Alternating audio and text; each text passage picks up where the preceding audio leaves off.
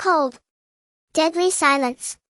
It felt as though he were submerged in liquid nitrogen at absolute zero, every inch of his consciousness savagely gnawed upon by a monstrosity named Void. Yuan forced his eyes open. What entered his sight was not the familiar ceiling but a dead dark red nebula, and in the far distance faint meteors occasionally tearing through the darkness. No, that was not a nebula. Yuan's awareness rose sharply and his vast perception instantly enveloped a radius of several light years. He was shocked to discover that the so-called dead nebula was merely a scar upon his own chest. Those meteors were nothing more than scattered remnants of his spiritual energy drifting through the universe. I have transmigrated. Memories surged in like a tidal wave. The young man Yuan from Earth in his previous life was gone. In his place was an ancient deity almost extinct in this era floating on the edge of the universe, a chaos titan. His true form was unimaginably vast. If Earth were placed before him it would not even compare to a speck of dust on the tip of his finger. The flow of his blood was a star river in full torrent, his breath was a raging cosmic storm. With such a towering physique he ought to have been an invincible existence sweeping across myriad worlds and plucking stars with his hands. Yet reality struck Yuan like a blow to the head. Pain. A heartrending bone-carving agony surged from every corner of his body. Yuan tried to raise his right hand but found that this finger which could grind a star to dust was now as heavy as a mountain and could not move at all. He could only use his frail divine sense to look inward. What he saw made his scalp tingle. The pulmonary star domain within him, once resplendent like a golden kingdom, was now shrouded in billowing clouds of filthy black mist. That mist was not inert, it was composed of billions of void locusts, each as small as dust yet hideously twisted. They frenziedly gnawed at the spiritual crystal walls of his lung lobes, every bite brought him a suffocating burning torment. It was a severe bacterial infection that had triggered pneumonia in both lungs. His gaze followed the long dried vessels downward. At the entrance to the intestinal abyss a dark purple demon dragon tens of thousands of kilometers long lay coiled. It possessed thousands of mouths lined with razor teeth, each like a straw plunged deep into the intestinal wall, greedily sucking away Yuan's last remaining life essence. This was a parasite on a cosmic scale, a void roundworm dragon. Even more terrifying was the left arm frontier. It had completely turned into a gray withered deadland, countless twisted flesh buds madly proliferating as they attempted to push back toward the heart's main city. It was necrotizing fasciitis and might have already transformed into some sort of divine cancer. You've got to be kidding me. Despair surged in Yuan's heart. Such a colossal body, and it turns out to be a walking mass of illness.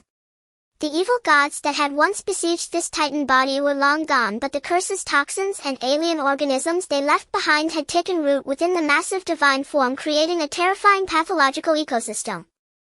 Without external intervention, in at most 3 cosmic days this great titan divine body would completely fall, scattering as dust across the universe. Warning. Vital signs critically weak. Warning. Immune system in total collapse. White blood cell legions annihilated. Macrophage guardians wiped out. Warning. Heart core shield durability below 0.01. Once the heart core is breached by parasites, the host will perish completely. An icy mechanical voice suddenly detonated in the depths of Yuan's soul. Yuan's spirit jolted. A system. As a transmigrator he naturally knew what that meant. Activating Divine Body Reforging System. Activation complete. Host Yuan. Race Chaos Titan Juvenile on the verge of death. Life level Tier 10, formerly Tier 12. Current status: multiple organ failure, severe infection, parasitic invasion, cancerous spread. Remaining survival time 72 hours Earth time. Only 3 days. Staring at the crimson countdown, Yuan felt a chill in his heart. System, can you directly repair my body? Energy insufficient. Repairing the divine body requires a vast amount of high-dimensional energy. The host's current reserves are exhausted. So I can only wait for death. Yuan stared at the few void roundworm dragons swimming toward his heart region, filled with unwillingness. Unique talent detected in host dimensional link. Initiating plan simulation. Optimal plan generated. Fourth calamity project. Description: the host's own immune system has collapsed and cannot repel the invaders. The system recommends crossing dimensions to link with the lower dimensional world, Blue Star, summoning spiritual entities to descend and rebuild the host's internal immune defenses. Yuan froze for a moment, then reacted. You mean, get Earthlings to act as my cells and help me eliminate the infection? Precisely. Though low-dimensional beings are weak, their souls possess immense plasticity and a kind of undying nature. They can be resurrected. As long as suitable biological vessels are constructed for them, they will become the perfect mercenaries. Enable dimensional link. Yuan stared at the black toxic mists drawing ever closer, and his gaze grew ruthless. His body was now a purgatory teeming with monsters. Since his own cells had perished, he would recruit mercenaries from beyond. So long as he could survive, not to mention Earth players, he would even dare employ demons. Enable it, Yuan said in a deep voice. Link to Blue Star's network at once. Command confirmed. Locking onto Blue Star coordinates. Lock-on successful. Constructing virtual server. Datafying host's internal environment. Generating official game website. Yuan's divine sense was instantly pulled into a strange space. He watched as the system rapidly scanned and modeled his ravaged body. Ruptured blood vessels became the crimson corridors. Poison-flooded lungs turned into the storm-toxic domain. The parasite-infested intestines became the abyssal dragon nest. Please name this game. Yuan gazed at this vast yet despairing inner world and fell silent for a moment. For Earth's players this would be a game. But for him it was a Genesis war between life and death. Call it Titan Genesis. Name confirmed. Closed beta slots 1000. Official website has been published to major gaming platforms and social media on Blue Star. Promotional tagline: generating a 100 realistic full immersion holographic online game, a transcendental journey of evolution. Are you ready to become a god? Meanwhile on Blue Star, countless people browsing web pages or scrolling short videos suddenly saw an unclosable pitch-black pop-up appear on their screens. There were no flashy effects, only a single line of text flowing with dark golden luster, and in the background the sound of a gigantic heart beating as though it could devour souls. Thump, thump, thump. Each beat seemed to pound upon the depths of everyone's soul. A line of words slowly emerged. Do you wish to comprehend the meaning of life? Do you truly wish to live? The system automatically struck it out. Ahem, incorrect copy. The screen flickered, then switched to new copy. The world's first 100 immersive holographic online game, Titan Genesis, now enters its closed beta. This is not a game, this is an opportunity for evolution. Click to pre-register and descend immediately. Year 2045 of Blue Star. Although Deep Blue Network had long since conquered brain-computer interface technology and ushered human society into an era of universal full immersion holography, an insurmountable wall of size still loomed before every game company, the 75 realism threshold. It was a biological firewall erected by the human brain itself to keep self-awareness from collapsing into chaos. Whether it was Penguin Empire's metaverse or Blizzard's Titanfall, the moment they attempted to break through this threshold, players would be forcibly disconnected as their brains overloaded. Until this very night, when a pitch-black pop-up window savagely tore open that wall. In the heart of Magic City, in a cloud-hugging apartment, neon lights from outside the window cast shifting colors across Chin Feng's pallid face. He slumped wearily inside a Silverwing life support pod worth millions, his gaze vacant as he stared at the electronic diagnosis that had just appeared on the holographic display. Neural synapse response retardation syndrome. Chen Feng murmured, his fingertips trembling ever so slightly. For an ordinary person it was nothing more than an occasional hand tremor. But for someone who had once stood at the summit of the Divine Realm Professional League and been hailed as the battle god, it was a death sentence. His APM, actions per minute, had already plummeted from a peak of 600 to barely 300, inferior even to second-tier trainees. The fall from the clouds into the mire hurt more than death itself. A soft chime sounded. That pitch-black pop-up abruptly overlaid the harsh black and white of the diagnosis report. Have you ever pondered the meaning of life? Chen Feng's lips curled into a self-mocking sneer, his eyes dark and overcast. It's already 2045, then someone is still using this ancient virus gag to scam people? He raised his hand intending to close this cruel joke. Yet the instant his finger was about to touch the close icon, he froze. That line of text seemed to possess some strange magic, like a needle plunging into a heart long since numbed. His professional career was already ruined. How much worse could life get? If this was a scam, then let it scam him. At least it was better than staring at that diagnosis. With a kind of self-destructive resolve, Chen Feng pressed the confirmation button that pulsed with a blood-red glow. In the next second, there was no loading bar as he had expected. The life support pod beneath him suddenly emitted a low thunderous roar unlike anything before, and in the same instant an irresistible torrent of data surged in and drowned his consciousness. There was no vertigo, no nausea, only the weightless sensation of his soul being yanked free in an instant. At the same time, in Kyoto First People's Hospital, a faint smell of disinfectant permeated the intensive care ward in the dead of night. Liu lay on the bed, straining just to move her eyes. Paralyzed from the neck down for 3 years, her entire world had been cruelly compressed into this 3-square-meter bed. Even the most advanced holographic devices could do no more than track her eye movements and faint brainwaves, letting her float through the online world, yet they could never reproduce the sensation of feet pressing against solid ground. Can I really run again? Liu stared at the pop-up projected onto her retina, her heart thundering in her chest. It might well be a lie, but to a drowning person even a single straw was something to cling to with all her strength. She closed her eyes and in her mind cried out a single word of desperate longing: confirm. In the instant his consciousness resurfaced, Chen Feng thought he was dead. He was floating in a pure white expanse surrounded by flowing liquid light warm as a womb. Before him 4 colossal gene helices slowly rotated, each one radiating a powerful presence that made his heart quail.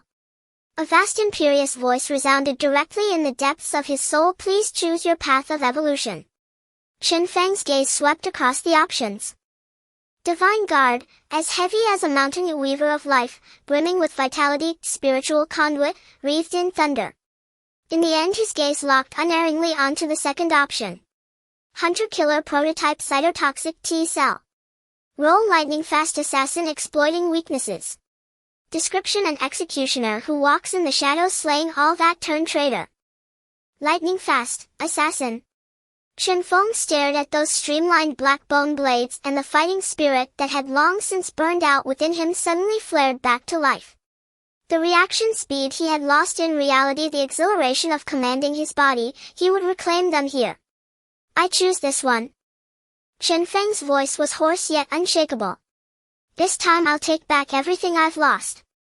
At the same moment, in another corner of the white expanse, Liu was staring blankly at her legs.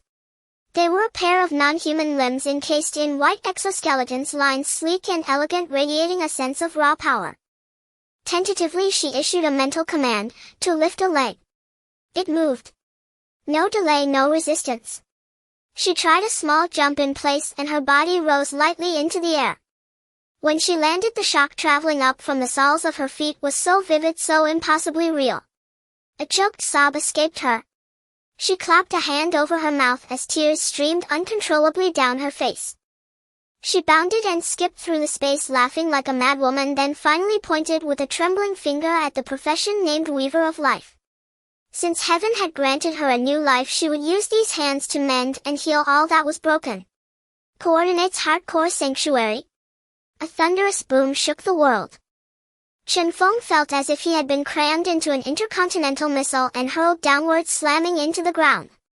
The violent impact sent him staggering, but he quickly regained his footing.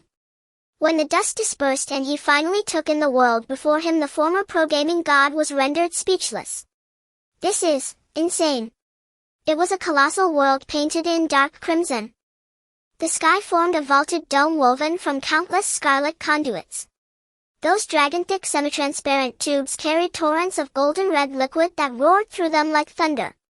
The air was suffused with a scent he had never known before, part rust, part ultra-pure ozone.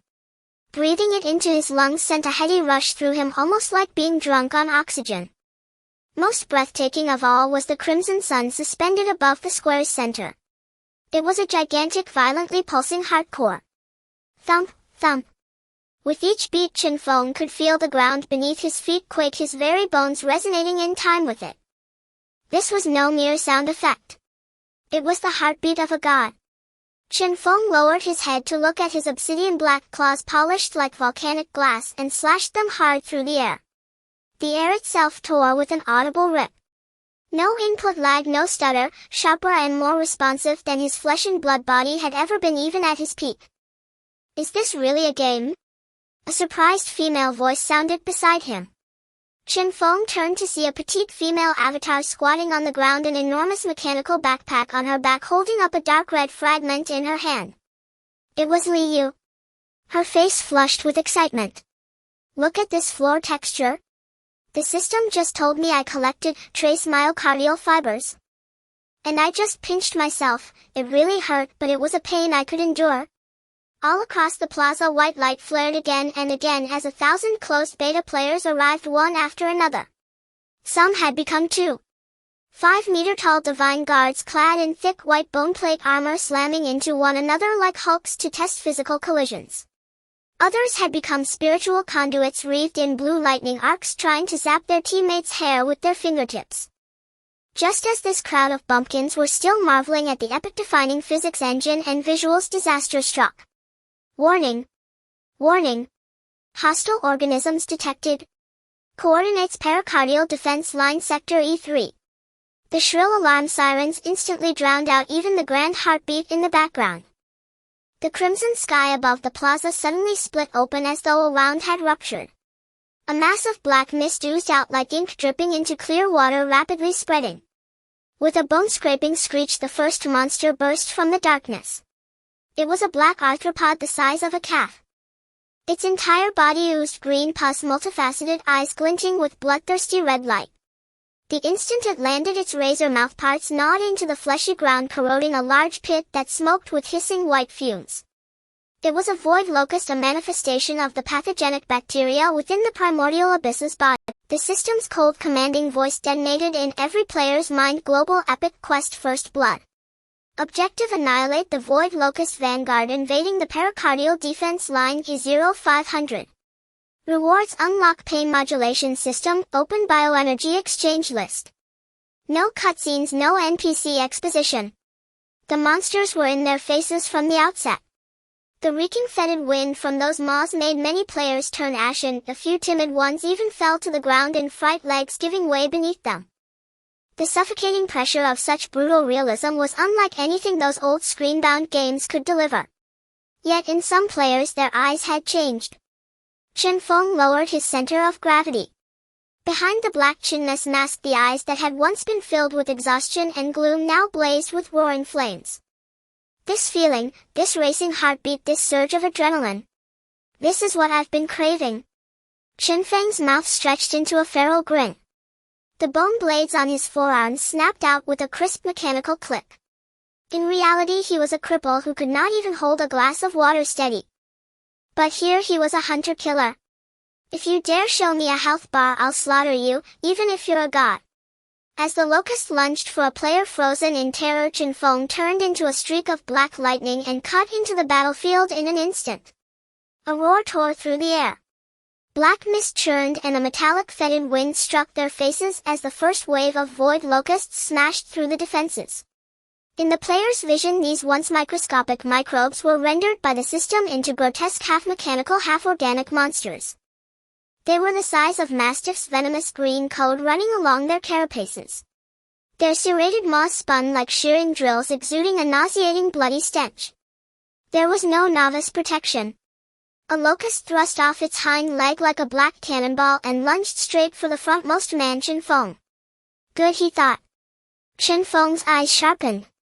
As a former top-tier professional, his mind completed the leap from prediction to tactic in an instant. A left slide to avoid the strike, then a reverse hand stab. It was muscle memory carved into his bones from days in the Xinyu realm. His brain issued the command. But, damn. Chen Feng's pupils snapped tight. He had perceived it, but his body did not follow. This LV. One body felt like a rusted old machine. The severe lag warped his movements. The flawless dodge became a clumsy stumble with a tearing sound. He avoided the throat, but the creature's claw still ripped into his left shoulder. 35. Bleeding warning, external armor breached. A searing pain flashed through him. Though the system dulled sensation, the raw feedback of flesh being torn made cold sweat bead down his spine. Chen Feng fell back and slammed open his character panel. ID Feng Xing Tianxia. Profession Hunter LV. 1. Status lightly wounded, strength 6, physical attack, carry agility 9, move attack, neuro response, constitution 5, HP, defense, spirit 5, perception, skill, total attribute points 25. Note: an average adult male on Blue Star has single attributes of 5, total 20. Damn, he muttered. Looking at that agility 9, he wiped blood from his lip with a bitter smile. Although nearly double a normal person's agility, that was the hunter's starting ceiling. To balance it, his constitution and spirit were set at the minimum. Forget being a god-tier player. Chen Feng inhaled deeply, his gaze cooling into pragmatic steel. For now I am nothing but cannon fodder with low stats. The locust pounced again. This time Chen Feng did not try to show off. He relied on his only advantage, the bone blade. At the instant the claw neared his face, he advanced instead of retreating, taking the cost of a torn chest. He drove the bone blade into the monster's soft abdominal joint. Weak point strike. 80. Meanwhile screams rose and fell. Not everyone possessed Chen Feng's battlefield instinct. Facing monsters rendered with terrifying realism, many were thrown to the ground and ripped to bloody tatters. Help! It hurts. It really hurts. That thing hits too hard, 2 blows and I'm nearly dead.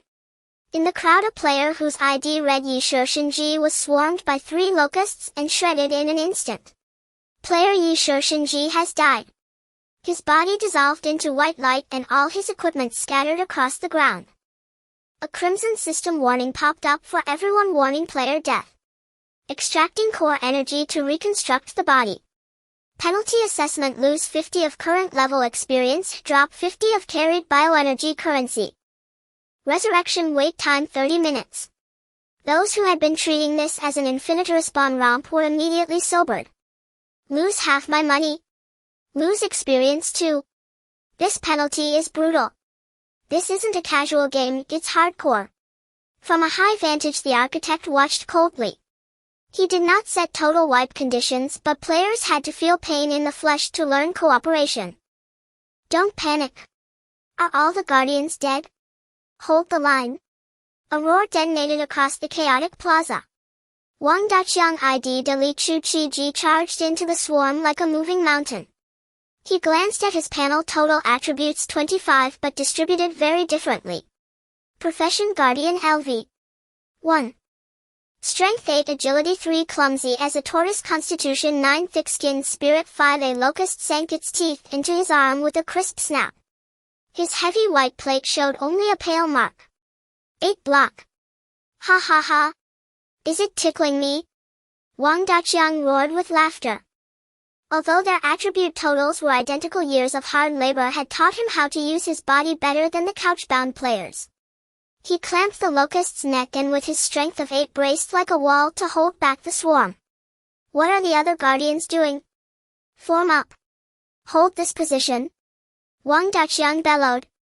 Mages in the rear, do your thing. With a tank to absorb damage, the scattered players finally found a rhythm. Dozens of spirit core wielders stood in the back row. Their attributes were severely specialized. Spirit core wielder LV. 1 strength 4, agility 5, constitution 4, spirit 12. A spirit of 12 allowed them to marshal far greater energies. Zap, dozens of blue arcs converged on one locust. Class trait neural disruption. The creature convulsed and went rigid under the shock. Healer. I'm at low HP. Shouted a guardian up front. On my way. Liu ID Yin Zhong Yu came charging with a heavy mechanical pack. Fate Weaver LV. 1 strength 5, agility 6, constitution 6, spirit 8. A jack of all trades, distribution balanced for survival and support. She reached the wounded player, applied both hands to the wound and activated her profession skill, biogel ejection. It consumed 20 points of spirit energy and restored the target's HP per second while repairing armor. White foam sprayed out and quickly hardened into a scab. The Guardian watched his health climb and grinned like a man reborn. Impressive, girl. That's some healing. With a healer here, fear nothing, charge. Tanks held spirit core wielders controlled Fate Weaver healed hunters reaped. The embryonic iron triangle of the four main professions took shape under mortal pressure. Once players realized that with coordination the ferocious beasts could be slain, the fourth calamity's greed overcame their fear. Don't steal. That wounded one is mine. The glowing orb is bioenergy. Pick it up. Half an hour later. With the final void locust's neck severed by Qinfeng's blade, the hardcore plaza fell silent. Green carcasses and shattered armor littered the ground. Of 1,000 players, only a little over 600 remained standing. More than 300 were in the respawn queue counting down in the black room. Qinfeng leaned against a massive column of pulsing muscle fiber, gasping. His HP bar had dwindled to 10, his stamina bar utterly drained. Battle complete. Rewards: bioenergy 85. Level progression LV 1 to 99 LV 2. Congratulations on leveling up. All base attributes 1 free attribute points 2. Leveled up. Qinfeng wasted no time pouring both free points into agility. Agility 912 level 1 allocated 2. Qinfeng clenched his fist and tried to swing his arm. Whoosh! The heaviness and the lag between thought and motion receded noticeably. He felt his mind clear as if waking from a truly restorative sleep. This game's feedback loop is well crafted, even the thrill of getting stronger is simulated so convincingly, Qinfeng said, assuming it was just an advanced neural interface effect. At that moment the plaza's overhead system broadcast chimed again. Warriors, you have held the line of honor. Server notice detected that the player group has accumulated sufficient bioenergy. Gene Shop LV 1 is now open. Region unlocked. Shisei Shinju First Defense Sector. Qinfeng closed the shop and looked toward the distance. The Qiyuan city they stood in, the heart, was a supercontinent floating in the void. At the far end of the plaza yawned a vast passage into endless darkness, the Shisei Shinju composed of countless crimson megatubes. It was as broad as a true star river coursing with a torrent of golden red energy. Standing at its mouth, players felt like ants on the banks of a great Amazon. The system pinged current location Qiyuan City Core District. Next objective Chopin Jimen Bicuspid Valve Defense. Distance 120,000 kilometers. 120,000 kilometers. Qinfeng stared. He opened the minimap and saw that Chopin Jimen was merely the gateway out of this starter village. Farther regions on the map, places labeled Fengbao Ji Yuan, the abyss of storms, the lung, were measured in light years. Did they make this map too big? Wang Daqiang leaned over the map and gaped. Are we supposed to run ourselves to death? Qinfeng shook his head and grew thoughtful. A map this vast must have a vehicle system. But for now. He looked toward the deep Shisei Shinju where countless shadows prowled. We have to fight our way through that gate first. The light of the gene shop gradually faded. The players who were still immersed in the joy of leveling up now looked at their shriveled wallets and let out a series of wails. This is too shady. The planner is too underhanded. The player with the ID, Great Strength Creates Miracles, squatted on the ground staring at the skill book named Brutal Charge, with drool almost spilling from his mouth, but the price tag of 200 biological energy left him in despair. In the previous battle everyone fought desperately for over half an hour, but after accounting for deaths and equipment repairs most players only had a balance of a few dozen points. I just took a glance, even a plain white bone sword costs 150 points, complained a nearby hunter player. This isn't playing a game, this is working for the system. Feng Xing Tianxia also frowned. As the main damage dealer he had a balance of 135 points, which while better than others still fell short of purchasing the skill book.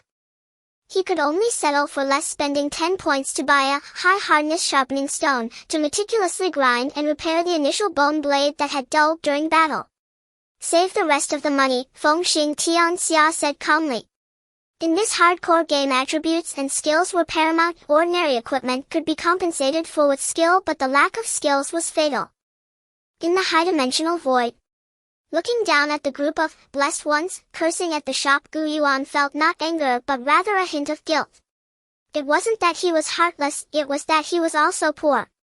The status panel of his divine body on his retina was flashing red. The hardcore shield's energy was down to 0.05 in a critical state.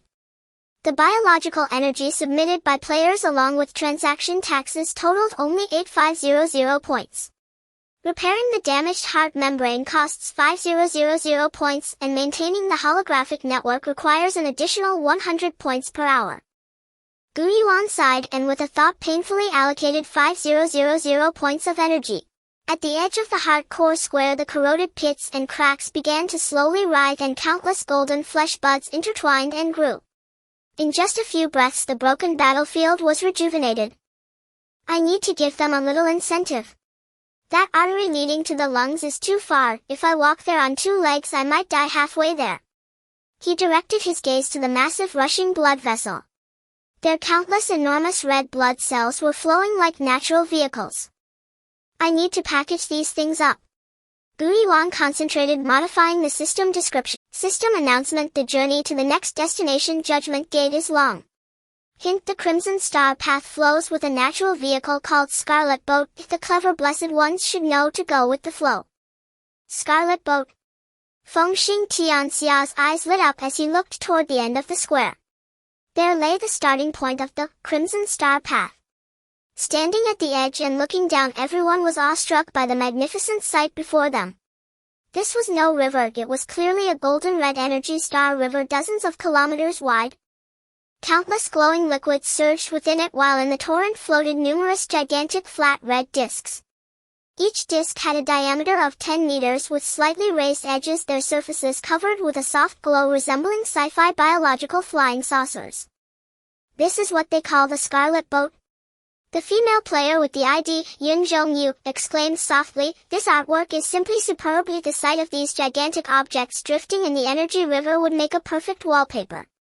What are we waiting for? Great strength creates miracles, slapped his thigh, standing up excitedly. The system has made it clear, that's a free bus. Brothers, let's get on board. He, relying on his tough physique, was the first to charge to the Looking at the endless star river below and a massive disk slowly drifting by, this rugged man took a deep breath and leaped forward. The system instantly popped up: a determination action, determination successful, strength, determination passed. Boom. Great strength creates miracles crashed onto the red disk like a cannonball. The disc was extremely elastic. When he landed, it sank sharply and then bounced him back up high. Wow! It's so bouncy.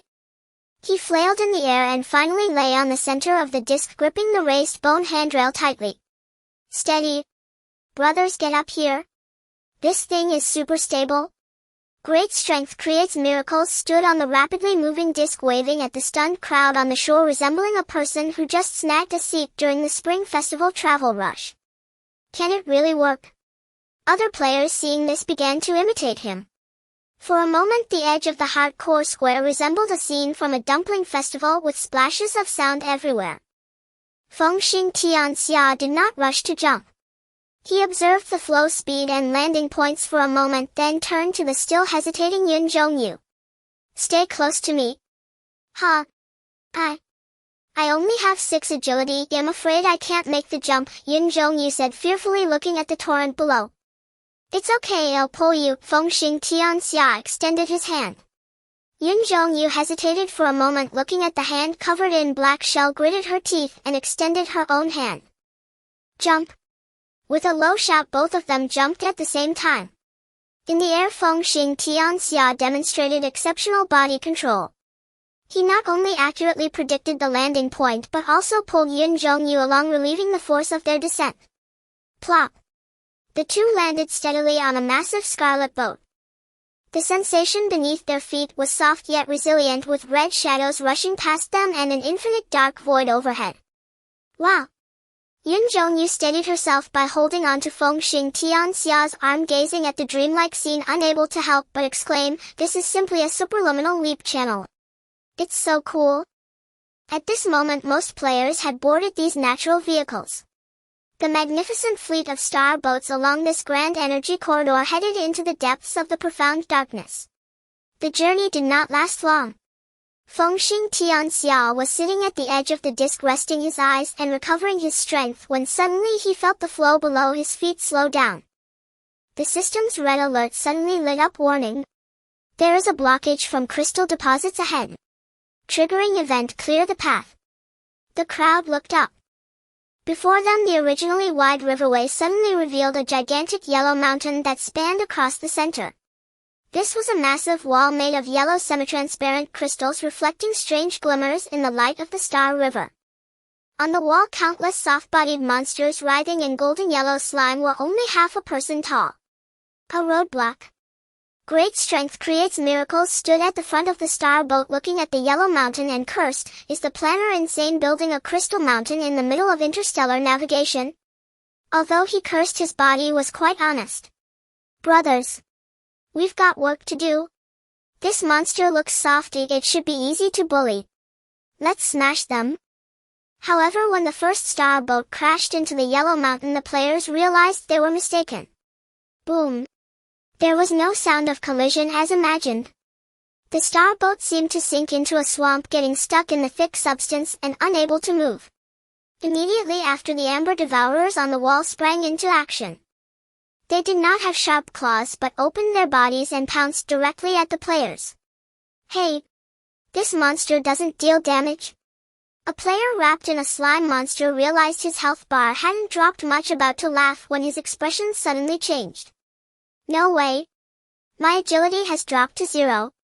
The area wrapped by the slime monster quickly solidified, forming a thick layer of yellow shell. The whole person seemed to be sealed in amber, unable to even move a finger. It's a control monster.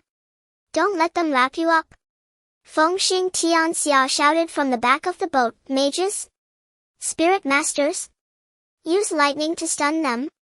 However, this time the spirit masters also faced difficulties.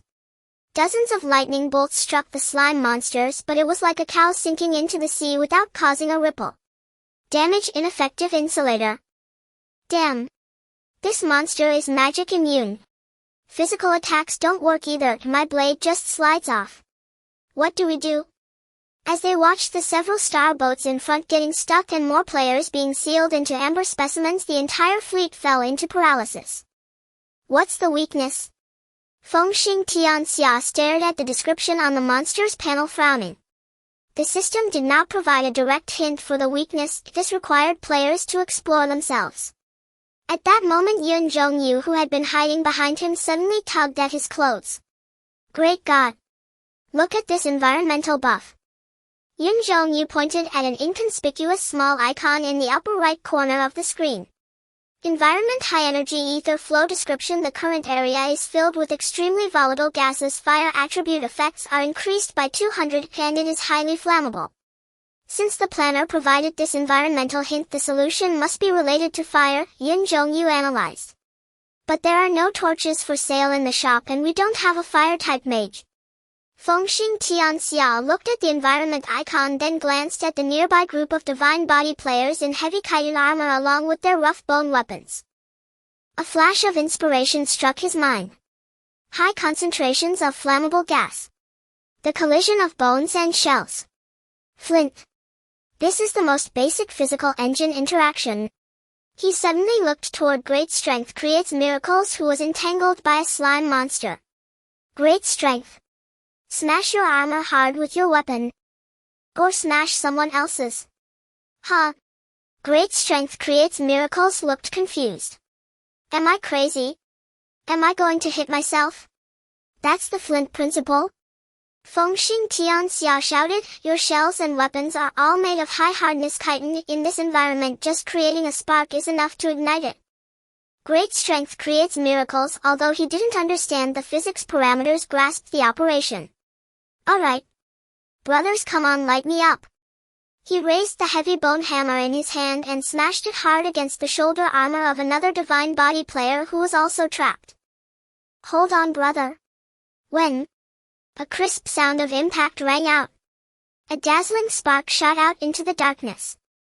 In this extremely flammable high-energy environment, the originally insignificant spark was like a cigarette but dropped into a powder keg. Boom! A burst of orange-red flames exploded in midair, instantly igniting the slime monster entangled with the divine body player. The amber monster, which had previously been impervious to knives and guns, let out a shrill scream upon contact with fire, its body rapidly melting into a puddle of black water. Critical hit. 500 environmental vulnerability? Damn. It really works. Great strength creates miracles. Looked at the flames burning on his body. The divine Buddha's high constitution allowed him to endure this burning for a short time, making him look like a vengeful flame emerging from hell. Ha ha ha. I'm on fire. He charged into the pile of monsters like a human torch, grabbing onto two slime monsters. Come on. Let's hurt each other. Other players also reacted. Divine bodies handle the flint.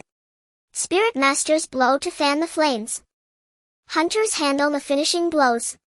For a moment the entire Crimson Star path witnessed the bizarre spectacle of a self-harming ignition battle. The originally indestructible amber Great Wall began to rapidly melt and collapse under the players' creative tactics.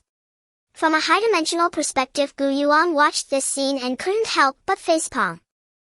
Using themselves as lighters. These guys really have figured out the realistic physics engine. However, looking at the breached blood vessel and the cleaned patches, Yuan had to admit that although these fourth calamity players took a wild approach, it was indeed effective. Since they like fire so much. Yuan glanced at the high-energy amber energy being absorbed by the players, and with a thought he acted. The next moment a system announcement popped up. Congratulations. Player tactics triggered hidden career mechanism. The divine body profession gains an advanced route. Inferno Guardian requires devouring, high-energy amber essence, to unlock. At this point the divine body players who had originally been disgusted by the slime suddenly changed their expressions as they looked at the black oil and amber fragments scattered on the ground. Don't steal. This oil is mine. Whoever dares to steal will face me. I want to change to fireman. The vast crimson fleet surged through the golden-red energy star river. For the players standing on the crimson vessel, this was an ultra-light-speed interstellar journey. The walls around them soared high like the heavens, while the energy torrents roared beneath their feet. Too slow. From a higher dimensional perspective, Yuan looked at the progress bar that crawled like a snail, shaking his head helplessly. His divine body was too enormous. For the cells at the microscopic level, traveling from the heart to the lungs was akin to an interstellar expedition. Even drifting along the arterial blood flow required a lengthy period. We can't let them drift indefinitely. Players will get bored and quit the game. Yuan's gaze scanned ahead. Not far from the heart's exit was an important checkpoint, the pulmonary artery valve. There, due to long-term energy accumulation, a natural transit space station had formed. Let's establish the first outpost there.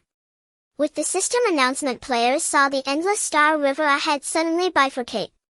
A magnificent, breathtaking white giant gate loomed between heaven and earth. It was an arterial valve composed of 3 translucent, softly glowing giant membranes. Each membrane stood tall like the Himalayas, blocking and diverting the rushing blood flow. This modeling. I want to kneel. Fengxing Tianxia looked up at the giant door, a sense of both awe and fear flooding over him. The starship slowly docked. This was not the lungs but a white land formed by calcified deposits. At this moment a solitary figure stood on the land. It was a giant 3 meters tall, clad in tattered golden armor, wielding a broken spear. Beneath his helmet was a void of black mist with only 2 points of ghostly blue flame flickering. This was the guiding NPC, Ancient Watcher Zero, created by Yuan using his remaining divine power and immune memory. Players rushed ashore immediately, surrounding this unique NPC. Wow! An NPC? Alive! Big brother, could you give us a quest? With audacity, Li Chu Chi Ji poked the giant's armor with his bone hammer. When a crisp sound rang out and the giant suddenly turned his head, his ghostly blue eyes fixating on Li Chu Chi Ji, causing the burly man to retreat 3 steps in fright. The giant emitted a hoarse voice akin to metal grinding. Newborn. King. Too weak. You aren't even qualified to survive in that calamity. Though mocking with his words, a large golden question mark appeared above the giant's head. Quest: clear the mud of the corridor. Posted by Watcher Zero. Description: the gate of the Sighing Corridor is blocked by void dust. This has obstructed the route to the Storm Star domain. As rookies, this is your only objective: clear the hardened mud near the gate 01000. Reward: unlock corridor teleport point, gain 50 bioenergy. TCH, it's just a menial task.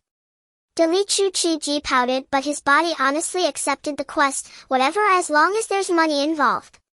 I'm dying to buy that skill book. In no time the previously quiet corridor became bustling with activity. Though it was merely a tedious mining cleanup task, this group of players turned it into a spectacle. Some competed to see who could dig faster, while others studied whether the mud could be crafted into equipment. In the higher dimensional space, Yuan watched the continuous influx of bioenergy into the system, nodding in satisfaction. After several hours of frenzied slaughter, exploration, and cleanup by the players, his bioenergy reserves finally broke through a threshold. Current bioenergy reserves 12000 points. Core shield energy 0. 050. 08. Enough energy. Yuan's eyes sharpened. The first batch of 1,000 players is useful, but the number is too small. Against the billions of viral legions in the lungs, this force is barely enough to fill a gap. We must expand recruitment. But then the problem arose. Yuan's divine spirit was extremely weak at the moment. Maintaining the real-time connection for these 1000 people occupied most of his processing power. If he wanted to bring in more players, he had to disconnect, using the energy on hand to perform a deep repair and expansion of the server, which was essentially his own divine network. I can only inconvenience these guys for now. Yuan waved his hand decisively, pressing the kick all players button. Server announcement to all: dear King. Considering that the Sighing Corridor area has been opened in order to accommodate more warriors, this world will soon undergo a version update and server expansion. Estimated maintenance time 8 hours. Countdown 10, 9, 8. What? Server maintenance? Li Chu Chi Ji, who was digging mud, was stunned. No. I just need to dig one more piece to gather enough to buy the skill book. Just give me one more minute. This game actually has a server shutdown. Fengxing Tianxia was also caught off guard, preparing to explore the dark depths of the corridor. But the system was merciless. 3, 2, 1. Connection lost. Everyone's vision instantly went black. Blue Star, the real world. It was already late at night. In Magic City Cloud Apartment. The lid of the life pod slowly slid open. Ha! Fengxing Tianxia Chenfeng took off the neural connection helmet and sat up abruptly. A strong, nauseating heaviness instantly surged over him. In the game, he was a nimble hunter with agility up to 12 points, able to scale walls like the wind, yet here, as his consciousness returned to his body, he felt like a drowning man burdened with hundreds of pounds of lead. His fingers were stiff, reactions slow, and even breathing felt laborious. This feeling. Chenfeng raised his hand, attempting to grasp the cup on the table. The brain issued the command, extend hand grasp.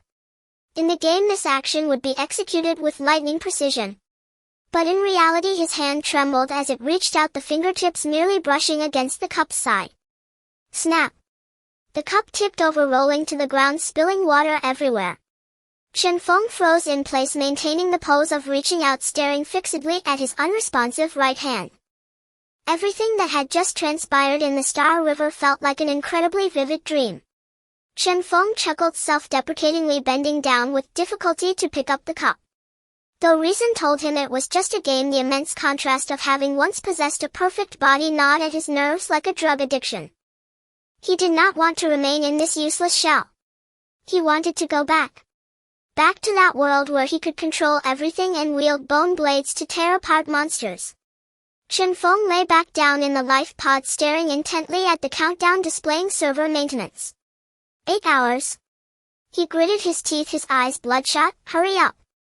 At the same time, in Kyoto City, in the intensive care unit, Liyuyan Zhongyu took off her helmet. This was the first time she had been forcibly logged off in the game.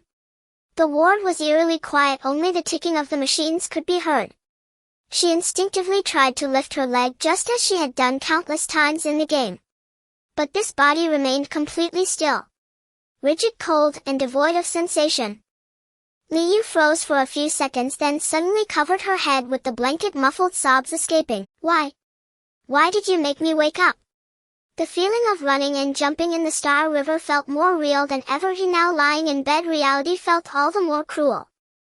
This was not just a game, it was the most beautiful dream woven for someone like her, yet also the most brutal punishment. She glanced at the time. There were 7 hours and 59 minutes left. Liu wiped her tears, her gaze becoming somewhat obsessive. She refused to sleep. She had to watch this countdown, not even wanting to be a second late to re-enter. In the higher dimensional space, the Titan's divine body. Yuan was unaware of the intense withdrawal reactions his server maintenance had induced in the players. At this moment he was using that 12000 bioenergy to engage in a gamble. System invest 10000 points of energy to repair the soul network nodes. Invest 2000 points of energy to hatch new kin bodies. Command confirmed. Constructing new soul link pathways. Estimated expansion quota 10000 people. As the energy flowed in, Yuan felt his previously hazy consciousness sharpen slightly. The accompanying nearly splitting headache also eased a bit. Very good, server upgrade successful. Yuan looked at the new announcement projected by the system, a smile creeping onto his lips. Since he was going to play, he would play big. The viruses had probably sensed the movements near the heart and were gathering their forces. So I will prepare a 10,000-strong army for them. He typed out a new announcement on the official website. Titan Genesis second test is about to begin. Version update: the calm before the storm. Additional quota 10000 people. New race class branch: Inferno Guardian, Divine Guardian advancement. The place we are heading to is both the Sea of Stars and the Abyss of Hell. In the online world of Blue Star, with the release of this announcement, it completely exploded. Those who were in the first batch and didn't secure a spot originally mocking the virus pop-up regretted it immensely upon seeing the gameplay footage of Star River drift tearing monsters and Titan lighter. On the forums, discussion threads about Titan were instantly flooded.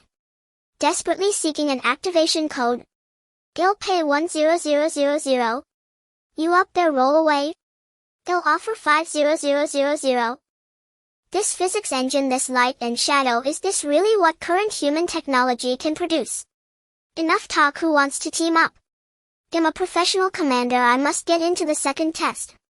A storm named the Fourth Calamity was brewing, ready to sweep through Yuan's entire divine world. The server maintenance has concluded.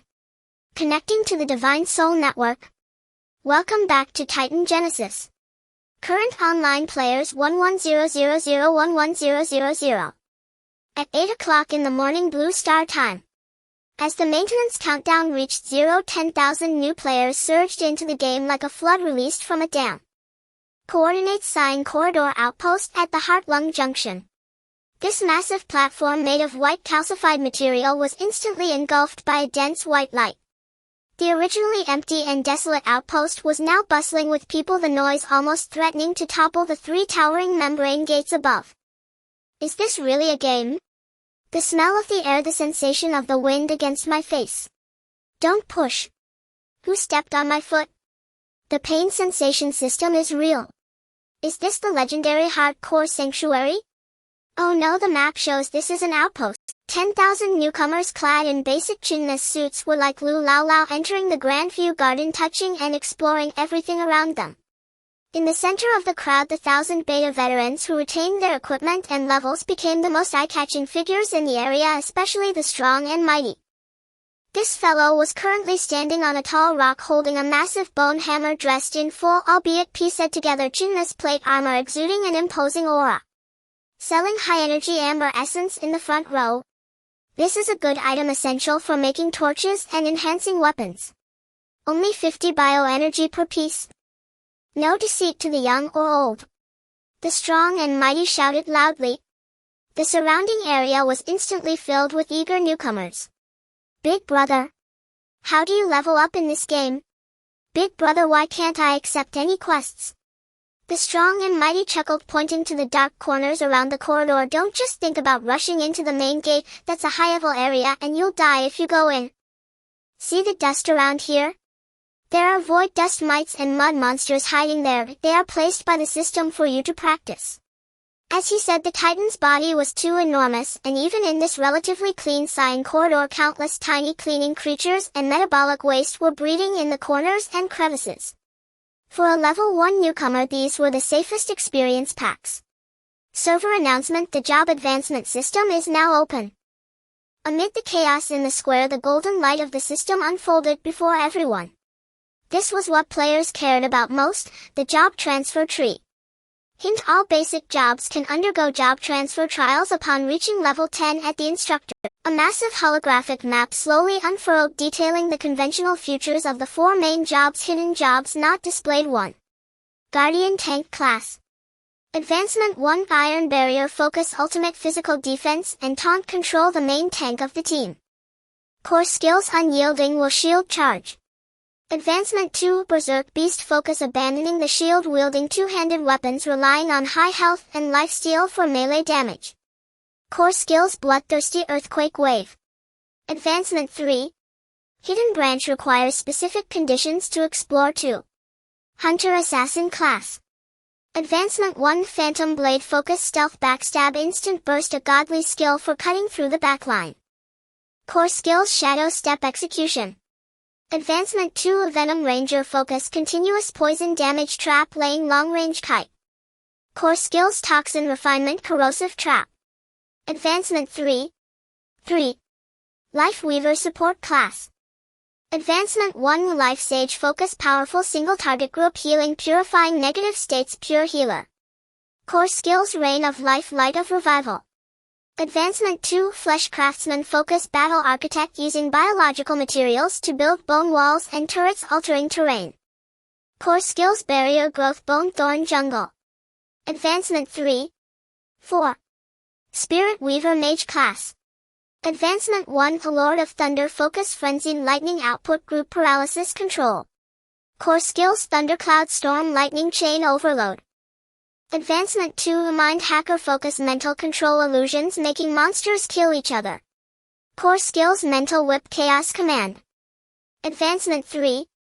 Looking at this detailed job transfer chart, a glint of light flashed in Feng Xing Tianxia's eyes.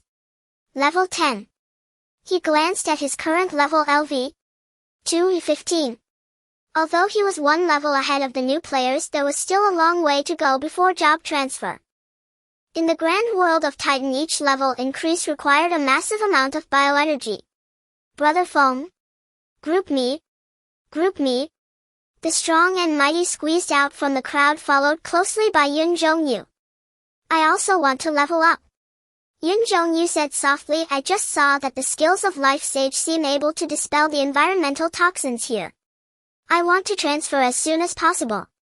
Feng Xing Tianxia nodded and then shouted in the area channel, elite leveling team, advance to the Storm Abyss.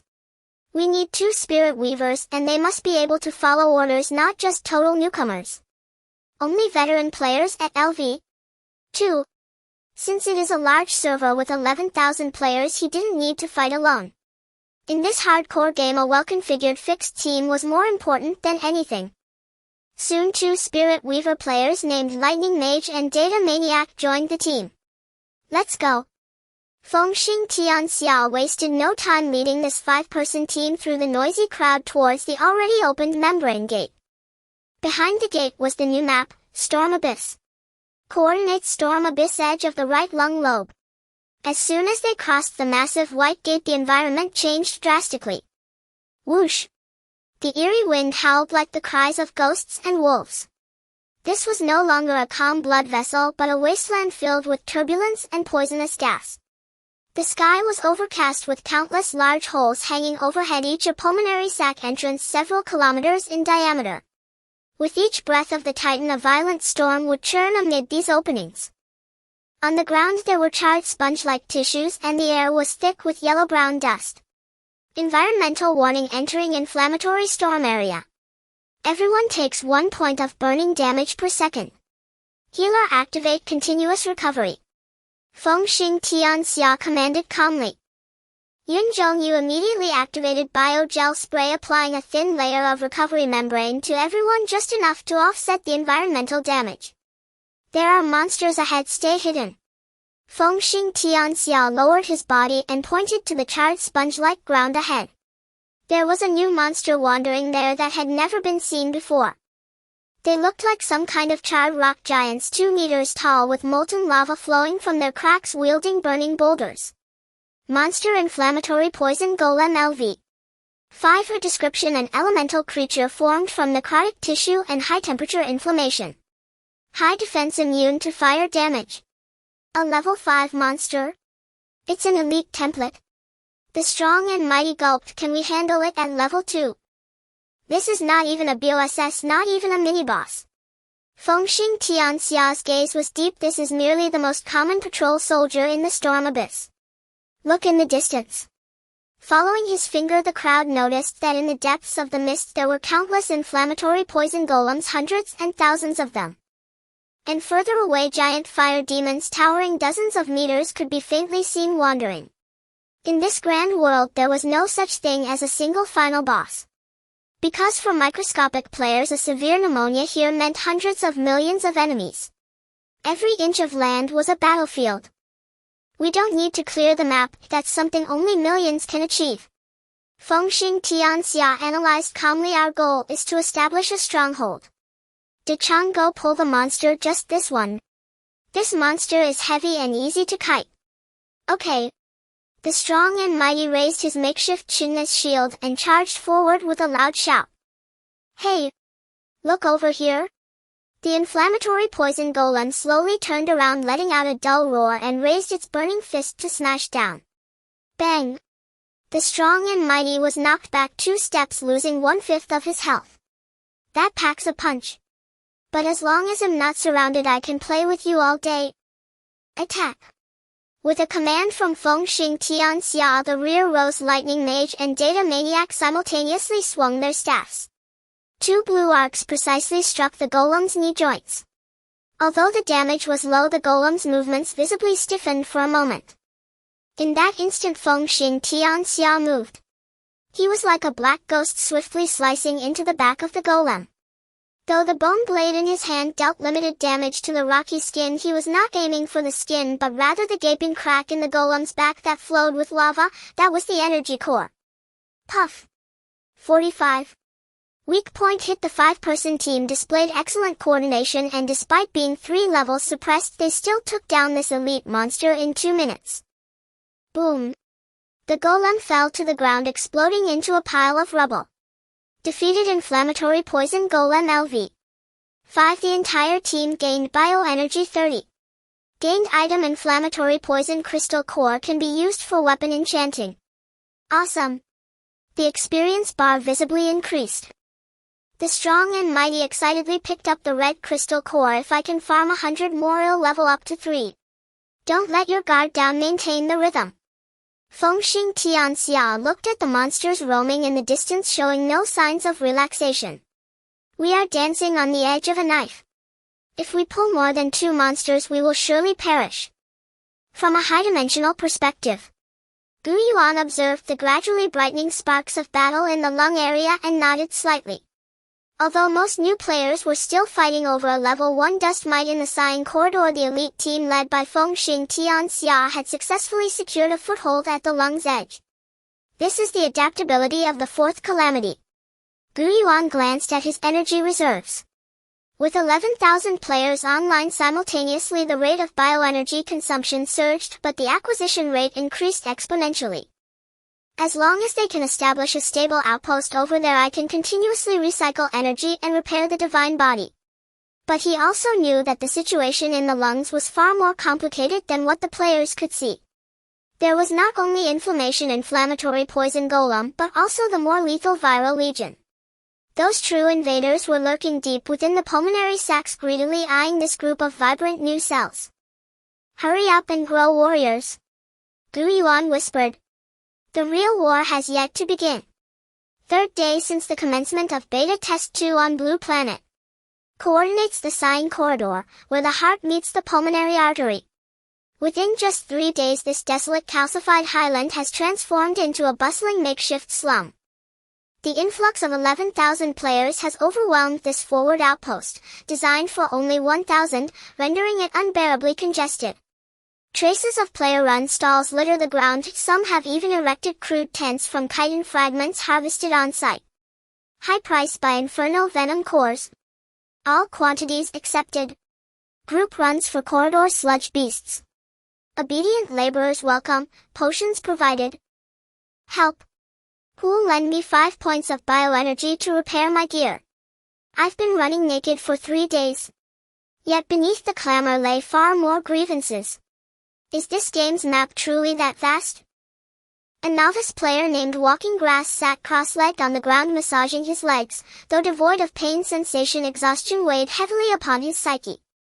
I spent 2 full hours just sprinting to the downwind vent, a nearby monster spawning zone. And if I die once I'll waste another 2 hours resurrecting and retracing my steps. Entire days vanish in sheer traversal. This had become every player's most acute frustration. Titan's colossal anatomy was simply too immense for cellular-scale players to navigate. From the safe haven of the sighing corridor to the nearest grinding zone, the downwind vent, stretched an interminable expanse of vascular wasteland. Moreover, roving monsters spawned randomly along the route, making solo travel perilously fatal. This unforgiving design, 5 minutes dead, 2 hours spent running back to corpse, had already driven away many novices ill-equipped for its psychological toll. Coordinates the storm abyss, deep within the right lung lobe, unexplored territory. Conditions here grew markedly harsher than at the periphery. Scorching winds whipped clouds of infernal venom dust, reducing visibility to under 50 meters. The ground no longer bore rigid calcified strata but instead pulsed with soft, slick and ceaselessly undulating alveolar tissue. Shink. A black bone blade sliced with surgical precision through the nape core of an infernal venom golem. Feng Xing Tianxia gasped for breath, kicking aside loose gravel. Behind him stood an elite squad, their faces etched with profound fatigue. After 3 days of relentless frontier expansion, their average level had soared to LV 5, the highest in the entire server, placing them firmly in the vanguard. Yet even they had reached their breaking point. Brother Feng, we cannot advance further. Yun Zhongyu glanced at her nearly depleted supply pack. We have only 3 restorative potions left.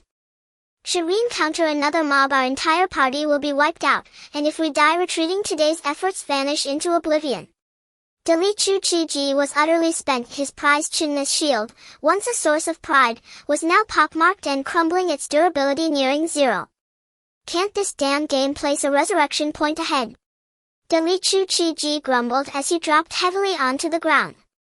I refuse to run marathons anymore. Feng Xing Tianxia remained silent. He stood atop a jagged ash-white rock formation, gazing past the swirling mist toward the horizon, where the fog thickened into an eerie viridian gloom.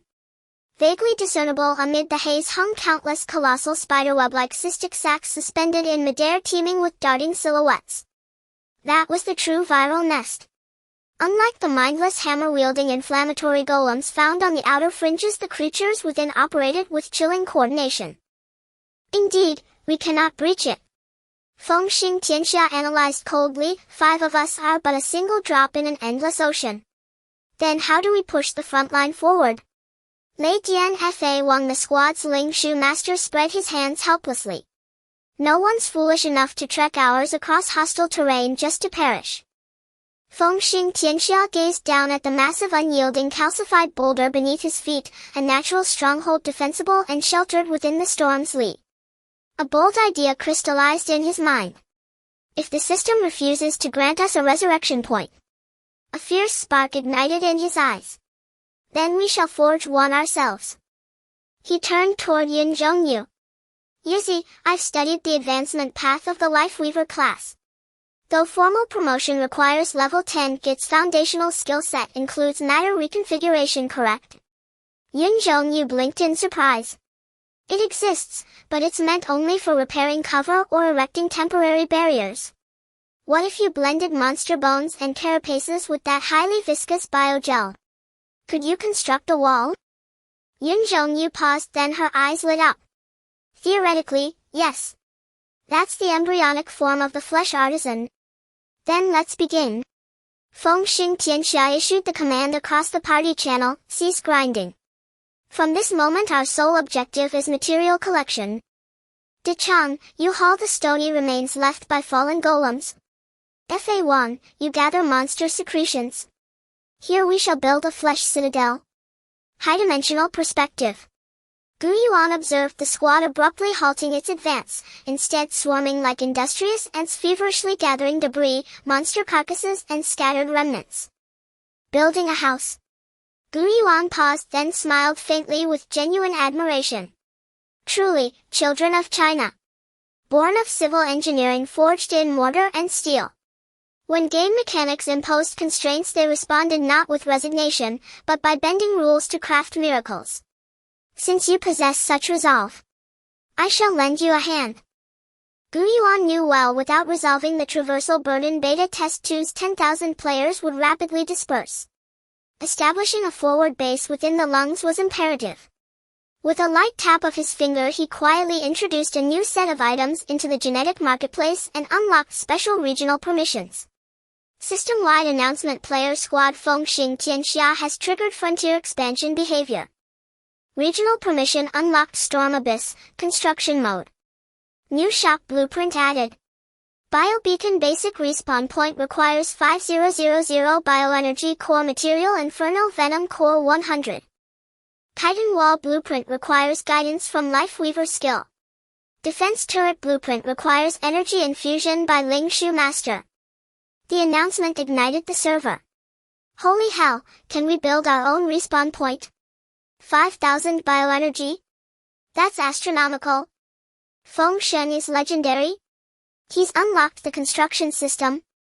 Even Delete Chu Chi Ji, mid-lift with a boulder, nearly dropped it on his foot upon seeing the notice. 5000 points. Plus 100 cores. Delete Chu Chi Ji wailed. Selling all 5 of us wouldn't raise half that. Though ranked first server-wide, every coin they possessed had been funneled into healing elixirs and gear repairs, their collective liquid assets totaled less than 500. Feng Xing Tianxia however remained preternaturally calm. He opened the server-wide regional channel, his first official public broadcast. Feng Xing Tianxia. Coordinates Storm Abyss 334-128. We've secured a defensible high ground here and intend to establish the server's inaugural frontline bastion. Upon completion it will feature a respawn point repair station and supply depot. Henceforth grinding in the Storm Abyss will no longer demand 2 hours of futile traversal. Yet construction costs are immense, we require collective funding. Feng Xing Tianxia. All contributors, whether donating materials or bioenergy, shall earn permanent residency rights and tax-free repair privileges within the bastion. Participation is voluntary. Those content with corpse running may disregard this message. 10 seconds of silence followed, absolute and profound, before the channel erupted. I am a divine guardian, I possess raw strength. I'll haul bricks. I am a life weaver, I secrete binding gel. I'll lay the walls. I only have credits, I'll donate 100 bioenergy. Please take me along, senior. Damn it, I'm finally free of marathons. I'm heading there now. Hours later a breathtaking sight unfolded atop the once deserted rocky plateau. Thousands of players braved the environment's lethal toxin, each second draining their health, forming a serpentine human chain. Some shouldered massive golem fragments, others dragged monstrous cadavers, still others wielded rudimentary tools to level the earth. Yun Zhongyu assumed the role of chief engineer on site. Dozens of life weavers clustered around her following her precise instructions, not merely extruding biogel but assembling monster bones and chitin plates like architectural blocks, sealing every fissure with viscous adhesive. A grotesque yet fiercely beautiful gray-white bone wall rose visibly before their eyes, raw, jagged, pulsing with primal vitality. Meanwhile, Li Chu Chi Ji led a contingent of divine guardians serving as living pile drivers. Leveraging their extraordinary strength, they drove colossal chitinous spikes deep into the earth, anchoring the bastion's foundation. As for the daunting shortfall, 5000 bioenergy and 100 cores. United by the shared vow, never run another marathon, 10,000 players displayed astonishing cohesion. One contributed a point, another two, until the crowdfunding meter surged skyward like a launched rocket. Just 3 hours later. Funding progress 100. Fengxing Tianxia stood at the plateau's center gripping the bio-beacon core, a crystalline artifact manifested by the system itself. It glowed with a gentle white luminescence, its inner lattice thrumming with divine power bestowed by Yuan. Drawing a slow deliberate breath, he plunged the crystal deep into the central altar stone. Boom! A radiant pillar of white light erupted skyward, scouring yellow-brown toxic fog across a 500-meter radius. A soothing energy field expanded outward, and every player within its embrace heard the celestial chime of the system prompt. Safe zone entered. Environmental toxin neutralized. Health regeneration rate 200. Respawn point activated. It worked. Cheers shook the heavens. Countless players embraced in ecstatic tears, though the clashing of chinless shells produced only hollow metallic clangs. Ugly and crude though it was, this citadel, built brick by brick, sinew by players' own hands, possessed in that instant a sense of belonging no polished in-game architecture could ever rival. Fengxing Tianxia watched the jubilant crowd, a subtle smile lifting his lips. Then he turned, toward the citadel's outer threshold. Beyond the luminous barrier the dense viridian mist stirred, as if roused by the bastion's birth. Countless crimson compound eyes flickered awake in the murk's abyssal depths. The true viral legion had awakened. Coordinates storm abyss frontline fortress dawn. This gray-white fortress, constructed by thousands of players over 3 hours using monster corpses and chinless waste, now stands tall on the windswept heights. Though it appears to be a crude makeshift structure with sticky biological gel hanging from the walls to the 11,000 players, it is their home in this hell. Moreover, after 3 days of struggle, the current players have undergone a transformation. No longer are they the novices running around in their shorts. Each one is now equipped with several pieces of chinless armor, wielding not stones but standard bone spears or bone knives crafted from monster bones. The average level has risen to LV 3, LV 4. This is the result of 3 days of hard work. However, before they could celebrate their relocation, the tremors from the ground silenced everyone. Thud! Thud! Thud! That is not the heartbeat of a titan, it is the muffled sound of countless feet pounding upon sponge-like alveolar tissue. They're coming. Fengxing Tianxia stood atop the highest watchtower of the fortress, his gaze piercing through the white safety zone's light curtain directed towards the distant thick dark green fog. At this moment his level had reached LV 6-12, still leading the entire server. However, the members of his elite team were generally around LV 5. Suddenly the biological beacon in the center of the fortress erupted with a blinding red light. A massive holographic projection unfolded in midair. In the image, the NPC Watcher Zero, whom they had met earlier in the sighing corridor, reappeared. He pointed his spear into the depths of the fog, his voice hoarse and urgent. Warriors! The filth of the abyss has sensed the ignition of the holy fire. They are gathering to extinguish this final ray of dawn. To preserve this last hope. Survive. In the past few days, Yuan had used NPC Zero to relay a story to the players about repelling the abyss and reclaiming the territory, uniting all players as a massive expedition team heading towards a common goal. As NPC's words fell, a Crimson System task panel popped up before everyone's server-wide emergency campaign. Dawn defense objective: hold the fortress for 2 hours and repel the minions of the Flame Demon. Special buff activated: life beacon overload. Effect: if you die within the fortress range, you can resurrect with no cooldown and the cost is halved. Failure penalty: fortress destroyed, frontline pushed back, shop privileges reduced, level decreased. Upon seeing the words resurrect with no cooldown, the players who had previously hesitated due to the fear of losing levels instantly brightened. It's been 3 days. I've been running around in silence for 3 days. The player ID Walking Grass raised the giant leg bone weapon in his hand. Finally, I don't have to run for corpses today. Brothers, unleash all the pent-up frustration from these 3 days. Damn it. Let's fight them all. For the experience. Kill. The fog was ripped apart. Endless black creatures like a tide surged forth. Leading the charge were the virus-infected crawlers. They had transformed from necrotic alveolar cells resembling skinned hunting dogs with their limbs twisted and filled with sharp teeth. Dense and numerous beyond estimation, they overwhelmed the gray-white bone wall. Boom! The tremendous impact caused the entire fortress to tremble. The battle escalated to a fever pitch the moment contact was made. Guardian! Hold the breach. Don't let them climb up. Feng Xing Tianxia commanded loudly. Below the city walls, thousands of Guardian players formed the first line of defense. After 3 days of training, they had learned to cooperate. The frontline Guardians planted their bone shields into the ground while the back row propped their spears against the shields, instantly forming a spiked iron wall. Cold weapon positional tactics, kid. Get down. ALV. For Guardian roared, smashing 2 crawlers with a shield bash. The crawlers, known for their speed, had no breakthrough capability. Moreover, this was not just a melee battle. Spirit mages? Release electricity. On the castle tower, 3,000 spirit mages simultaneously raised their bone staffs. After 3 days of scraping for levels, their mental attributes had generally reached above 15 points, and the staffs in their hands were no longer just firewood. 3, 2, 1, release electricity.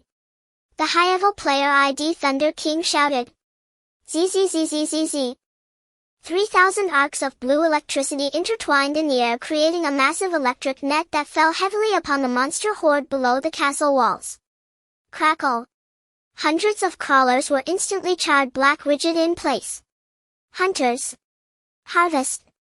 Countless shadows leaped down from the castle walls. It was the Hunter Legion. They maneuvered through the monster crowd with high agility, specifically targeting the paralyzed low-health monsters. Awesome! This experience is flooding in. I leveled up. I'm now LV 4. The intense battle yielded substantial rewards. The experience bar, which had previously been slow to rise, began to soar under such monster density. The thrill of this positional battle mowing far surpassed the tedious solo grinding. However, the monster onslaught showed no sign of weakening. Thud. Thud. The earth trembled. From the depths of the fog, hundreds of heavy pus giants LV 8 entered. These were truly elite monsters, standing 3 meters tall, their bodies swollen with thick layers of keratin covering their skin. They ignored the spirit mages' electricity, marching heavily as if they were battering rams crashing into the fortress walls. Boom! A section of the wall made of chitinous waste collapsed instantly. Breach! The wall has fallen. Damn it, the giants are in. Dozens of pus giants charged into the crowd, swinging their massive bone clubs, sending 5 or 6 players flying like bowling pins, their health bars dropping to 0 in an instant. Though the players had leveled up, it was still difficult to confront the LV 8 elite monsters heat-in. Don't panic. Draw aggro. Feng Xing Tianxia leaped down from the tower. Midair he activated the hunter-class skill, Bone Blade Charge. Transforming into a streak of black light, he precisely stabbed into a giant's eyeball. 150. Weak point critical hit. The giant roared in pain, clutching its eye and thrashing its arms. Dolly. Draw aggro. Coming. Dolly Chukaji leaped from the side. His current level was LV 5, wielding the fine bone hammer 3, reinforced with expensive materials. Yes, the store now offers reinforcement services at a high price, yet for the Titans this cost is far less than the resurrection of players. Dolly smashed the giant's toe with a heavy blow, then jumped up to pound the giant's knee. Hey! Look over here! The giant, enraged, lifted its foot to stomp on Dolly. Dolly rolled away, his posture awkward but successfully dodging the attack. Concentrate fire. All hunters target the back row. Feng Xing Tianxia shouted, have you all forgotten the weak point attacks I taught you these days? Aim for the joints. Even scraping can kill it. Several hunter players, utilizing their high agility, climbed on the giant like fleas, their daggers targeting the giant's joints, eyes and neck.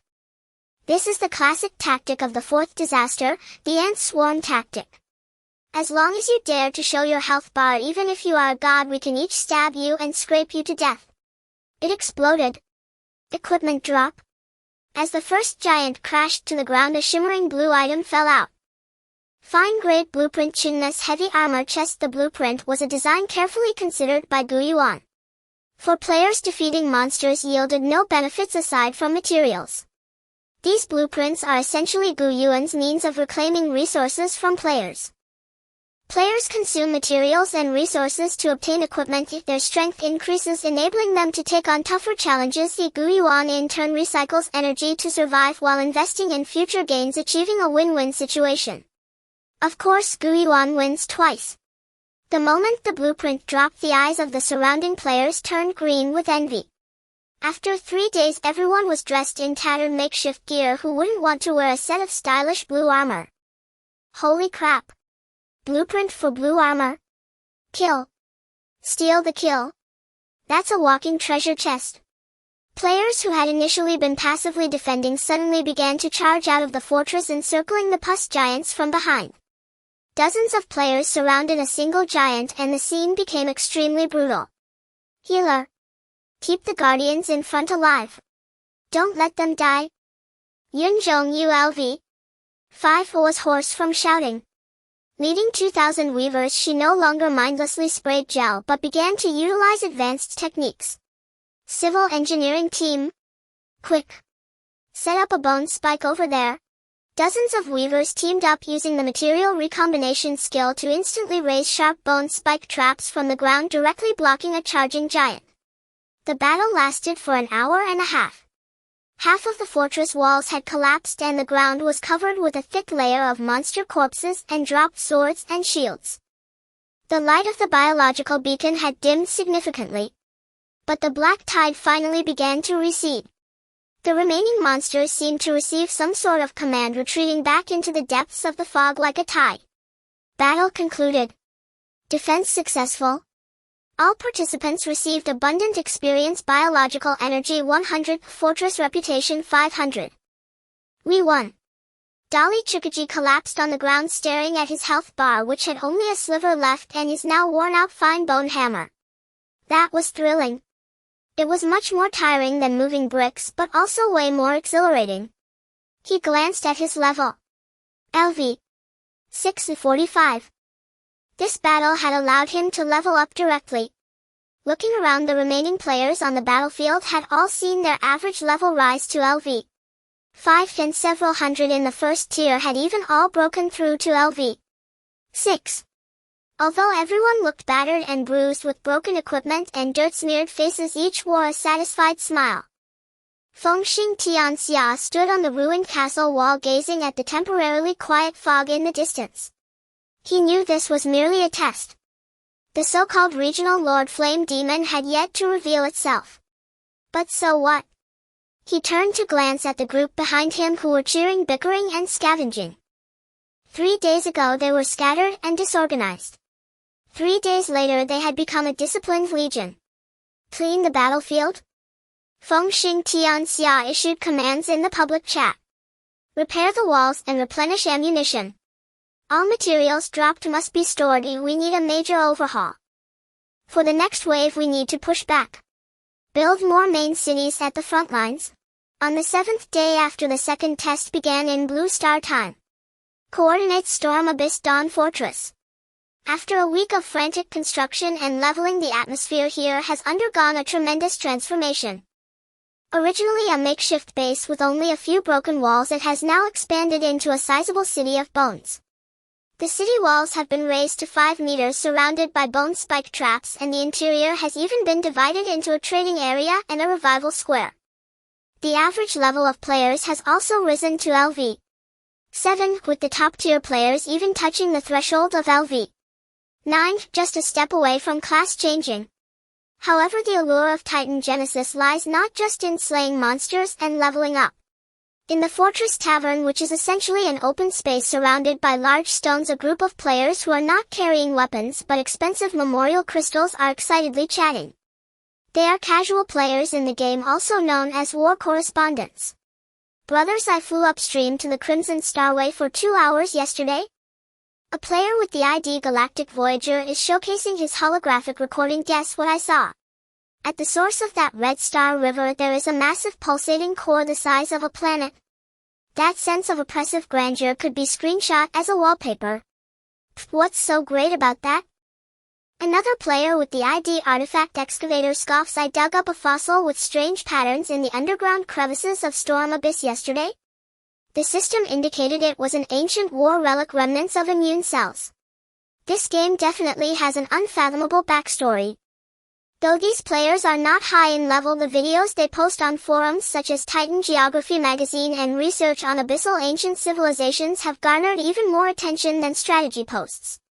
This has led many to believe that the game's background possesses a complete history and ecology. Storm Abyss, 30 kilometers deep. While casual players are admiring the scenery, an elite team led by Stormwalker is embarking on a desperate expedition. The wind speed is increasing. Cloudy Pomelo clings to a nearby rock as fierce winds howl with visibility reduced to less than 10 meters. At this time Stormwalker has already reached LV 980. He is the most likely player in the entire server to achieve the first class change. To find higher level monsters and resources, he decides to venture deeper into this uninhabited area. According to the clues provided by Galactic Voyager, there should be a massive high heat reaction source nearby. Stormwalker looks at the red marker on the map. As long as we capture that place we can establish outpost No. 10. Storm brother, the ground is shaking. Daring Miracle LV 8 suddenly stops, his expression serious. This tremor feels different. It is accompanied by a dull thunderous rumble.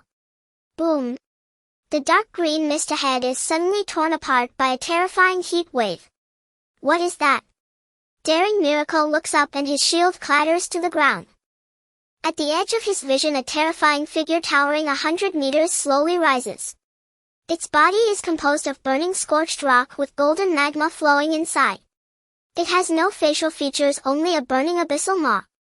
With every breath the surrounding air ignites, transforming into a rain of fire.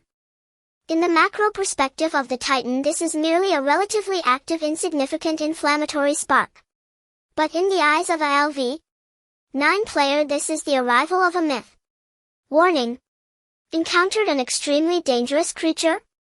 Entity name living flame embers, wandering elite level LV. Description: the embodiment of calamity in Storm Abyss, a fire of destruction that mortals cannot gaze upon. An elite monster. The system calls this an elite monster.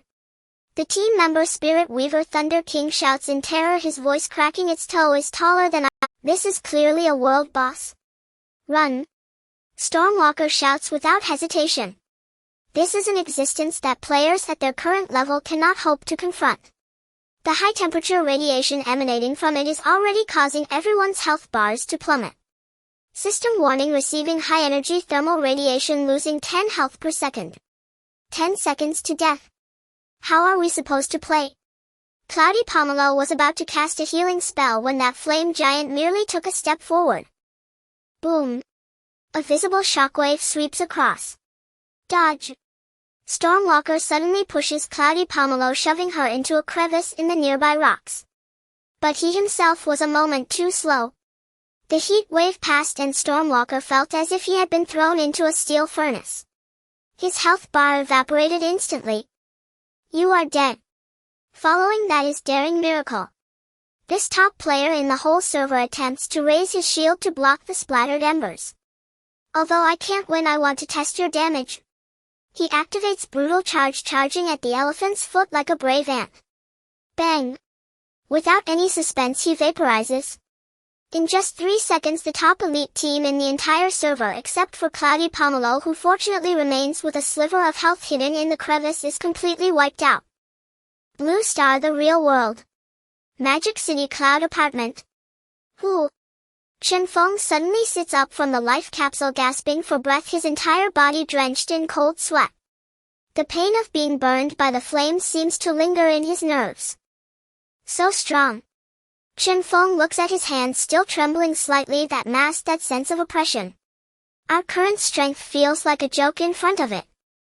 I feel a deep sense of helplessness. But at the same time an unprecedented desire to conquer is growing wildly in my heart. This is a common desire for every gamer when faced with challenges. One day I will step on that big guy. Chen Feng crawls out of the capsule, habitually reaching for the cup on the table. Having just experienced the intense stimulus of death, his mind is a bit dazed and his elbow inadvertently bumps against the glass cup on the table. Clatter. The cup slips and falls toward the ground. Chen Feng's pupils narrow sharply. In his vision, the falling cup seems to transform into a monster's attack motion in the game, slow motion. Without any conscious thought, his right hand instinctively reaches out, his wrist flicking and two fingers accurately pinching the cup's rim in midair. The movement is fluid, as swift as lightning. Chen Feng freezes. He maintains the posture of bending down to catch the cup, staring intently at his right hand. This is a hand afflicted with neural synaptic reaction delay syndrome. The doctor had said that his nerve reaction speed would slow down and his hands would tremble more, and not to mention catching a flying cup, even picking up chopsticks, might become unstable. But in that fleeting moment, the long-lost sense of control from his peak period truly returned. Chen Feng puts down the cup, furrowing his brows. Perhaps it's just an adrenal surge causing a stress response. He does not believe in miracles. As a professional player, he only believes in data and repeated verification. Chen Feng takes a deep breath and retrieves a set of stacking blocks from the drawer.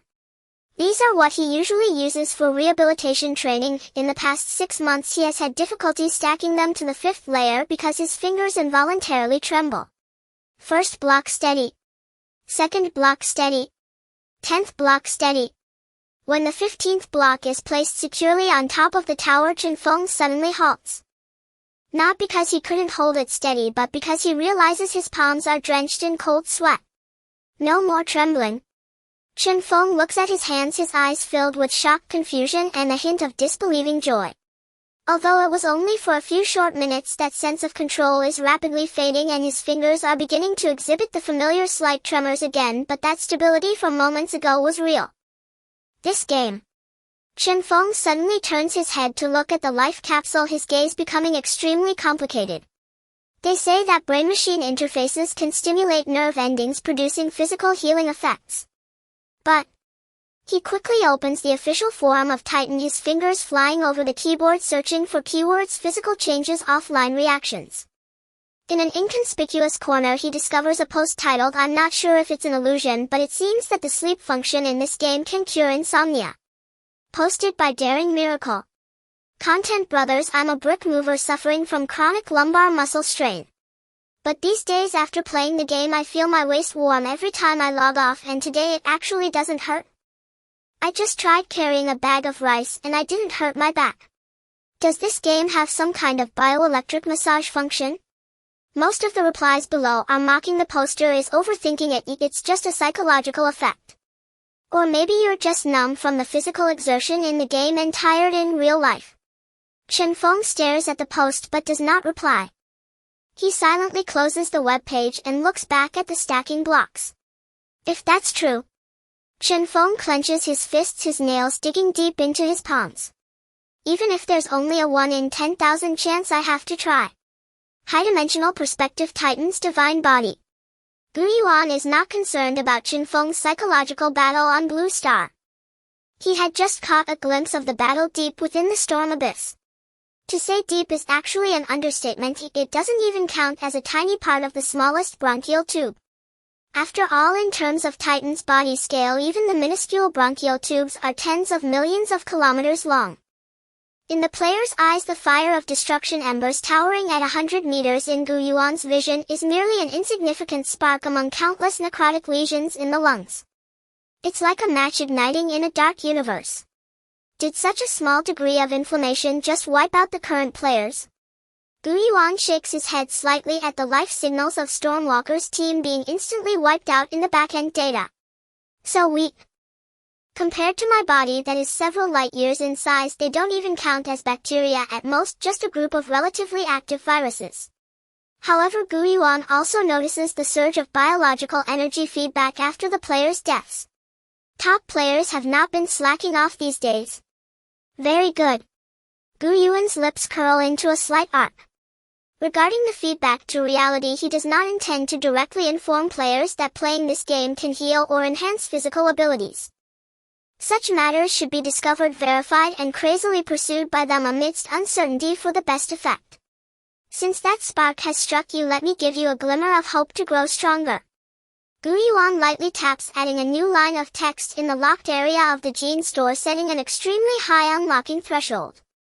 Special item preview: Titan's blood diluted version. Unlock condition: the first class changer in the entire server is born. Effect: a gift from the deity, perhaps capable of breaking the shackles of mortals.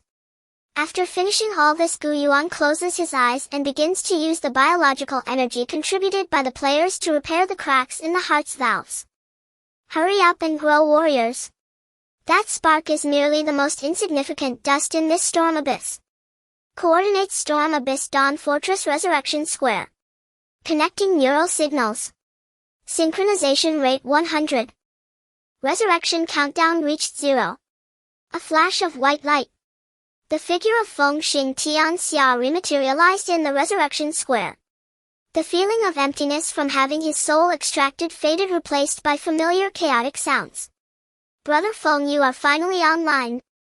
The earlier resurrected Dali Chu Chi Ji came over, his face full of bitterness. I just lost a lot from that last wave. Dying once cost me half my experience, and I still have to run back to collect my shield. This is the price of challenging at a higher level. Feng Xing Tianxia's face was grim as he checked his status. Although he resurrected in the safe zone, he was affected by a lingering weakness status lasting 30 minutes with all attributes reduced by 10. That fire giant. Dali Chu Chi Ji shuddered at the memory. That thing is impossible to fight. The halo damage is too high and no amount of skill can compensate for it. That thing is probably meant for later stages. Feng Xing Tianxia was not discouraged. As a professional player, he had seen many cases of mistakenly entering advanced areas.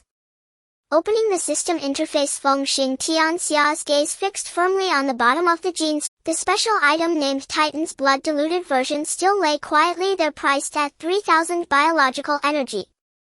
The most crucial part was the red text: unlocking conditions. Unlocked after the first job changer appears in the whole server, available for purchase after the first job change, limited edition. Remembering his previous guess, Feng Xing Tianxia's heartbeat involuntarily quickened.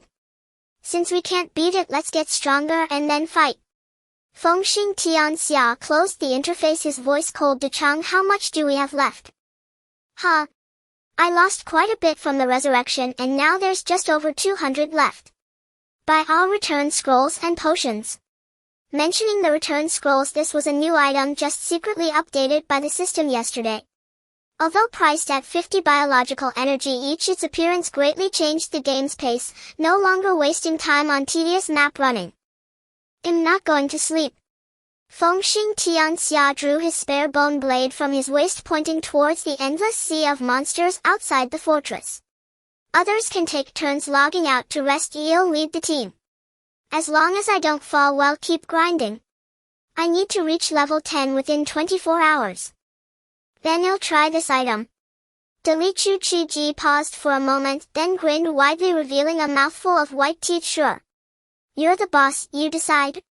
I'll join you in this madness. I also want to see what this so-called Titan's blood really is. On Blue Star, it was the 9th day after the second test began. The entire Titan server fell into a strange frenzy. Players who were originally focused on building and sightseeing suddenly discovered that the aloof top player Feng Xing Tianxia had gone insane. He was like a tireless killing machine, leading his elite squad, relentlessly clearing monsters around the storm abyss day and night. As a result, the leveling atmosphere across the server reached its peak. The God of Feng is about to reach level 10, what are we waiting for? The first job changer has special rewards. The monsters of the storm abyss have met their doom. What was once a siege by monsters on players has now turned into players camping to guard the corpses. A flame-poison demon had just appeared near the fortress, and before it could let out a roar, it was surrounded by dozens of muscular men instantly torn to shreds. In-game time hour 22. In the Storm Abyss Area E7, at a high-risk monster spawning point known as Rotting Canyon. The bone blade in Feng Xing Tianxia's hand was already covered in cracks. One last sidestep, slide, and backstab. The LV. 8 Elite Crawler let out a reluctant shriek and fell into a pool of black blood. A golden beam of light shot up into the sky from this abyss filled with gloom and poison. Congratulations! Level up LV. 9 LV. 10 reached class cap. All attributes 2, gain 5 free attribute points. Notice you have reached the limit of your initial form and the experience pool has been locked. Please head to Sign Corridor to find the Mentor Watcher 0 to start the class transition trial. It's done. Fengxing Tianxia leaned against the rock utterly exhausted looking at the finally filled experience bar. Awesome. Dali Chu Chi GLV. 9 shouted from the side quick. Use the return scroll. Go do the class transition task. Don't let anyone steal it. Without any hesitation Fengxing Tianxia tore apart the expensive parchment in his hand. The space warped. His figure vanished from the storm abyss and reappeared at the white starting point, Sign Corridor. Coordinates Sign Corridor Watcher's Station. The 3-meter-tall golden giant NPC Watcher 0 stood alone on the high ground. As Fengxing Tianxia approached him the NPC who usually only issued dredging mud tasks finally had a golden exclamation mark appear above his head. 0 slowly lowered his head, his pair of eerie blue soul flames gazing at Fengxing Tianxia. You have touched the limits of this shell. 0's voice was hoarse, carrying a hint of authority, but for this long war you are still as fragile as an ant. To gain greater power you must prove your worth. Key quest triggered advancement trial. Please select your evolution direction. 2 cards popped up in front of Fengxing Tianxia. 1. Ghost Blade difficulty hard, description merge with the shadows, become an invisible reaper. 2. Venom Ranger difficulty normal, description master corrosion, become the hunter of the battlefield. Note: hidden professions require special triggers and are not yet available. Hidden professions are rare encounters. Currently players have only unlocked 1 upgrade to the Guardian. I choose Ghost Blade. Class transition task triggered, Blade in the shadows. Task description: deep in the folds canyon of the storm abyss a group of cunning poison sting assassins LV 10 who is trying to sabotage our supply line. Class transition conditions: Ghost Blade stealthily enter the canyon within 5 minutes and assassinate 10 poison sting assassins. Restrictions: if you kill while not in stealth or are discovered by enemies the task will fail. Fengxing Tianxia's gaze sharpened. This task is hardcore. It tests not only output but also operation and awareness. For the titans behind the scenes, these poison sting assassins hiding in the alveolar folds are a troublesome hidden disease, and having players skilled in stealth deal with them is truly making the best use of resources. I accept. Fengxing Tianxia took the task. Coordinates: Storm Abyss Folds Canyon. This is an area with extremely complex terrain filled with layers of fleshy folds. Fengxing Tianxia activated the system's gifted temporary skill Shadow Camouflage, making him seem to melt into the air. 5 meters ahead, a transparent poison-stingered monster was patrolling. Huff! The breath control from reality was brought into the game. Fengxing Tianxia slowed his steps, each footfall landing on the loudest nodes in the wind to mask his footsteps. Get closer, closer still. Just as the monster turned around. Strike! The bone blade precisely severed the monster's vocal organ, then pierced its core. Kill poison sting assassin 110. Alarm not triggered. 9 more to go. In the next 4 minutes, Fengxing Tianxia displayed the terrifying dominance of a former professional god. He moved through the canyon like a ghost. No unnecessary movements, no hesitation. When the last monster fell, 30 seconds remained on the countdown. Trial passed. Congratulations player Fengxing Tianxia for completing the class advancement. Class change: Hunter Ghost Blade. All attributes significantly increased. Acquired core skills: Shadow Step, Blink, Backstab, Execution, Kill Line Enhancement. System announcement: congratulations player Fengxing Tianxia for becoming the first class changer in the entire server. Gene Shop LV. 2 permissions unlocked. Fengxing Tianxia ignored the chaotic barrage in the world channel. He immediately opened the Gene Shop. The once gray item now radiated an enticing golden light. Titan's blood diluted version purchase conditions achieved. Price 3,000 biological energy. He glanced at his balance 3050 points. This was all he had saved up over the past 22 sleepless hours, even skimping on potion consumption. Exchange. Purchase successful. Item has been sent to the backpack. He looked at the crystal vial in his backpack filled with a pale golden liquid as the system prompt popped up. Usage instructions. This item is a soulbound item, please consume it directly in the game. The effect will penetrate the neural link and feed back to your source consciousness. Source consciousness. Feng Xing Tianxia took a deep breath. He stood at the cliff's edge of the sighing corridor, tilting his head back and downing the golden liquid in the vial. The moment it entered his mouth, it turned into a scorching magma. Boom! Feng Xing Tianxia felt his brain roar with a thunderous sound. This hot flow did not enter the stomach of the game character but surged directly through the neural network as if penetrating the dimensional barrier, striking deep into his soul. Ugh! He couldn't help but let out a low growl as the game screen before him began to twist and blur violently. System prompt absorbing effects. Detected damage to source consciousness. Nervous system initiating primary repair. Blue Star Magic City. Chen Feng suddenly woke up from the life pod. Huff! Huff!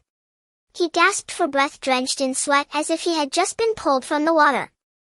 The burning sensation of his soul being baptized in magma still lingered in his mind, making his head throb painfully. What happened? Chen Feng instinctively tried to raise his hand to wipe the sweat.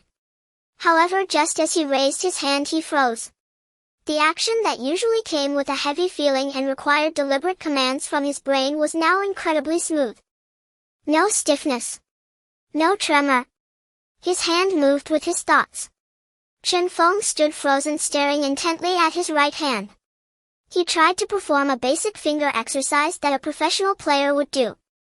He suddenly turned his head to look at the stack of colorful building blocks on the table.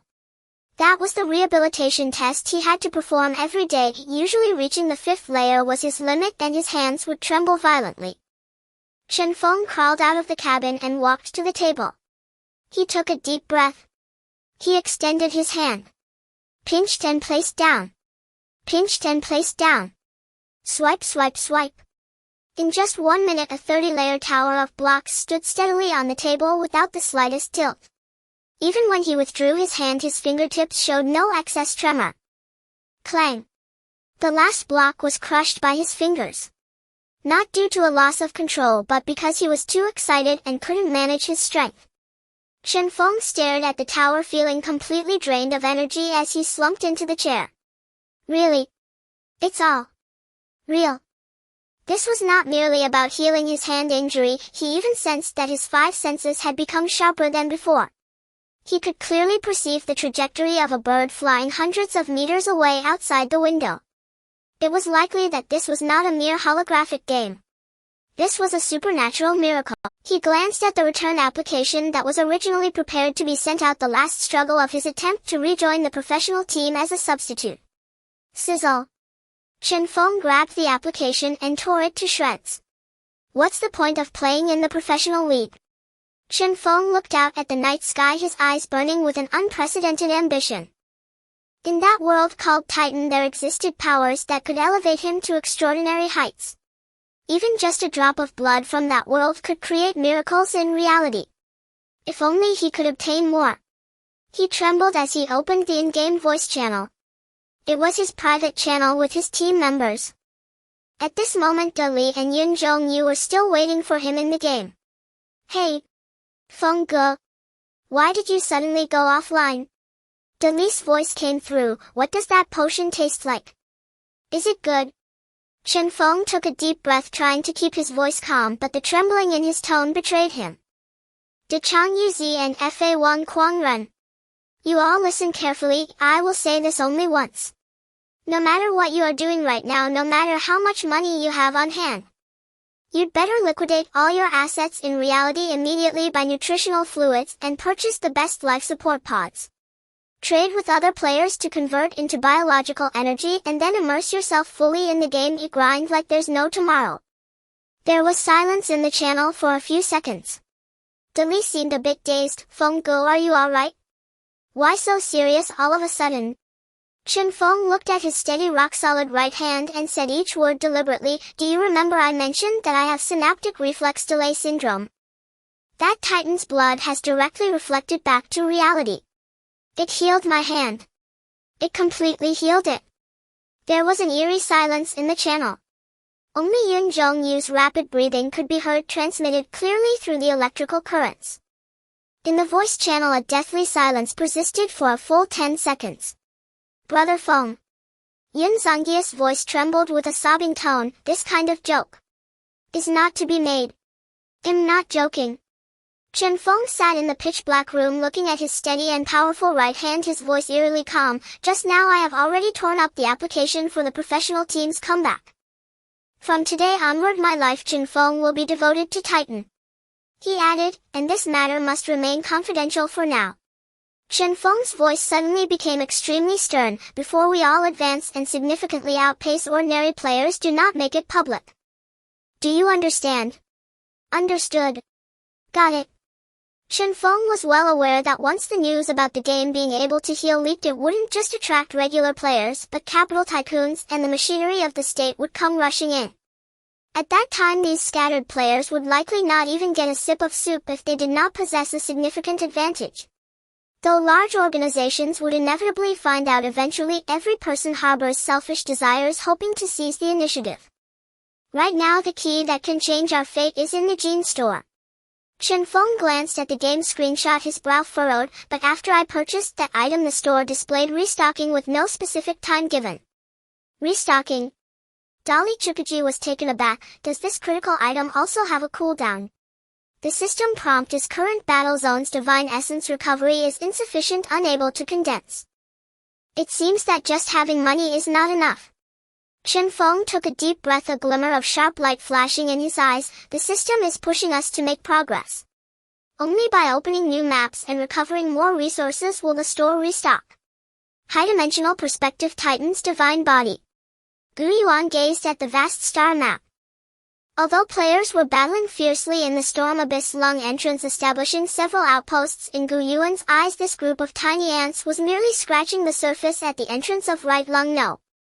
494 Bronchus A7 zone. This was a long corridor spanning tens of millions of kilometers. Yet the players' efforts this week had only pushed the front line less than 5 kilometers, with the farthest activity extending no more than 30 kilometers. Too slow? Yuan looked at the despairing progress bar. At this rate, by the time they cleared this Bronchus, he would already be long gone. Relying on a small skirmish of 10,000 people won't do. This is an interstellar war and must be at a Legion-level scale.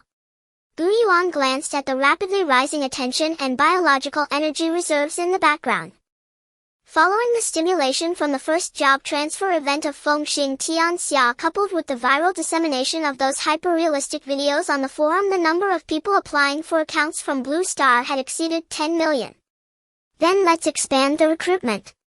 Yuan waved his hand, not only initiating the expansion but also employing divine power to conduct a precise information bombardment across major social media platforms on Blue Star.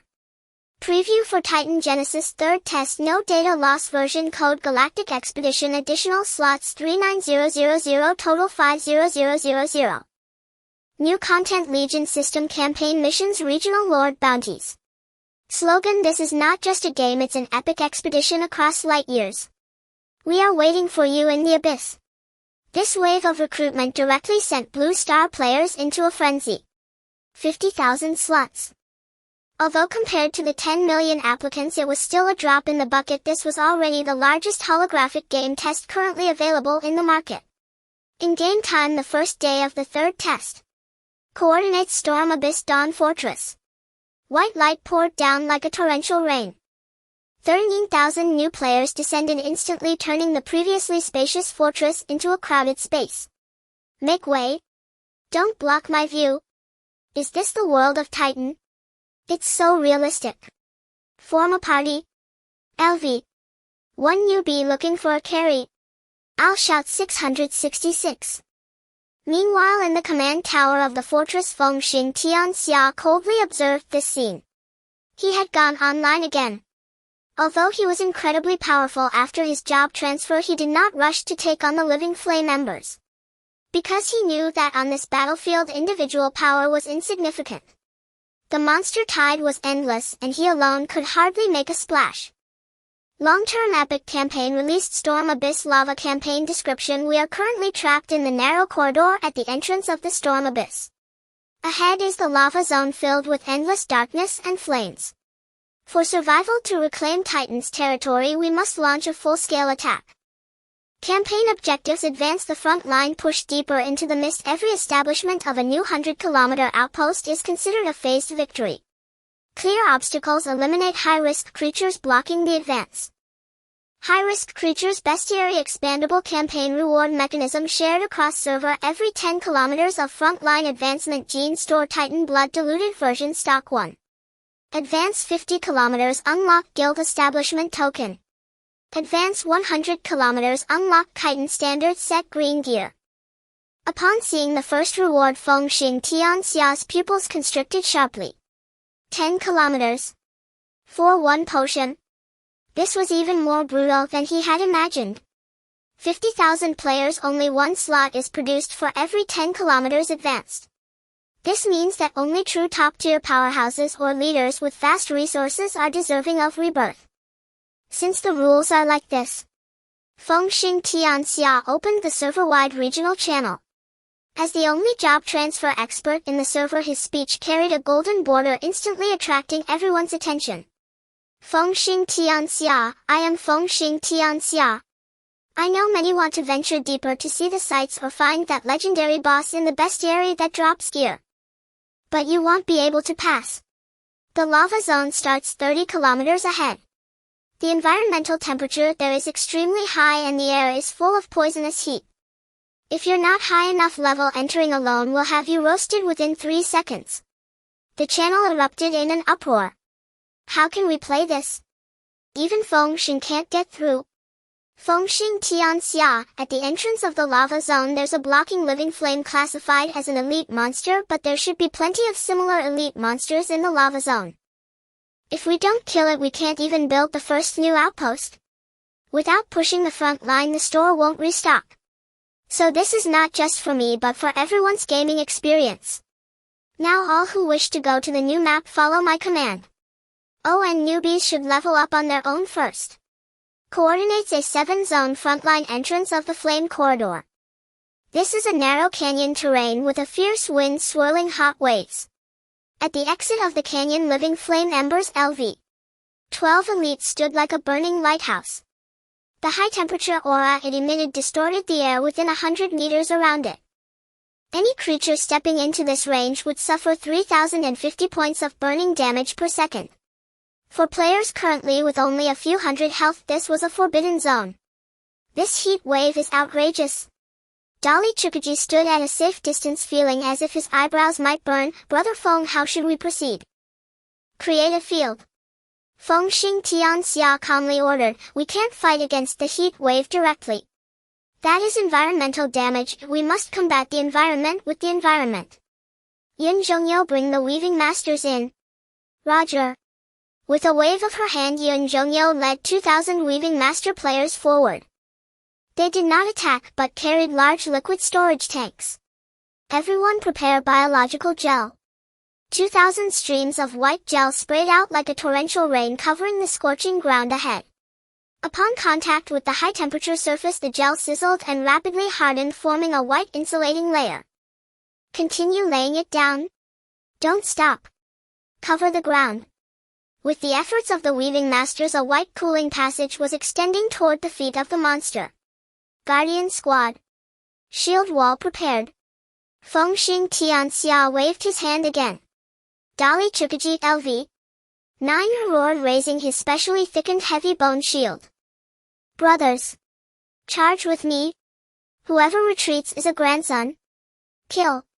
5,000 Guardian players followed closely, stepping on the gel path laid down by the weaving masters, rushing into the high-temperature zone.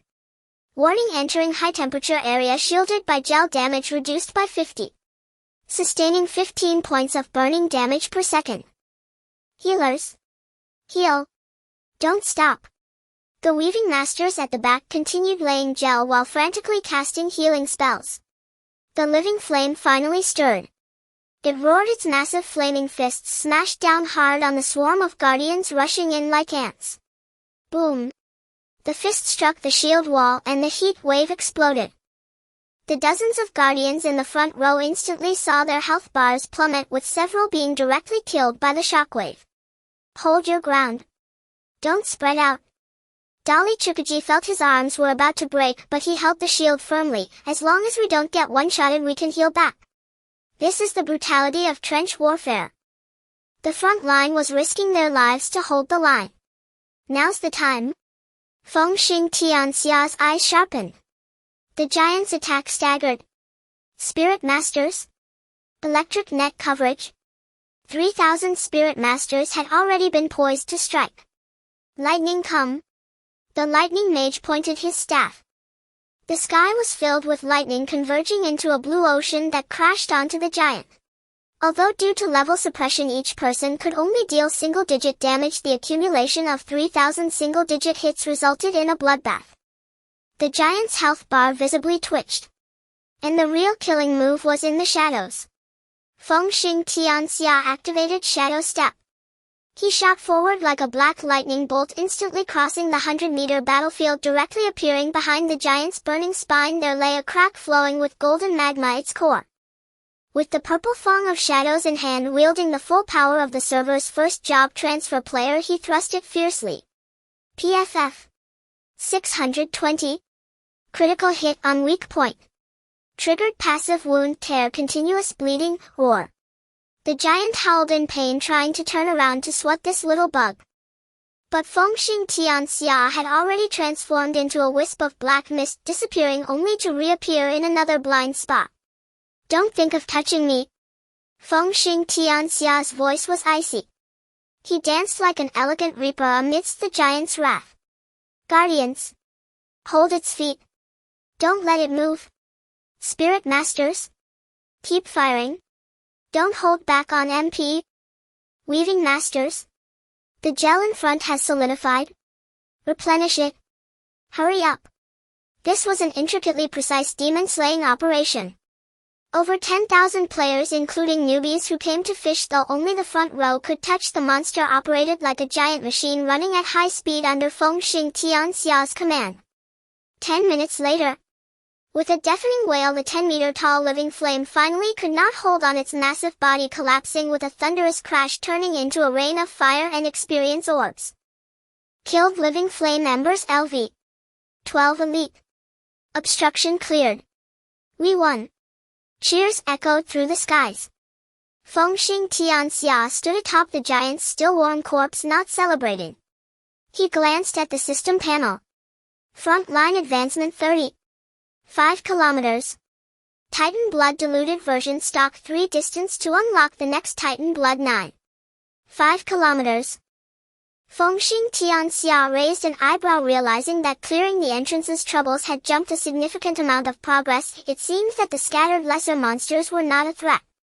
Don't stop. Feng Xing Tianxia pointed toward the unfathomable dark corridor ahead. A corner of the mist parted, revealing a denser group of monsters and a more treacherous environment. This is just a gatekeeper. Push the front line forward. Charge. High-dimensional perspective. Yuan watched as the players surged forward like worker ants, swiftly establishing new temporary bases, laying down beacons, and clearing smaller monsters after the elite creature fell. The previously stagnant progress bar finally began to move slowly but steadily. Very good. Yuan nodded slightly. If this momentum continues, we should be able to stabilize within the first 50 kilometers today. However, as we delve deeper, stronger monsters should also be getting restless. Coordinates: Fengbao Abyss frontline 30.5 kilometers from the origin. As the 10-meter-tall living flame ash finally toppled, the oppressive heat field that had sealed the canyon exit at last dissipated. System announcement: the regional blockade has been cleared. Frontline advanced to 30.5 kilometers. Gene Shop updated Titan Blood diluted edition stock +3. We won. The roar of 50,000 players shook the canyon. The army surged like a broken dam, pouring through the breach carved by Fengxing Tianxia's squad and spilling madly toward the map's depths. Beside the giant's corpse, Fengxing Tianxia's elite team slumped to the ground, gasping. Golden upgrade pillars bloomed in quick succession. Congratulations to player Dalichuki for reaching level 10. Congratulations to player Yun Zhongyu for reaching level 10. Haha, level 10. Dalichuki waved his partially dulled bone hammer with excitement. The experience was unbelievably generous. And the experience bar can still rise. Looks like I can keep leveling. Level 10 is a watershed. Attributes change dramatically. Fengxing Tianxia assessed coolly. Only after changing class can you continue to level, so we must finish the class quest quickly. But the other two in the party, the Spirit Conduit Lord Lightning Mage and the Data Maniac, stared at their experience bars stuck at level 9 and 95% with expressions of envy and resentment. Damn it, just 5% short, wailed the Lightning Mage. Did I forget to cast a skill? This is the difference made by contribution scoring. You tanked the most damage and Yun Zhongyu healed the whole group, so it is natural your contribution outscored the DPS, Fengxing Tianxia said as he glanced at the Gene Shop inventory. 3 in stock. Aside from the one he had bought, 3 had just been restocked. Dali Yun Zhongyu, you two go change class first and then buy the potions. Fengxing Tianxia arranged. Lightning Mage and Maniac stay nearby and grind the mobs to fill that last 5%, then join the next push. No problem, said the Lightning Mage despite his greed. He understood the logic of maximizing combat power. There are plenty of monsters, we will catch up soon. Let's go back to town and find the NPC. Fengxing Tianxia watched them tear their return scrolls and cautioned, remember this game has no dungeons. Class quests may demand you venture into far more dangerous places. Sign Corridor Watchers encampment. A white flash returned the 3 to that calcified white highland. The Watcher 0 still stood there alone. When Dali and Yun Zhongyu approached, its deep blue soul flame flickered violently. The Watcher spoke in a hoarse, imposing voice. The mortal vessel has reached its limit. To bear greater power there is no need to enter illusory dreams. Battlefield is the truest trial. Watcher 0 looked at Yun Zhongyu. Seamstress of fate, your strength springs from sustaining life. In this lung full of death and decay you must prove you can seize lives back from death's hand. Advanced quest, life amidst death's age of life. Objective, travel to Fengbao Abyss B3 Necrosis Zone, located dying immune node an allied NPC unit and defend that node for 10 minutes beneath the siege of countless rot beetles while keeping the node's health above 50%. Note other players or monsters may interfere. B3 Necrosis Zone. Yun Zhongyu inhaled and gripped her staff. There is poison gas there, but I can do it.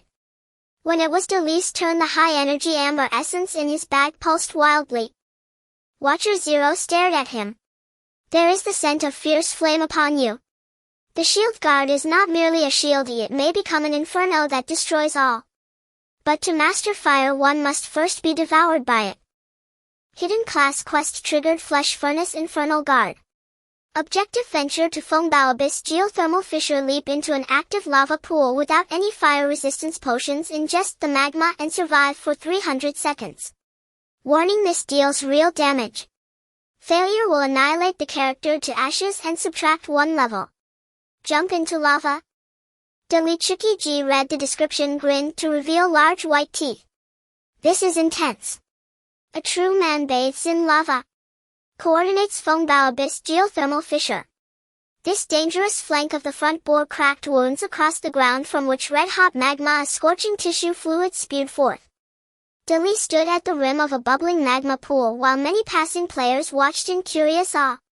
What is that guy doing? Some muttered. Is he committing suicide?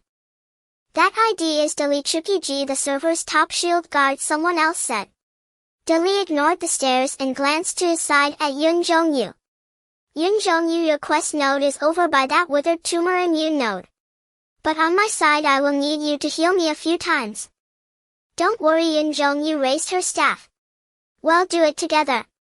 For glory, Dali roared, checked the high-energy amber in his pack and leapt. He plunged into the magma pool that blistered at hundreds of degrees. Even with dull pain, the suffocating embrace of intense heat drew a scream. His health bar began to plummet. -50, -50.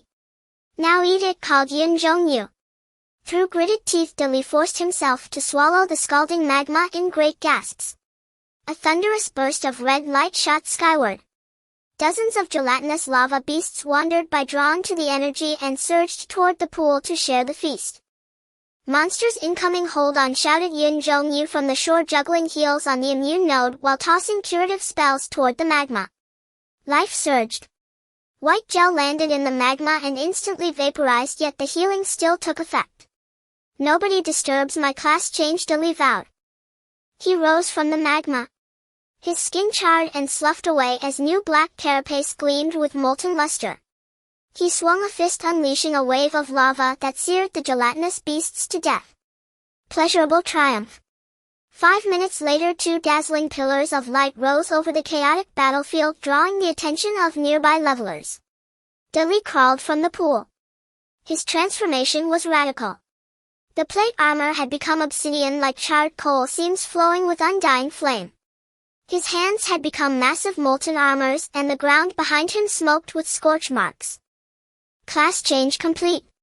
Infernal Guard. Yun Zhongyu's staff evolved into a crystalline revitalization scepter, and a pale green life aura swirled around her. Class change complete. Sage of Life. This is the power of class change, Li murmured as he clenched his fist and smashed a nearby rock. The rock exploded with a concussive burst and ignited in after flame. Don't get cocky, Feng Xing Tianxia approached and said, buy the potions. They opened the shop and spent 3,000 bioenergy to purchase 2 golden vials of diluted Titan blood. The stock instantly dropped to 1. Finish the potion and log off. Feng Xing Tianxia's voice carried a barely noticeable tension. No matter what happens, log back in after half an hour. We will wait for you on the A7 sector frontline. Alright. Blue Star, the real world. Kyoto City First People's Hospital. 3 in the morning.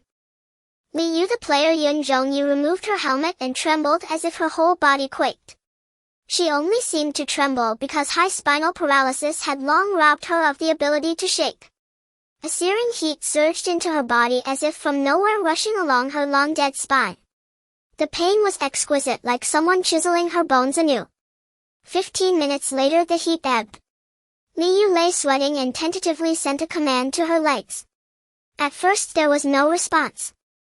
Just as despair nearly took her, the right big toe flickered the slightest twitch. Perception returned. Li Yu covered her mouth and tears burst forth. 3 years. Her legs were no longer dead wood. In a shabby rental room, Wang Dachyoung player Li Chuki Ji lay curled on the floor like a boiled shrimp.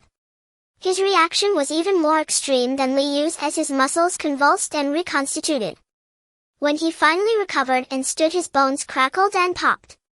He glanced at the 50-kilogram grip trainer in the corner. He squeezed it casually. Snap! The gripper collapsed to its limit. Fuck, he whispered, looking at his hand and then at the mirror where his muscles seemed poised to explode with force. Is this a biohazard or a chi awakening, he wondered. Half an hour later, inside the game again, when Li and Yun Zhongyu reappeared on the A7 frontline, even in their avatars, Feng Xing Tianxia could feel an utterly different aura. It was the fanatical conviction of true believers. Brother Feng, Yun Zhongyu's voice still shook. My toe moved. My waist is fixed and my strength is terrifying, Li said as he flexed molten armors that pulsed with fire. Killing monsters makes you stronger is no longer a slogan. The lightning mage and the data maniac, still without potions, breathed heavily, itching to dive into the mob and slaughter for their own power. Don't rush, Feng Xing Tianxia soothed. Potions will come, everything will come. But he frowned as he looked at the long mist-shrouded dark corridor on the map. We have a big problem, he said, pointing to the map. Although we cleared 30 kilometers against the millions of kilometers total distance, that is not even a speck. If our 50,000 march on foot, they will be exhausted before meeting the final boss.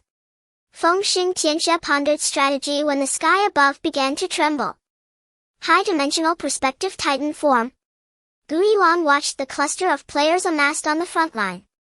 Their morale soared, yet he understood the despair on a microscopic scale. For him the distance was a single breath, for the players it was an endless march. If they only rely on their legs, my lungs are not healed yet and they will tire to death. Yuan turned his gaze to the dense capillary networks around the bronchi. Under normal circumstances those vessels would serve like a developed subway ferrying red cells, the crimson boats, straight to the front. Now, because of severe inflammation and necrosis, those microcirculatory channels were clogged with metabolic waste and the corpses of dead cells. If the roads are blocked, then repair the roads. If the blood will not flow, then dredge it. Yuan willed his remaining divine power and an epic golden quest frame popped up on every player's interface. Server-wide epic construction campaign Crimson Plan. Description: Warriors, the path to the Abyss core is long and perilous. To sustain the army's expedition we must build an unbroken supply line. Core objective: restart the Crimson Channel. Phase 1: Cleanup. Remove the old deposits blocking the capillary entrances on the sidewall of the Fongbao Abyss. Required classes: Shield Guard to haul boulders, Hunters to cut hardened blocks. Reward for every ton cleared: bioenergy plus 50. Phase 2: Harden the roadbed. Use biological gel to solidify soft rotten ground into ports where the crimson boats can berth. Required classes: Seamstress of Fate to spray gel spirit conduit to dry with high heat. Reward experience calculated by construction area. Phase 3: Guide the vessel. In the cleared crystal tunnels redirect the crimson boats to flow to the front line. Reward: unlock server-wide quick travel nodes. When the quest appeared, Feng Xing Tianxia, who had momentarily been at a loss, lit up at once. The system is rolling out major infrastructure. Restart the channel means we can bring those saucer-like transports straight to the front. For players of the Dragon Nation, what stirs the blood more than building roads? Brothers, this is our chance, he shouted across the A7 sector channel, his voice traveling the front line. System says build a highway. Split into teams and do the infrastructure. Shield Guard Corps, put down the hammers and pick up shovels. Dig out the roadblock debris. Seamstress of Fate Corps, stop conserving mana, lay the flooring. We will probably be able to build resurrection points and teleport arrays all the way to the boss doorstep.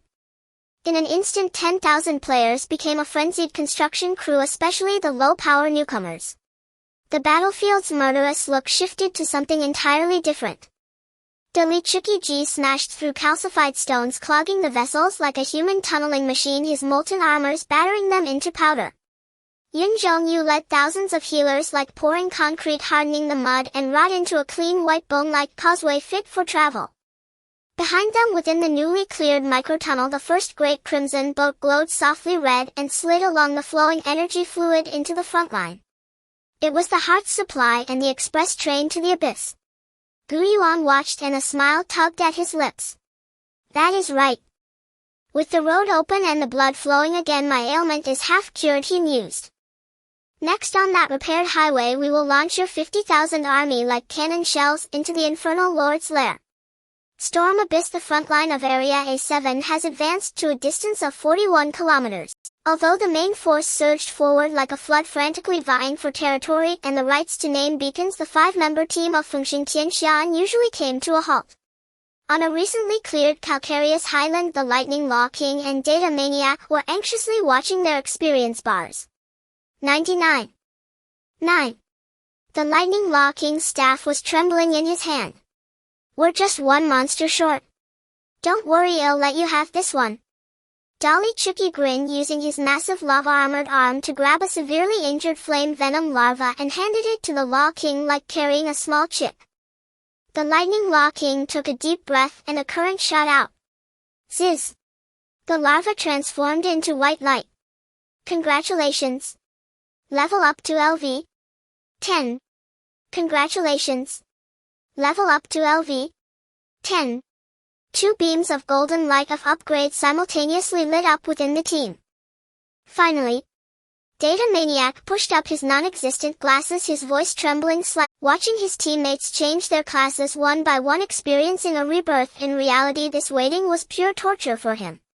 Let's go back to the city. Fengxing Tianxia spoke without hesitation. Is the money enough?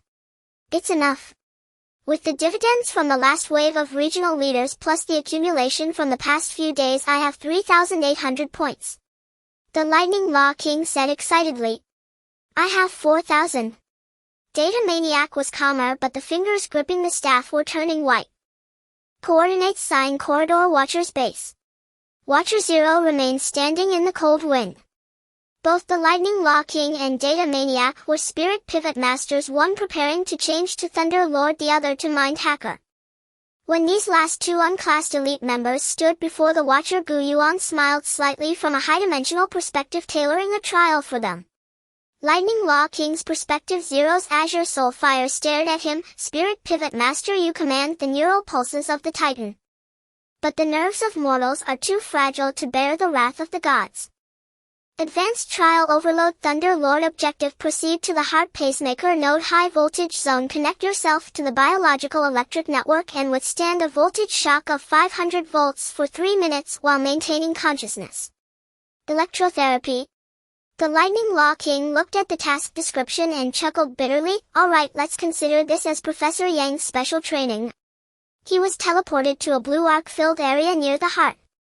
This was the edge of the Titan's sinoatrial node, and a massive biological electric current surged like a waterfall.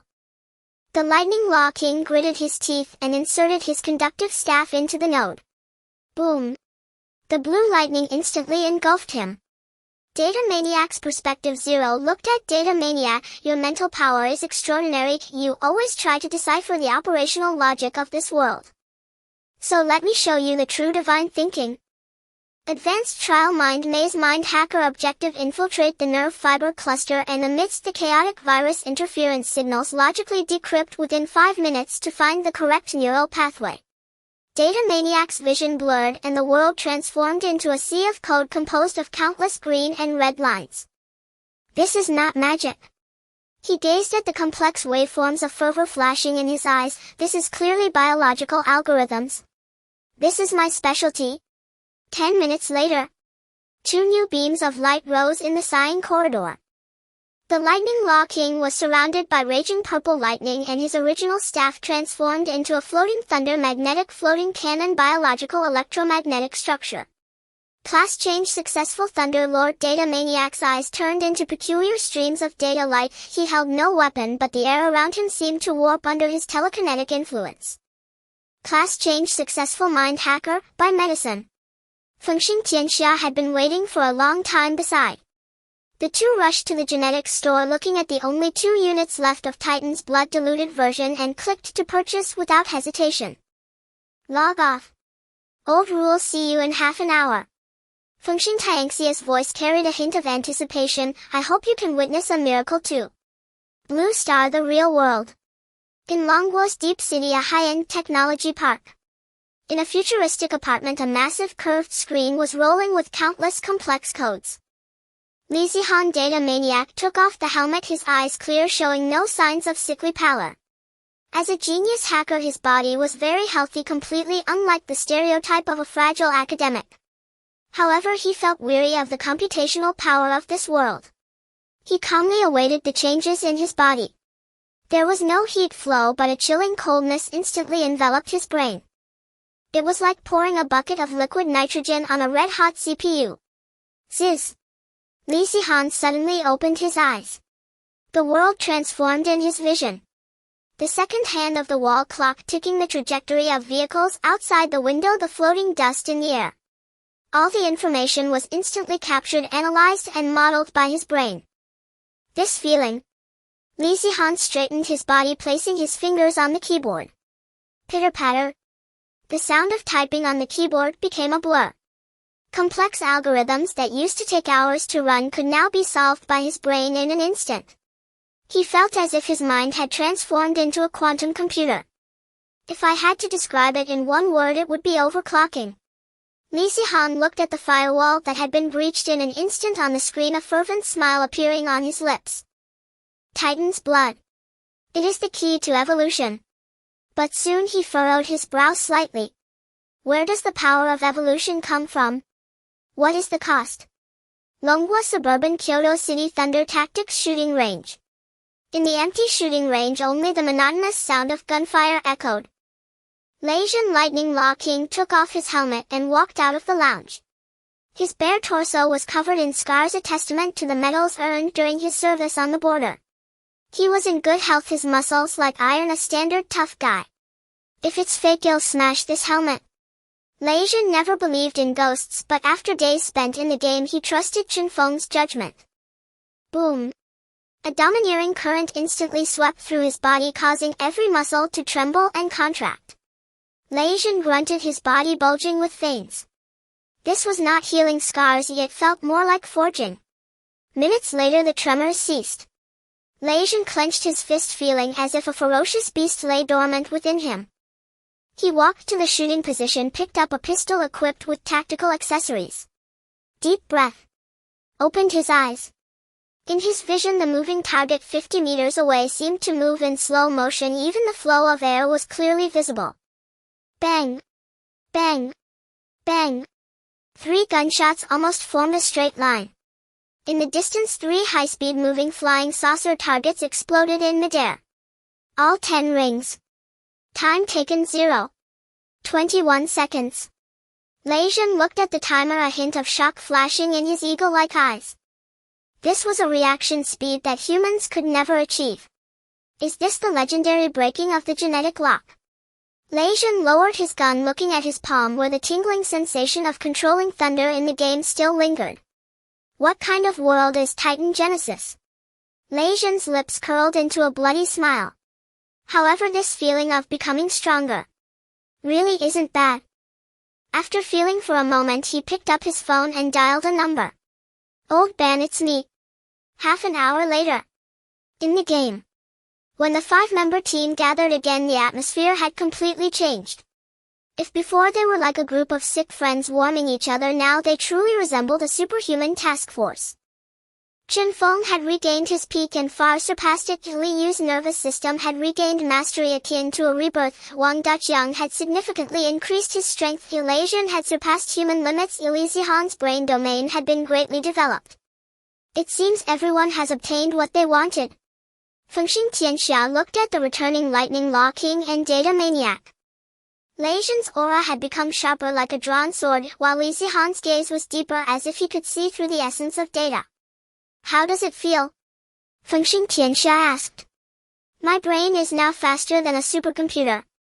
Data Maniac adjusted his glasses. I have already started constructing a more efficient beacon network model. My reaction speed has broken human limits. The Lightning Law King flexed his wrist. In reality, I could take on 10 of my former selves. Very good. Fengxing Tianxia nodded, then looked outside the fortress. At this moment, the battle line had advanced deep into Area A7. 50,000 players were engaged in a fierce battle against the endless army of viruses. Since everyone has been reinforced, we can execute the next step of the plan. Fengxing Tianxia opened the map and pointed to the recently cleared Scarlet Route. The system announcement stated that we need to guide the Crimson vessel to the front line.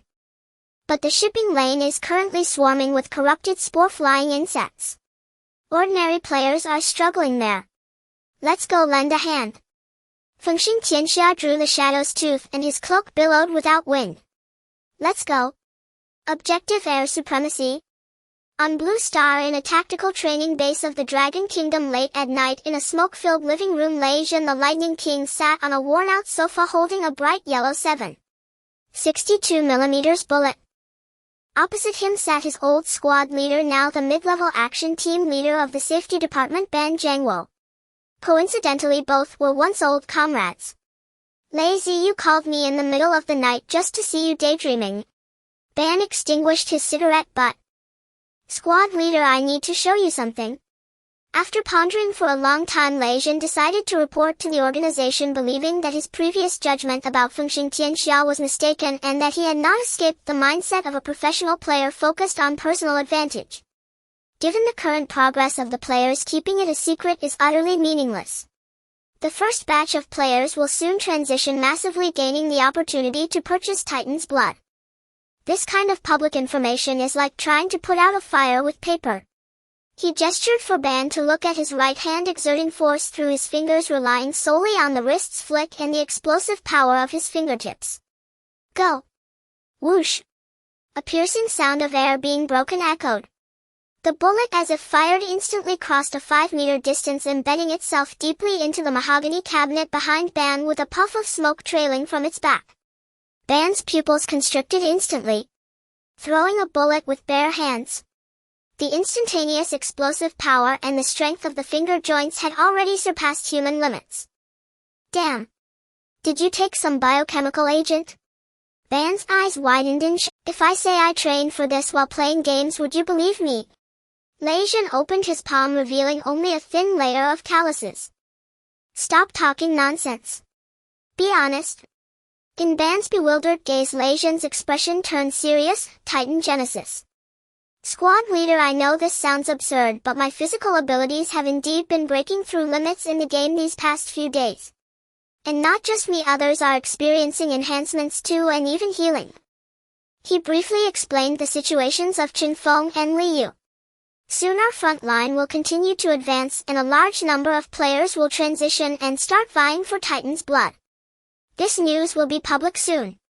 After a long pause, Ban said solemnly, this matter is too big. I can't handle it, it must be reported. Before that, you and your teammates need to make a name for yourselves in there and try to maintain your place in the first echelon. If the country needs to intervene, you will be our vanguard. Yes. Leijin stood at attention and saluted.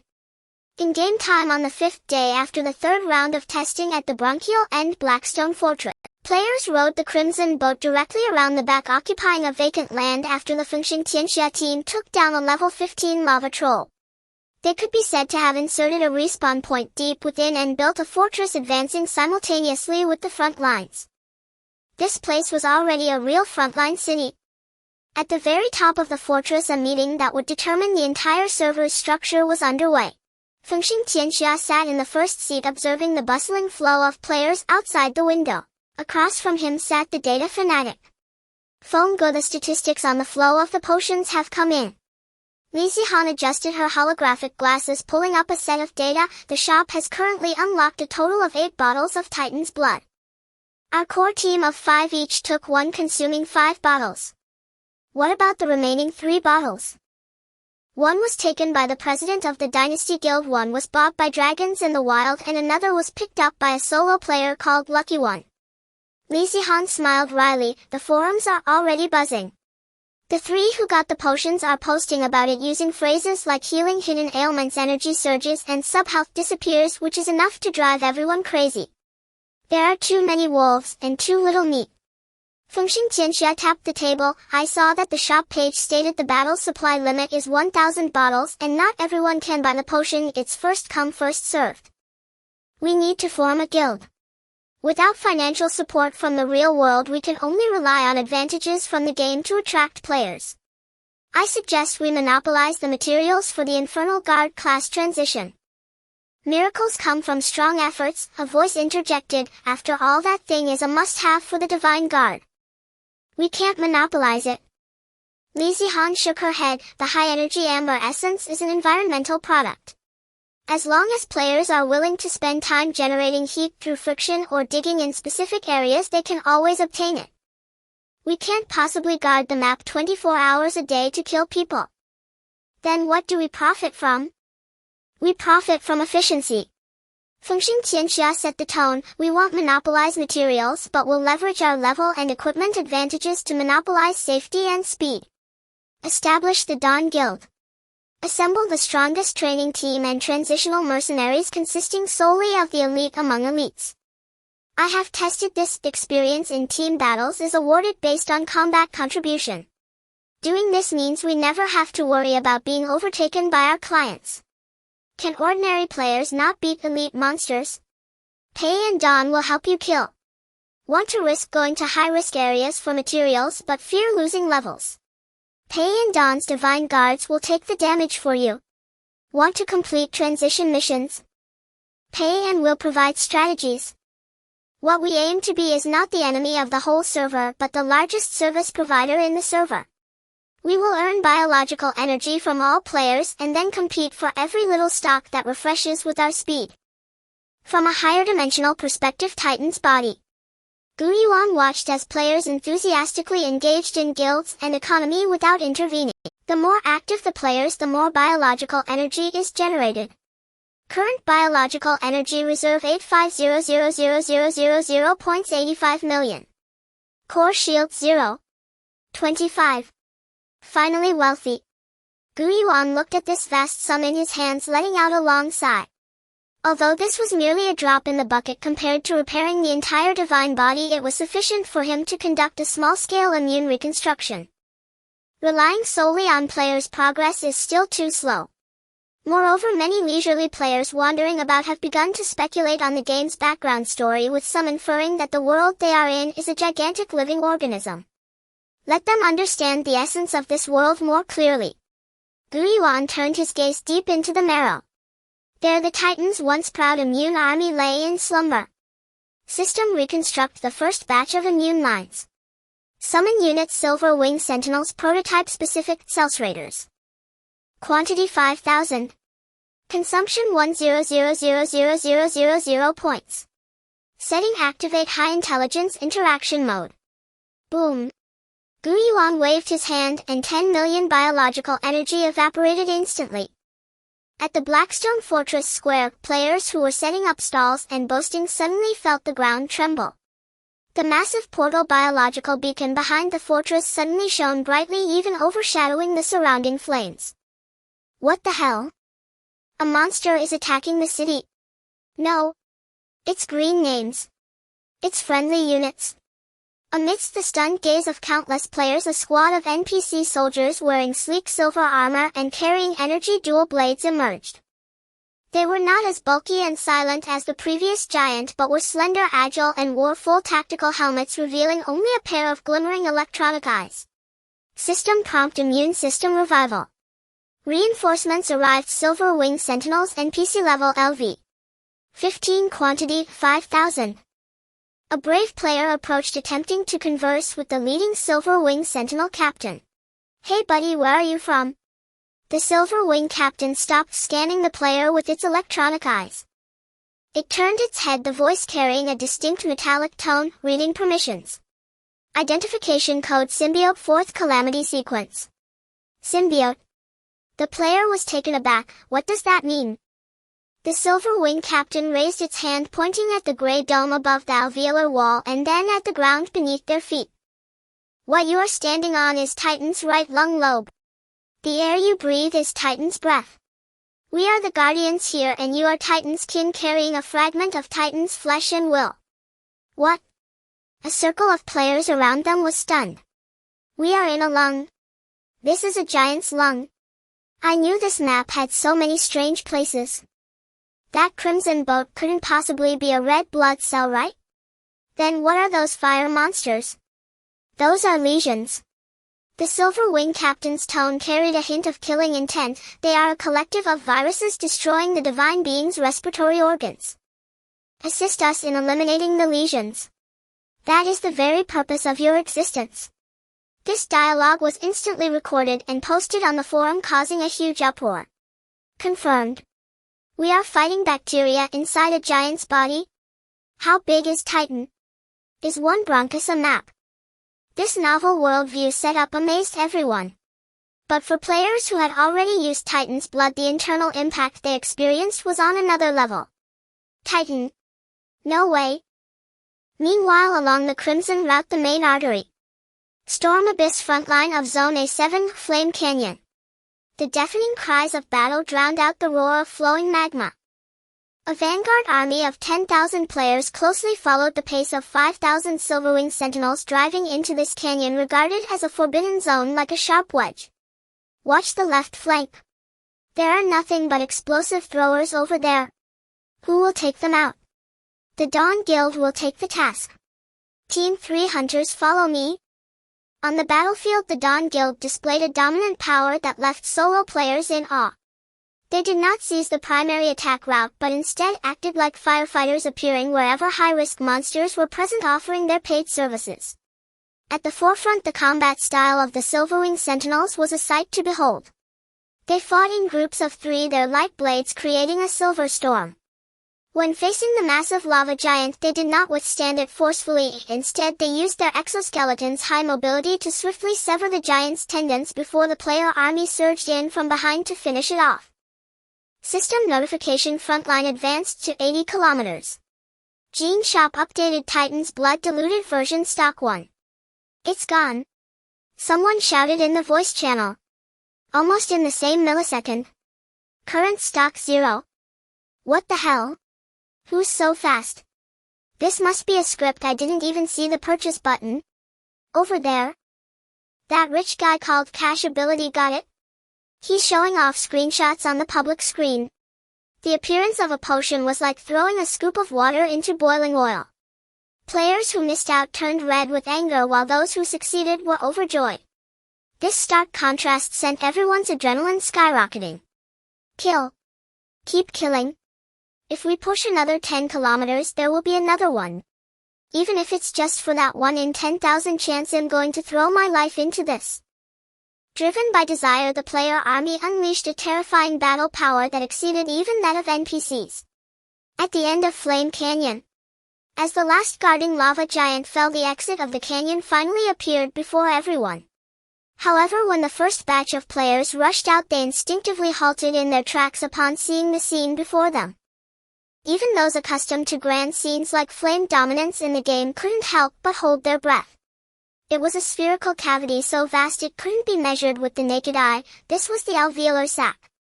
Its dome soared thousands of meters high, resembling a small independent world underground. But at this moment, this world was ablaze. The ground was flowing with blackish-red toxic blood and magma. In the center of the cavity floated a burning black heart. Countless thick tentacles resembling blood vessels deeply embedded into the surrounding lung walls, extracting vast amounts of life energy with every pulsation. Below that heart loomed a terrifying shadow of a monster over 100 meters in size. It was no longer an ordinary elemental creature. It had twisted flesh and burning bones resembling a demon clad in fiery armor. It had no legs. Its lower body merged with the sea of magma, and with every breath it spewed forth toxic mists that obscured the sky. Warning: entering high concentration infection zone. Area Lord Burning Sky Flame Demon Level LV. 25 Boss Level Description: it is not life, it is the embodiment of destruction. It is trying to burn through this boundary, suffocating the gods. ALV. 25 Boss. Dali Chukaji swallowed hard. This health bar. I can't even count how many zeros there are. This is a mechanism monster. Data Madman adjusted his glasses with analysis data refreshing wildly in his view. Its energy source is that heart-like black object above it. If we don't cut off its power supply, it is invincible. Moreover, Li Zihan pointed around, look at those tentacles. Each one is continuously supplying magma. We need to sever the tentacles first, then attack the heart, and only then can we engage the main body. Feng Xing Tianxia nodded and took a deep breath. At that moment, a pop-up window appeared before everyone. Assault battle has been triggered. Boss Burning Sky Flame Demon. The demon, engulfed in flames, slowly opened its eyes in front of the tide of players. High-dimensional perspective Titan Divine Body. Gu Yuan looked at the colossal creature lurking deep in the alveolar sac, his brow furrowing slightly. That was a super lesion formed by a mixture of interstellar-level drug-resistant golden staphylococcus and various inflammatory factors. On a microscopic level, it was indeed outrageously strong, even possessing a certain degree of low-level hive intelligence. In fact, it was equivalent to a mother body, with those living flames and lava giants being directly driven by it. Although the Silverwing Sentinels are strong, their numbers are limited. If they get entangled in the sea of magma, the losses will be significant. Gu Yuan glanced at his own biological energy balance. The last wave of summoning cost 10 million, and now there were still over 70 million left. Can't bear to part with the child, can't catch the wolf. Since the players want to launch an assault, I will give you some heavy fire support. Gu Yuan's gaze became intense as he lightly tapped, unlocking a special battlefield skill for the weaving master profession. System announcement for the entire server: high-risk environment detected. Temporary skill authorization: Purifying Rain group guidance has been granted to all life sages.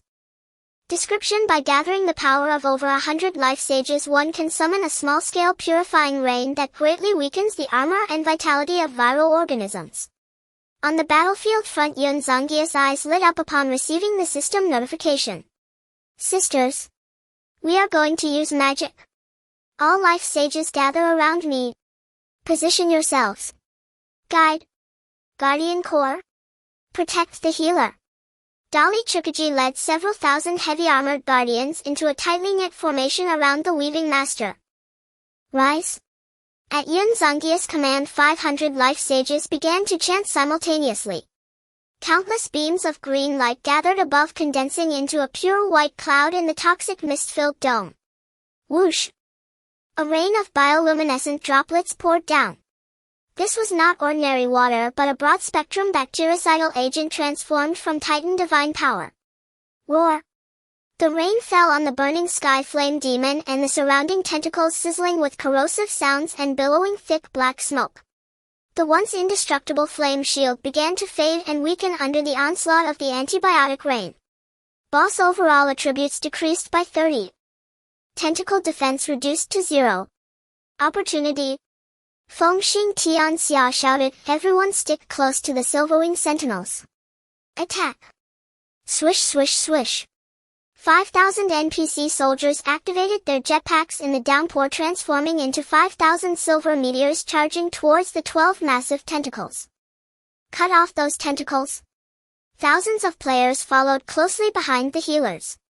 This was a spectacular hunt. In the grand alveolar sac, the players small as ants charged towards the flame demon that loomed like a mountain under the lead of the silver sentinels. In one corner of the battlefield, the Thunder Law King set up his electromagnetic float cannon. Big guy, try this. He aimed for one of the flame demon's eyes. Charging up. Fire. Boom. The purple lightning pierced the battlefield, accurately striking the flame demon's eye socket, exploding into a bloom of blood. In the blink of an eye, the wound healed as if it never existed. Oh my, it's really tough. The great battle erupted completely. Every second, hundreds of players transformed into white light in the magma, but the next second more would emerge from the resurrection point of Blackstone Fortress. The diluted Titan's blood that could be obtained by advancing the front line 10 kilometers was already outrageous. What about the rewards for eliminating this bronchial lesion? For the first kill, charge the core area of the lung lobes. The battle has entered the most frenzied stage of the meat grinder. Warning: the boss is about to unleash core explosion. An all-encompassing AoE attack is imminent. Hold the line. Everyone hold the line. The lava armor of the player known as Miracle by Strength is already covered in cracks, and his health bar fluctuates wildly like a roller coaster. The Guardian squad behind him has already changed personnel 3 times. Damn it, all the 80 experience I just accumulated is gone. A Guardian player who had just revived and rushed back cursed while picking up his shield after grinding for 3 days. I'm back to square one. Fortunately, there's no level drop in the game, or I would really smash the simulation pod. Yes, this is the death penalty mechanism of Titan, of 50 drop in current level experience and bioenergy currency.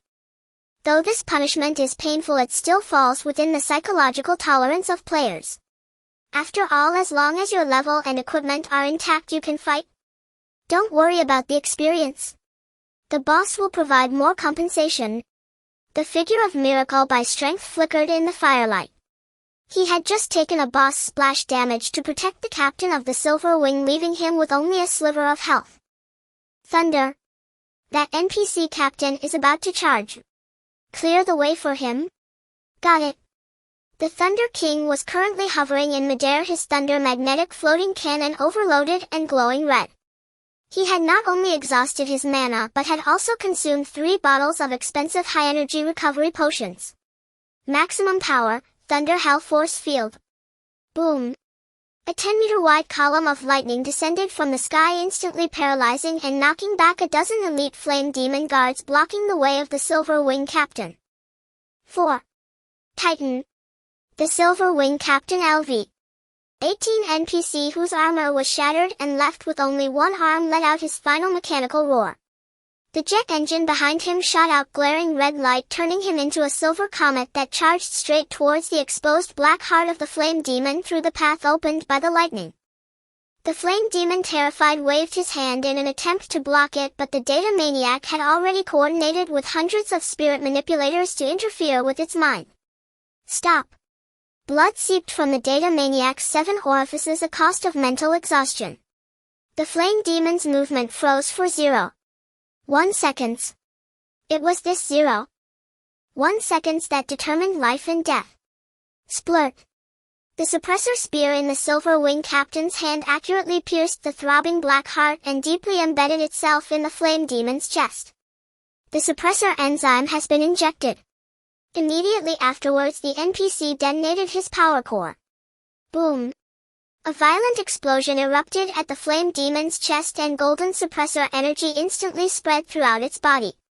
The once flowing magma blood rapidly cooled and solidified, turning into gray-black rock. Boss core destroyed. The boss enters a petrified weakness state. Defense has dropped to 0. The once formidable 100-meter giant, as if its spine had been pulled out, let out a final wail and collapsed to the ground, kicking up a cloud of dust. Health bar is gray. Defense has broken. Everyone, forget the small monsters. Focus fire on the boss. Miracle by Strength screamed in the server-wide channel, unleash all output. Blast it into dust. At this moment, the thousands of players still standing on the battlefield unleashed unprecedented damage. Countless attacks converged into a colorful torrent, engulfing the kneeling demon shadow. 3, 1, 0. There was no earth-shattering explosion. The massive body of the flame demon, under countless attacks, finally transformed into countless light points, slowly dissipating into the air. And that wicked black heart was completely shattered, turning into a stream of pure golden energy, merging into the ground beneath the Titan's lung lobes. The entire battlefield fell silent for a second, followed by an ear-splitting cheer. All the surviving players wildly waved their weapons, celebrating this extremely brutal victory. Immediately after, a huge golden leaderboard slowly unfurled in the sky above the fortress. Battle Settlement Contribution Leaderboard. No. 1 Miracle by Strength Reward Growth Type Weapon Selection Box X1 Legendary Title Demon Hunter Vanguard Bioenergy 100000. No. 2 Miracle by Strength Reward Resilience Life Potion X1 Permanent Bonus Bioenergy 80,000. No. 3 Dragon Battle in the Wild Reward Skill Book Earth Tread Bioenergy 60,000. Looking at the rewards hanging at the top, Miracle by Strength couldn't get too excited, as there were more important things to do. He quickly opened the genetic store. With the victory of the battle and the complete unlocking of the map, the number that had captivated countless souls finally updated. Battle Storm Abyss settled. 1 branch of the bronchioles has been cleared. Battle Settlement Reward New items in the genetic store. Titan's Blood Diluted version stock updated. Boss Settlement Reward 1000 stock. Remaining stock from the battle once unlocked parts released 991 stock. Current total purchasable amount 1991. Note: previously only 5 members of Miracle by Strength squad and 4 from other guilds, a total of 9 people successfully purchased. It's refreshed. Miracle by Strength shouted in the voice channel, quick check the store. We have nearly 2,000 potions. Let me see if I can buy. Miracle by Strength clicked quickly. System prompt: you have already used this item, 1 purchase limit per person. Purchase failed. Damn. Limited purchase. Miracle cursed regretfully, I wanted to buy 1 to send back to my old man. The system won't let such strategic resources concentrate in the hands of a few. Miracle by Strength had anticipated this. These 1991 potions are intended as entry tickets for the thousands of players who just leveled up to LV 10 elite players. Sure enough, the world channel instantly exploded. I'm qualified to buy. Ha ha ha. I got it. What the hell? It's gone. How did the numbers drop so fast? 2,000 potions gone in seconds. Are you all octopuses? Even though the stock changed from single digits to 4 digits in front of tens of thousands of players eager to change their fate, this was still a drop in the bucket. In less than 30 seconds, the store displayed sold out again. Those who snagged the potions immediately logged off to verify the miracle while others danced in joy in the guild channel. Those who didn't get any could only grit their teeth and turn back to grind the remaining small monsters, vowing to save up for the next wave. After dealing with the potions, Miracle by Strength opened another store page, special items. There lay a golden token quietly. Titan Vanguard Core Contract Guild Token unlocked, condition advance the front line by 50 kilometers achieved. Price 50000 bioenergy. Previously, due to ongoing battles, no one had the time to buy. All guilds were wild guilds, with organization taking precedence over form. Moreover, 50,000 bioenergy is an astronomical figure for ordinary players. But now, as the top contributor, Miracle by Strength was filling his pockets. Purchase. Congratulations! You have obtained the first guild token in the server. Miracle by Strength raised the golden token high and issued an official guild founding announcement in the server-wide channel. Server announcement: the Guild Dawn has been officially established. Guild Leader Miracle by Strength. Membership requirement LV 10 and above, and must have completed job transfer. In an instant the application list scrolled like a waterfall. High-dimensional perspective: Titan's divine body. Ancient Abyss looked at the rapidly forming player organization structure and the gradually recovering vitality in the core area of the lung, nodding in satisfaction. Current status: right lung A7 zone pathology has been eradicated. The self-healing ability of the bronchioles has been activated. Breathing efficiency increased 5. Feedback energy gained 8,000,000 points. Battle settlement. The crisis in the lungs has been temporarily alleviated. Ancient Abyss looked down at the A7 zone. There are still hundreds of bronchioles left. Players can easily replicate the method. The main bronchi and lung segments above are somewhat beyond the current player's capabilities. However, for now the risk of me dying instantly from lung injury has significantly decreased, and it's time to let the high-level players solve some urgent problems in other organs. Even though the flame demon is dead, a large number of low-level monsters such as lava slimes and flame toxins remain here. Moreover, as the flame demon's body decomposes, a mineral-rich thermal energy mining area has formed. This will be the new novice village from now on. Ancient Abyss thought lowering the danger level of the A7 zone and marking a batch of resource points suitable for LV 5 to LV 10 players to grind levels. As for those already formed elites, Ancient Abyss Divine Sense passed through the diaphragm, directing towards the larger and more deadly shadow area. That place is the liver. It is also where the accumulation of toxins in his body is most severe, and even signs of liver cirrhosis petrification have begun to appear. It's time to open the second battlefield. In the game at Blackstone Fortress. Just as players were still celebrating their victory and snatching loot, the central crimson passage of the fortress suddenly changed. The passage, which originally led only to the entrance of the lungs, suddenly extended a new tributary. That tributary led down into endless darkness, its entrance flickering with eerie green light. Expansion update: Poisonous Maze. Server-wide quest released: Expedition to the Liver. Description: although the flames of war in the lungs have subsided, the Titan's body is still in decline. Toxins are eroding the detoxification center. Access requirements: level LV 10. Hint: those who do not meet the level requirement, please remain in Storm Abyss to continue honing your skills. The new world is filled with deadly toxins. The weak cannot survive. New map has opened. Shouted Dragon Battle in the Wild, who had just snatched the potion and hadn't logged off yet. Brothers, those above LV 10, follow me. Let's venture into the new map. Those not yet at level 10, don't be discouraged. Miracle by Strength also shouted in the channel. Dawn Guild has left a batch of elites in Blackstone Fortress to carry on. Those who want to level up quickly, come sign up. The crowd quickly split. A portion of top players boarded the Crimson ship heading to the Abyss, their eyes filled with desire for the unknown. Meanwhile, most ordinary players remained in this piece of conquered territory, starting a new round of leveling frenzy. In this overly realistic world, everyone found their place. And the Titan's path to revival has just taken its first step. Blue Planet. Day 7 after the third beta launch. An invisible storm was sweeping across the globe. At first only scattered rumors surfaced. A man paralyzed for years suddenly walked unaided. A construction laborer snapped steel rebar barehanded. An elderly professor with Parkinson's disease not only steadied his trembling hands but re-emerged as an active force in academia. But when such cases surpassed 2,000, quantitative accumulation triggered qualitative transformation.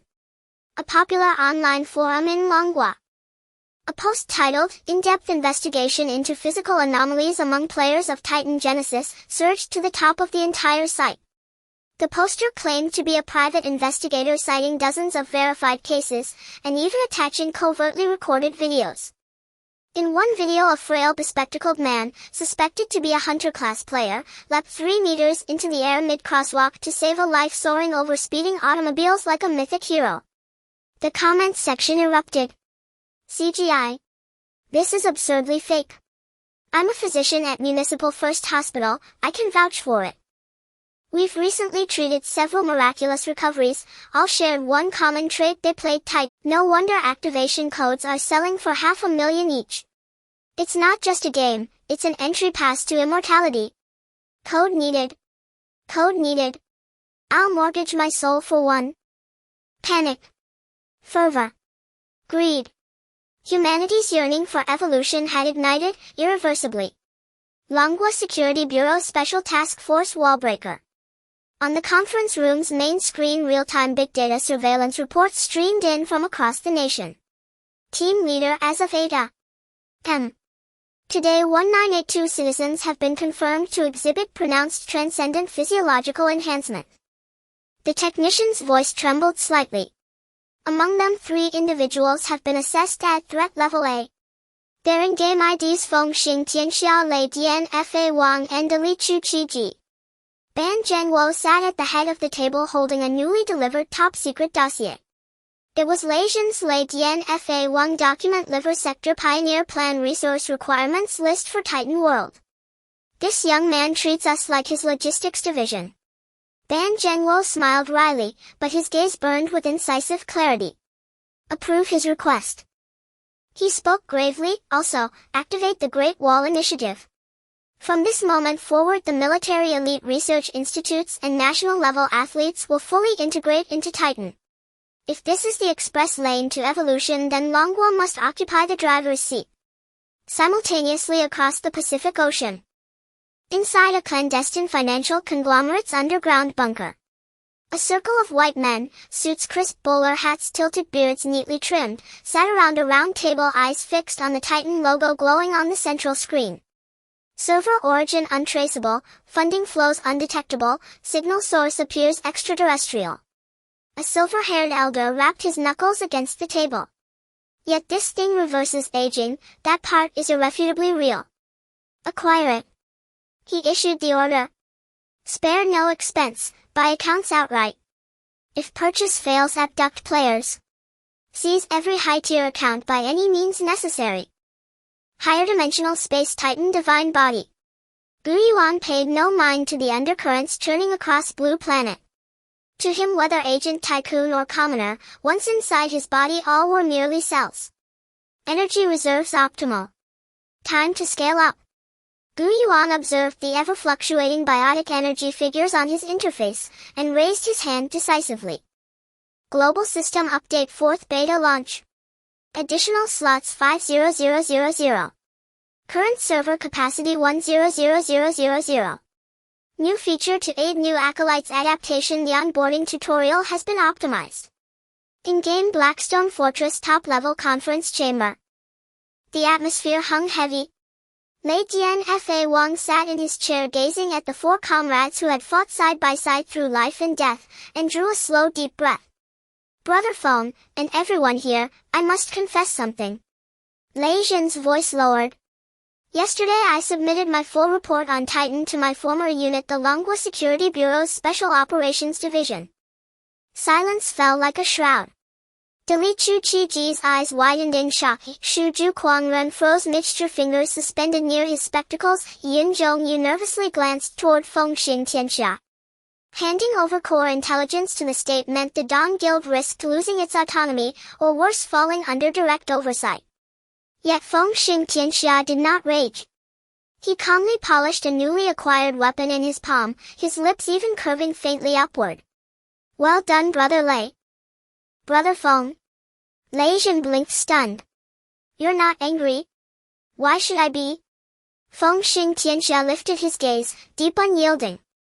With Titan blood flowing outward, this secret was never truly containable. Better to surrender voluntarily than wait for authorities to knock down our door, thus securing maximum leverage. Besides, he rose to his feet, we require the executional rigor of a formal military. This world's map is too vast, its creatures too numerous, scattered players and studios alone cannot push forward. Lei Jin exhaled in relief, approval has already been granted. 300 elite retired Special Forces operatives have created accounts and will join the Dawn Guild unconditionally, under your command.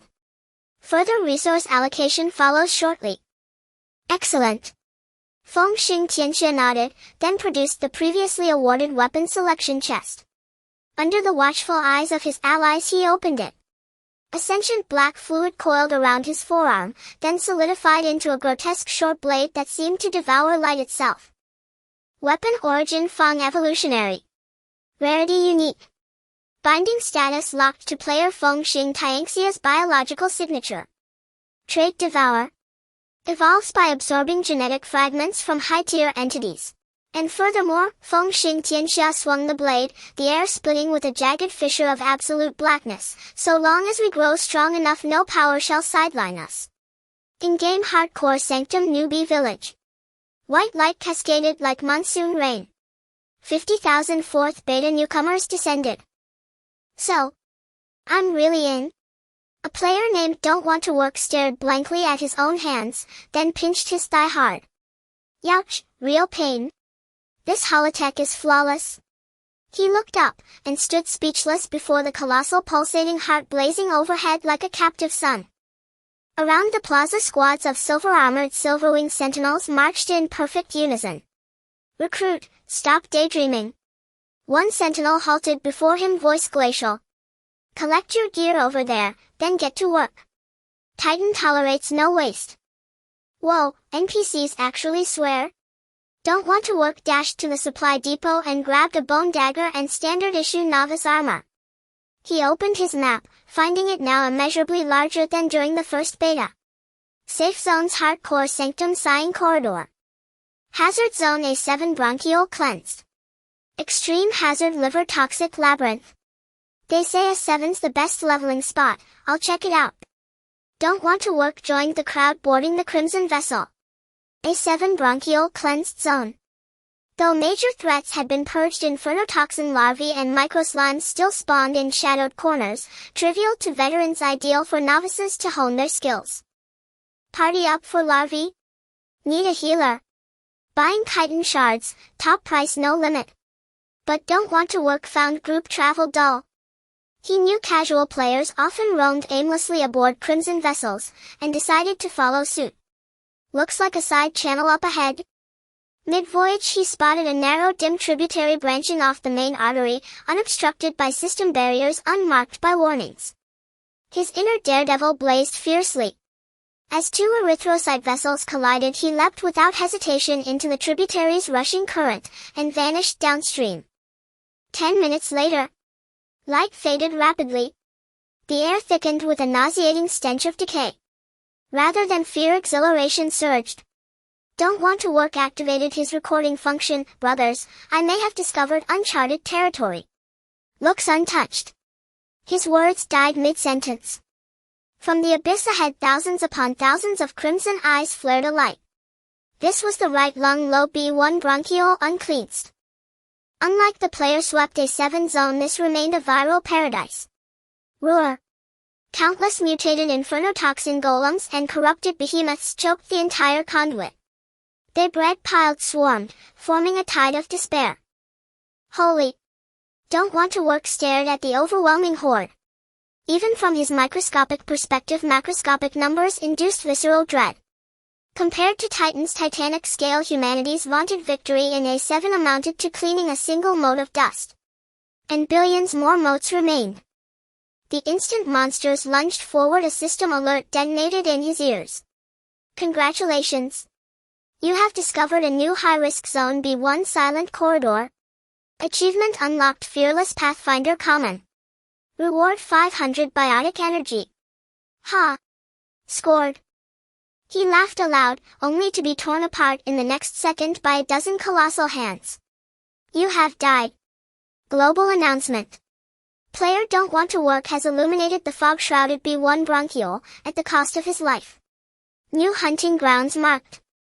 All teleportation arrays have integrated this coordinate. Titan encourages every acolyte to explore the unknown dark, even if the path leads to the abyss. Let bones pave the way. The announcement ignited chaos server-wide. Whoa, 500 biotic energy for one death. And a global notice. This isn't suicide, it's martyrdom. Brothers, stop farming A7. Go open new maps. If I run fast enough, I'll die before you do. The crowds once jammed in A7 instantly dispersed. Countless players, driven by dreams of sudden wealth or legendary fame, raced to find unmapped branches competing fiercely to die first and chart the way. Higher dimensional perspective. Yuan watched as new luminous points blossomed across the map like fireworks, and smiled satisfied. This is the proper deployment of the fourth plague. I do not fear your deaths, I fear your hesitation. Each death location was a precious pathological report. Players' corpses served as the most precise navigational beacons. Blackstone Fortress. Feng Xing Tianxia glanced at the announcement, and a subtle curve lifted his lips. So official channels are encouraging expansion. He stood atop the fortress wall surveying the assembling host below. Beyond the Dawn Guild's original members stood 3 perfectly aligned 100-strong battalions. Clad in uniform novice gear yet radiating discipline and lethal poise, even within the game, they were Legions 300 elite special forces operatives. Brother Lei, take your troops to acclimate to their skills. Feng Xing Tianxia directed. Though A7 is cleared, residual threats linger in adjacent crevices, ideal for their initiation. Understood. Legion nodded, eyes gleaming with anticipation. Formal military integration into the game, a true dimensional advantage, filled him with exhilarating promise. Next. Feng Xing Tianxia turned toward the Crimson Vessel route descending into the abyss at the fortress's center. Victory in A7 was merely the prelude. Per NPC guidance, the next destination was the Liver, Titan's detoxification factory and currently the most toxin-saturated region. Yuzi, how's the antitoxin stockpile? Relax, we've stockpiled the vault. Yunzhongyu replied confident. Good. Feng Xing Tianxia drew the obsidian origin Fang, its edge pointed unwaveringly into the abyss. We've healed but a single bronchiole, yet a single spark can ignite a prairie fire. Full mobilization? Objective Liver Toxic Labyrinth? Coordinates Storm Abyss Zone B1. With the death livestream of the player not wanting to work and the server-wide announcement, this once silent dark corridor suddenly boiled with activity. Unlike the preliminary order in Zone A7, Zone B1 became a paradise for the brave. Countless solo players eager to take a chance on transforming their bicycles into motorcycles surged into this unexplored area. System notification: you have entered the unknown area B1. Achievement system updated. Discovering a new map for the first time grants the achievement Fearless Pathfinder. Similar low-level achievements can be synthesized. Achievements can only be equipped one at a time and provide attribute bonuses. Holy crap! Achievements grant attributes? You can get stronger just by exploring the map. Isn't this better than grinding monsters? Quick, quick, quick! I heard there's also an entrance to B2 and B3 nearby. Whoever's faster gets there first. The synthesis mechanism of the achievement system acted like a shot of adrenaline, fully igniting the player's obsession with exploration. In no time, the hundreds of tiny bronchial entrances in the Titan's lungs were filled with players frantically exploring while brandishing torches. Unfortunately, some unlucky souls who ventured into the bronchial branches were instantly eliminated. Previously, everyone focused on monster hunting, but now a large number of parkour enthusiasts and scenery lovers began fervently theorizing about the map. According to biological principles, following the pulmonary veins leads back to the heart and following the aorta reaches the whole body. I want to see the stomach. I heard that's the hell of strong acids. I want to see the brain. It must be the command center. The fervent atmosphere akin to the age of exploration spread throughout the game. Countless players piloted stolen crimson ships or simply walked towards those unknown forks in the road. Server-wide announcement player Man Like the Wind was the first to discover Bronchial 2B2, earning the achievement Fearless Pathfinder. Server-wide announcement player This Assassin Is Not Too Cold was the first to discover Left Upper Lobe, earning the achievement Fearless Pathfinder. Watching the constant stream of announcements, players who missed the early discovery pounded their chests in frustration, while those yet to set out wished they could grow 2 more legs. Throughout the Titan's network of blood vessels, adventurers holding torches and glowing green eyes were everywhere. Meanwhile, the game welcomed new faces. In addition to familiar Chinese character IDs, a plethora of English, Japanese, and even Russian IDs began to appear in the crowd. Oh my god, this is real! Amazing physics engine. As the legend of Titan's blood spread, the client of this mysterious game finally circulated online. Although currently there is only the Dragon Kingdom server, this does not hinder the enthusiasm of foreign hardcore players. Hot forum post guide to avoiding hidden jobs. Meanwhile, as the number of players changing jobs increased, the mysterious veil surrounding hidden professions was also lifted. Not all hidden professions are as powerful and flashy as Flame Abyss Guardian. The poster ID Trash Collector Brothers, let me give you a piece of advice: don't blindly trust hidden professions. I triggered a hidden profession called Corruption Walker. The requirement for the job change is to eat 100 pieces of rotting monster meat. I forced myself to eat it, and what happened? All the skills are devour corpses for health, enhanced poison resistance, and feigned death. Damage: almost none. Defense: can't compare to an ordinary guardian. The only advantage is saving on potions, but I want to delete my account because of this ugly appearance. Covered in green fur? Be cautious. First floor, ha ha ha. Is the poster trying to be funny? This profession is suitable for solo play, no cost involved. Second floor, indeed. I also transitioned to a variant of Bone Artisan the Weaver and can only build with bones, unable to heal myself. Now no one groups with me for dungeons. Third floor, it seems that hidden professions are just special playstyles and do not equate to power. Regular advancements are at least more stable and balanced. The discussion on the forum gradually became rational. Players began to realize that what suits them is the best. Blindly pursuing hidden professions may lead to wasted characters. Coordinates: Blackstone Fortress dock area. Docked here is a heavy crimson ship remodeled by the Dawn Guild. The hull is equipped with chitinous railings and makeshift ballistae. Fengxing Tianxia stood at the bow of the ship saying goodbye to the 300 special forces behind him. Opposite him stood the temporary commander of this special forces team, codenamed Viper. Feng Team Lei Team, you can head to the front line without worry. Viper, wearing a neat novice robe and carrying a standard bone spear, spoke in a calm and powerful tone. We will stay in Zone B1 for training. Based on the current progress, it is expected to take a week for everyone to reach LV 10 and complete the job change. A week? The nearby Thunder King nodded. That's quite reasonable. Ordinary players lack the first kill rewards and resource accumulation that Fengxing Tianxia has. Even with full operation and effort, reaching level 10 in a week is already terrifying. The right to explore Zone B1 is entrusted to you. Lei Jin patted his old friend's shoulder. Remember, what we need is a disciplined Iron Army.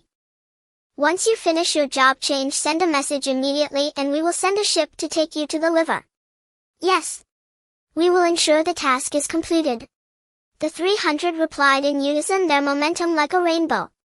After bidding farewell to the reserve team, the core 5-member group of Fengxing Tianxia, along with over 100 fully armed guild elites, officially boarded the expedition ship heading to the liver. Set sail. The crimson ship slowly departed from the port, merging into the rushing stream of the aorta. As they sailed deeper, the surrounding scenery began to change drastically. The originally bright red arterial blood gradually darkened, even taking on a hint of purplish-black murkiness. The flow slowed and the air was filled with a pungent chemical odor and a fishy smell. System notification: approaching the portal vein region. Warning: the toxin concentration in the area ahead is extremely high. Please take precautions. Everyone put on your gas masks. Yun Zhongyu shouted. This was a makeshift equipment she made before departure using chitin and active materials gathered in-game. Although ugly, it could filter most environmental toxins. Passing through a massive sphincter-like structure, the scenery before them became clear yet chilling. Is this the liver? Data Maniac adjusted his glasses, shocked by the scene before him, filled with a blend of industrial order and biological decay. It was a three-dimensional maze composed of countless gigantic hexagonal columns, liver lobules. Each hexagonal column resembled a skyscraper arranged neatly, stretching as far as the eye could see. Between these columns flowed a river of green bile and purplish-black venous blood. Originally, this place should have been a precisely functioning detoxification factory. But now it was paralyzed. The huge hexagonal structures were covered in black fungal blankets, and countless pipes were ruptured, spewing toxic green mist. Amidst those ruins, twisted creatures of various forms roamed. Map unlocked: toxic labyrinth liver. Environmental debuff: biochemical corrosion, HP deducted per second, and armor durability reduced. Damn, this smell is overwhelming. Dali Chaoqi covered his nose. Even with pain sensitivity reduced, the stench that assaulted his senses still made him feel nauseous. Prepare for battle. Fengxing Tianxia drew out Origin's Feng, which surprisingly emitted an excited hum. In the toxic environment, something is coming. Glub glub. Huge bubbles rose from the bile river ahead. Splash. Several bloated, pus-covered monsters armed with rusty iron hooks, hardened protein structures crawled ashore. Monster Sludge Butcher LV. 16. The description: transformed from mutated macrophages soaked in toxins, they no longer consume bacteria but instead devour all living things. LV. 16. Small monsters. Fengxing Tianxia narrowed his eyes as a welcoming gift that's substantial.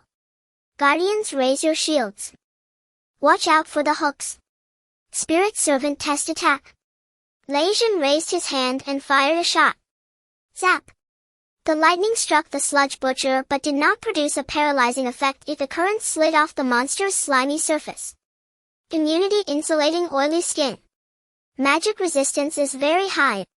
Leijin frowned. Physical team move in. Physical attacks. They are afraid of slashing. Fengxing Tianxia instantly made a judgment. Shadow step. He flashed and appeared behind one of the butchers. Origin's Feng, glowing with black light, sliced deeply into the monster's thick back. Splurt. Green toxic blood splattered. 950. Critical hit on weakness. Triggering Devour, absorbing a small amount of poison resistance. Dali. Take aggro. Coming. Dali Chaoqi activated Flame Shield, crashing into the horde of monsters like a meteor. Although the toxic environment counters fire, the high temperature is just right to evaporate that disgusting slime. Sizzle. Dali got snagged by a few butcher's hooks, but he remained unfazed. Yuzi. Heal me. Holy purification. Yun Zhongyu waved her staff and a golden halo erupted beneath Dali's feet, not only fully restoring his health but also dispelling his poison state. The Dawn Elite team displayed exceptional skill. Although it was their first encounter with a new map and new mechanics, the 100 job-changed players coordinated smoothly and quickly cleared the few small monsters at the landing point. The drop rate is decent. Data Maniac picked up a green crystal. This is toxic bile stone, a material for crafting high-level antidotes and toxic attribute weapons. Fengxing Tianxia stood at the shore, gazing at the towering hexagonal towers in the distance. Deep within the maze, an enormous writhing shadow could be faintly seen, coiled in the core blood supply area of the liver. That was the hardened lesion of the liver. The road is still long. Fengxing Tianxia flicked the toxic blood off his knife. This is just the periphery. Brothers, we need to advance cautiously.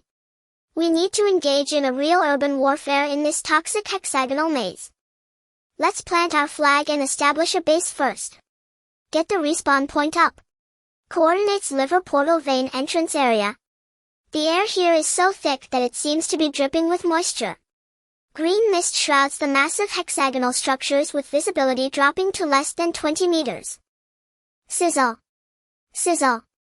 Dali Chuki-ji glanced at his armor which was emitting thin wisps of white smoke.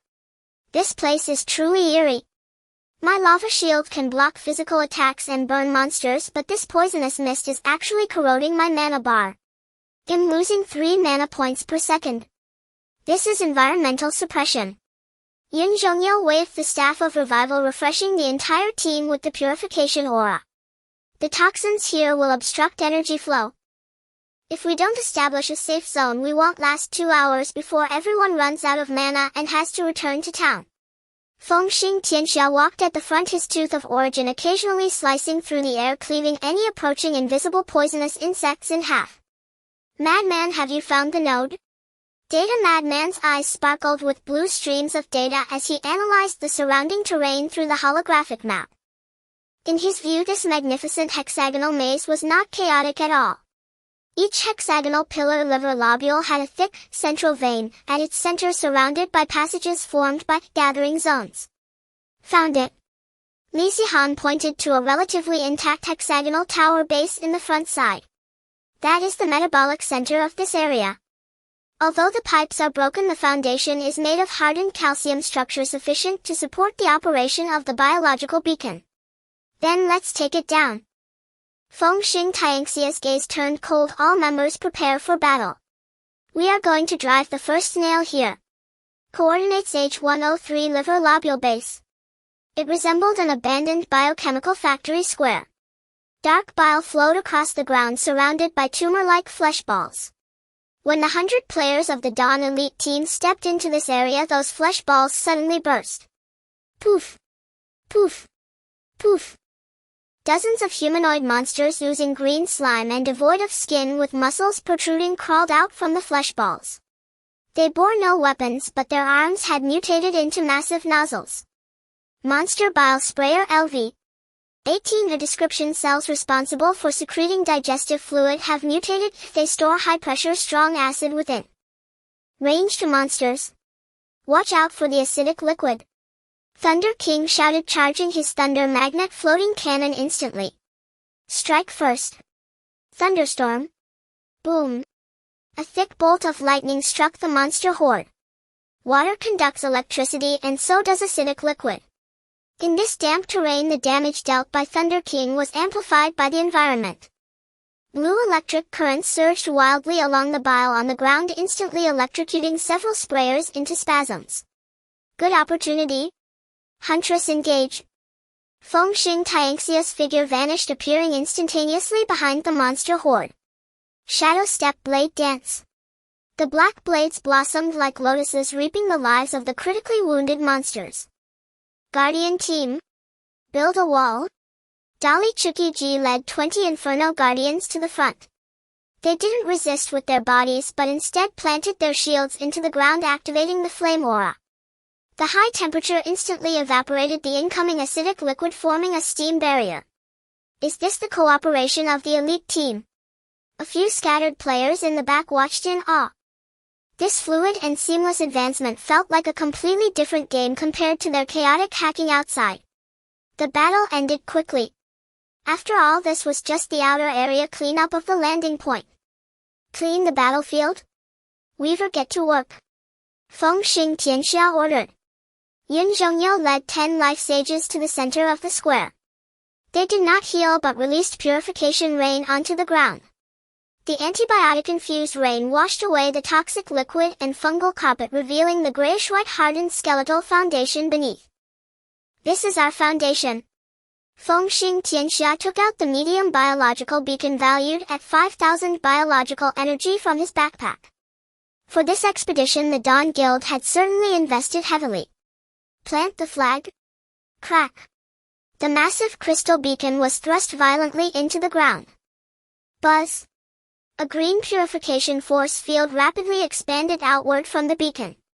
Wherever it passed, the black poisonous mist was dispelled and the slime on the ground was decomposed. An absolute safe zone with a radius of 500 meters was born in this toxic maze. Server-wide announcement: congratulations to the Guild Dawn for establishing the first outpost in the liver area. The resurrection point has been activated. The teleportation array is connected. The environmental toxins in this area have been neutralized, providing a slow mana recovery buff within the range. Phew. We made it. Dolly Chukiji removed his simple gas mask and took a deep breath of the filtered air within the safe zone. If I had to keep wearing that buff that drained health every second, I would have lost my mind. Don't rush to rest. Fengxing Tianxia looked at the countdown purification progress bar on the beacon's base. The mechanisms of the liver are different from those of the lungs. Data Madman analyzed from the side. The monsters in the lungs are actively aggressive, while the monsters in the liver are more like immune rejection. Just as he finished speaking, the surrounding hexagonal towers suddenly began to vibrate. From the previously silent pipes, gurgling fluid sounds emerged. Warning: foreign object invasion detected. Warning: the liver's defense mechanism has been triggered. Mobilizing rejection response. Rejection response. Everyone was taken aback. The next second, countless streams of black torrents surged from the openings of the pipes from all directions. It was not water, it was a tide of toxic sludge monsters. LV 15 and hardened stone beetles. LV 17. They felt no pain or fear. Their sole purpose was to engulf this foreign object. Defend the beacon. Fengxing Tianxia drew his weapon. This is not a siege battle, it's tower defense. As long as the beacon finishes purifying, these monsters will automatically retreat. For Dawn. Form up. High-dimensional perspective Titan's body. Yuan looked at the green light point that lit up in the liver area as if a purification pill had been thrown into a pitch-black sludge pond. Although the light point was still very weak, it was indeed expanding tenaciously. The situation in the liver is more complicated than that in the lungs. Yuan frowned. The lungs were infected by external bacteria, while the liver's problem was due to metabolic collapse combined with toxin accumulation. Many of the monsters here were actually mutations of his formerly normal cells. To clear the liver, simply killing monsters isn't enough. Yuan gazed at those large clogged hexagonal pipes. They must be unblocked. Just like repairing water pipes. With a thought, he added a new functional module to the newly established detox camp. System update: outpost functionality upgraded. New facility: toxin extraction machine. Description: players can input the toxic sacs and bile stones dropped by slain monsters into the machine, converting them into high-energy gas fuel and antitoxin serum potion. Since this place is filled with toxins, let the players learn to use poison against poison. Yuan smiled slightly. As long as the profits are high enough, the fourth calamity can hollow out all the sulfur from hell. In the game within the detox camp, the battle was nearing its end. Under the ironclad defenses of the Dawn elite team, those sludge monsters attempting to swarm the beacon became experience-giving babies. When the last wave of attacks retreated, the beacon finally stabilized, completely emitting a soft green light. We held it. Cheers erupted. At this moment, a keen-eyed player noticed a strange machine that had suddenly appeared beside the beacon. What is this? A toxin extraction machine? Dolly Chukiji curiously tossed the pile of useless rotting toxic sacs from his backpack into it. Buzz buzz buzz, ding. The machine spat out 2 items: antitoxin potion, fine X5, biological energy 500. What the hell? Dolly was stunned. Garbage turned into treasure. This toxic sac used to be worth only 10 points in the shop, and this machine gives 500 directly. This discovery instantly ignited the entire scene. Originally, everyone was disgusted by the nasty monsters here and the garbage drops. Now looking at it, what were these disgusting sludge monsters? These were clearly walking RMB. Quick! Notify the brothers in the guild who haven't come yet. Don't stay in that poor place in the lungs. The liver is paradise. The garbage here can be exchanged for money. It can be exchanged for potions. Fengxing Tianxia watched the guild members who had suddenly fallen into frenzy, as well as the players continuously pouring in from the teleportation array, a smile creeping across his lips. The first nail has been firmly planted. He gazed into the depths of the maze where countless hexagonal structures stood. Next, we will plant the flag of Dawn all over the liver lobules. Coordinates: liver detox camp H103 safety zone. As the Dawn Guild drove the first stake and the system opened the toxic extraction machine, this once fearsome toxic maze began to take on a somewhat eerie atmosphere. For elite players, this place is the front line of advancing the battle line, but for many casual players, brick movers, and lifestyle players who have not yet reached mainstream levels, it is a paradise paved with gold, as long as you are not afraid of dying. On the outskirts of the camp behind a broken giant bile duct, a player with the ID Go-Going shortened to Old Go was carefully digging at the green crystals on the wall with a small shovel. He was only LV 8.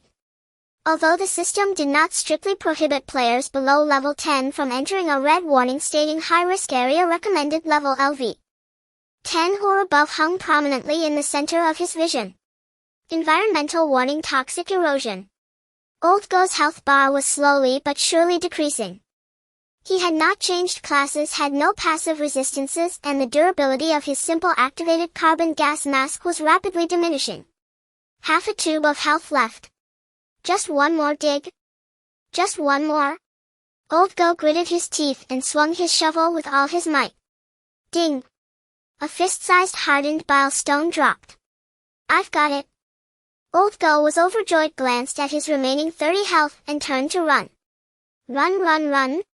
Back to the safe zone to recover health. There were many low-level players like him around the camp. They were like a bunch of monkeys trying to take nuts out of the fire, rushing into the toxic mist to dig a few times, and before the monsters could catch up, they would clumsily escape back within the purification range of the beacons to recover health. This is the unique return run method of brick moving in the liver area. Of course, everyone gave this practice a more understandable name: running knife. In the center of the camp, Old Go satisfiedly poured the trash from his backpack into the toxic extraction machine. Buzzing, ding. Obtained biochemical energy 1200. So fragrant. Old Go excitedly trembled. Although he was exhausted and had to keep buying medicine, the rewards were much higher than grinding monsters in the lungs. Just as he was counting his money, a strange foul smell wafted from another corner of the camp. There a crowd was gathered, pointing at a large chinless pot set over a fire. The chef was a lifestyle player with the ID Chinese Little Chef. Come, come, come. Freshly cooked spicy abyss medley. Little Chef shouted loudly. The raw materials come from liver parasites. Although it looks disgusting, it's a divine medicine. Food: spicy abyss medley. Quality: effect satiety 50, gain the buff toxin resistance 15, lasting for 30 minutes. Give me a bowl. I want 2 bowls. With this I can dig for an extra minute outside. For these unclassed players trying to make a living in the toxic mist, this dark cuisine was a life-saving treasure. Old Go smacked his lips but dared not try it. At the dock area, a group of foreign players equipped differently and with IDs featuring various strange characters disembarked from a freshly docked crimson ship.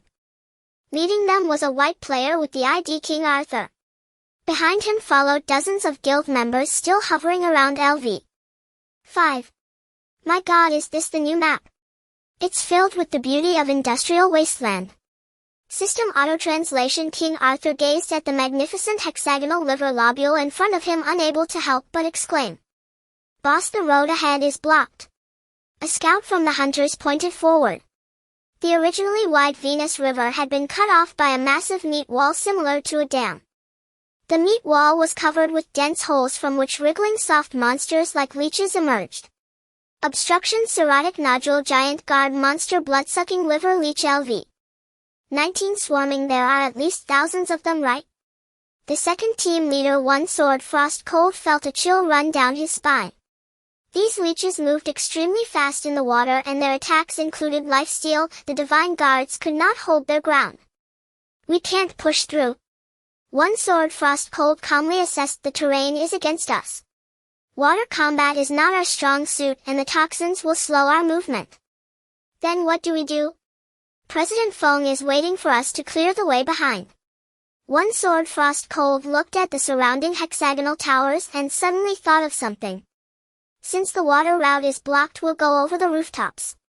He pointed at the top of those towering liver lobule structures. Well, go over from above and bombard it with bombs to blast open that dam below. But how do we get up there? Everyone looked at those smooth slime-covered pillars standing hundreds of meters high, exchanging glances. Although the game has a climbing mechanism, those slippery walls were impossible to scale without proper means. Where's the engineer team? Get the flesh craftsman up here. One Sword Frost Cold shouted. Soon 5 players in dark red robes carrying massive skeletal backpacks emerged. They were another branch of the Weaver class, Flesh Craftsmen. Unlike the Life Sage's healing specialization, they excelled at using biological materials to alter terrain and create cover. Compared to the highly sought-after healers, this profession was somewhat niche at this stage. Captain, leave it to us. The leading craftsman smiled confidently. He pressed his hands on the ground where several corpses from previously slain monsters lay. Skill bone reconstruction, skill biological framework construction rise. Accompanied by a sound reminiscent of grinding teeth, the corpses on the ground quickly decomposed and reorganized. Countless white bone spikes emerged from the ground, intertwining and interlocking, forming a winding bone spiral staircase along the smooth hexagonal pillar in just a few minutes. Is this really possible? The players around were dumbfounded. Now this is professional. The craftsman clapped the bone dust off his hands. As long as there are enough materials, don't say ladders, we can even build a fortress for you. Well done. One Sword Frost Cold exclaimed joyfully, waving his hand to order everyone up the ladder. Switch to aerial operation mode. Bring the alchemical explosive packs. Let's send those leeches a grand gift. In this world, the combination of professions is far more important than simple numerical values. When these hundreds of thousands of players gather together, they become the unstoppable fourth calamity. And behind that meat wall, an even larger shadow slowly opened its eyes. The true master of this territory was waiting for this group of audacious insects. It is worth noting that traditional anatomy divides the liver into 4 parts, namely the left and right lobes. The liver lobule is the basic functional unit of the liver with a hexagonal structure, and the human body has approximately 500,000 of them. As for Titans, that's a different story since they are not human, haha. At this point, Titan Genesis has formed a pyramid-like hierarchical ecosystem. At the pinnacle stand the top-tier players led by Fengxing Tianxia and Longzhan Yuye, with levels generally reaching LV 17, LV 18. They are well-equipped, their skills fully developed, and are currently pioneering in the liver region's front line. Following closely are the early hardcore players and liver emperors with levels between LV 15, LV 16. They are the backbone of various major guilds or lone expert players. Below them is a vast group of early ordinary players. Most of them have just reached LV 10 and completed their class transition. This portion of players split into 2 groups, one brave enough to team up and face the liver's trials, while the other chose to remain in the lungs to continue clearing unexplored bronchi like B1 and B2, hoping to achieve the first completion accomplishment. As for the 50,000 new players from the 4th test, they are generally still at LV 5, LV 6, fighting fiercely in the A7 area novice village for a single slime. Engineer team. Plant the explosives. The leader of the second team of the Dawn Guild, Jin Shuhan, stood atop a 100-meter-high hexagonal pillar, calmly giving orders. Dozens of alchemy explosive barrels were ignited and thrown from above, precisely landing on the cirrhosis nodule that blocked the vein like a dam. Boom! Boom! Boom! The muffled sounds of explosions echoed through the maze. The solid flesh wall was finally torn open, creating a massive gap. The long-accumulated venous blood flowed forth like a rampaging beast rushing downstream. It's open. The players atop the pillar cheered. This explosive effect is incredible. The leeches below must have been washed away. As the water level dropped, the previously submerged riverbed gradually revealed itself. It was an expanse covered in thick black silt. Go down and check the bodies. See if there's anything good. The elites of the second team tossed down ropes and slid down the pillar. They were all experienced players around LV 15, moving with practiced ease. However, just as they landed, Jin Shuhan suddenly felt something was wrong. It was too quiet. The densely packed blood-sucking liver leeches LV 19 had not been washed away with the water flow, but seemed to have vanished into thin air. Wait. Scout. Throw out a light spell first. A Ling Shu Sure obediently cast a glowing orb. The pale light illuminated the center of the riverbed. There the silt suddenly bulged and a massive entity resembling a mountain of flesh slowly stood up. It had been lurking beneath the flesh wall using the water flow to conceal its form. Now that the water had receded, it finally revealed its horrific true form. Warning: encountered regional overlord. Monster corrupted mother nest LV. 22 Elite. Description: it is not just a monster, it is a nest of countless parasites. ALV. 22 Elite. Before the players could react, the mother nest emitted a low growl. Grr. In the next moment, hell descended. Thousands of holes on its body simultaneously spewed forth black slime. Meanwhile, the silt beneath their feet also came alive. Players were horrified to discover that what they were standing on was not silt at all but a thick layer of densely packed blood-sucking liver leeches. Warning: triggered trap swarm of insects. Number of hostile units 1500. Retreat. Quickly climb back up the pillar. Yijian Shuhan's scalp tingled.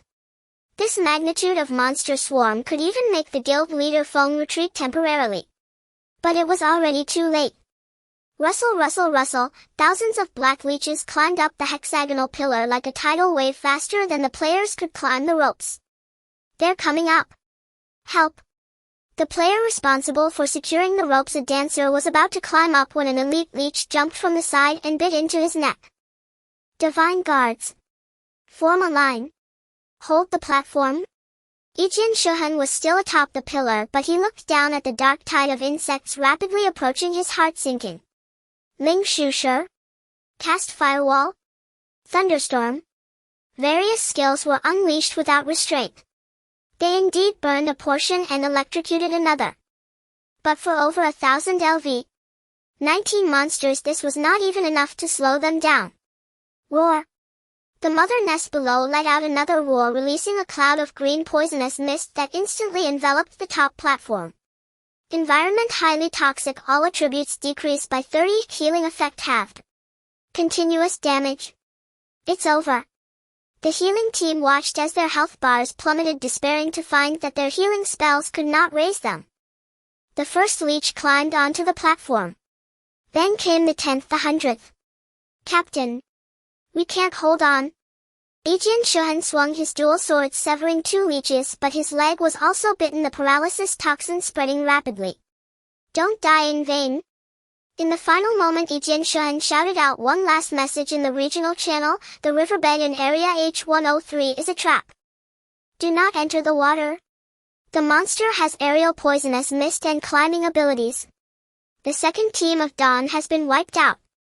Time to go home. In the next second, his vision was filled with countless jaws lined with sharp teeth.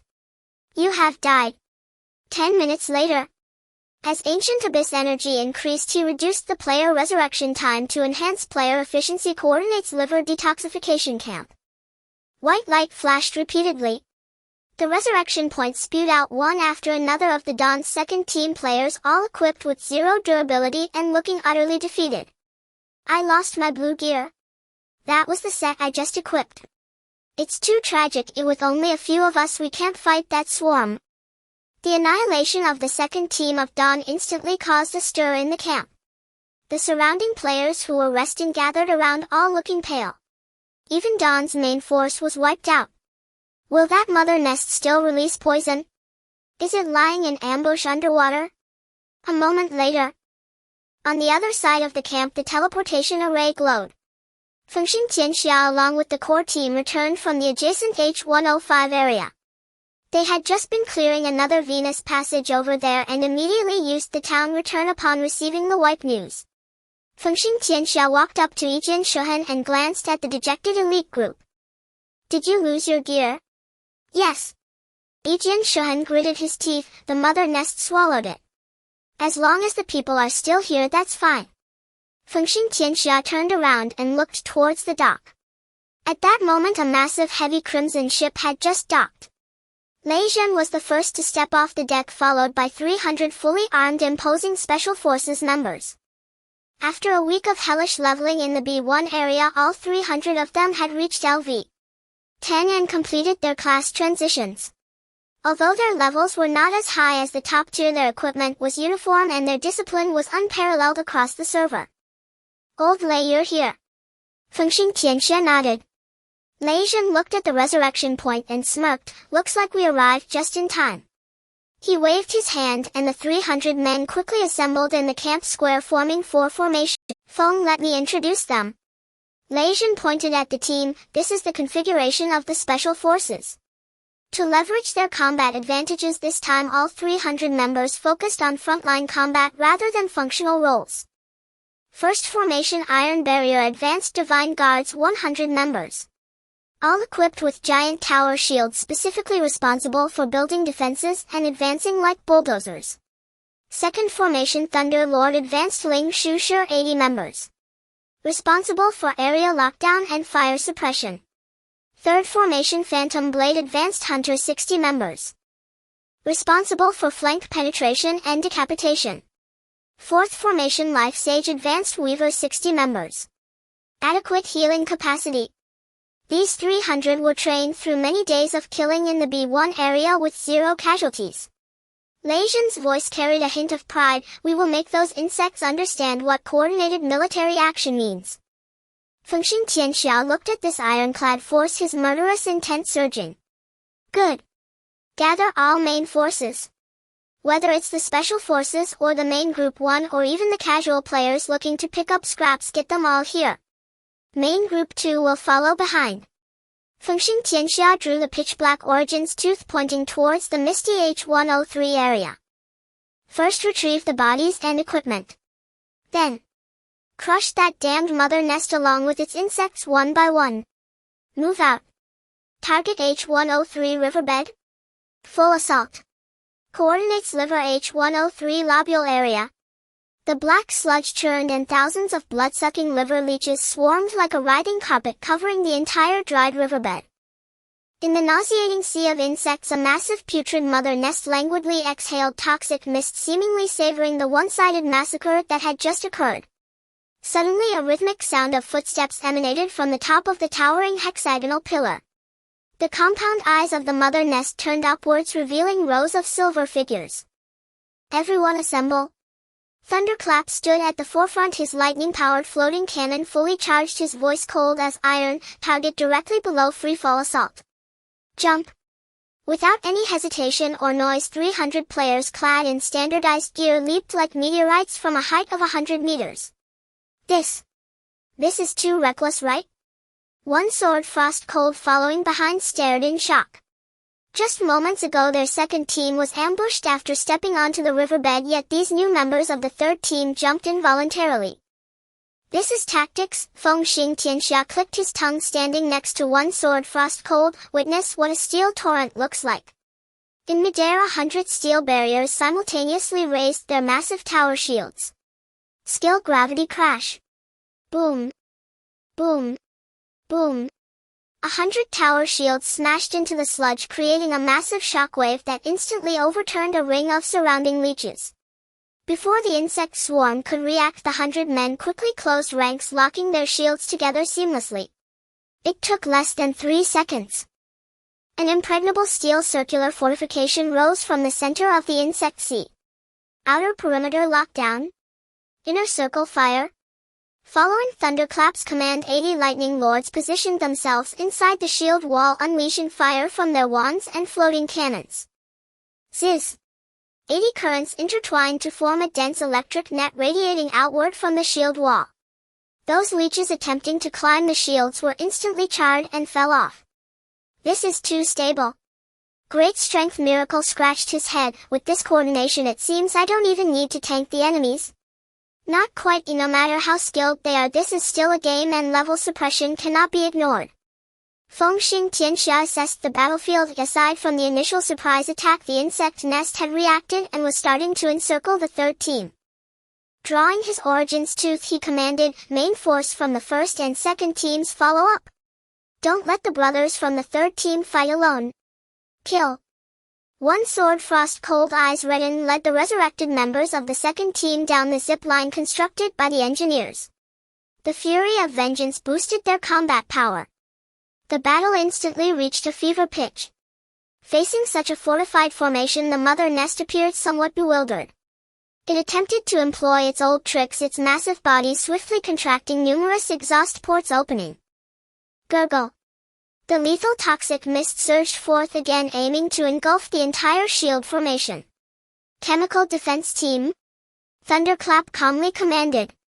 60 life sages did not flounder in confusion like ordinary players amidst the chaotic effect. This squad abandoned heavy robes for light armor suitable for movement, raising their staffs in unison while simultaneously unleashing purifying wind. Whoosh! 60 currents converged into a tornado, forcefully dispersing the untamed toxic mist that had yet to fall. Beautiful! Yun Zhongyo couldn't help but exclaim. This was not just the release of a skill, it was a perfect grasp of timing. The healers in this third team moved and positioned themselves as if they were military trained. With the toxic mist neutralized, the insect sea was blocked. The mother nest finally felt fear. It emitted a piercing shriek, its massive body beginning to writhe, attempting to burrow back into the depths of the sludge. Thinking of escaping? Feng Xing Tianxia's eyes sharpened. Assassin team, follow me for the beheading. Mages, cover fire. 60 ghost blades from the third team along with Feng Xing Tianxia One Sword Frost Cold and other hunters instantly activated Shadow Step. Dozens of shadows like phantoms traversed the battlefield, directly appearing on the bloated body of the mother nest. Keep it here. Feng Xing Tianxia's origins tooth glowed with an all-consuming black light, piercing fiercely into the greasy back of the mother nest. Stab. Weak point, critical hit. Triggered effect, devour. Target's movement speed reduced by 30. Simultaneously, dozens of daggers descended. In an instant, the mother nest was punctured like a sieve. Pierce. Sever tendons. Bleed. The mother nest writhed in agony, its massive tentacles thrashing wildly. Yet before these well-coordinated assassins, its attacks appeared clumsy and slow. Each time a tentacle fell, the assassins had already evaded using their high agility and delivered another strike. The equipment is inside it. Yun Zhongyo suddenly shouted from the back. Through the mother nest's translucent skin, several uniquely shaped weapons could be vaguely seen stuck in its digestive tract, not yet fully corroded. Got it. Feng Xing Tianxia replied over the communication channel. His figure flickered, dodging a spray of acidic liquid, and he directly jumped onto the head of the mother nest, specifically above its mouth. Great strength. Lazy. Pry its mouth open for me. Coming. Great strength, miracle activated, infernal avatar charging over like a fire giant, gripping the mother nest's upper and lower jaws tightly. Open wide for me. Lightning strike. Thunderclap set up his floating cannon. From a distance, a precise purple lightning bolt blasted into the mother nest's mouth, causing its internal muscles to spasm and preventing it from closing. Thanks. Without hesitation, Feng Xing Tianxia dove straight into the mother nest's foul and acidic mouth. No way. Brother Feng got eaten. The surrounding ordinary players were startled. The next second, the mother nest's body began to convulse violently, as if the Iron Fan Princess from Sun Wukong had entered its belly. Sizzle. A pitch-black blade of light pierced through the mother nest's abdomen. Feng Xing Tianxia emerged covered in green slime, clutching a pile of weapons bursting out from its belly. Weak point destroyed. Core damaged. The mother nest let out a wretched wail, its massive body deflating like a punctured balloon. Concentrate fire. Send it off. One Sword Frost Cold roared, pouring all his wrath onto this dying boss. Boom. Seconds later, the LV-22 boss that had previously wiped out the second team finally transformed into a shower of experience light. Defeated putrid mother nest. Gained large biotic energy. Gained venom gland rare material. H103 area cleansed. The battlefield gradually quieted down. The remaining leeches scattered and fled after losing their mother, easily cleared by the surrounding players. Feng Xing Tianxia wiped the slime off his face and tossed the equipment onto the ground. Brothers from the second team, come claim your gear.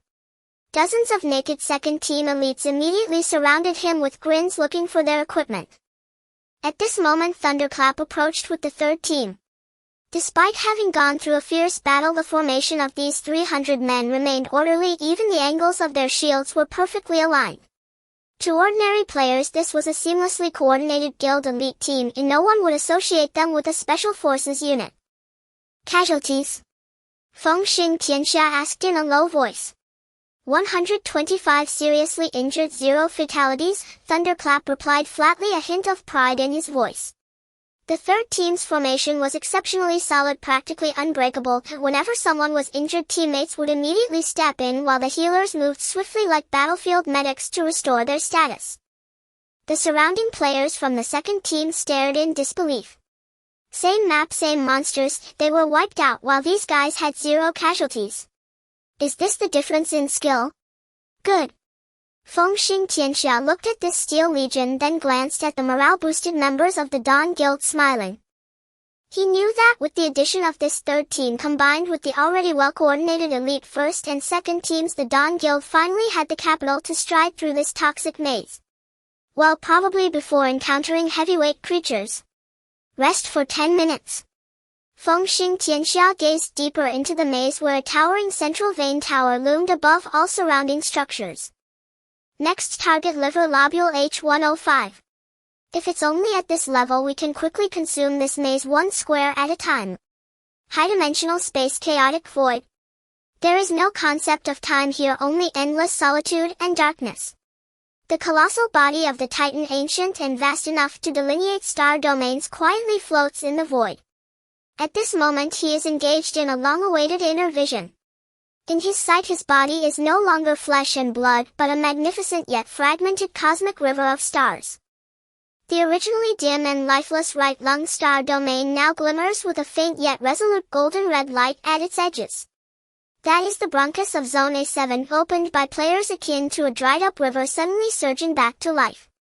Meanwhile, deeper within the Liver Nebula, the situation is far more complex. In Gu Yuan's perception, at least 5 different tiny light points are flickering defiantly within the toxic mist. The Dawn Guild has occupied H103, the Dragon Battle Guild has taken H109, and several scattered alliances have established a mushroom village at the fringes. Gu Yuan gazed at those busy little light points within him, a peculiar feeling surging in his heart. For his colossal body, these 100,000 players are less than a millionth of a bacterium. Yet it is these insignificant existences, driven by their immortal nature and a force known as greed, that are diligently repairing his dilapidated hive, much like industrious worker bees. The metabolic function of the liver has recovered by 0.01. Although the figure is pitifully low, it represents the beginning of a reversal. It seems less than 0.01. Well, rounding it, it's 0.01. Truly promising for the future. Blue Star, the real world. Location: First People's Hospital of Kyoto Rehabilitation Center. Miss Lee? You can't leave. You absolutely can't leave. Several experts in white coats, sweating profusely, are trying to stop a young girl packing her luggage. Your rehabilitation case is a world-class miracle. We need to conduct more comprehensive examinations. We need samples. Liu, dressed in light sportswear, casually hefting a heavy luggage bag, looked at the frenzied doctors with helplessness. Several days have passed since she drank the Titan's blood. After the initial excruciating pain, her body has recovered its functions at an astonishing speed. Atrophied muscles have regained their fullness and strength in just 3 days, and the necrotic nerves are now transmitting signals with the efficiency of newly forged cables. Now she can run 5 kilometers without even breaking a sweat. She's in excellent health. Professor Liu, I've cooperated with you for so many days of examinations. I've had blood drawn, CT scans done, and you've seen the results. I'm healed, even healthier than before. But that's unscientific. We need to find the reason. The old professor was so agitated that his glasses almost fell off. The reason is good mood and good food. Liu playfully winked, then didn't want to linger any longer. With a light tap of her toes, she nimbly bypassed several intern doctors attempting to block her, moving as gracefully as a swallow. By the time the doctors reacted, she had already pressed the down button for the elevator. Dad, Mom, wait for me downstairs, hurry up and drive, don't let them catch up. Liu said hurriedly into her phone as the elevator doors slowly closed, cutting off the doctor's shouts. In that moment of escaping the hospital, she looked at the sunlight outside and took a deep breath. That was the taste of freedom, successful jailbreak. That night in the core voice channel of the Dawn Guild, I broke out. Yun Zhongyu's voice sounded in the channel, unable to hide her joy. The way those doctors looked at me was like they were seeing an alien. Ha ha ha. I knew you could do it, sister. A loud voice boomed, shaking the channel. Me too. The foreman insisted that I sign up for weightlifting at the sports school, so scared I ran off with my bucket overnight. I just got to Magic City and am looking for a hotel now. Since everyone's settled in, let's meet up. A voice from Fengxing Tianxia chimed in. There are some things that are inconvenient to discuss online, especially regarding future plans. Agreed. Lei Zhen succinctly stated. Li Zihan and I are already in Magic City. Then see you tomorrow night. Fengxing Tianxia sent a location coordinate. Magic City Cloud Apartment, my home. Even if it's the end of the world, we still need to eat. I'll treat everyone to hot pot. The next night. Magic City Cloud Apartment. This is a private gathering with no outsiders, marking the first offline meeting of the core 5 members of the Dawn Guild. The location is in Chen Feng's home. Although this spacious flat is situated in a prime area, the decor is unexpectedly simple, even a bit cold, with only rows of professional gaming equipment showing the owner's identity. But tonight it is filled with the warmth of human activity. In the center of the living room sits a steaming copper pot, the beef oil spicy base bubbling, filling the air with enticing aromas. Brother Feng, your meat cutting technique is impressive. Wang Daqiang, clad in a tight t-shirt straining against his muscular frame, stared at the thin slices of lamb in Chen Feng's hand, drooling. It's the basic skill of a professional player, steady hands. Chen Feng smiled, neatly arranging the meat slices. His hands were not only steady but also swift. The knife in his hand seemed to have a life of its own. On the sofa, Li Zihan was fiddling with his portable terminal, occasionally pushing up his thick glasses. Meanwhile, Lei Zhen stood on the balcony, habitually observing the surrounding environment and escape routes before entering and closing the floor-to-ceiling window. Ding dong, the doorbell rang. Chen Feng went to open the door. Standing at the entrance was a girl with a ponytail in jeans, her face glowing with health. Li Yu. Hello everyone, I'm Yun Zhongyu. She shyly waved her hand.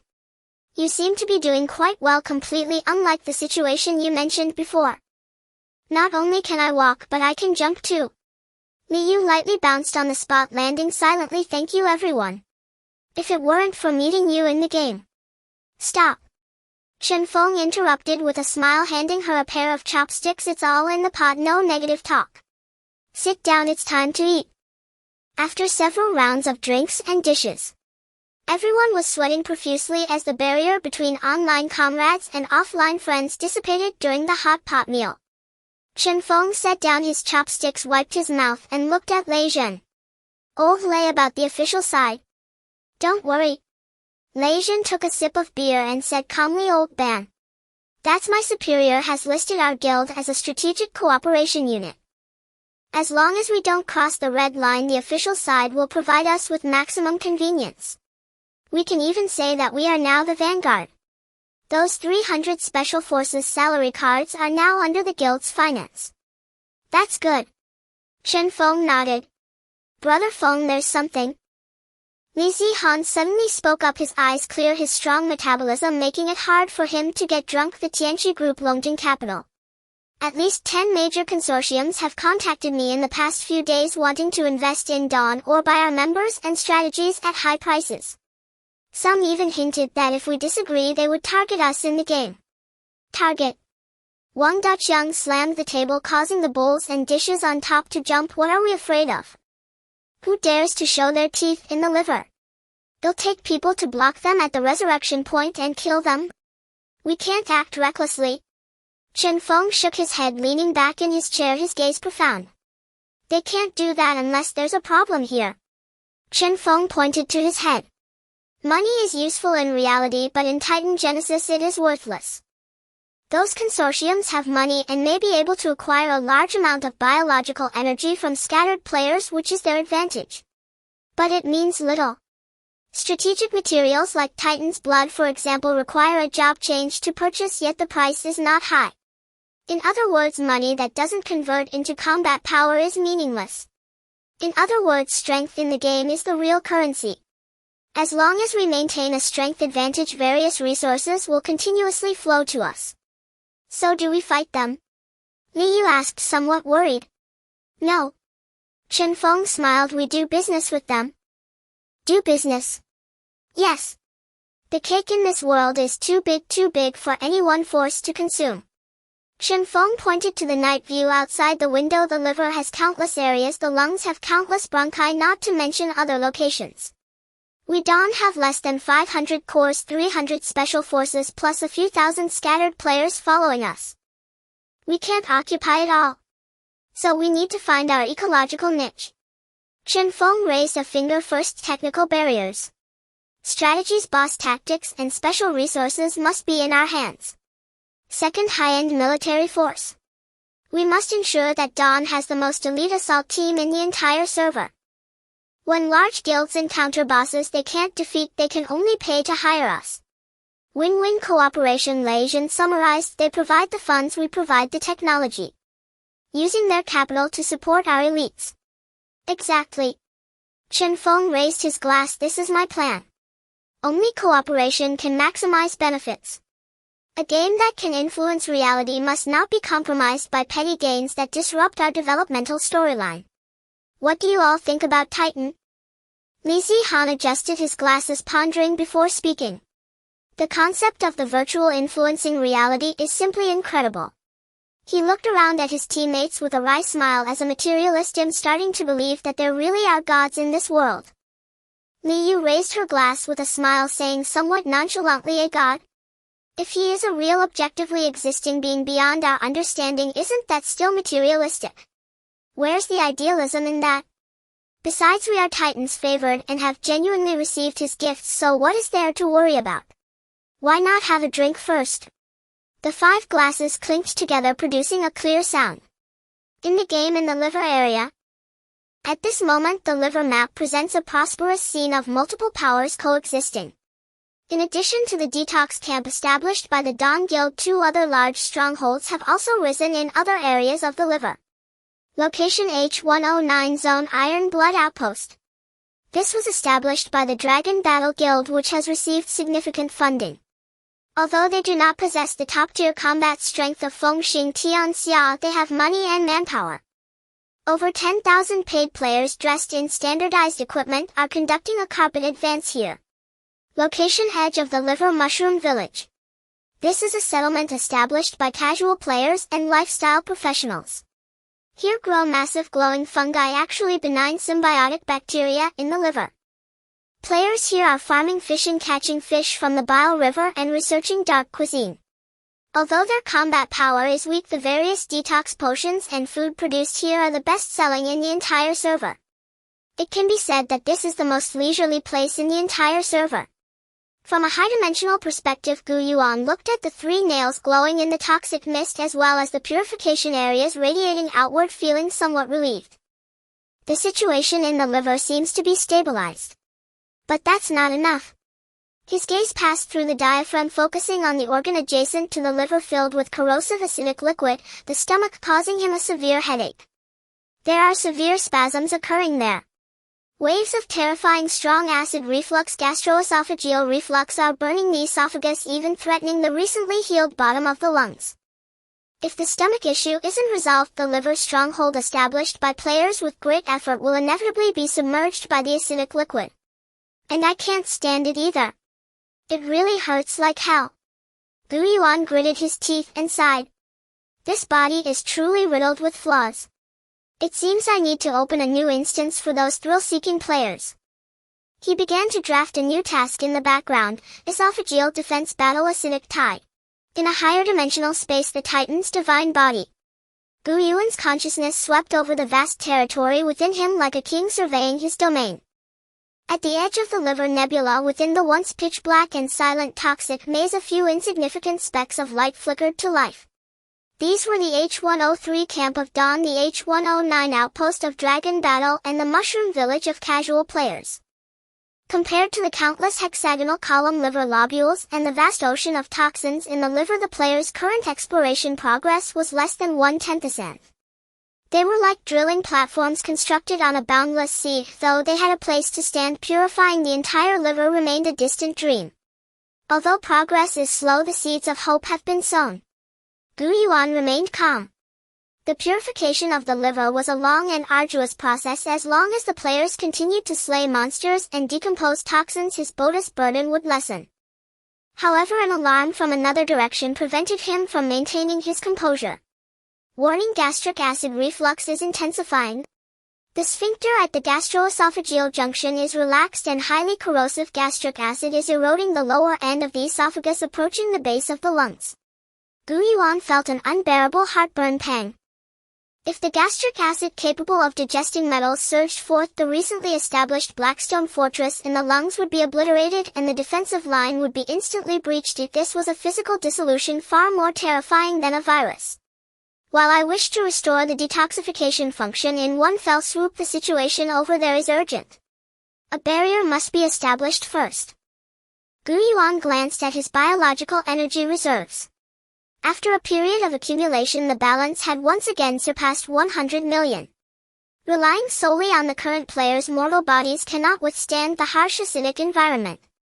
They must enhance their survival capabilities or provide them with enough temptation to embrace danger. Yuan's gaze sharpened as his fingers flew across the system's back end. Convert resources: Titan's Blood Diluted version X 2000. Set deployment rules: bind to a new campaign, Gastroesophageal Defense War. On Blue Star: The Real World. Although 2,000 players who had obtained Titan's blood seemed like a grain of sand in the desert, for a population of billions each grain was pure gold. In this age of information explosion, secrets cannot be kept. Even the extravagant and terrifying lives of top billionaires can be revealed, at least showing some traces, let alone ordinary people who enjoy showing off. Especially when such secrets pertain to health, longevity, and extraordinary power, countless people flock to it, many flaunting their talents. Location: a second-tier city in the southern Dragon Country. Late-night food stall. Boss, bring 2 more cases of beer. Hurry up. A group of tattooed, beefy young men were gathered together, creating a ruckus. Among them was a buzzcut man, the leader. He was an early player of the Titan game ID, Angry Bro. In reality, he was a layabout. Since the launch of the Titan game, he had spent a long time immersed in it. He was extremely lucky, one of the first 1,000 to grab the potion. Though he was merely a thug, in reality in the game he was a level 11 guardian specializing as a berserk beast. At this moment his face was flushed from drinking, 1 foot on a chair, boasting with spittle flying. Let me tell you, I soloed 2 sludge monsters in that liver dungeon. That technique, TSK. Alright bro, enough bragging. A nearby young student couldn't help but mutter, I also play Titan. Soloing 2 level 11 guardians against level 16 monsters. That wouldn't even break their defenses. Bang! Angry Bro slammed his hand on the table. The solid wood corner snapped loudly. Wood chips flew. The surrounding diners fell silent, their eyes wide with fear at the broken table corner. What kind of strength did that take? You little brat, who are you calling a liar? Angry Bro stood up, swaying as he approached. The combination of alcohol and the sudden surge of extraordinary power sent his already inflated ego completely out of control. He felt like Superman now. Law. What is that? What? What do you want? The student paled in fright. He regretted it inwardly. What terrible luck to run into a thug who had consumed Titan's blood. What do you want? Let me show you the power of a berserk beast.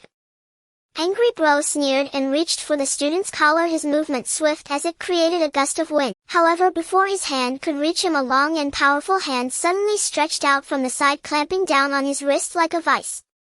It was a man dressed in a black jacket, wearing a cap, silently eating noodles in the corner. Let go. The man spoke in a low voice, yet it carried an undeniable authority. Who the hell are you? Looking for death? Angry Bro roared, instinctively attempting to unleash a power move from the game. He swung his arm powerfully enough to dislocate an ordinary person's joint. But he was terrified to find that no matter how hard he tried, the man's hand felt as if it were welded to his wrist, unmoving.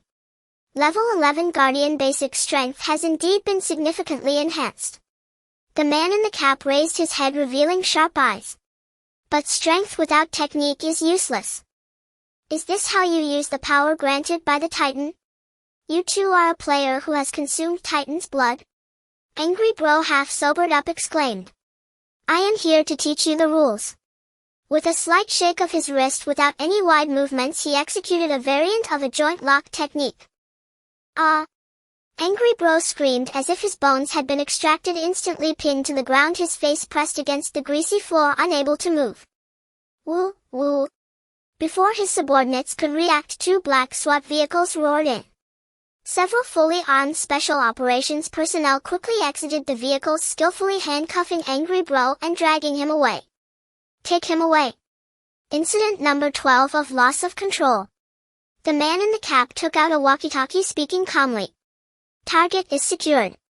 Recommend a mandatory cooling-off period for this player and assess the risk of account recovery. The Titan game is bound to individuals, making it easy to prevent these unstable elements from accessing the game pod. Surrounding diners held their phones dumbfounded, watching and recording the scene. Although the official quickly controlled the comments, similar urban legends had already begun circulating. Dragon Country Security Bureau Wall-Breaking Action Team Office. Ban Zhengwo looked at the reports gathered from various places, his brow furrowed. 2,000 enhancers. While most are relatively well-behaved, there are quite a few with a newly rich mentality like the one just now. He looked at Lei Zhen, who had just come offline to report. Lazy power comes too quickly without a matching mindset, and it can lead to big problems. We cannot just block without guiding. Feng Xing Tianxia is already addressing. Lei Zhen reported, the Dawn Guild has already implemented the Extraordinary Persons Covenant, prohibiting members from abusing power in reality. Violators will not only be expelled from the guild but also blacklisted across the server, and we will assist the authorities in locating them in reality. Feng Xing Tianxia is a smart person and a competent leader. Ban Zhengwo nodded. Tell him that the official supports his actions. Additionally, according to recent intelligence, the second round of potion deployment has already begun. This time there are even more observers. Foreign consortiums, mercenaries, and even some extremist organizations are trying to find ways to acquire accounts, control game account owners, or attempt to intercept Titan's blood. Old Ban pointed to the screen. This is a war without gunpowder. You must hold the line in the game. As undercurrents surged in the real world, a golden server-wide announcement exploded like a nuclear bomb across the entire server. Expansion update Acid Wave. Background description: the expedition into the liver has just begun, but violent tremors are emanating from the deeper stomach. The defense line known as gastroesophageal junction is on the verge of collapse as highly corrosive strong acid threatens the lung passages we rely on for survival. Server-wide emergency campaign: construct the Great Wall of gastroesophageal junction. Campaign objectives: head to the entrance of the stomach, gastroesophageal junction, use antacid materials to build a dam to block the gastric acid from eroding the esophagus. Eliminate the corrosive sludge monsters and strong acid spitters that accompany the surge of gastric acid. Campaign rewards focus: second round of gene store restock announcement. Items listed: Titan's blood diluted version, quantity 2,000 units. Acquisition rules: this time there will be no speed-based purchase. It will be based on the personal contribution ranking of the gastroesophageal junction campaign, with the top 2,000 players gaining purchasing eligibility. What the hell? 2,000 units? This time it's distributed based on contribution. Great. Finally, no need to compete for internet speed. Liver. As long as I don't die from grinding, let's grind to the limit. If the truth of the first round of potions was known to only a few, then after more than 10 days of fermentation and the spread of various rumors in reality, now all players worldwide knew this potion could change their fate. They went crazy. They were utterly insane. Countless players who had originally been nitpicking over a few hundred to thousand biological energies in the liver area were now charging towards the teleportation array with bloodshot eyes. Even level 5 novice players just fishing wanted to go to the front line to move a few bricks. What if they made it into the top 2,000? Location Dawn Guild Base, Detox Camp. Fengxing Tianxia watched the boiling messages in the guild channel and turned to his core team behind him. Did you all see? This time it's based on contribution. This is the fairest yet most brutal rule. Yun Zhongyo tightened his grip on his staff, his gaze determined. Brother Feng, my parents are getting older and their health isn't great. I want to get one for them too. Dali Chichiji scratched his head, no longer the carefree demeanor he once had. I have a childhood friend in my village who broke his leg in an accident on a construction site. I want to get one for him too. Even the usually calm Li Zihan's eyes sparkled. I want to get one for my mentor. He has Alzheimer's and his brain is deteriorating. If I can cure him, it would be a blessing for the scientific community. Watching the eager expressions of his teammates, Fengxing Tianxia fell silent for a moment. He understood the desire to support family, but he had to maintain his rationality as a leader. Of course you can. Fengxing Tianxia nodded, then shifted his tone to one of grave seriousness. However, I must remind everyone to stay calm. Resources must be prioritized for oneself. He scanned the crowd, his gaze piercing. The current Titan's blood being provided is merely a diluted version. While it can heal, it is only entry-level enhancement. This game has just begun. There may be stronger items in the future, even a complete divine blood that grants immortality. If we spread our resources too thin now, leading to the core team's combat power not keeping up with the version in the future when faced with higher level bosses and more valuable rewards, we can only watch others take them. Fengxing Tianxia paused, his tone softening slightly. Only when we strengthen ourselves can we provide better resources for those around us. Current selfishness is for the purpose of future protection. Do you understand? The crowd felt a chill in their hearts. Li Zihan pushed up his glasses and nodded seriously. Brother Feng is right. We cannot easily give up our current advantages. Then let's go seize it. Fengxing Tianxia drew the origins Feng, pointing towards the new passage leading to the stomach. Set off. Target gastroesophageal junction. Coordinates lower end of the esophagus cardia defense line. As the first batch of crimson ships carrying the Dawn Vanguard burst through the bifurcation of the trachea and plunged down the wider, deeper pipe, everyone experienced a sense of physiological discomfort. The air here was no longer dry and cold, but instead became humid and sticky, carrying a nauseating sour odor and the smell of fermentation. It felt as if they had dived into the throat of a massive creature that had just finished burping. This smell is too overwhelming. Even with gas masks on, the strong man grimaced. It's like boiling 1,000 rotten tomatoes and stinking eggs for 3 days and nights. The fleet gradually slowed down, docking near a pink fleshy cliff. At the bottom of their sight lay a breathtaking biological wonder. It was a massive ring-shaped muscular gate, the cardia. It should have been tightly closed like a locked city gate. But now this city gate was violently convulsing, a huge gap splitting open in the center. Sizzle, sizzle. Streams of yellow-green liquid erupted from the gap like a geyser, accompanied by a dull gurgling sound splattering against the walls of the esophagus. The originally smooth flesh walls were instantly charred and rotting, releasing waves of unsettling white smoke. System warning: entering a strong acid environment. Environment debuff: high concentration gastric acid erosion. A member of the Dawn scoffed, why is there environmental debuff everywhere? Effect 1 inflicts real damage per second. Ah! My shield. My heirloom shield. Another player from the Guardian squad who had rushed forward to explore suddenly let out a scream. To everyone's horror, they saw that the Fortunatus bone shield, which had cost all his savings to enhance, had melted and bubbled like butter thrown into a hot pan after just one drop of the splashed acid.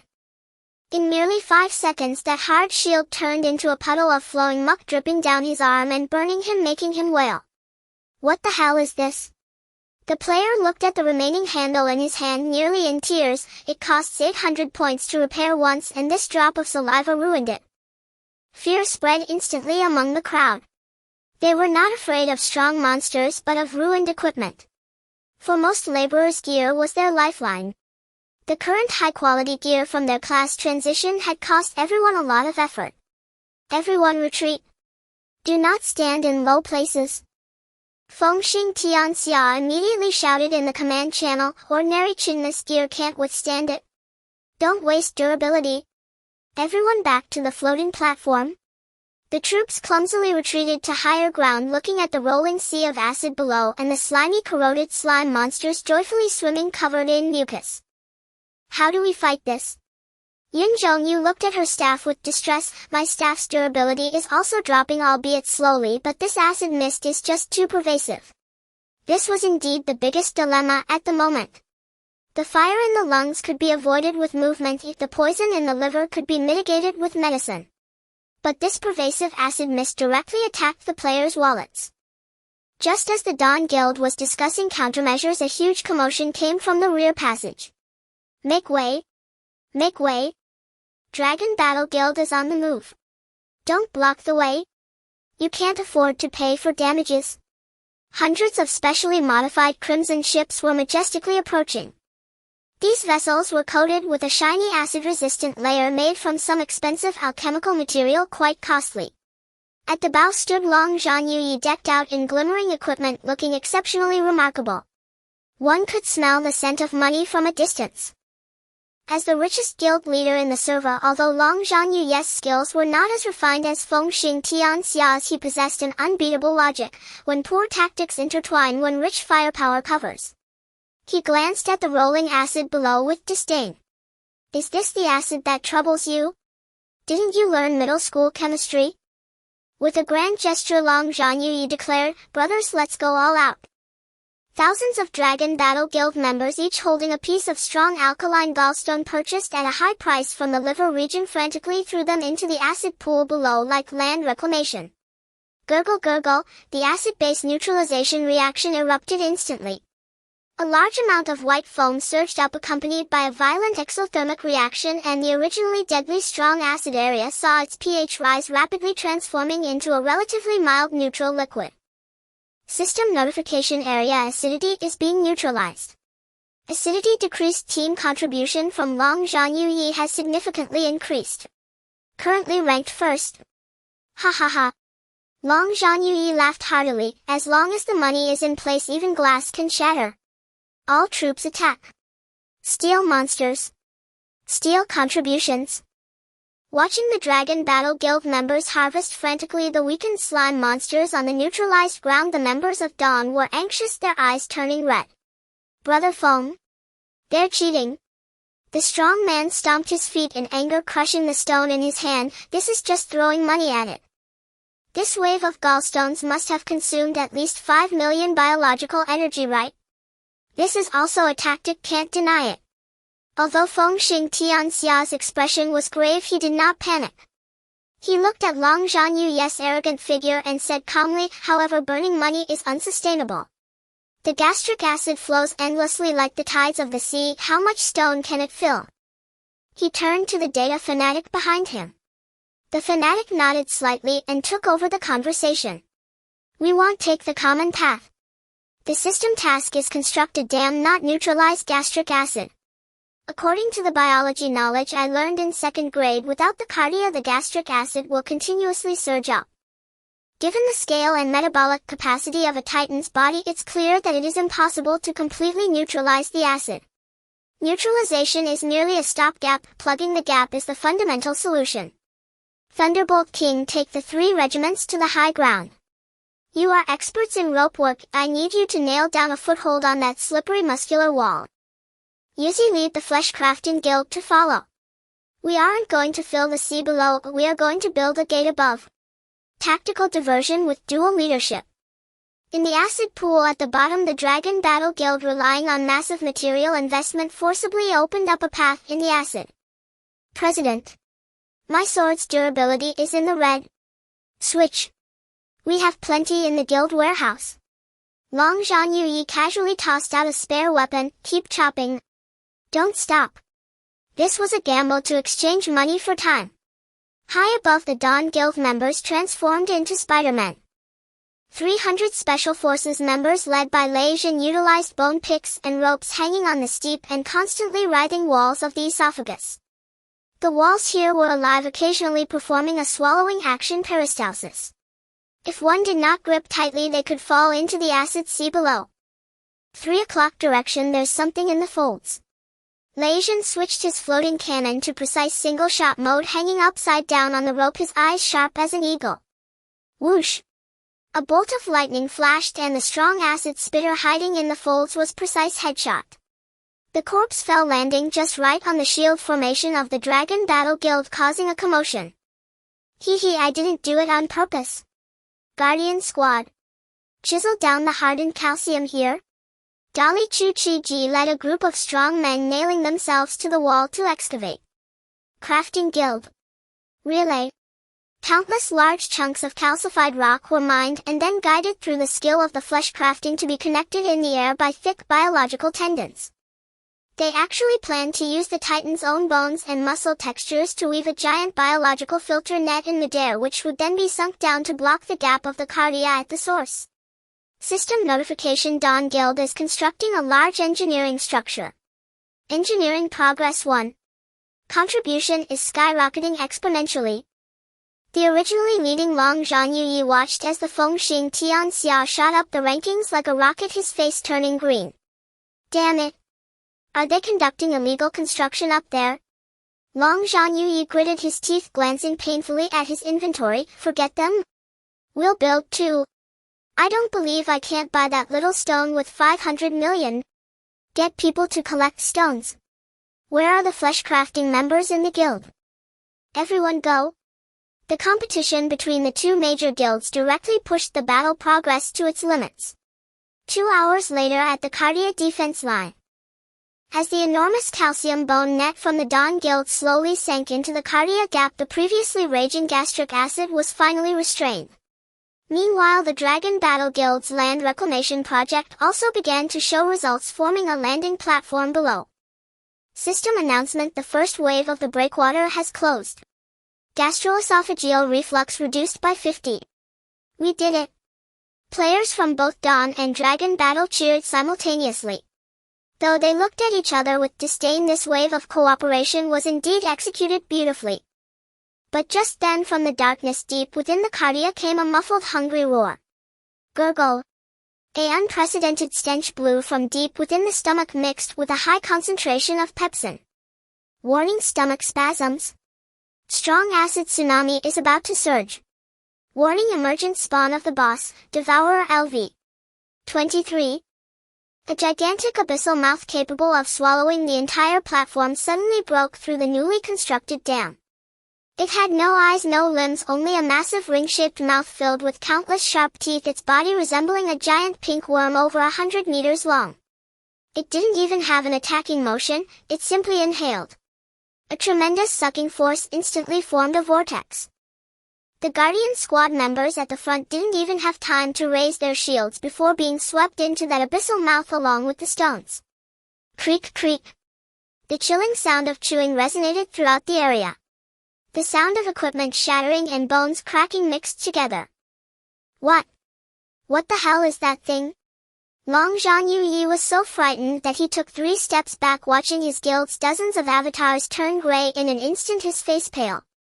Fengxing Tianxia, at a high vantage point, narrowed his eyes, the tooth of origin in his hand unsheathed in an instant. The opportunity has come. The Dragon Battle members have drawn the first wave of aggro and the boss is in its stiff phase. Spirit Envoy, lock onto its excretory orifice. Oh no, it's breathing hole. All remaining melee members prepare, jump for the assist. Coordinates lower end of the esophagus cardia defense line. Help. I'm stuck. Dozens of Dragon Battle Guild's Divine Guard players were pulled into the abyssal maw covered in barbs. Immediately a painful creaking sound echoed. Devouring Maw LV.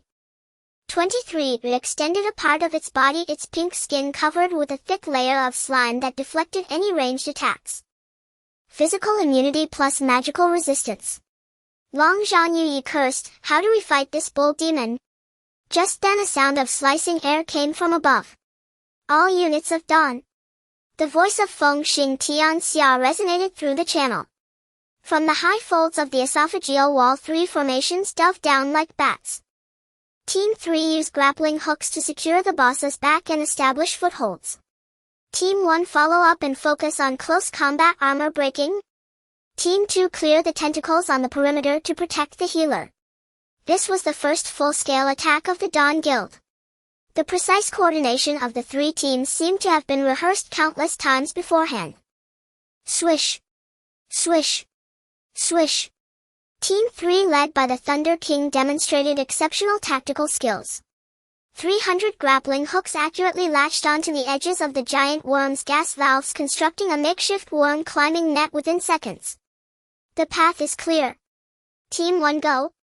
Dolly Chuki roared angrily, charging up the net with several hundred high-level divine guards.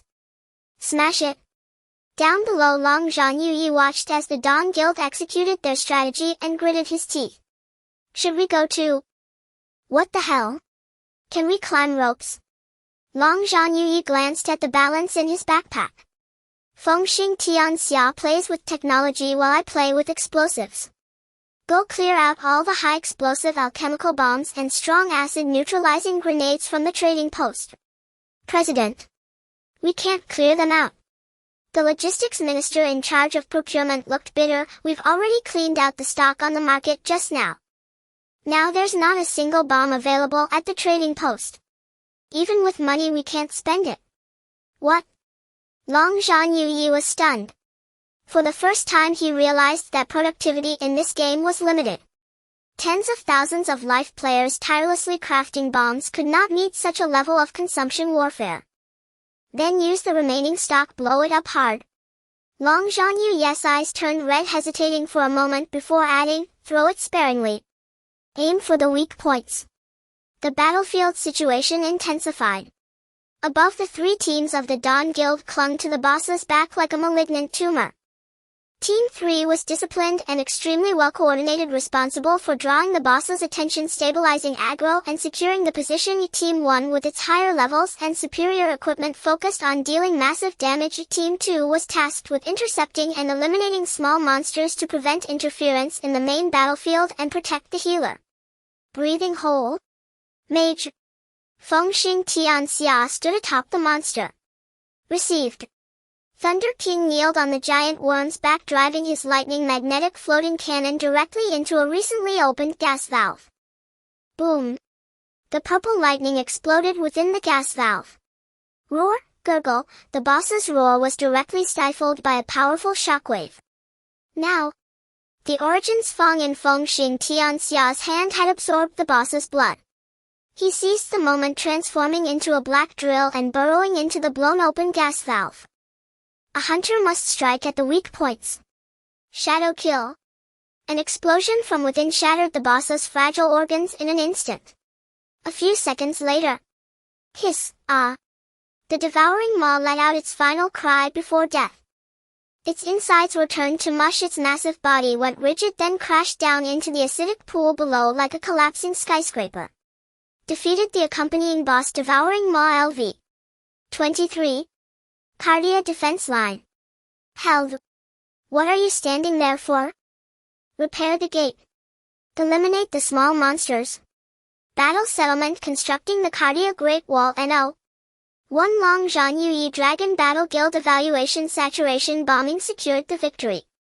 No. 2 Fengxing Tianxia Dawn Guild evaluation, perfect tactical execution and a lethal strike. Looking at the rankings, Fengxing Tianxia was not disappointed. He smiled broadly. Long Zhan burned through countless resources, so it was only natural for him to take first place. The cooperation between Dawn and Dragon Battle Guild was textbook level. The second round of replenishment at the Jean shop has begun. Titan Blood diluted version stock updated 2,000 units. Purchase eligibility, players ranked in the top 2,000 for contribution in this battle. This time there was no need to battle for speed if the system directly sent purchase rights confirmation letters to the top 2,000 players. I qualify. A Divine Guard ranked 1,999th, looking at the pop-up window, was so excited he knelt down and cried. Ha ha ha, I can change my fate too. For those ranked 2,000th and below, this moment was more painful than death. A hunter ranked 2,001st rolling on the ground, please do not disturb. High-dimensional perspective Titan body. Yuan watched the defense line at the cardia reassemble and the blocked gastric acid finally sighing in relief. Gastroesophageal reflux has been suppressed. Lung threats eliminated. The stomach issue has been temporarily resolved. Yuan shook his head as he watched players trying to jump into the gastric acid to swim only to be scalded to death. Today's players have such poor equipment. It's all physical defense with almost zero magical resistance and attribute resistance. If the resistance issue is not resolved, they won't even be able to enter the stomach, let alone navigate the depths of the liver. Yuan thought to himself. Currently the open liver and lung could provide many materials. Materials like wind, fire and poison attributes are already available. It's time to open that system. System-wide update: the Age of Enchantment and Alchemy. New NPC Rune Craftsman Dawn Fortress Blackstone Castle Antidote Camp. Function: opened equipment attribute enchantment. In-game. The players who participated in the cardia battle returned through the Crimson Channel to the lungs. As Fengxing Tianxia returned to Blackstone Castle, he found a mysterious old NPC beside the blacksmith shop. Young warrior, your blade is fast but it has no attributes. The old man pointed at Fengxing Tianxia's dagger. Do you want it to burn? Or do you want it to be poisonous? A simple speed increase is also possible. A completely new interface unfolded before Fengxing Tianxia. Enchanting System Details 1. Weapon enchantment: Flame Infusion requires infernal core shards produced in the lungs. Attack carries fire attribute damage, highly effective against plant insect type monsters. Venom coating requires high purity bile produced in the liver. Attack carries continuous corrosion suppressing monster healing. 2. Armor enchantment: Acid resistance film requires hardened bile stone slime goo. Greatly reduces damage from acidic environments. Heat resistance pattern requires ember ashes. Reduces fire attribute damage. This. Fengxing Tianxia's eyes lit up. This is the typical way to sustain oneself through battle. Want to go to the stomach? Then you must farm bile stones, the acid-resistant material in the liver. Want to go deep into the liver? Then you need to farm fire cores in the lungs to enchant equipment for high-temperature disinfection. The output from these three organs forms a perfect cycle of mutual restraint. Brothers! Did you hear that? Fengxing Tianxia shouted in the guild channel. The cardia battle is just a sudden event if the stomach map is temporarily unsuitable for entry. Some solo players want to die, but we don't need to follow them to their doom. Now the task focus shifts back to the liver and lung bronchi. We need to farm materials. Everyone change your gear. Enchant all weapons into magical weapons. When we have a full set of acid resistance gear, that will be our signal to counterattack the stomach. With the opening of the enchanting system, the previously confused players found their goals again. The price of bile stones in the liver skyrocketed and fire cores in the lungs were in short supply. The entire Titan body once again fell into a feverish monster farming frenzy. In game time shortly after the Ben Men battle. Coordinates: liver H105 liver lobule zone. The battle in this maze of hexagonal pillars has never ceased. Compared to the H103 zone, which was quickly cleared, the environment here is much more rigid. Thick jade-like gallstones cover the walls and ordinary weapons can only leave a white mark when struck. Bang! Fengxing Tianxia's figure moved like a wisp of ink, and the Origin's Fang in his hand precisely sliced through the joint gap of a crystallized gallstone golem LV. 22 Elite. As this massive golem shattered with a loud crash, an unprecedented golden beam of light erupted from Fengxing Tianxia, piercing through the darkness like a sword. The brilliance was so intense that it even cleared the poisonous mist within 100 meters radius. Congratulations! Player Fengxing Tianxia has leveled up to LV 20. Server-wide announcement: the first gene lock has been unlocked. System update: Titan sequence activated, reality mapping has been enabled. Wow! Level 20. From a distance, the mighty Dali Chu Chi Ji paused his swinging armor, looking at the golden light with envy. He was still level 19 and had quite a distance to go to reach level 20. Brother Feng's leveling speed is simply outrageous. I feel like it will take me another day or two to even touch level 20. At this moment within the Dawn core team the level gradient was becoming less noticeable. As the required experience for leveling up increased in the later stages, everyone's experience gain efficiency from collective actions was nearly the same. Fengxing Tianxia, relying on his high damage output against single targets, especially high-level elites, gained a considerable amount of experience, and with the first kill bonus he galloped ahead to reach level 20. The Thunder King and Li Zihan, the data fanatic, had just surpassed level 19. The capabilities of the Spirit Will Envoy lean towards area damage with limited effects against powerful individuals. Meanwhile the tank Dali Chu Chi-ji and the logistics Yun Zhong-yu were stuck in the middle of level 19. Is this what it feels like to be level 20? Fengxing Tianxia let out a long breath. In that moment of leveling up he felt his virtual body undergoing a qualitative change, no longer a mere accumulation of data but an evolution of life itself. As if something had shattered. He clicked on the golden double helix icon flickering at the center of his vision. Titan sequence. Talent tree system. Titan sequence. Description: the endpoint of the iron body, the starting point of divine evolution. Each level increase will grant you an opportunity to transform your body. The starting point of divine evolution. Fengxing Tianxia gazed at the description on the golden double helix icon, unable to help but murmur to himself. He swallowed hard, suppressing the excitement within him as he continued to look down. Please choose one of the foundational talents below. 1. Blood and flesh sequence. Red. Beginner muscle fiber reorganization strength determination 15. Reality mapping. Bone density increases, explosive power reaches human limits. Beginner keratinized skin physical defense 10. Reality mapping. Subcutaneous tissue toughness enhanced, small caliber projectiles find it difficult to cause penetrating wounds. 2. Neural sequence. Blue. Beginner synapse acceleration neural reaction speed 20. Reality mapping. Dynamic visual capture ability greatly enhanced, neural signal transmission without delay. Beginner hunting instinct sensitivity to murderous intent and line of sight enhanced. Reality mapping unlocks a faint crisis intuition.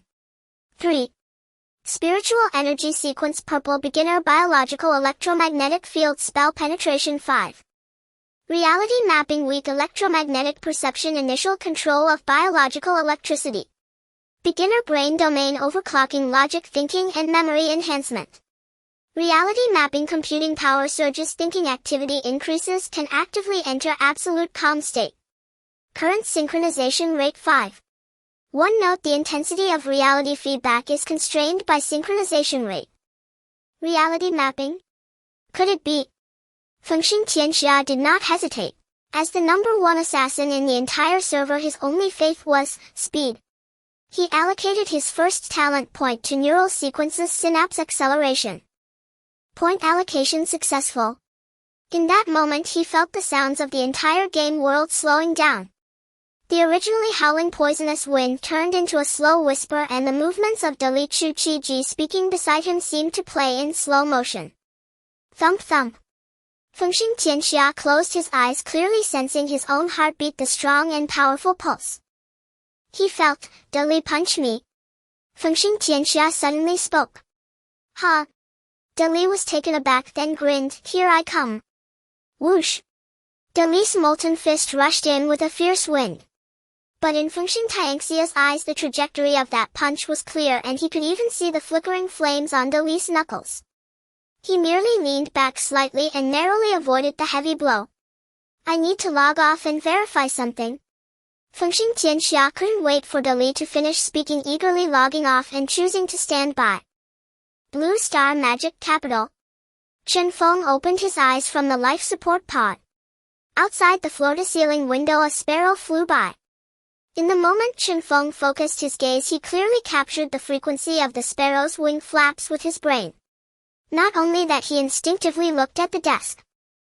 A ballpoint pen, due to the slight tilt of the desk, was sliding toward the edge. In the moment it fell, Chen Feng's figure had already vanished from the side of the life support pod. Swish! His hand firmly grasped the pen. The whole process was so fast that he didn't even have time to react. It was a purely instinctive response. The whole world has become clearer, my perception has become incredibly sharp, and my speed has increased significantly. Chen Feng looked at his hand. If before his body was repaired and significantly enhanced by 2 bottles of Titan's blood, now it could be said that he had been reforged. At this moment no one understood the 4-word starting point of divinity better than him. And my synchronization rate is only 5. 1. He took a deep breath and lay back in the life support pod. 5 minutes later. In-game. Fengxing Tianxia opened his eyes again, his tone filled with an unprecedented fervor. Everyone hurry up and level up. Listen, the talent tree after level 20 like Titan's blood will have some effects that directly apply to the body in reality. It's simply a miracle. After saying this he paused and grinned. I feel like I should no longer be considered human. Even if I encountered special forces from the 3rd Regiment in reality, I should be able to take on 5 of them unarmed and having consumed Titan's blood. The Thunder King and the Data Fanatic exchanged glances, flames igniting in their eyes. Stop chatting. Level up, level up. Lei Jin shouted, bring the 3rd Regiment over here and use saturated monster killing to push our levels up. From a higher dimensional perspective, Titan Divine Body. Gu Yuan watched as Fengxing Tianxia lit up the first talent star, a ripple of emotion stirring within him. The first particle transcending the mortal body has been born. Gu Yuan observed for a while, muttering, first tier not bad. I just wonder how high their rank can go in the future. The player's game level and the universal ranking seem to not correspond well. Forget it, I can't be bothered, my own life is more important. No matter what tier they are, they must work for me. Although the increase in level accelerated his repair speed, he also felt the pressure. The lesions in the liver are not dormant. As players rampaged through H103 and H105, the black hardened mass within the depths of the liver resembling ink seemed to sense a threat. With the immense scale of the Titan body, each part of the body upon losing control seemed to give birth to Gaia's consciousness. It began to contract, the nutrients originally flowing to the edges were forcibly cut off, all redirected to the nearby massive transportation hub H124. It's actually gathering defensive forces trying to counterattack the players. Gu Yuan looked down at H124 lobule. There at the junction of multiple portal veins and bile ducts, a massive fortress made of dead liver cells was forming. If this point is not taken down, the players will be forever trapped at the edge of the liver, unable to enter the true detoxification center. Gu Yuan lightly tapped, writing a brand new main quest to send to all players describing this threat. Epic battle announcement for the entire server H124 hub. Background: a strong immune rejection reaction has occurred deep in the liver and a fortress made of filth. H124 hub blocks the necessary path to the core. Quest objectives: 1. Launch an expedition to H124. 2. Destroy the tumor fortress. 3. Establish a joint camp below the H124 fortress. Rewards: the first organization to breach the fortress will gain purification management rights for the area that is camp commission. After the battle ends, a 3rd round of Titan's blood purchase slots will be distributed based on contribution, a total of 5,000 doses. Players who had originally been fishing in various small bronchi and picking up trash at the edge of the liver went completely mad upon seeing 5,000 doses and purification management rights. 5,000 doses? Wow, this time I must grab one. Management rights? Doesn't that mean I can charge a toll? Dawn Dragon War Dynasty, all guilds are gathering.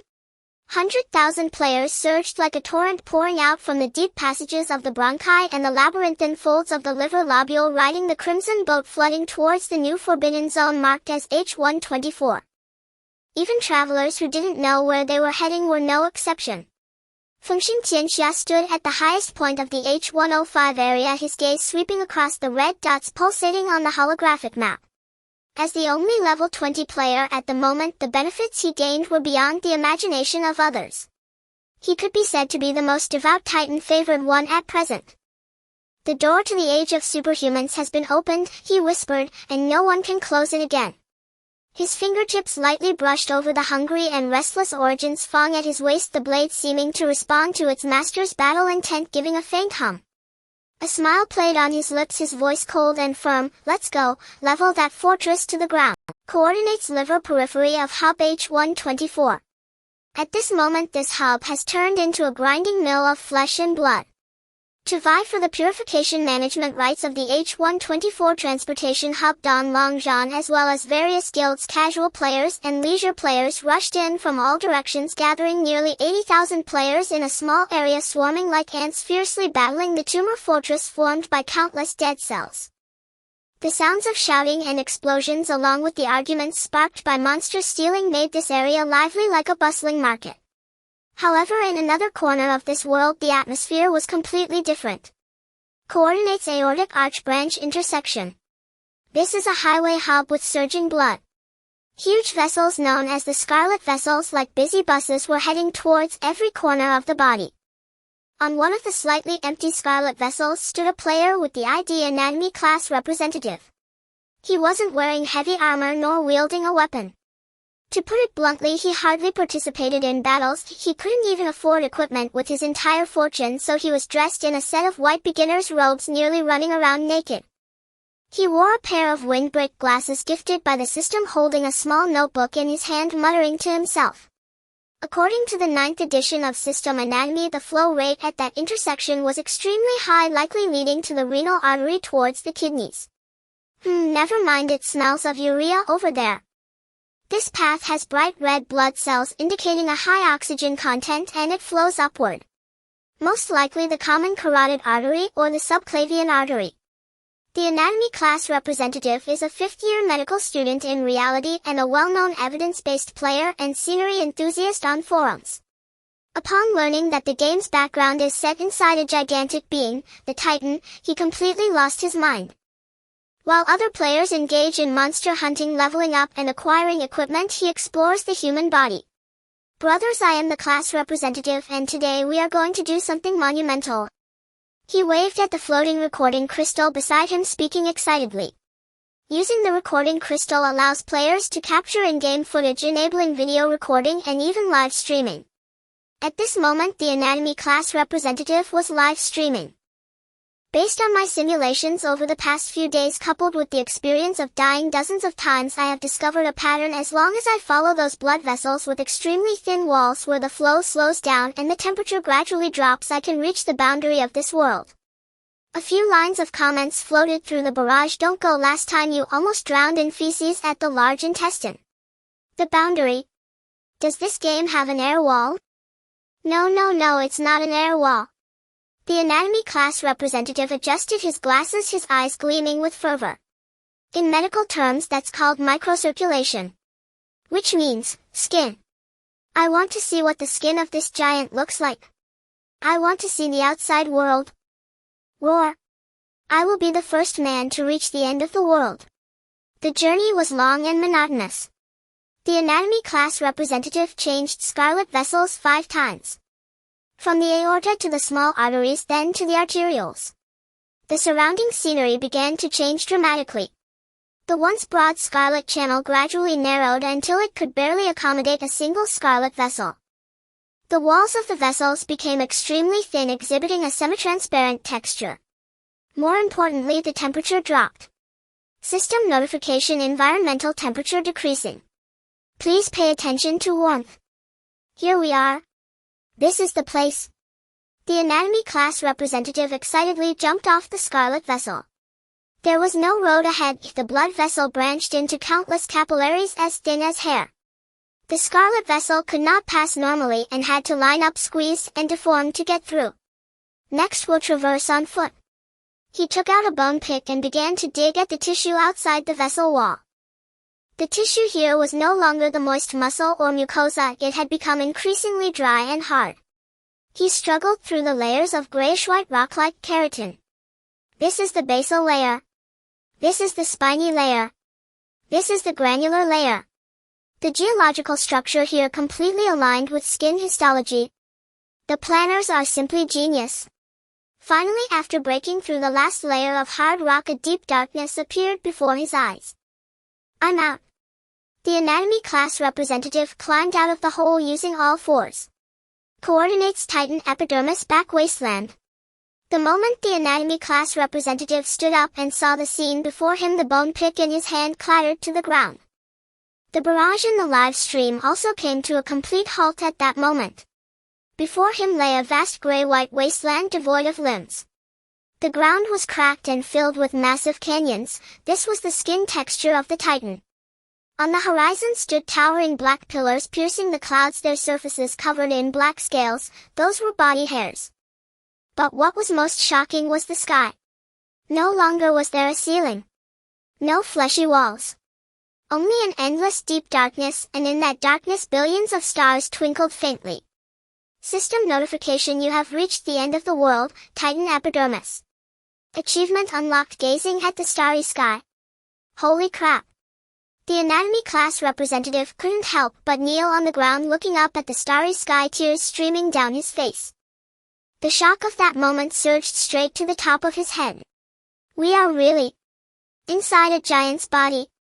Outside is the universe. This is insane. This game actually managed to create this. Could it really be a game released by some advanced civilization?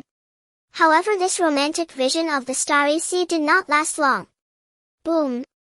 The ground suddenly trembled violently. In the distant sky, a meteorite trailing a green tail carrying a sense of destruction crashed down hard onto this wasteland.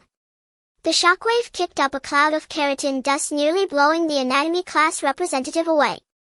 Meteorite impact. No way. He got up and zoomed in the camera to its maximum. That was not a meteorite at all. It was a void devourer comparable in size to an aircraft carrier. The anatomy class representative did not know that this was a cosmic-level parasite, enormous in size and extremely resilient. When its swarm migrates, it can easily devour an entire planetary system. When mobilized on a large scale, it can even severely impact the ecology of a stellar system. It had a fierce maw and a thick shell. As soon as it landed, it extended countless tentacles, digging deep into the ground and ravenously devouring the Titan's keratin. On its back, countless smaller creatures, each the size of a tank, called void fleas, jumped down like a landing force and began to spread out. Warning: external invasion detected. Entity: void parasitic offspring. Description: they wander in the universe, greedily feeding on the flesh and blood of ancient gods. What the hell? Have I stumbled into a Star Wars script? The anatomy class representative trembled in fear. Here the atmosphere was extremely thin and his health bar was rapidly depleting due to oxygen deprivation and radiation. He couldn't stay any longer. He took a few photos from a distance, recorded a bit of footage, and immediately retreated back into the Titan's body. The combat power of those monsters was simply a dimensional strike for players whose highest level at this stage was only LV 20. High-dimensional space Titan's body. Yuan coldly observed all of this. Have they finally been discovered? He felt no surprise. The exploration desire of players is insatiable. Someone was bound to find that path to the outside world. However, these damned mites. Yuan felt a sudden itch and sting on his back. The void devourer swarm had been infesting his skin for an unknown amount of time, starting from a few scattered ones to eventually all of them coming over, becoming utterly bothersome. He had no strength to deal with them before, but now they wanted to take advantage of his bonus recovery to burrow through the dermis and suck blood. System: prepared to issue a task for players to clear them. Calculating. Conclusion: current player combat power is insufficient. Lacking vacuum survival equipment and heavy firepower anti-armor means sending them directly is tantamount to sending them to their deaths. Yuan shook his head helplessly. Although he wanted to utilize the players, he did not want them to meet meaningless death. Without equipment support, players couldn't even breathe outside of his body, let alone fight monsters. To reach the Starry Sea, one must first have a ship and a spacesuit. Yuan couldn't directly give players cheat codes or gear. He could only take a different approach to encourage them to work hard. Teaching someone to fish is better than giving them fish. Moreover, he was also low on resources. Creating such advanced biochemical armor requires massive energy, and he still needed to reserve energy for repairing his organs. Since a new map has been discovered, let's give them a preparation period. Consider it a grand vision painted by the planners for the game update. Yuan's finger lightly tapped and an unfinished void obelisk rose simultaneously in the central squares of several key strongholds densely populated by players. Server-wide announcement: player anatomy class representative has discovered the boundary of the world, the starry wasteland. A new threat is approaching. Cosmic-level predators are devouring our homeland. Server-wide task chain initiated Titan's Armory Phase 1. Description: to combat the formidable foes in the void, we need more advanced equipment. The ancient genetic blueprint has been unlocked, but we need materials to forge them. Task objectives: collect resources, high-purity alloy bones and other high-strength materials, high-energy fuel and other high-energy substances. Illuminate the tech tree. Accumulated biological energy of 1 billion across the server will unlock the technology and research line for bio-powered armor mech. Hint: as the Titan's favored one, must assist the Titan in overcoming difficulties and face both internal and external threats. It's time to prepare for the external enemies. In the live stream, the anatomy class representative was excitedly chatting with the audience when suddenly the barrage became dense, all saying be careful and turn back. He turned around abruptly and saw a huge monster burrowing into the Titan's body from the tunnel he had dug, opening its massive maw towards him. In the last second before death, he shouted at the camera, "Brothers, get ready to pilot the mecha." The screen went black. But the players in the entire Titan world were in a frenzy. In the face of that dazzling starry sky and the temptation of mechas, suddenly the competition for H124 didn't seem appealing anymore. I want to go mining. No one stop me. Where is the thickest fat layer? I want to extract oil. Mecha. Mecha. Mecha. Yuan watched as players began to gather resources and complete tasks like mad dogs to unlock the new version, contentedly closing his eyes. Very good. Very spirited. As long as you work hard, obediently surrender biological energy to me, everything will be yours, whether in reality or in the technology of the game. Indeed, as a Titan, Yuan had countless cutting-edge technologies in his mind. This time the bio-powered armor that was opened is real technology. Coordinates: detox camp. The recently risen void obelisk is now emitting a faint blue light. At the very top of the obelisk, a gigantic progress bar hangs, evoking both despair and excitement among all players. Server-wide Titan Armory donation: progress 8550000 billion, 1 billion. A passing solo player looks up, his neck already sore. Is the planner insane?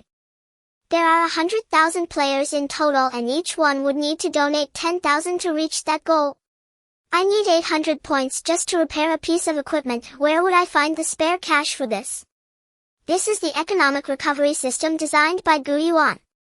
Although monster yields have increased, the rising difficulty of the maps has led to an exponential increase in player consumption. Especially the wear and tear on equipment, durability, and the abundance of consumables mean that the vast majority of players simply cannot keep any liquid assets. In the crowd, Data Maniac hurriedly passes by with several logistics personnel, their backpacks stuffed with supplies just returned from the front lines. In the management channel of the Dawn Guild, Data Maniac made a calm assessment. Brother Phone, relying on solo players to save up will not move this progress bar even in half a year. The system is forcing us to wage war. He pointed to the red-hot coordinate on the map, H124 hub. Currently there are no other large-scale battles. We should all attack H124 to speed things up. According to the scouting report from the advanced team, we have mastered the detailed production coordinates of H124's specialty high-purity gallstone crystals. One such crystal can offset quite a bit of biological energy. This is the only shortcut. If we don't take H124, we might never unlock the mecha tech tree. Fengxing Tianxia stood on the frontline high ground looking at the assembled army. Notify the main force of the Dawn Guild to prepare for the siege. Coordinates: Liver H124 Tumor Fortress. This is currently the largest meat grinder in the liver region. A gigantic fortress built from dead liver cells, hardened nodules, and countless remnants of blood vessels looms before all players. The walls are filled with crystallized gallstone guardians, and each spear they throw can take down a soft-skinned player. Surrounding the fortress, the toxic gallbladder moat deters countless melee players. Dragon Battle Guild. Fill the path. A roar echoed through the flank. Long Zhan Yuyi, clad in a dazzling suit of armor made of the finest materials, exuded opulence. Suddenly a brilliant golden light erupted from him. Server-wide announcement: congratulations to player Long Zhan Yuyi for leveling up to LV 20. Gene lock released. Titan sequence unlocked. Ha ha ha. I've hit the threshold too. Long Zhan Yuyi laughed maniacally. LV 20 is the dividing line between mortals and the extraordinary. From now on, every bit of progress in the game will have a massive impact on reality. He opened the talent tree directly on the battlefield. There was only one precious cornerstone talent point. As a wealthy guild leader who loved to charge into battle, his greatest fear was death. Without hesitation, he invested it in the first tier of Flesh Sequence Red. Talent choice: beginner level keratinized skin, real world reflection, enhanced impact resistance. Let me have it. Long Zhan Yuyi roared, not dodging the incoming crystal spear but instead thrusting out his chest to take it heat in with his elite plate armor. Clang! Sparks flew. The spear, powerful enough to instantly kill a LV 15 player, was deflected, leaving only a pitiful damage number floating above his head. Is this the defense of level 20? Long Zhan Yuyi looked at his slightly dented armor, feeling as if his skin had become as tough as rubber. Gaga gaga ga. He laughed uproariously, waving his hand vigorously. Brothers, the guild leader will tank the monsters for you. Even if it takes throwing money at the wall, we will break down this section of the wall. Morale surged. Thousands of members from the Dragon Battle Guild charged forward with a roar. With Long Zhan Yuyi's prestige among players, he could rally support with a single call. As long as he led the charge, even solo players would be willing to follow. Meanwhile, on the other side of the battlefield, a black-clad army sliced into the flank like a scalpel. It was another top guild, the Dynasty Guild, led by ID Tian Su. This person is a typical strategic player, a mathematics PhD from a well-known university in real life. He usually remains low-key but has consistently been in the top tier during the leveling frenzy. Server-wide announcement: congratulations to player Tian Su for leveling up to LV 20. A golden light shone. Tian Su stood high and opened his talent tree. He chose Psychoenergetic Sequence Purple. Talent choice: beginner level brain domain overclock, real world reflection, enhanced logical thinking and computational speed. Tian Su couldn't help but frown as the surge in data processing capability made his head feel swollen. It took several deep breaths to calm down. Everyone heed my command. Tian Ce's voice echoed in the guild channel, terrifyingly calm. At this moment, the chaotic situation on the battlefield was instantly deconstructed into countless clear data lines in his vision. The hatred range of monsters, the trajectory of catapult projectiles, and even the mana recovery speed of their healer. Everything was as clear as a chessboard. As the commander, his decisions became more precise and the efficiency of the team's advancement significantly improved. Under his micromanagement, the Dynasty Guild's efficiency rivaled that of both the Dawn and Dragon Battle Guilds. Blue Star, the real world. As the top players of the first tier continued to break through to LV 20, the real world once again trembled. Coordinates: Dragon Country, a top private gym. Long Zhan Yuyi just logged off, crawled out of the life pod. Long Zhan Yuyi, real name Zhao Kuo, is a super rich heir. To excel at this game, he had invested hundreds of millions in the early stages to acquire equipment and materials, purchasing biological energy and various resources from many players, paying full-time players, and converting all game resources into combat power. Rumor has it online that this wealthy player has invested as much as 5 billion, though the reality is not that exaggerated. Nonetheless, he is undoubtedly the top financier in the server. Yuan welcomed it. The existence of such wealthy players actually promoted the circulation and consumption of currency within the game, significantly increasing his rate of acquiring biological energy. Zhao Kuo stood bare-chested in front of the mirror. Picking up a delicate little knife normally used for cutting cigars, he hesitated for a moment before gently scratching it across his arm. No blood. Only a white mark remained on his skin, as if it had been scratched on leather. Only when he pressed hard did a drop of blood emerge. Keratinized skin. A flicker of wild ambition flashed in Zhao Kuo's eyes. This money is well spent. If I max out this talent tree, can I even withstand bullets? He picked up the phone. Hello, is this the finance department? Increase my budget by another 10 million. What? For what? I'll explain to my father myself. You just transfer the money to me first. Coordinates Dragon Country Deep City, a certain cybersecurity center. Li Zihan had also reached LV 20. He had just assisted Feng Xing Tianxia in executing a precise tactical coordination in the game. Now he was forced to log off to deal with work.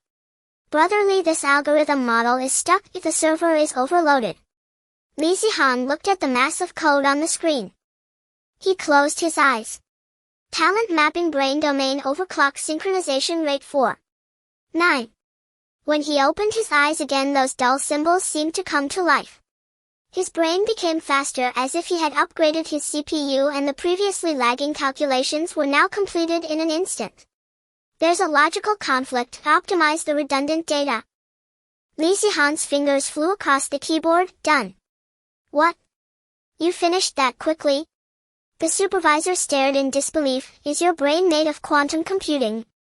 Li Zihan adjusted his glasses, a slight smile at the corner of his mouth. No, it's just. The version has been updated. Within the game, the siege on H124 Fortress had become a stalemate. Although the three major guilds now had LV 20 leaders and the player army was vast, H124 was still one of the core hubs of the liver. Monsters kept appearing here. In addition to the guardians on the walls, a large number of 21-level elite units, toxic aberrations, also surged from within the fortress. Upon death, they would explode, releasing a wide area of poisonous mist, making the advance exceptionally difficult. We can't push forward. Dali Chuchiki retreated to the position, his shield's durability already in the red. The monsters inside are too dense, and they self-destruct. You melee fighters can't hold their ground at all. Feng Xing Tianxia wiped the poison off his dagger, gazing at the still towering fortress ahead. Tisk, another tug of war. Even Feng Xing Tianxia, with his calm demeanor, couldn't help but frown. This scene felt eerily familiar, reminding him of previous battles. We're not just fighting monsters, we're competing for resources. Even if we can't push in, just killing monsters on the periphery to drop crystals is enough for us to slowly fill that billion progress bar. He turned to the members of the Dawn Guild behind him.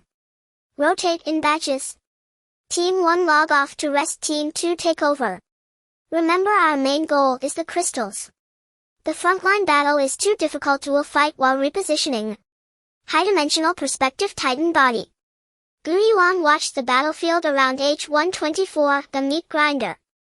Every second players die, every second monsters are disassembled. Countless biological energies and resources are flowing back into his system in this brutal manner.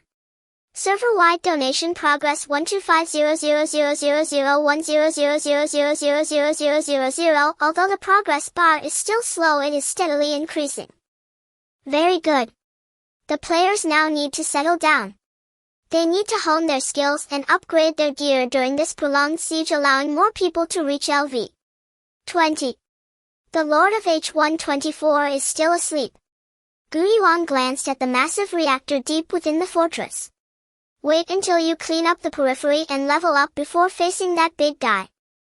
Coordinates H124 perimeter Dawn Guild frontline bunker. The acidic rain outside the bunker corroded the rocks, emitting a hissing sound. The core 5-member team of the Dawn Guild was quickly adjusting their states with a tense atmosphere pervading the air before the great battle. As the first batch of teams in the entire server reached LV 20, the Titan sequence finally revealed a glimpse of its iceberg. At this moment, the vast majority of the branches and leaves of this tree were in a dimly locked state, with only the lowest roots flickering with a faint light. Li Zihan pointed at those enticing high-level icons, her tone serious. The threshold for second-tier talents is absurdly high. Starting from level 20, each level only grants 1 potential point. Moreover, unlocking a second-tier talent requires a single consumption of 2 potential points, and we must have invested at least 2 points in that sequence. However, we are not forced to invest in only one talent tree. The blood and flesh sequence, neural sequence, and psionic sequence can be mixed. In other words, to access a second-tier ultimate skill, we must reach at least LV 23, or even higher. The Lightning King wiped the floating cannon in his hand, glancing regretfully at the depths of the purple system. It seems we can only rely on first-tier talents for the time being. Everyone turned their gaze to the currently available first-tier options of the three major sequences. Though they were basic, the improvements they offered were enough to change the tide of battle. Talent Tree System Titan Sequence Description: the endpoint of the Iron Body, the starting point of divine evolution. Each level up grants you the opportunity to transform your own body. Levels 20-29. Each level up grants one potential point. Blood and Flesh Sequence Red corresponding attributes: Constitution, Strength, Recovery. First tier consumes one potential point. Beginner Muscle Fiber Restructuring Strength Assessment 15. Real-world mapping Bone Density increases, Explosive Power reaches the human limit. Beginner Keratinized Skin Physical Defense 10. Real-world mapping Subcutaneous Tissue Toughness increases, Small caliber projectiles are difficult to cause penetrating injuries. Second tier locked requires at least 2 potential points invested in the Blood and Flesh sequence to unlock. Consumes 2 potential points. Intermediate Muscle Fiber Restructuring Intermediate Keratinized Skin Unyielding Skeleton Body Level increases. Real-world mapping Bone Density further increases, Toughness improves. Life Furnace Regeneration and Healing effects are doubled. Real-world mapping Self-Healing Ability greatly improves, possessing preliminary regeneration capabilities. Neural Sequence Blue corresponding attributes: Agility, Perception, Precision. First tier consumes 1 potential point. Beginner Synaptic Acceleration Neural Reaction Speed 20. Real-world mapping Dynamic Visual Capture Ability greatly improves, neural signal transmission is instantaneous. Beginner Hunting Instinct Sensitivity to murderous intent and sight increases. Real-world mapping unlocks a feint, Crisis Intuition. Second tier locked requires at least 2 potential points invested in the neural sequence to unlock. Consumes 2 potential points. Intermediate Synaptic Acceleration Intermediate Hunting Instinct Bullet Time Accelerated Thinking the world appears relatively still. Real-world mapping Active Ability Instantaneous Acceleration. Microscopic Control Absolute Precision. Real-world mapping Mastery of the Body greatly improves, flexibility and muscle control significantly enhance. Psionic Sequence Purple corresponding attributes: Intelligence, Spirit, Control. First tier consumes 1 potential point. Beginner Bioelectromagnetic Field Spell Penetration 5. Real-world mapping Weak Electromagnetic Perception Preliminary Control of Bioelectricity. Beginner Brain Domain Overclocking Logical Thinking and Memory Enhancement. Real-world mapping Computing Power Skyrockets Thinking Activity increases, can actively enter an absolute calm state. Second tier locked requires at least 2 potential points invested in the Psionic Sequence to unlock. Consumes 2 potential points. Intermediate Bioelectromagnetic Field Intermediate Brain Domain Overclocking Mental Threshold Lock Immunity to Control and Mental Pressure. Real-world mapping Mental Resistance increases, Mental Body Resilience improves. Energy Resonance Qualitative Change in Spell Range. Real-world mapping Energy Perception Resonance manifesting as easy spellcasting. At this moment everyone was at LV 20 and they had all selected their first tier talents. The powerhouse of the Blood and Flesh sequence without hesitation chose Keratinized Skin. His skin shimmered with a faint gray sheen, and now even without armor he could withstand the bites of monsters of the same level. The Lightning King and the Data Maniac as magic damage dealers and control experts uniformly chose the Psionic Sequence. The Lightning King chose Bioelectromagnetic Field while the Data Maniac opted for Brain Domain Overclocking, maximizing their respective advantages. The most unique was Yuan. The Weaver of Fate is a special profession. While its healing abilities seem to lean towards magic and spiritual capabilities, it is actually a blend of blood and flesh and psionic. The higher her health, the stronger her healing ability for teammates. Moreover, one must be alive to heal. Facing her teammates' gazes, Yuan Zhongyo raised her chin. Of course I must first choose Muscle Fiber Restructuring. The hidden bonus of the Blood and Flesh sequence is the maximum health. Finally, everyone's gaze turned to the person in the corner. Feng Xing Tianxiachen Feng.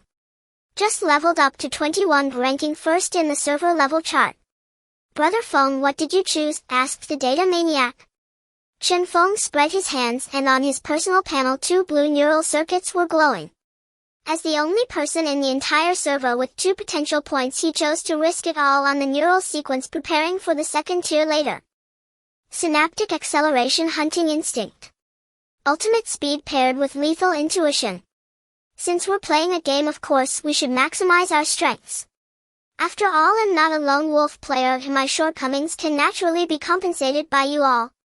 It feels quite wonderful, Chen Feng said softly. His pupils slightly constricted, the trajectory of floating dust in the air became clear in his eyes. The world has slowed down and I know exactly where to stab to cause the most pain. I can mark weak points. He stood up, the Origin's Feng twirled in his hand, creating an indistinct pattern of blades. Alright, since the points allocation is complete, it's time to get to work. He pointed towards the enormous mass of flesh fortress in the distance. The hardened gallbladder crystal inside H-124 is highly valuable. Although we can't defeat the final BOSS, we can exploit our current attribute advantage to tear open a gap on the perimeter, snatch the resources, and escape. It's entirely feasible. The 5 of us have outstanding individual combat power, allowing us to operate outside of the first and second teams as battlefield roamers. Action. High-dimensional perspective, ancient abyss of titans. The cold wind of the cosmic abyss howled. The ancient abyss gazed at the few suddenly brightening cells within. Although it was merely the sublimation of initial level life, it was a qualitative change.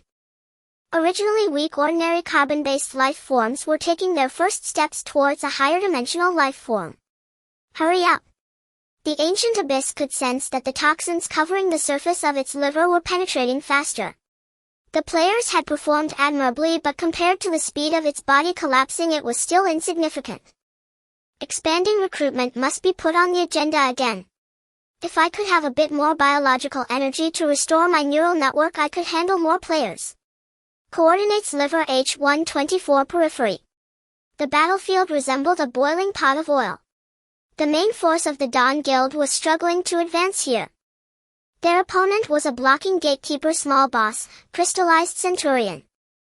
It was a giant sewing monster standing 5 meters tall, covered in purple hardened gallbladder crystal armor, with every swing of its massive sword creating a toxic wave. Hold the shield formation. Healers, keep the group heal going. The dozen ordinary warrior players in the front row gritted their teeth, raising their shields as their health bars fluctuated wildly under the boss's sweeping strikes.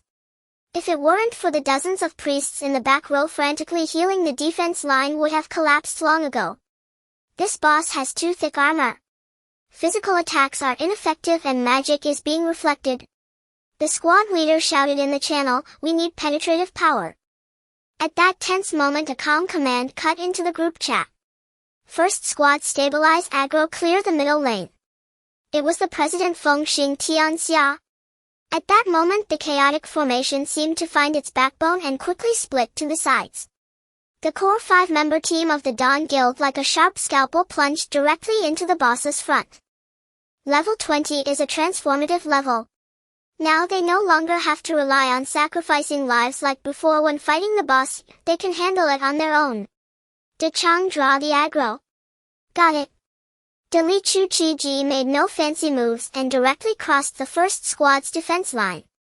Facing the Centurion's massive sword descending like a mountain, he didn't even raise his shield, but instead took it head in with his body. Clang! The jarring sound of metal impact rang out. The scene was not as bloody as expected. De Li Chu Chi Ji, who activated flesh sequence, had a layer of grayish-white matte texture on his skin. The massive sword, capable of severing ordinary players in half, struck his shoulder and felt as if it had hit a solid tire, leaving only a white mark. Armor reduction. Pure numbers, pure beauty. This was simply exceeding physical durability. It was already harder than an ordinary shield. This is too hard. The priests in the back row looked dumbfounded. At this rate, I can just cast a continuous heal and bring him back up. Seeing his attack fail, the boss let out a roar and the crystal core on his chest began to shine with a blinding light. This was its ultimate move, Crystal Resonance, an all-screen AoE attack. Trying to cast. Data Maniac adjusted his glasses and countless streams of blue data flashed in his eyes. As a mind hacker, after activating the purple skill Brain Domain Overclock, his brain's computation speed could now keep up with the boss's energy flow frequency, allowing for precise mental interference. Cognitive disruption. He launched an invisible mental spike that accurately pierced into the boss's core.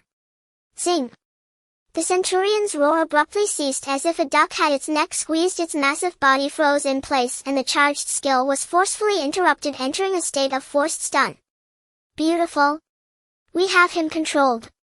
Meanwhile, a few cunning little monsters, venomous hounds, took advantage of the boss's freeze to attempt a sneak attack on the squishy targets.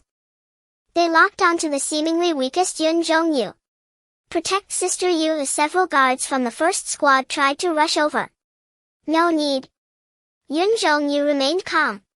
Facing the incoming stench of blood, this healer merely tilted her body slightly, and the heavy bone staff in her hand swept out with a whistling wind in an extremely violent manner. Muscle fiber reorganization granted her immense strength, making this strike feel like a ton of weight. Bang!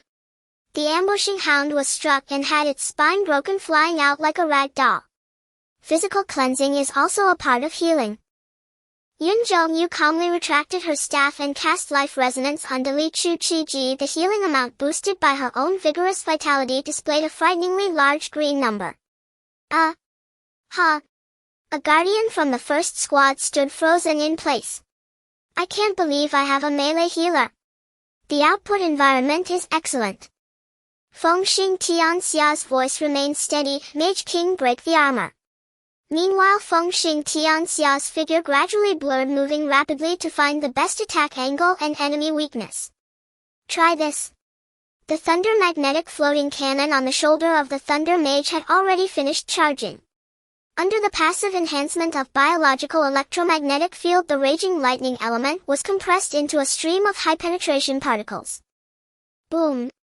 The lightning struck precisely at the Centurion's crystalline armor.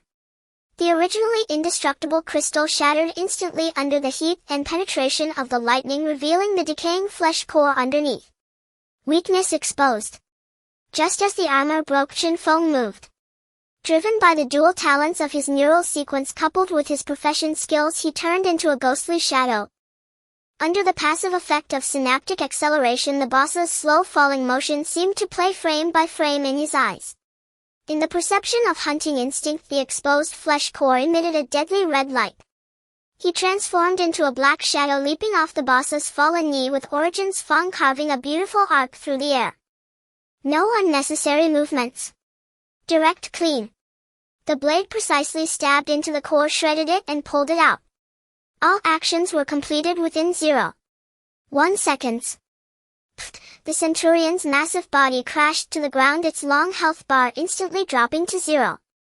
Critical hit. Weak point broken. Bleeding. Fatal strike.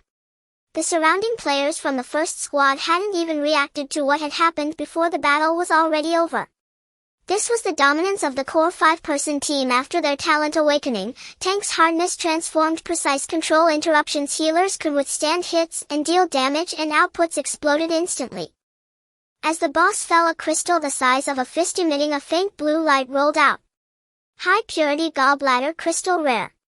Li Zihan stepped forward to pick up the crystal and directly opened the system mall interface. High purity gallbladder crystal, market purchase price 50000 biological energy. He clicked sell.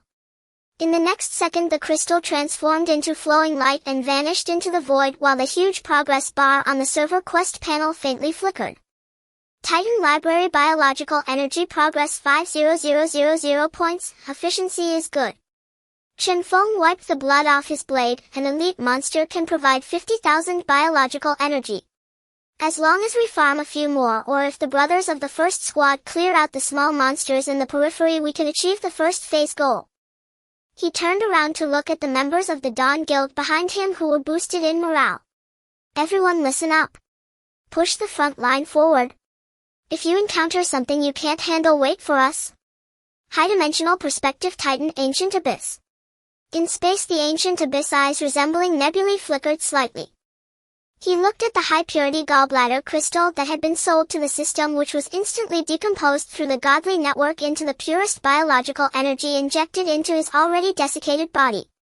Although the total amount was still far from 1 billion, this energy cycle established through killing monsters dropping recycling was already showing initial results. Level 20 brings immense improvement. The virus killing efficiency of elite cells is dozens of times that of ordinary cells. He felt the energy feedback brought by the core 5-person team. However, the quantity is still too small. The number of enemies inside H-124 is in the millions. He glanced at the accumulated energy in the background, which was negligible compared to the amount needed to repair his body, but it was enough to support a larger-scale consciousness projection summoning. Since the transformation has already begun, let's trigger another change in quantity. Ancient Abyss Grand will issue a new directive in the system, prepare to release a server-wide announcement. Blue Star. A system announcement like a deep water bomb thrown into a calm lake instantly detonated the entire reality network. Preview of Titan Genesis version. The 5th internal test recruitment has begun. To cope with the increasingly severe Abyss threat, we need more immune guardians. New quota 100,000 people. Qualification acquisition method random selection across the internet. Quota distribution time 24 hours later. Only 100,000 slots. For the billions worldwide yearning to change their fate, that's merely a 1 in a million chance. In this era, the latest VR game pods can be purchased with money, and the supply on major e-commerce platforms is abundant. However, the activation qualification that can light up the device and connect to the game Titan Genesis is an invaluable treasure.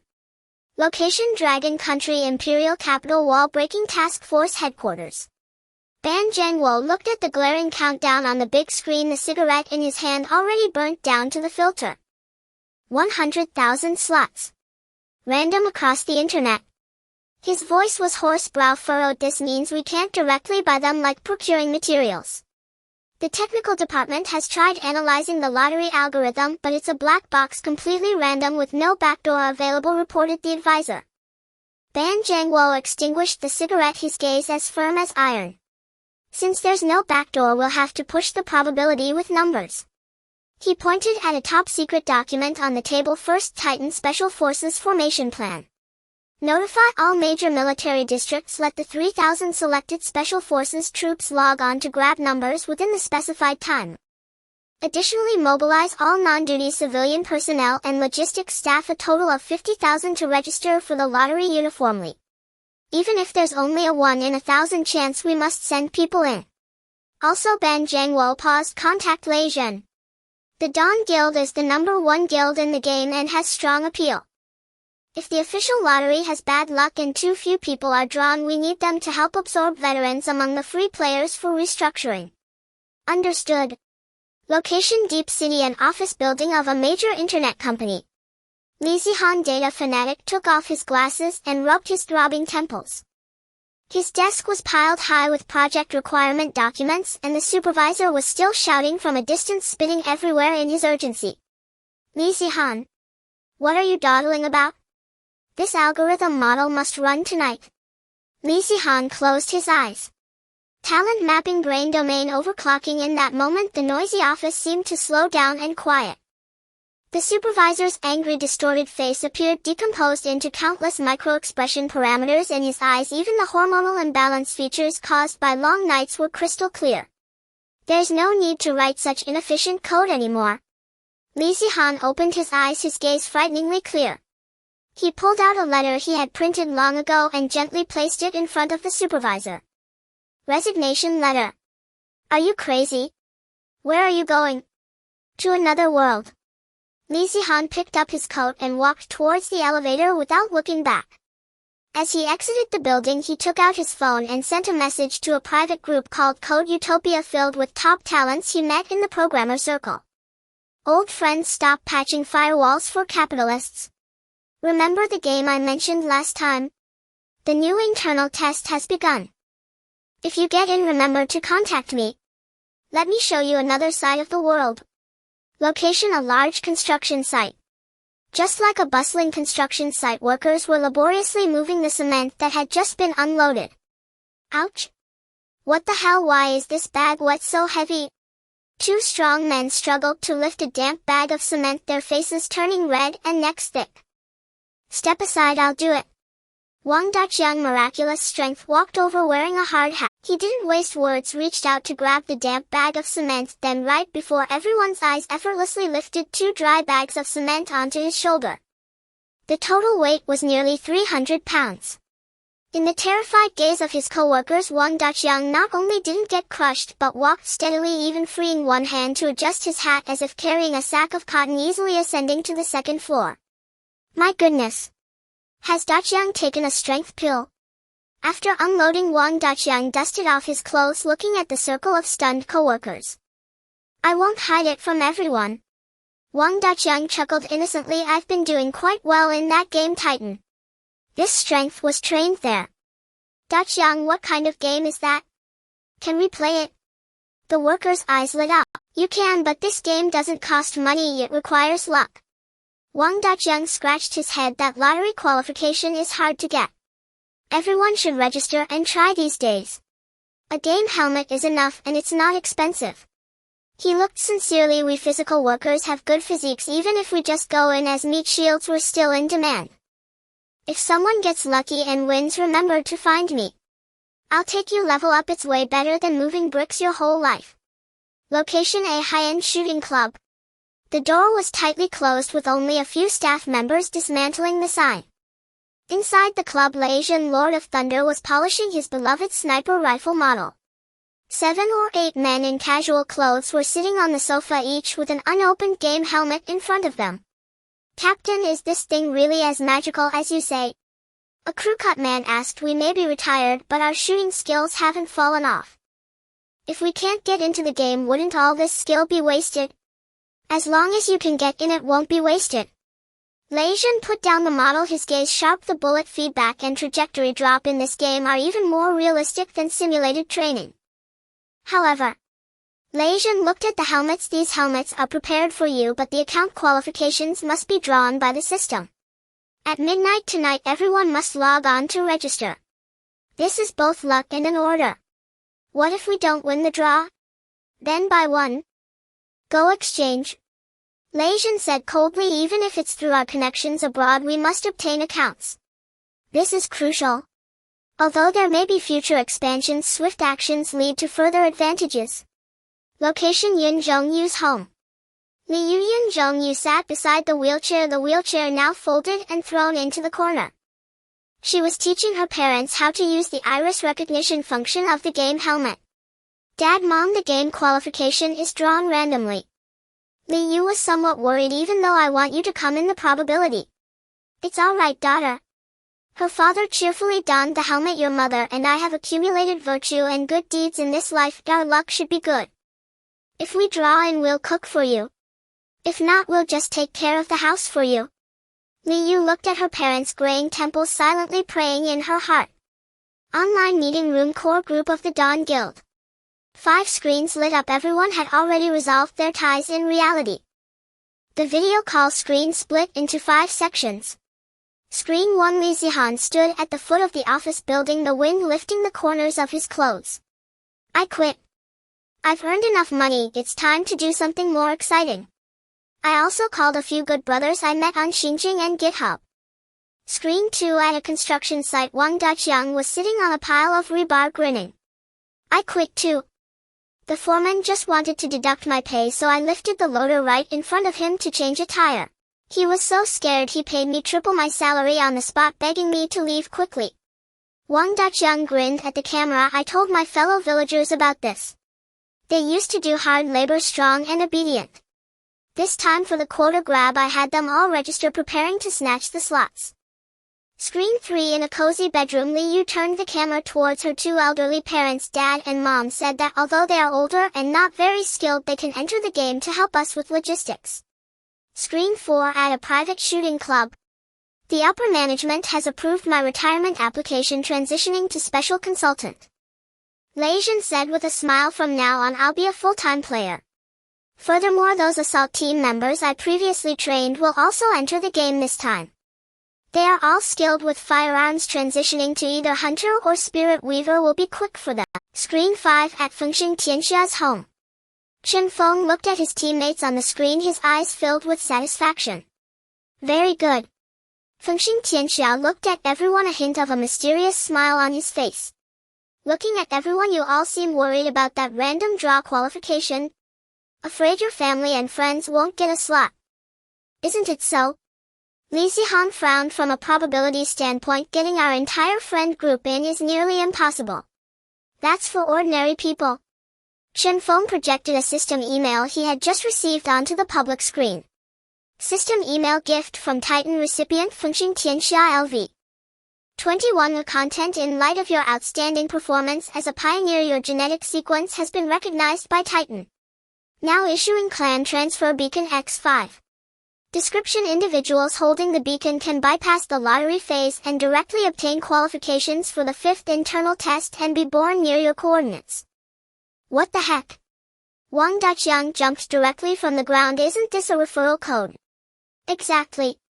Chen Feng nodded. As long as players reach LV 20 and open the talent tree, each will receive between 3 to 5 slots. This is a privilege granted by the system to elite players. You all were busy handling reality and didn't log in, right? Remember to claim them later. Awesome. Liu exited the video conference at lightning speed and immediately reappeared, having just logged in to check her slots. I have 3 slots just right for my parents. Lei Zhen also breathed a sigh of relief. 5 slots enough to bring my core assault team in. The rest will be a headache for old Ban. Chen Feng's expression became serious as he reined in his smile. Slots are limited and must be given to the most trustworthy and capable individuals. He stood up, his gaze seeming to penetrate the screen, and looked towards the vast abyss. We must seize the initiative. Tomorrow everyone gather to grab people? Grab monsters. In various corners of Blue Star, a fallen former esports champion looked at the announcement on the screen, his long-extinguished fire reigniting. In a university dormitory, a group of soon-to-graduate students confused about the future frantically refreshed the quota-grabbing page. Outside the ICU of a hospital, desperate patients listened to the rumors from fellow patients, trembling hands watching the game. Quota release countdown 000000 Titan Genesis 5th internal test server opening. Welcome back to the embrace of Titan, my clansmen. Server status online. At this moment, the global data torrent converged into a silent thunder, shattering the silence of the abyss.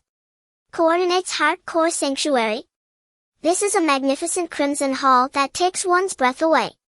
Huge myocardial pillar walls support the dome, with each heartbeat's vibration echoing like ancient war drums in the ears of every new player. In the center of the hall floated the guiding NPC clad in silver fluid armor, Zero. He was now at the novice spawn point, serving as a guide for newcomers. Beside him, 2 rows of towering silverwing sentinels stood solemnly brandishing their light spears. These were high-level guardians that players could only look up to.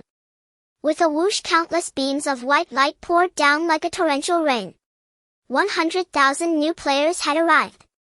They were dressed in white novice robes, holding uncalcified soft-bone long knives, thorn staves, or horned round shields. The crowd instantly overwhelmed the square. My God! This graphics, this touch! Is this the heart? The ground is shaking. So exhilarating. The noise drowned out the sanctuary. In the very center of the crowd, a team of over 1,000 stood out conspicuously. Although there were millions of reservations, the chances of winning were slim, yet the officials still managed to send in over 1,000. Though they were all equipped in plain white gear, their positioning was extremely meticulous, quickly clearing a vacuum area amidst the chaotic crowd. Leading them was a man with the ID, Great Wall 1, whose expression was stern. He opened the guild panel, attempting to create a guild. System prompt: creating a guild requires the item, Titan Oath Token, Guild Token X1. Current backpack does not contain this item. As expected, there's a threshold. Great Wall 1 frowned slightly. As one of the first regular troops to move in, it would be too embarrassing if they couldn't even raise a flag. At that moment, an urgent system email chimed with a special prompt. Sender Feng Xing Tianxia LV. 21. Attachment: Titan Oath Token X1 message, a welcome gift for the new comrades. This item isn't expensive for high-level players. No need to thank me, consider it a debt owed by the Dawn Guild to the nation. Chen Feng. Great Wall 1 paused for a moment, then looked into the distance, a hint of a smile appearing on his lips. This favor was solved quickly. He decisively clicked to use it. Server announcement: congratulations to player Great Wall 1 for successfully establishing Guild Great Wall Watch. This announcement declared the official force's formal entry into Titan Genesis. Meanwhile, aside from the officials, the leaders of the Dragon War Guild and the Dynasty Guild also began recruiting in the square. Dragon War Guild recruiting. Join us for bioenergy strategies and level grinding. The Dynasty Guild is looking for tech specialists, priority to those with bachelor's degrees in mathematics or physics. The entire hardcore sanctuary instantly transformed into a bustling talent market. Meanwhile, in the liver portal vein entrance detox camp, compared to the excitement of the heart, this place was filled with dense acidic mist and distant faint roars. As one of the few safe zones in the liver region, this was the headquarters of the Dawn Guild. To ensure the newcomers' safety, the Core 5 of Dawn temporarily withdrew from the H-124 assault and returned here. By the central campfire, white light flickered. Unlike the thousands of troops in the hardcore sanctuary, only a few figures appeared precisely beside the Core 5 of Dawn. System prompt: the invited kin have arrived. Oh wow, why is this place so pungent? A voice filled with dialect exclaimed. 5 burly men dressed in novice robes appeared beside Dalichu Chi-ji. Ergo. Dalichu Chi-ji laughed heartily, giving a punch to the leading man. How's it going? I wasn't lying to you, right? Brother Chang, this is way too real.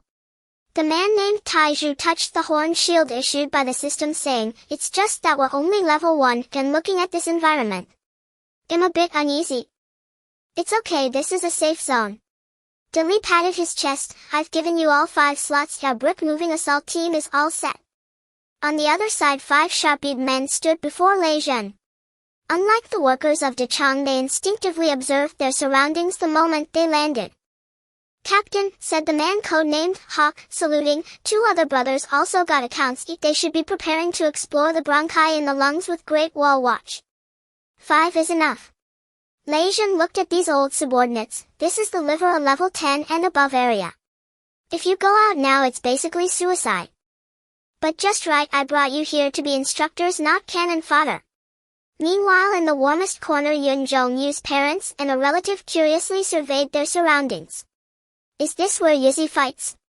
Li's father gazed at the river flowing with green bile in the distance, filled with shock and heartache. Such a harsh environment. Dad, it will get better here in the future. Yun Zhongyu smiled as she handed out a set of gas masks to each person. Although they weren't needed in the safe zone, they could reduce discomfort and the intense odor. Data Maniac, on the other hand, looked like a scholar, each person resembling a perfect answer on an exam paper.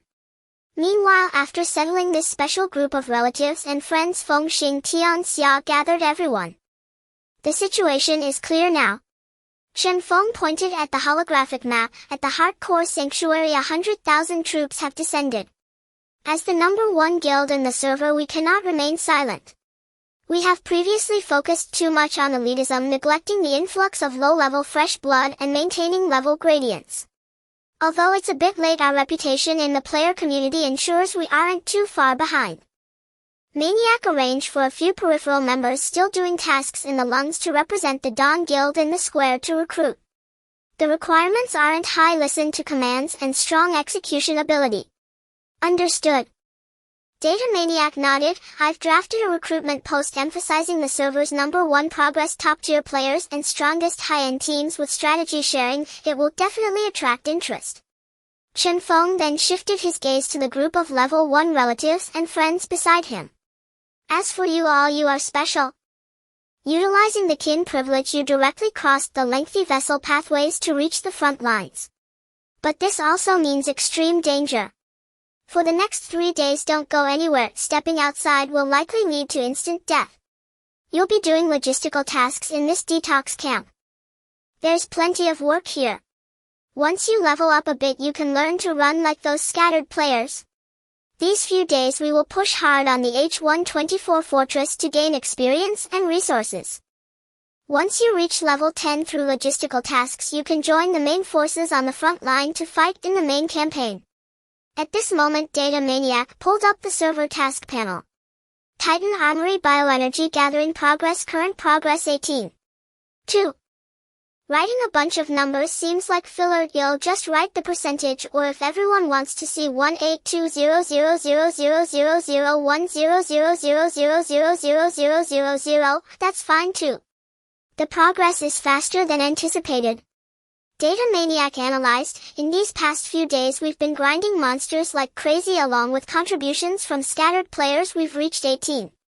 But we're still far from unlocking the biodynamic armor at 100. With the influx of new players, the speed of bioenergy acquisition will increase exponentially, Chen Feng asserted. However, what we need to do is not wait for them to slowly gather but to seize a great opportunity. The H-124 fortress loomed like a gigantic, grotesque tumor across the main vessel pathway. Its heavy calcified exterior and flowing acidic moat deterred countless players. The boss has yet to show itself. Fengxing Tianxia's gaze was cold as he pointed to the area on the map that was dark red. Such a level of fortress must have a high-level boss unit stationed. If it doesn't come out, we will never obtain the core resources inside. He turned to Data Maniac. What's the situation with Dragon War and Dynasty? All contacts have been made. Maniac adjusted his glasses and a holographic map displayed the two other massive marching routes. The Dragon War Guild will feign an attack on the left wall. They are tough and willing to bear most of the firepower. The Dynasty Guild will handle long-range suppression and equipment destruction on the right. And we, the Dawn Guild, we will attack the front gate. Since it won't come out, we'll smash its lair to force it to come out and fight. Now let's head to the front lines to gather with the 1st, 2nd, and 3rd regiments. Our goal is to breach and invade the H-124 tumor fortress. This will be the first joint assault of the 3 major guilds in the server. Let's go. If someone looked down from above, they would see 3 forces converging in the same direction. Taizhu, left behind in the camp, envied the fully equipped figures, turning to his comrades and saying, "Did you see that? That's what Brother Chang looks like now. Not only can he fight himself, but later he can also lead thousands to besiege the monster leader there. Brothers, let's not slack off, let's quickly move bricks to level up. In a few days we should also be in such grand scenes." Coordinates Liver H-124. Led by the 3 major guilds, numerous small guilds followed closely behind and countless independent players gathered, with everyone above level 10. Boom! With the continuous bombardment from the Royal Guild's mage team lasting 10 minutes, the calcinated outer wall, long corroded by acidic liquid, finally could not bear the weight and collapsed with a loud crash, creating a 50-meter-wide gap. Amidst the clouds of dust, the interior of the H-124 fortress was revealed to the players for the first time. It was a terrifying labyrinth constructed from countless blood vessels, hardened nodules, and the remains of unknown creatures. Behind the gap, dense red light points ignited like will-o-wisps. Roar! Without giving the players any chance to breathe, as the city wall collapsed, the elite guard stationed inside surged out like a flood released from a dam. Leading the charge were 3 whole formations of crystallized executioners, LV 22 elite. They stood over 3 meters tall, their bodies covered in heavy purple crystalline armor, dragging tumderlong decapitating axes that caused the ground to tremble with each step. Behind them, dozens of corrupted matrices which had previously wiped out the Dawn team and were bloated like meatballs writhed madly. The holes on their backs spewed forth countless fist-sized blood-sucking liver leeches, instantly forming a green cloud of insects. Prepare to engage. Long Zhan Yuyi stood at the front line in shining golden armor, raising his giant sword high. This set of armor was crafted by Long Zhan Yuyi using a large amount of premium materials, which he named Lava Beast King Armor. He spent a fortune having made to high-level flesh craftsmen and NPCs who provided crafting services, process and refine the materials, enhancing it multiple times and enchanting it to resist fire, poison and acid, a terrifying creation. Dragon Warrior Guild. Let these monsters see what a solid defense looks like. In an instant the battlefield turned into a meat grinder. The 2 sides collided fiercely. Although the Dragon Warrior Guild's tactical training was mediocre and they had started hiring professionals to train them, the results were not yet evident and they still lacked coordination. However, in the face of absolute numerical superiority, what did technique matter? The front line consisted of 100 players who had all switched to the advanced class of Guardian, Iron Bulwark. They activated their professional skill unmovable as a mountain, standing their tower shields side by side into the ground, instantly forming a shimmering metallic defense line. Clang! Clang! Clang! Dozens of giant axes struck the shield array fiercely, sending sparks flying. The tremendous impact caused many frontline players to have their palms shattered, with health bars dropping by a third instantly, yet the defense line did not budge an inch. Good job. Second row, hold the line. Third row, unleash damage. Suddenly hundreds of berserkers wielding two-handed heavy weapons and muscular men engulfed in flames leaped out from the gaps in the shield array. Those were the other main advancement path of Guardians: Berserk Giant Beasts and the widely known hidden path Flame Prison Guardian. The Berserk Giant Beasts sacrificed part of the Guardian's tankiness in pursuit of extreme damage output. They roared and activated Blood Fury, their giant swords glowing red as they struck hard at the crystalline knees of the executioners. Sparks erupted. Break it for me. Bang. Someone was sent flying, but it wasn't the crystallized executioner. Who could it be? Meanwhile, the Royal Guild's formation showcased a shocking level of control. Thunder Lord Team Chain Lightning target the front line's knees. Fire. Tian Su calmly waved his hand. ZZZZT. Hundreds of blue lightning arcs intertwined to form a massive web, causing the executioners preparing to swing their second axes to freeze momentarily, caught in brief paralysis. Toxic Ranger Team Corrosive Arrow Rain cover the rear matrix. Fire.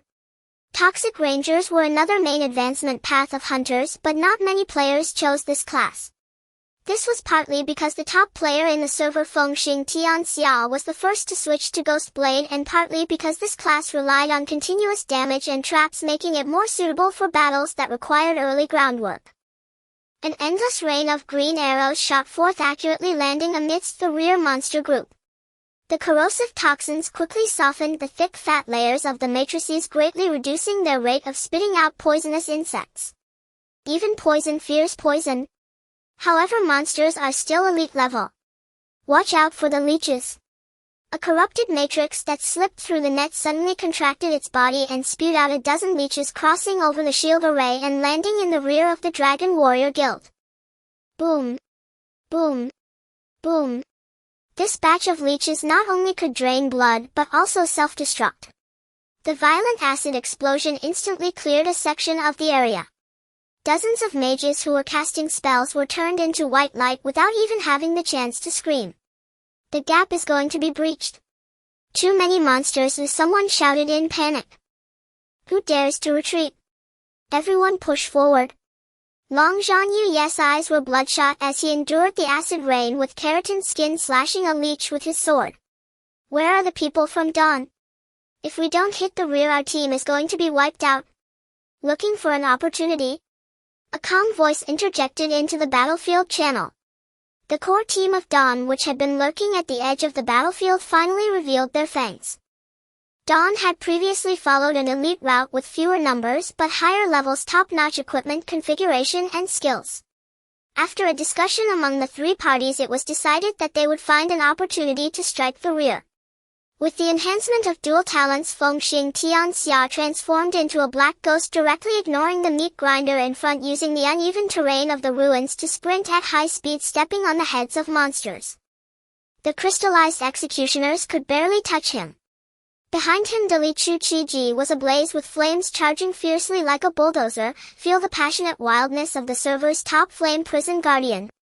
Unlike ordinary guardians who defended with shields, he wielded the tower shield like a battering ram, crashing into the most densely packed area of monsters like a burning meteor. Clear the way for me. Boom. This berserk charge knocked over two crystallized executioners, forcefully tearing a gap in the impenetrable monster defense line. Great opportunity. The Thunder Mage, who had been waiting for this moment, knelt on a high point, the electromagnetic floating cannon on his shoulder already overloaded and charged. Whoosh! A blinding bolt of lightning shot through the gap torn open by Dali, accurately striking the mandibles of a severely wounded corrupted matrix in the rear. The matrix instantly exploded, its juices evaporating before they hit the ground. What the heck? Is the damage from a level 20 output class this fierce? Is this the damage of the top tier in the server? The surrounding independent players were dumbfounded. Both Dragon Warrior and the Royal Guild only had their guild leaders reach level 20, making them relatively comfortable on the battlefield while ordinary players were still struggling. How could these few from Dawn slice through like chopping vegetables? Don't space out. Keep up. Yun Zhongyu waved her staff, casting life chains that connected to the assault team members. The group healing never ceased, propping up a lifeline amidst the acid rain. The battle entered a fever pitch. The three major guilds suffered nearly 50% casualties but finally slaughtered this wave of elite gatekeeping monsters. It's down. The last executioner has fallen. As the final beast crashed to the ground, the players couldn't help but rejoice. At this time, the player coalition had advanced into the interior of the fortress, arriving at an open plaza. Here everywhere was filled with glowing pipes and gigantic reaction vessels with a thick dark green liquid flowing on the ground. Although they had successfully cleared the outer barriers, a strange feeling of oppression shrouded everyone's hearts. It was too quiet. Why were there no monsters inside? Moreover, logically speaking, with so many minions dead, the boss should have emerged to fight desperately by now. Something's off. The data fanatic furrowed his brows, suddenly changing his expression. Synchronously reacting with him was Tian Su, the president of the Royal Guild. Both were mental hackers highly sensitive to anomalous energy. Energy reaction. Exceeded expectations. Retreat quickly. Before everyone could react. Buzz, the ground of the entire plaza cracked without warning. 3 towering green pillars of light erupted from the ground, instantly blocking all escape routes. A suffocating and terrifying pressure weighed down on all players' shoulders as if a tangible force. That feeling was not just a suppression from levels but a primal dread stemming from the very essence of life, akin to ants stumbling into an elephant's feeding ground. A sound like countless bones rubbing against each other erupted with a sharp whisper, followed by the hissing of liquid boiling under high temperature and finally converging into a low echoing roar. A withered figure floated in midair, slightly tilting its head, remaining silent, carrying an indifferent scrutiny. Then a massive figure appeared on the ground, mumbling indistinctly, pure and devoid of reason. Meat. More. Quality meat. 3 distinctly different yet equally malicious wills echoed above the open plaza, overlapping like the tolling of hell's death knell. Server-wide warning: a Lord-level unit has awakened. Warning detected. LV 28 high-risk biological reaction. Extremely dangerous. As the light pillars dissipated, 3 gigantic figures positioned in a triangular formation slowly emerged from the shadows. On the left, a moving mountain of flesh towering dozens of meters was stitched together from rotting fat and hardened gallstones, dragging a dripping rusted meat cleaver. On the right, a 9-headed serpent-like creature half buried underground, its body fused with the fortress bile ducts, 9 grotesque heads dripping with corrosive venom capable of eating through steel. And behind them, floating in midair, was a shriveled humanoid monster clad in a tattered ceremonial robe, holding a bone staff embedded with purple evil eyes, with visible soul chains extending from its body connecting to the 2 massive beasts below. Gluttony mountain of flesh. LV 28 Lord. Toxic touch. 9-headed serpent. LV 28 Lord. Plague priest. LV 28 Lord. A level 28 boss. And 3 of them. A meat shield, a mage, and a healer, a perfect iron triangle. Unlike the previous battle against the burning heaven flame demon in the A7 area of the lungs, there were no high-level silver wing sentinels to assist, nor any buffs to decrease the boss's overall attributes. 3 bosses. Long Zhongyu gazed at the seemingly endless health bar, his giant sword clattering to the ground, his throat dry, and they can coordinate their attacks. The plague priest lightly waved the bone staff. 2 green light chains instantly connected the 2 colossal beasts below. System prompt: symbiotic link activated. Health sharing restoration ability increased 3-fold. Shared health. And 3 times health recovery. Long Zhang swung his sword at the meat mountain, dealing only a slight scratch in damage, which was instantly replenished the next second. How the hell do we fight this? This is equivalent to us having to deal with the total health of 3 bosses at the same time, while also facing 3 times the health recovery. Just at the moment when the players were stunned, the plague priest counterattacked. Although what was just cast was a support skill, it was not a traditional healer but the highest damage output artillery. It raised its bone staff and a purple-black rift opened above the player's formation. Countless shadow rays like lasers fell indiscriminately. This is easy. There was no reasoning to be had. Players struck by the rays, whether they were fully healed guardians or fragile mages, had their health bars instantly evaporate. Only top-tier guardians could withstand a few more hits.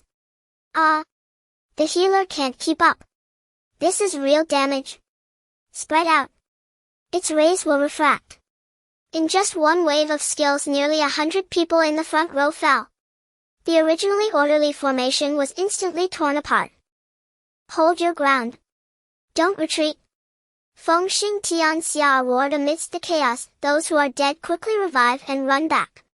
As long as we don't get wiped out, we can wear them down. This is the greatest advantage of the players, fearlessness of death. The revival points at various player bases and detox camps flashed with white light. Players who were just killed by the rays rushed out from the revival point running barefoot back. Damn it, my armor just broke. Brothers, hold on, you'll be back soon. Don't dawdle. If a guardian is dead, hurry and run the map. If the front row fails, we're all done for. Soldier. This is your mission. Relying on this stubborn strategy, the three major guilds managed to build a defensive line with piles of bodies firmly trapping the meat mountain and the hydra at the edge of the plaza. Everyone was an elite player. If I can't defeat you, can I not kite? But this war of attrition is not a long-term solution. The boss's damage was too high. Every AoE could clear an area and the speed of revival couldn't keep up with the speed of death. Moreover, as players' gear continued to break, it became increasingly difficult to make an impact upon revival. On the flank of the battlefield on a high ground, two figures stood side by side, the only two level 20 mind hackers in the entire server, Data Maniac and Tian Su. Do you see it? Data Maniac pushed up his glasses, and in his vision the data flow between the three bosses was as clear as a waterfall. Tian Su's expression was grave. That symbiotic link not only shares health but is also a massive energy circulation network. The Plague Priest is the hub of the network, drawing life from the meat mountain and hydra to unleash high damage magic while also distributing the damage taken to them. In other words, they live and die together. Logically analyzing, we simply do not have the capacity to withstand three bosses dealing 3 times the health bar. To break the deadlock, we must sever this network. The maniac pointed to the sky. Simple physical or magical attacks will be distributed and thus ineffective. Only mental level interference can sever this link. But it's too high level. Tian Su shook his head. A level 28 lord has extremely high mental resistance. Just relying on us two level 20 mind hackers, our interference skills will be ignored. 2 won't do. Then how about 200? Data Maniac turned to look at Tian Su. Your guild should have recruited quite a few players who have transitioned to mind hackers, right? Even if they're just level 10, it will work. Let me ask you, what is the most straightforward and unadorned hacker attack in the field of cybersecurity? Tian Su's eyes brightened as he instantly understood his intent. You mean DDoS attack? Exactly. Data Maniac's lips curled into a mad smile. The methods we currently have to attempt to break the deadlock are few, and one of them is to use a massive amount of garbage data flow to overwhelm its mental network in an instant. As long as we can sever the link for a few seconds. Look at that priest's health bar. It's probably only a fraction of the meat mountains, and the rest will be handled by the output. Good idea. Tian Su immediately issued a command in the guild channel. All members who have transitioned to mind hackers regardless of level gather immediately at coordinates XXXXXXXX. Prepare to unleash mental shock. Dons, Longjans and the other mind hackers, let's go together. Dynasty, guild leader Tian Su marked a location. Longjan. Don't hold back on skills. Stabilize the aggro of the meat mountain and hydra with your people. Pull them to the sides. Clear a space for me. In the center of the battlefield. Longjan, receiving the signal, spat out a mouthful of bloody saliva. Damn, is there finally a way? Brothers. Did you hear? Push these 2 heaps of rotten meat away. Don't let them interfere with the mage team. Roar. The remaining warriors of the Longzhan Guild burst forth with their last bit of courage. They charged without regard for the cost. Even if their gear broke and they were left bare, they would block the meat mountain swings with their bodies to buy space for the back row. Meanwhile, on the high ground, hundreds of mind hackers had taken their positions. Data Maniac and Tian Su stood at the forefront, their mental strength like two sharp guiding needles locking onto the Plague Priest in midair.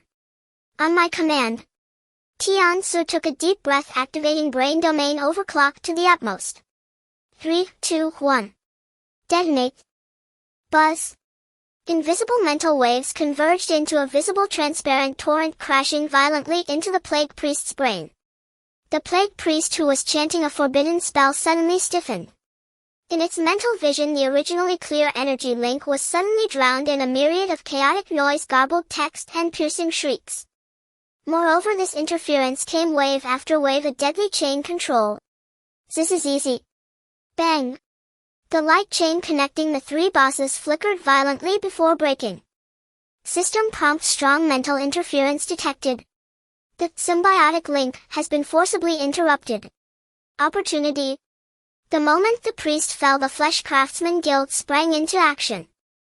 Countless crimson vine-like entities erupted from the ground, binding it tightly. Fengxing Tianxia, who had been lurking in the shadows, had been waiting for this moment. Big strong? Send me over. The already prepared Dali Chu Chi Jis veins bulged, lifting with both hands.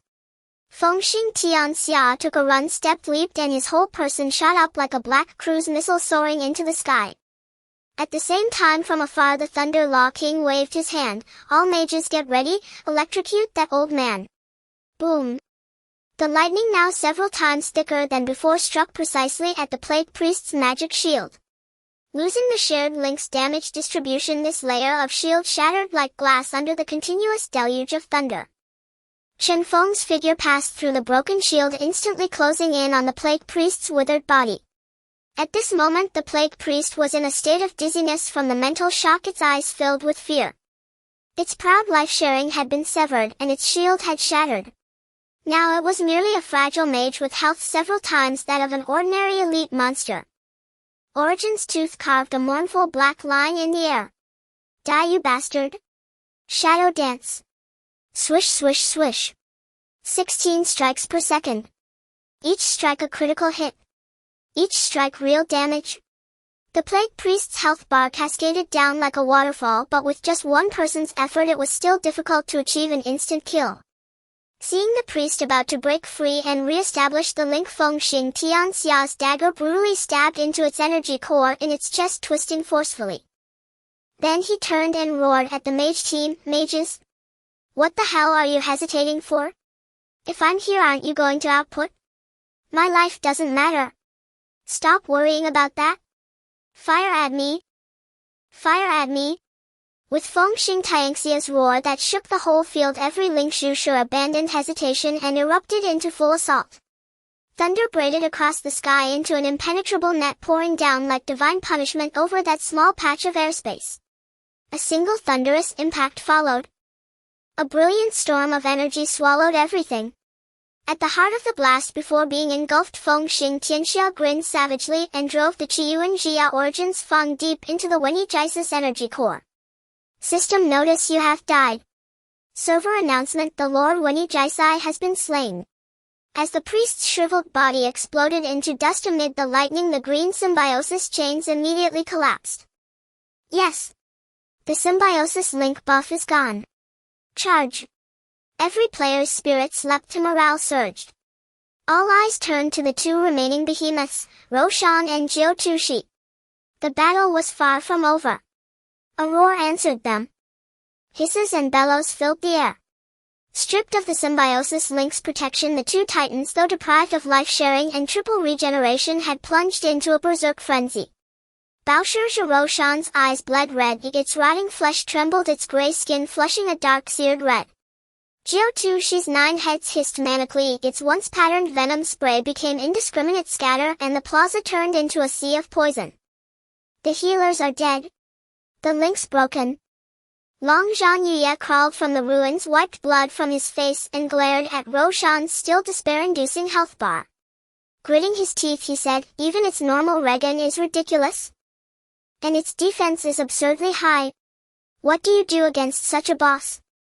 As veteran players we all knew there was only one answer now, go for the legs. Leg tactics. To avoid the two bosses' combined technique, scores of guards stepped forward to pull aggro in different directions. The battlefield was swiftly cleaved into two zones. Long Zhan and Huang Chao held one flank while Liming Guild spread out to assist wherever needed. At the Detox Camp's resurrection point a flash of white light appeared. Feng Xin Tianxia rose from the resurrection altar. His weapon Qiyuan Jia Origins Feng was soulbound and did not drop, though the fine armor he wore had its durability sapped to zero and shattered. That lightning really hurt. Feng rubbed his chest if the memory left him a little breathless. Even with pain sensitivity turned down, being struck by lightning was not pleasant. He did not pause, sprinting back to the battlefield. When he arrived at H124 gasping, he found not a dawn of victory but a more brutal war of attrition. Both bosses still stood if their health had fallen by less than 10%. On the left they faced Baoshe Zhiroshan, a deranged behemoth like an uncontrollable biological steamroller. It brandished a colossal meat cleaver. Each lateral sweep bisected players in its arc, turning them into white light. Even the steel bulwark could not endure many hits under such level suppression. We can't hold. We simply can't. Dali Chuchiji, holding a tower shield, was kicked dozens of meters away. He rolled up and bellowed in channel, don't tank it. Kite it back. Use the terrain to trap it. Don't let it near the back line. How do we kite it? Whoever goes up dies. Let them die if they must. Fear nothing. Long Zhan Yuye hardened his resolve, stripped off his heavy plate, took up a two-handed greatsword, and charged bare-chested. All guards, drop your armor. We need speed. Kite it toward the collapsed corridor in Sector B. Keep taunting. Hundreds of warriors obeyed, shedding armor and swarming beneath Roshan like a cloud of irritating flies. You pus monster. Over here. Come chase me, you tumor-riddled pig. Roshan, enraged by this flea-like onslaught, roared and writhed, hunting the player with highest aggro and thundering toward the plaza's edge. Each step shook the earth. Bloodflesh artisans raised walls. Dozens of advanced weavers, the Shuero Gongjiang, cast in unison from their ambush above the ruins. Countless bone walls and flesh barricades rose from the ground. Unable to fully control the thick-skinned monstrosity, they nevertheless impeded its stride. With a thunderous rumble, Roshan misstepped and sank into filth-filled debris, unable to move for the moment. It stuck. Brothers, leg technicians, get in. Hundreds of melee players swarmed forward. Because of level suppression, most guards' hits only produced forced little 1 and 2 damage numbers on Roshan. Fortunately, many nimble hunters survived to deal higher damage. No matter the ruined gear or chaotic formations, what these players did not lack was numbers. A war of attrition, relentless mobbing. Players crawled over Roshan like marching ants. Some hacked at its ankle tendons, some climbed to its back to drive great swords into its pustules, others aimed straight for its eyes. Roshan thrashed madly, each convulsion crushed several clinging players. The resurrection lights almost joined into a single line. Hold on, brothers. Wait for my respawn. Yura. Don't let it out. Block the path even with corpses. What are you doing? Don't die on my face. Damn, die further away. Use the bodies to block the boss. Ugh, its pus sprayed my face. Get off, get off. The bloodflesh artisans were delighted. Using ready corpses as material to reshape terrain cost them little mana. They could even fashion flesh grenades on the spot. It was a brutal, slow dismemberment and a battle of wills. On the right, the main force of the Huang Chao Guild fought a very different style against Jiduji Chu Jiu Tushi. This engagement tested pure skill. Jiu Tushi was a fixed turret. It could not move, yet its all-covering venom spray was a nightmare. The ground was poisonous. Standing on it shredded health every second. Spread out. Everyone scatter. Keep at least 5 meters between positions. The data man stood on a high safe vantage. At this moment he was the brain of the field. With cerebral overclock running at full power, his mind became a precision computer predicting each head's attack landing point. Tian Su assisted at his side. The left 3 heads are charging, they will cover Sector B. Everyone in B roll to the right. The central main head's venom is depleted, there's a few second window. Hunters go sever its venom sacs. Huang Chaos tactics were sly and precise. Hundreds of Thunder Lords and Mind Hackers sought not raw damage but that fleeting stagger. Ready, fire. Whenever a head opened to spray venom, dozens of lightning strikes mixed with psychic interference struck its eyelids, forcibly stifling the skill. By this method they could stop 5 out of 10 shots. On the ground, countless Ghost Blade players, cloaked and risking their lives, dove into the poison to pour damage into Jiu-2 Shi. Their HP plummeted in the toxic fog, the life scepters behind them smoked as healers tried desperately to keep them alive. We can't keep healing. Pull back. Don't pull. We can get 3 more hits. 1, 2. Oh man, I was wrong. Stop. The battle raged on for a full 3 hours. The H124 Fortress Plaza lay carpeted with layer upon layer of player corpses trampled underfoot by those who had just been resurrected. Durability gone. Loot a weapon from the corpse heaps and fight on. Mana gone. Yun Zhongyu led a call for healers to grab staves and bash anyway. This was the horror of the 4th calamity, tireless, unafraid of death, and endless. At last. Roar. With an unwilling, mournful cry, the Roshan, assaulted by millions of strikes, collapsed. Its legs had been brutally severed by the light teams, and not an inch of intact skin remained. By the end, its passive regeneration had weakened, its hematopoietic stem reserves were spent. With a great crash, its bulk hit the ground, raising a cloud of dust. Immediately after the last head of Jiu-2 Shi was smashed to pieces. Server announcement: congratulations to the player coalition for breaching the H124 hub. This is a great victory. The first major gateway of the liver region has opened to you. We won. Finally ground it down. My hands ache. I died 8 times and lost all my money, but this was totally worth it. The XP bar shot up. Cheers instantly drowned the battlefield. Countless players slumped to the ground, panting, faces lit with the joy of a harvest. Where the bosses dissipated stood a gigantic crystalline core, half a man tall and emitting a blinding green light. Feng Xing Tianxia stepped forward and stared at it. Item H124 Flesh Core. Description: the fortress power source containing the high-purity bioenergy accumulated in the H124 area over time. Contained energy 10 million bioenergy. 10 million bioenergy.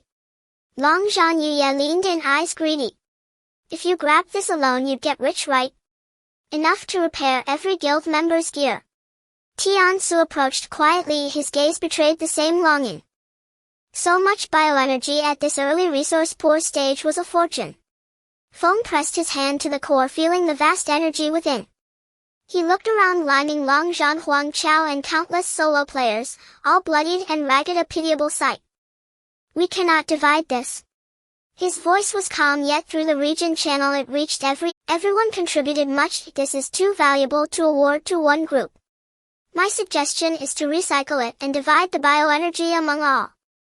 The core was not a crafting material and could not be forged into equipment. The best approach was to disintegrate it into bioenergy and split the proceeds. Though some were regretful, the crowd agreed. Feng did not hesitate and opened the global quest panel, Titan Armory. The bioenergy progress bar sat just above 20%. It was the fruit of days of server-wide grinding plus the countless small drops from the H124 assault. There was still a long way to 1 billion.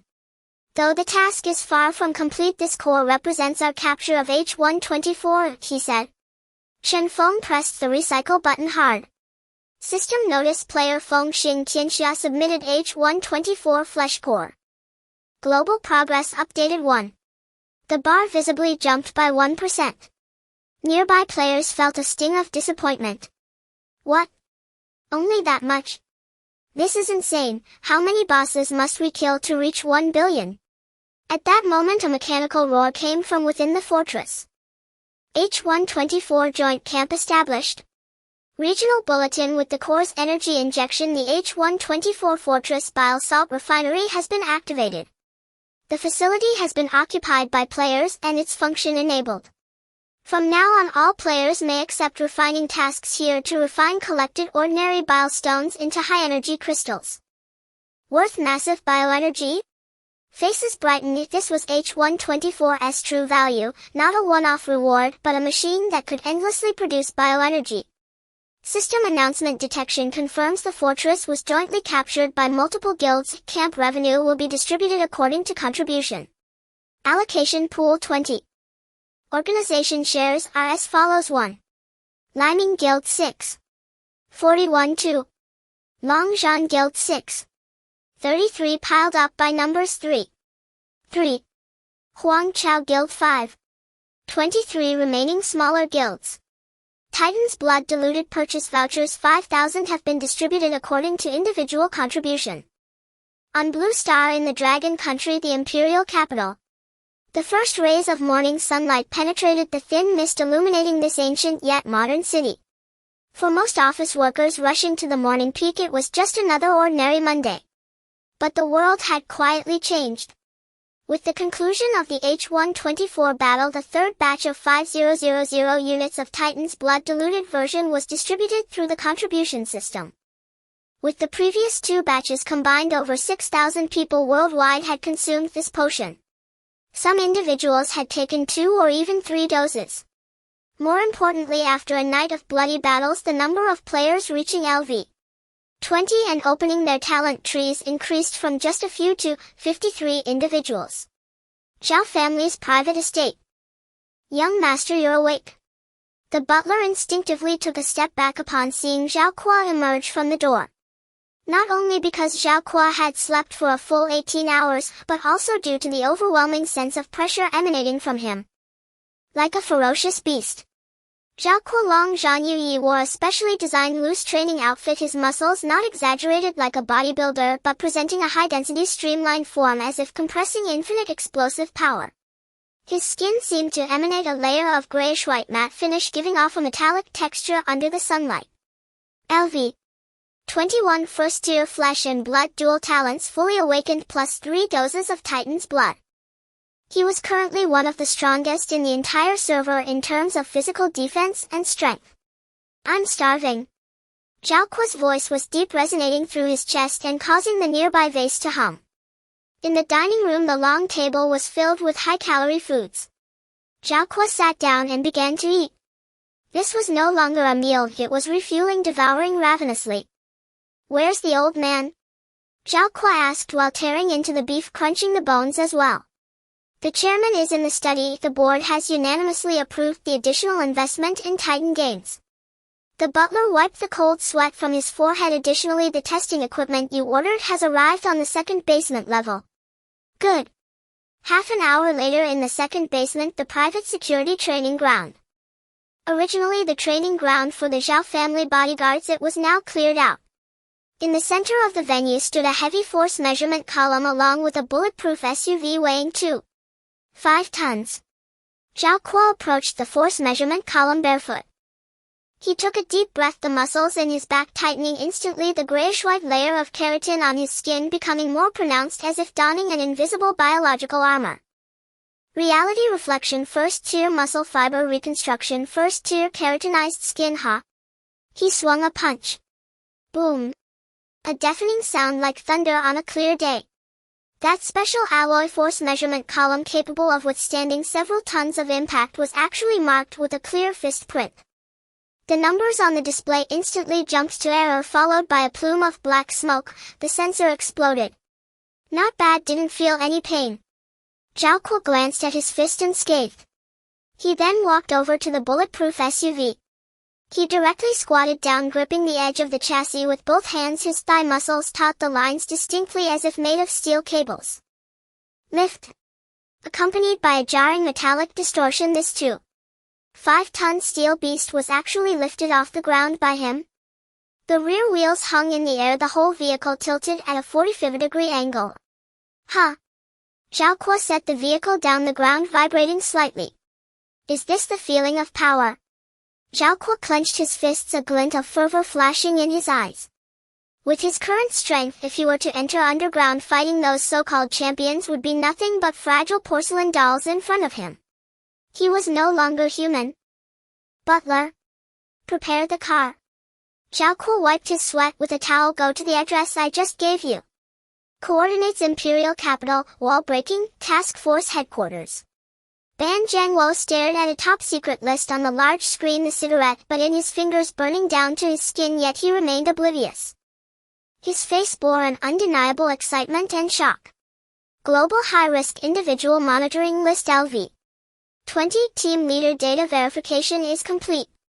A military officer in uniform spoke with fervor. As of now there are 53 players worldwide who have surpassed LV.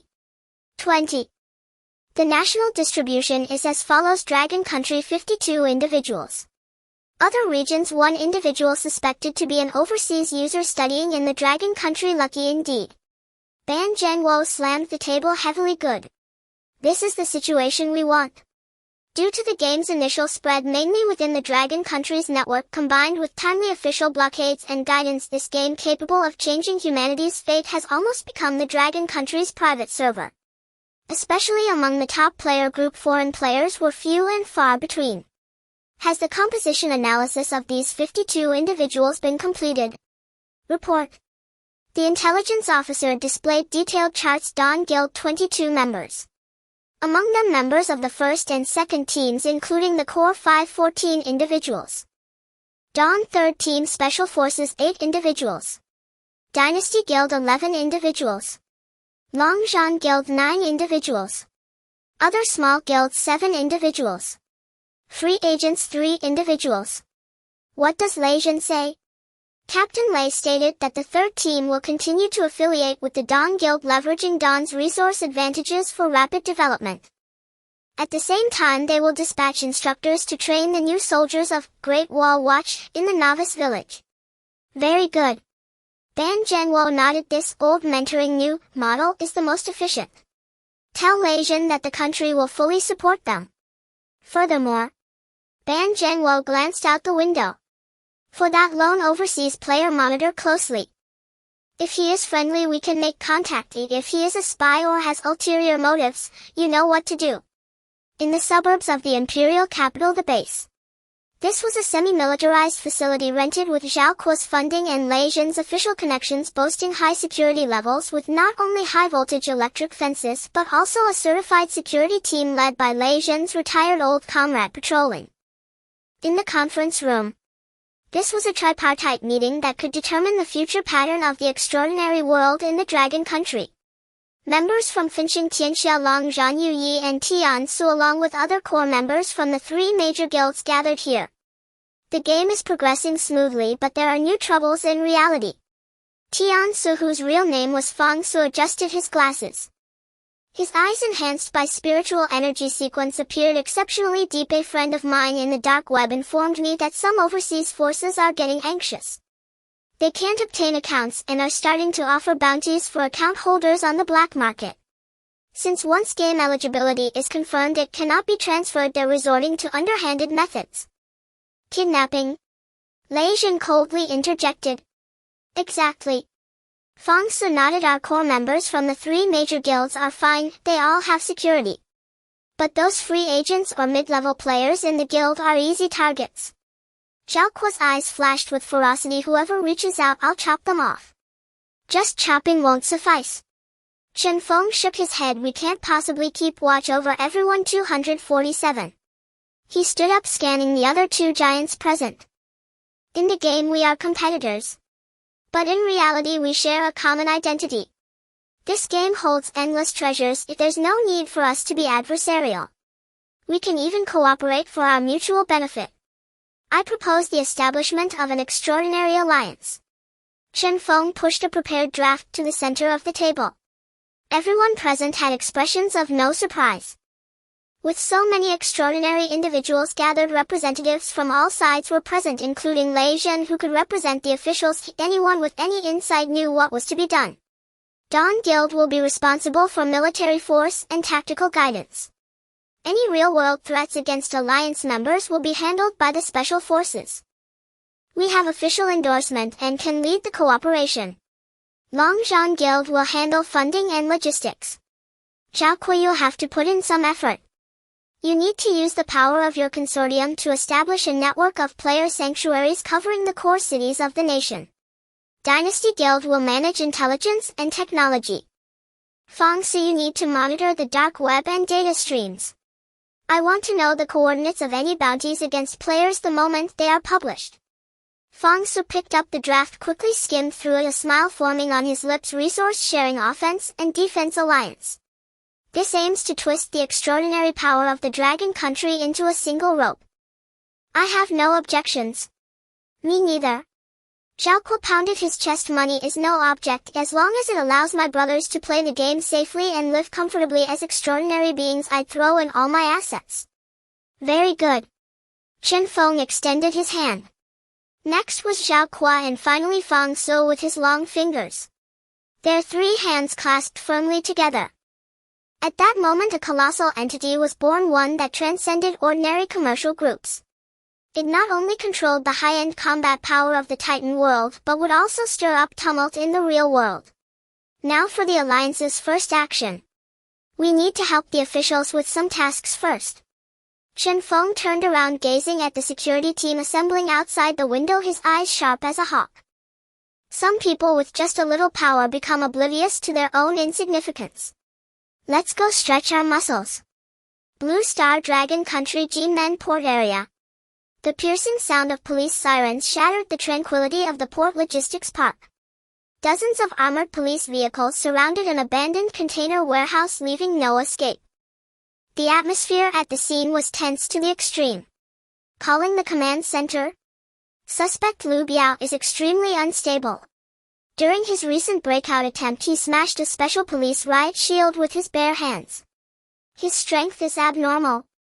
Inside the warehouse a proud roar sounded, accompanied by the booming crash of metal shelves being violently toppled. Get away from me! I'm a superhuman now. Anyone who dares to come in will be killed. $1 million, give me $1 million and I'll let them go. Lu Biao, a level 18 Guardian player in the game, had struck it lucky and obtained 2 vials of Titan's blood. Though he hadn't reached level 20 to unlock his talent tree, the enhancements he received made him feel like a superhuman. Outside the security line, 3 unmarked black SUVs broke through the blockade and stopped beside the command vehicle. The doors opened. Zhao Kuo stepped out in loose sportswear, followed by Chen Feng and Fong Su. Is this the troublemaker? Zhao Kuo glanced at the distant warehouse and even yawned. Level 18 Guardian. From the sound he's just a stronger than average person. Li Zihan adjusted his glasses, staring at the real-time thermal imaging transmitted back by the special police. His pupils slightly constricted as the psychic sequence brain domain overclocking placed his mind in an extremely calm and high-speed operating state, with observation and analytical abilities far exceeding those of ordinary people. Although the current reality mapping of the psychic sequence appeared the weakest based on discussions with Fong Su, it could potentially become a human signal transmitter later on, with the possibility of directly taking control of electronic devices. Tisk idiot, even the foolish villains in TV dramas find it hard to commit such a stupid act as extorting the authorities. Heart rate 148, muscles on the verge of spasms, eyes unfocused. Fong Su analyzed calmly. He is currently in a cognitive dissonance period after a surge in power. The increased power amplified his desires but did not give him the mental ability to control them. Let's take action. Chen Feng presented a red badge to the arriving on-site commander. Sniper, stand down. This kind of person is not worth wasting bullets on. Zhao Kuo, go wake him up a bit. Inside the warehouse, Lu Biao was in a state of extreme exhilaration. He had just punched through a solid wood table and this destructive power intoxicated him. Cops are nothing. I'm incredibly strong in the game. Boom. The warehouse's rolling shutter door was suddenly pulled open from the outside. Backlit Zhao Kuo entered empty-handed.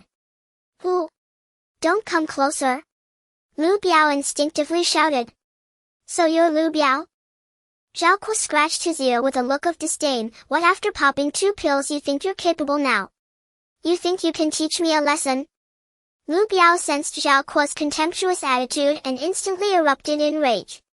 He forcefully shoved the hostage aside and charged at Zhao Kuo like a mad bull. One must admit the effect of Titan's blood was indeed remarkable. Lu Biao's speed surpassed that of a human sprint champion and his fist the size of a walk whistled through the air heading straight for Zhao Kuo's face. Die! If it were an ordinary person, this punch would definitely have shattered their skull. But in Zhao Kuo's eyes it was too slow. He stood still, not even taking a defensive posture. He merely tilted his body slightly, allowing the punch to strike his shoulder. Bang! A muffled sound. Lu Biao felt as if he had returned to his ordinary days, hitting a thick solid wall. The massive recoil numbed his wrist and caused pain in his finger bones. Meanwhile, Zhao Kuo remained unmoved. Not even a speck of dust was stirred up. This is impossible. Lu Biao's pupils shook. I drank Titan's blood. How is it possible that I can't even touch you? That only makes your physical attributes slightly better. At most you're just a strong mortal. Zhao Kuo looked down at him, his eyes filled with disdain from a higher dimension. Having some strength allows you to act recklessly, but you can't even see the bigger picture. You're not worthy of discussing evolution. Idiot. Zhao Kuo's muscles instantly tensed and the layer of grayish-white keratin on his skin glowed faintly in the dim warehouse. Reality mapping level 1 keratinized skin. Your strength is not even enough to scratch an itch for me. Zhao Kuo suddenly made his move. A large hand clamped around Lu Biao's neck, lifting him effortlessly as if he were a chick. Cough cough. Lu Biao kicked his legs wildly, desperately trying to pry Zhao Kuo's fingers apart, but that hand was as immovable as a hydraulic clamp. Remember this. Zhao Kuo leaned in close to his face, his voice booming like thunder. In the game you're a rookie. In reality you're just a little brother. Zhao Kuo casually tossed him aside. Bang! Lu Biao flew horizontally for over 10 meters, crashing into a pile of cardboard boxes, unable to get up for a long while. Take him away. Chen Feng walked in, casting a cold glance. Lock him up. This kind of trash is not worthy of playing Titan. Half an hour later, an edited law enforcement video was pushed to every Titan player's phone through official channels and major media outlets. There were no bloody scenes, only the shocking disparity. Level 18 Lu Biao in front of level 21 Zhao Kuo appeared as powerless as an infant. Although there had been a few previous law enforcement actions against player disturbances, none were as impactful as this widespread announcement. This meant that the official side acknowledged the connection between the Titan game and extraordinary powers and was preparing to intervene directly. Soon after, a joint publication of the Extraordinary Management Regulations by the National Breach Task Force and Titan Extraordinary Alliance was officially released, announcing the initiation of a real-name census of all players in the server. This time no one dared to ignore it. Meanwhile, thousands of kilometers away, Southeast Asia, the Golden Triangle. In contrast to the strict suppression and order establishment within Dragon Country, a different scene unfolded here. A luxurious manor that originally belonged to a local drug lord had now changed hands. In the hall, several Dragon Country individuals in tactical vests sat casually on leather sofas, stepping on the corpses of the original manor owners. Boss, the video from back home has come out. A short-haired subordinate looked at his phone, his expression somewhat grim. That Lu Biao was taken out by Zhao Kuo in one move. Thank goodness we left quickly. In the center of the sofa, a man with a face full of excess flesh and a sinister gaze snorted coldly. His name was Zhang Kuang, in-game ID Greedy Wolf, the former leader of the Wild Wolf Guild. I said long ago that those people back home won't tolerate us. Zhang Kuang swirled the red wine glass in his hand, a glint of cunning in his eyes. I smelled something fishy since the first distribution of Titan's blood. This power that can affect reality will definitely lead to significant changes in the real world. The official task force is probably monitoring players with criminal records in secret. The things we carry, once discovered, will surely land us in prison for life. The boss is wise, taking us to prepare in advance. Another subordinate flattered, this place is great, far from authority, and no one cares if we're red-named or not. Exactly. Zhang Kuang stood up, his powerful aura released without reservation. Yes, he had also reached level 20 and unlocked his talent tree. Talent Neural Sequence Hunting Instinct. He walked up to a trembling local drug lord, picked up a firearm from the ground, and with a powerful motion bent the steel barrel. In our country we must follow the rules, be monitored by the authorities, and be oppressed by large guilds. Those fools having power without knowing how to use it actually colluded with the authorities to establish rules. Humph. So antiquated. Zhang Kuang casually tossed the twisted iron aside, his eyes gleaming with ambition. Once personal power reaches an uncontrollable level. Out here, power is the only law. Second, inform our contacts in the country. Zhang Kuang grinned maliciously. Game accounts are bound to individuals, we can't buy them. But we can recruit people. Go find those who can't make it in the country, have records, or are unscrupulous players wanting to get rich. Tell them to come to the Golden Triangle. There are no stinky rules from the likes of Fengxing Tianxia here. Out here, as long as you have strength, you can have whatever you want. Whether it's women, money, or the power of this land. I will establish a kingdom of our own. Want to be a savior? Let those saints do that. Zhang Kuang looked out at the chaotic jungle, a cruel smile forming on his lips.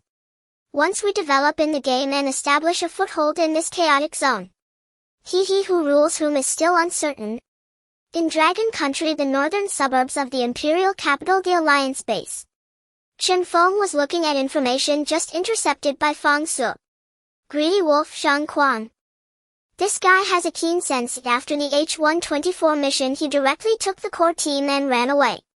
Fang Su pointed at a red dot on the map. The latest signal shows they are active around the Golden Triangle. They are recruiting blacklisted players through underground channels. A bunch of rats hiding in the sewers think they can carve out their own territories. The situation there is complicated and the authorities can't directly send troops to eliminate them. Let them be. Chen Feng turned off the map, his expression calm. Frogs in a well can only see the sky the size of the well opening. They think that having some power makes them emperors, but they completely fail to understand the principle of steady progress. Chen Feng stood up, his mind conjuring up the disciplined, command-obeying army of the Great Wall Watch. Once we accumulate a huge advantage and master mechs and more power, we can easily crush these clowns. The current top priority remains mining. This is the fastest way to obtain biological energy. We must complete the Titan Arsenal task at full speed. By the way, target those people in the game. If they run off alone to explore, it shows they have some sense, but if they dare to participate in the main storyline, we will hang them up and beat them. Chen Feng issued a strict order. Tell all the brothers the H-124 refinery must operate at full capacity 24 hours a day. In 1 week I want to see the biological energy progress bar exceed 50. The H-124 joint camp in the liver. If H-124 was once a fearsome fortress of death, it has now transformed into a veritable sweatshop. As a crucial gateway to the depths of the liver, the strategic significance of this fortress is self-evident. It stands as a stronghold guarding the tributaries of the portal vein.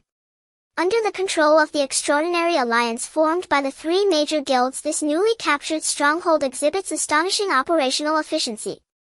In the moat, which once flowed with deadly venom, hundreds of flesh and blood artisans worked day and night. They utilized the mountains of monster corpses stacked on the battlefield as raw materials to construct pale bone-like bridges, thoroughly connecting the fortress to external resource points.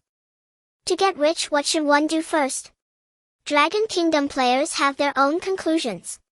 The core structure Bile Salt Refinery is billowing thick white smoke with the roar of machinery echoing day and night. Area announcement: the 108th batch of high-purity bile crystals has been refined. Stocking in progress. Hurry up. Where's the transport team? Don't dawdle. Dozens of raging beasts unloaded their weapons, carrying massive bone containers filled with raw materials just gathered from around the fortress. Make way. Don't block my path. This trip is worth several hundred points of biological energy. But this is merely the tip of the iceberg of the liver. Standing at the highest point of the fortress and gazing deep within, one sees an endless expanse of luminous green. Countless enormous meat-like columns, the liver lobules tower like skyscrapers deep within the toxic mist, each comparable in size to a mountain. That is a deeper area still shrouded in the fog of war, teeming with even more terrifying monsters. H-124 is merely a sentinel at the gateway of this vast liver nebula. Coordinates: right lung, lower lobe, B4 bronchial outpost. Compared to the noisy industrial operations on the liver side, this place presents a suffocating atmosphere of slaughter and discipline. 1,000 new recruits of the Great Wall Watch find themselves in a vast primordial forest-like jungle of cilia. From the miniature perspective of the players, the tiny cilia on the tracheal wall, which are meant to clear foreign substances, now appear as translucent giants towering dozens of meters tall, swaying slowly in the airflow. In the distant dark abyss, the faint breathing of titans becomes a howling hurricane with wind speeds exceeding 12 levels, carrying colossal dust particles like meteorites. There are no gasps of awe or whispers, only the cold steel-like commands echoing through the communication channels. A solemn atmosphere prevails. B4 Area Sector 3 cleanup operations commence. The commander of Great Wall 1 stands atop a giant cilium surveying the battlefield. All formations be alert. The monster tide will arrive in 30 seconds. On the ahead pink mucosal plain, a mass of disgusting gray-green soft-bodied creatures wriggle toward them. Those are pus slimes LV. 8 dividing and proliferating in a nauseating manner. First Squad Divine Guards formation deploy heavy shield and stakes formation.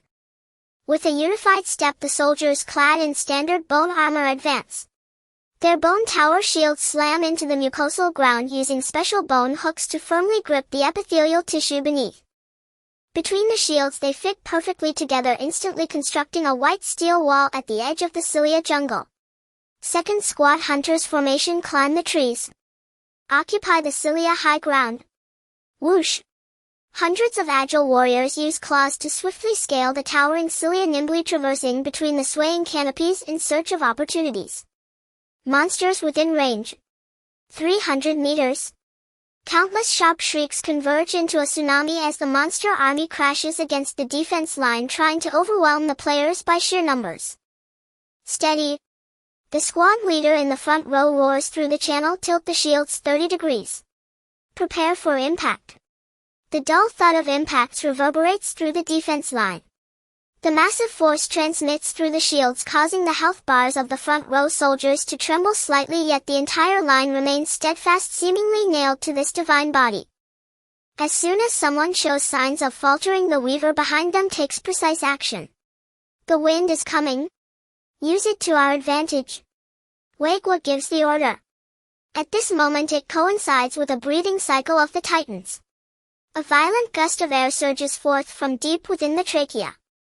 The Great Wall Watch warriors, who had long since anchored themselves, stand firm while the round plump slimes lose their balance in the tempest, being blown haphazardly, even swept into the air. Now is the time. Cover indiscriminately, throw. Fire. Boom. The sky fills with bone spears and poison thorns, accelerated by the gale exhaled by the titans, instantly piercing through those struggling little monsters in midair. Puff. Puff. The green pus bursts in the air as if raining acid. Thrust. Seizing the opportunity of the monsters being thrown into disarray, the hunters leap down, their blades precisely stabbing into the core of the virus, harvesting, pulling out, and stabbing again. Their movements are in perfect unison, resembling a finely tuned meat grinder. Minutes later the battle concludes. The ground is blanketed with a thick layer of viral remains. Clean up the battlefield. First Squad is responsible for collecting biological energy, Second Squad for cleaning up the battlefield, and Third Squad for guard duty. The commander of Great Wall 1 glances at the time, his tone devoid of any fluctuation. Rest for 5 minutes, check equipment durability. After 5 minutes we continue to advance.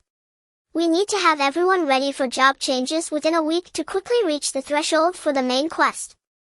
In the unknown area of the liver. This place is far from the core area of H124, the wild land filled with mist and unknown dangers. A player team of over 20 is cautiously climbing on the enormous blood vessel walls. Their gear is a mix of various styles, each member's eyes revealing a fierce determination. Leading the group is Greedy Wolf Shang Kwang. Wolf brother, aren't we going to H124 to join the fun? One of his subordinates, envious of the profits shared on the forum, says, I heard there's money everywhere over there, just picking up bricks can make you rich. Make a profit? What nonsense. Has your brain been kicked by a donkey? Greedy Wolf spat, stabbing a lurking leech dead. Do you not realize our situation? The three major guilds have surrounded H124 like an iron barrel. If we go there now, we'll be instantly killed the moment we show ourselves. And look at how vast this map is. Greedy Wolf points at the endless walls of flesh and the abyss-like bile ducts. Just this bile duct tributary alone is estimated to be tens of thousands of kilometers long, larger than the Earth. Without the Crimson Arc for high-speed travel, it is simply impossible to traverse it all. We are quite safe here in our pioneering efforts. No matter how strong the three major guilds are, they only occupy the toll gate at the entrance. The higher the sky, the farther the Emperor. Greedy Wolf said ominously. We will build our base in this border area, developing cautiously. Killing monsters, leveling up and gathering equipment. Though this place has fierce monsters and little supply, it offers freedom. Once we all reach level 20, even if we don't confront them, heeding the skills we bring back to reality will make us kings in the Golden Triangle. Everyone stay alert. Don't cause trouble, don't show yourselves, and level up quietly. Time passes and another week goes by. Through the relentless efforts of all players across the server, the biological energy progress bar of the Titan Armory finally crosses a significant milestone. Server announcement: the biological energy collection progress of the Titan Armory has reached 50. Around the H124 joint camp, Feng Xing Tianxia cleaves a small monster in half and brings up the task panel. Looking at the progress bar, he lets out a long sigh. 50. Faster than expected. But that's still not enough. Data Man beside him throws a bucket of cold water, pointing at the vast expanse of black mist on the holographic map. The shallow resources around H124 have been almost entirely mined by us. To gather the remaining 5 billion, we must continue to advance deeper. The current map is as follows. In the lung area, Zone A7 has cleared disease sites, but not all monsters have been eradicated. Zones B1 and B2 have a large number of players concentrated in the offensive, while other areas have scattered players. In the liver area, there is a detoxification camp at the entrance with sporadic guild outposts and small independent outposts. H124 has established a joint camp. We can fully advance on multiple fronts now. The danger level rises considerably ahead. I almost perished from exploring earlier. It may be unwise for everyone to go now. We could send some back to clear the smaller bronchi and the liver lobules behind. Level 20 players can form small teams to act independently. The rest stay with the group. Current online count 186422 people. With the construction of the H124 hub joint camp and the Titan Armory's progress surpassing 50, the game has entered an explosive phase. The previously open map can no longer satisfy the players' appetites. In the eyes of the fourth calamity, this massive Titan body is an endless treasure, with every vein and nerve filled with exploration and conquest. Coordinates: right lung, lower lobe, B19 bronchi. This is the current front line of the lung's advance. The wind howl's visibility is extremely low. A 5-man squad is engaged in high-intensity combat that leaves ordinary players gasping for breath. A lava colossus LV 25 elite is blocking the path of the number 1 team in the entire server. This monster is drenched in scalding pus, and every swing creates a scorching wave of heat. Interrupted spout. The voice of Feng Xing Tianxia echoed in the squad channel, calm and brief. Received. On the distant rock wall, the Thunder Law King was half kneeling with the Thunder Magnetic floating cannon fully charged on his shoulder. The Data Maniac focused intently on the gigantic body of the monster, a strange glint flashing in his eyes. ZZZZ. A thick blue lightning bolt accurately struck the Colossus' throat, sparking a burst of flames followed by a peculiar wave. The immense kinetic energy paralysis effect and nerve interference combined, causing the Colossus' previously wide-open mouth to suddenly freeze. The high-temperature viscous liquid it was about to spit backfiring inside. Now's the time. Li Chu Chi Ji was already at the forefront, his tower shield glowing red. Bang! He withstood the Colossus' last-ditch counterattack, smashing his shield against the monster's knee. Another stunning blow. Meanwhile, Chen Feng moved. At this moment he had reached LV 22, nearing LV 23, holding back some potential points to directly invest in the second-tier talent of the nerve sequence. Synaptic acceleration. He drew a black afterimage in the raging wind leaping into the air from Dali's shoulder with the Origin's fang precisely piercing the Colossus' weak point exposed by the lightning strike. Go down for me. Boom. This elite monster capable of wiping out 100 players in an ordinary raid collapsed in under 10 minutes with the cooperation of the Dawn core group. Perfect coordination. The data maniac adjusted his glasses examining the monster's body structure recording the data on its weaknesses. Let's move on. Wait, I am level 23 now. Fengxing Tianxia looked at his panel with joy. The others rushed forward to witness the birth of the server's first second-tier talent. Both the intermediate synaptic acceleration and hunting instinct enhance the first-tier abilities. I think I should try the other two first. Fengxing Tianxia rubbed his chin signaling everyone to help him analyze bullet time and micron-level control. Do we really need to think? This is a common trope in movies. Yun Zhongyu pouted in dissatisfaction. When the name bullet time was mentioned, everyone already knew which one to choose. Fengxing Tianxia smiled and unhesitatingly pointed to bullet time. A wave of chilling aura emanated from Chenfeng, logging off brothers. I'm going to play for a bit, you guys keep it up. Coordinates liver H106 edge. Compared to the elite rout of the Dawn Guild, the Great Wall Watch showed the power of a combined army. These over 1,000 elite players, all LV 10 and having completed their class changes, left the relatively comfortable A7 area the moment the last person changed class, diving headfirst into the liver filled with high monster density. Divine Guards advance with the shield wall. Spirit pivot guild cover with lightning nets. The commander of ID, Great Wall No. 1 inch stood aloft surveying the dense mass of bile crawlers LV 15 below. The white wall formed by bone shields pushed through. Behind them hundreds of Thunder Lords simultaneously raised their staffs. No need for fancy movements if the blue electric nets directly covered the firepower. Crackling. Hundreds of crawlers convulsed and stiffened in the current, then were harvested by the following hunter phalanx. Don't stop. Maintain formation. Steady advance. Have the hunter scouts returned? This army moved like an unyielding bulldozer, turning red areas on the map into green. Coordinates liver gallbladder entrance. The Dragon Battle Guild displayed considerable adventurous spirit, deciding to explore while fighting now that the main line only had the Titan armory left. Ha ha ha. Now this is monster hunting. Long Zhan Yi bare-chested switched his gigantic sword for a heavy warhammer exchanged from the shop. He was single-handedly tanking a massive hardened bile beast LV 22 elite. This monster was clad in heavy armor and normal attacks could not penetrate its defenses. But Zhao Kuo didn't care at all. He activated keratinized skin, bracing against the monster's charge, hammering away at its forehead one strike after another. Clang! Clang! Clang! It sounded like blacksmithing. Behind him a dozen elite Thunder Lords off the Dragon Battle Guild were outputting wildly. President. Is the aggro stable? Absolutely stable. You all just keep zapping. If it dies, it's on me. Other Divine Guards don't come over and mess things up. Zhao Kuo laughed maniacally, kicking the monster in the face and flipping it over. I can lift an off-road vehicle in real life, can't I deal with you, a rock turtle in-game? This is how the first echelon of cash-spending big shots plays, immense strength and heat in confrontation. Coordinates Bronchi A76. The wind howls. The wind speed here reaches an astonishing level 14. Ordinary players, if they don't hold on to the cilia on the ground tightly, will be blown away instantly.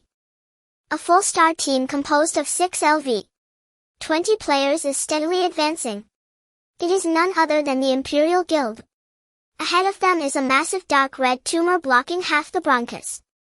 The system prompt identifies it as a boss unit inflammatory tumor LV 27, resembling a living volcano spewing out large amounts of high-temperature puissant fire demon larvae every few seconds. This thing deals burn damage. The front row of Divine Guards had their shields heated red. Why is this so hard to fight in the bronchi, just like other bronchi? Moreover, this is just the disease site of the bronchi. How will we fight when we enter the lung lobes later?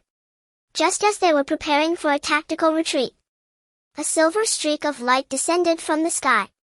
Boom! A three-metal silver-winged sentinel landed heavily in front of the players. Wielding a light spear, it unleashed a crescent-shaped energy wave that instantly cleared the advancing fire demon larvae. Soldiers, stay close to me. The sentinel's voice was cold and mechanical.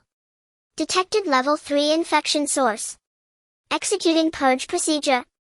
Damn. A high-level NPC has arrived. Don't just watch. Take advantage of the NPC drawing aggro and focus fire on that tumor. The Spirit Pivot Guild's elemental fury was ecstatic. As long as we take down this disease site, the first completion of the A76 area is ours. This squad immediately coordinated with the NPC for a frenzied assault. This strategy of hanging on to NPCs for clearing has also become the mainstream tactic for numerous players tackling high difficulty areas of the lungs.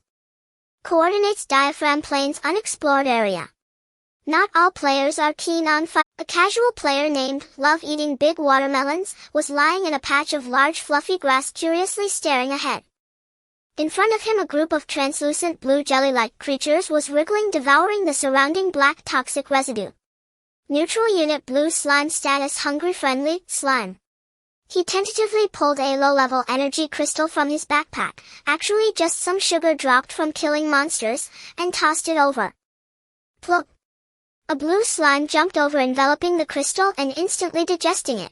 Immediately a huge heart-shaped icon popped up above its head and it happily waddled over to the feet of the big watermelon, even spitting out a bubble that granted him a meaner healing buff.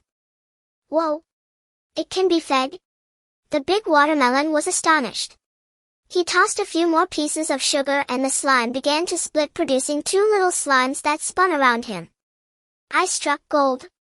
This is a mercenary? The big watermelon excitedly posted a picture in the World Channel. Coordinates diaphragm planes discovered wild blue slimes. As long as you give them sugar, you can lure them. They can also help heal and clear toxins. Casual players, hurry over. This is the location. That day dozens of scenic players flooded into this area. Good, eat this and come with me. This big one is mine. Players developed a brand new gameplay, biological mercenaries. As long as you have food, these primordial species within the Titans are the best helpers and pets. Coordinates around H124. Good news from the liver area? The persevering players finally activated the racial talent of the Huaxia people, farming. Be gentle. This is the high-yield spore just exchanged. A player belonging to the Life Profession Alliance carefully planted a green spore onto a corrupted martyr corpse. Monster corpses will not be refreshed, instead players drag them back to serve as fertilizer. Minutes later the corpse rapidly shriveled while the spore grew, visibly transforming into a half-human high-detox giant mushroom. Harvest Giant Detox Mushroom X3, effect consuming it removes intermediate toxins and restores a small amount of health. It worked. The life players cheered with joy. This is more profitable than monster hunting. Bring all those corpses over there. We need to create 100 acres of good land. Looking around, the abandoned areas around H124 have been cultivated into neat patches of farmland. Various colors of fungi flourish on the monster corpses, continuously supplying resources to the front lines. And earning some money along the way, hee. High-dimensional perspective Titan Ancient Abyss. In the cosmic abyss. The ancient abyss sensed the changes within, a flicker of disturbance flashing in its eyes. Elite players are precisely eliminating high-risk disease sites. Support players are establishing a positive cycle. Even the originally fragile native microbial community has retained some sparks under the unintentional actions of casual players. This is a world that is awakening. Titan Armory Progress 50. 5. 50. 6. Although the increase is slow, this gradual accumulation like a trickle is the most solid foundation. Breathing has become a bit smoother. As a cosmic level being, the Titan's heart is an enormous supernuclear reactor. Fusion and fission reactions are ongoing at all times. The cosmic materials ingested in the blink of an eye are diverse, covering the entire periodic table, but this does not hinder it from forging these materials into the key substances truly needed for its body, such as oxygen. Although it can survive without oxygen, having it speeds up its healing.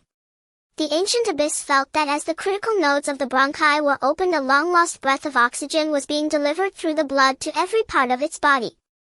The surface temperature began to rise. Steaming ahead indeed. Now let's give them a new direction. A golden task beacon lit up on all players' maps, pointing to the red area in the lungs connecting hundreds of bronchi. In fact, tourist players had come here before, but unsurprisingly they were wiped out. Epic server-wide quest chain updated. Titan's breath warning: extremely high thermal source reaction detected in the lungs. Objective: proceed to the bronchi sections A1 A105 and find the source of the high heat, the fire demon parasite.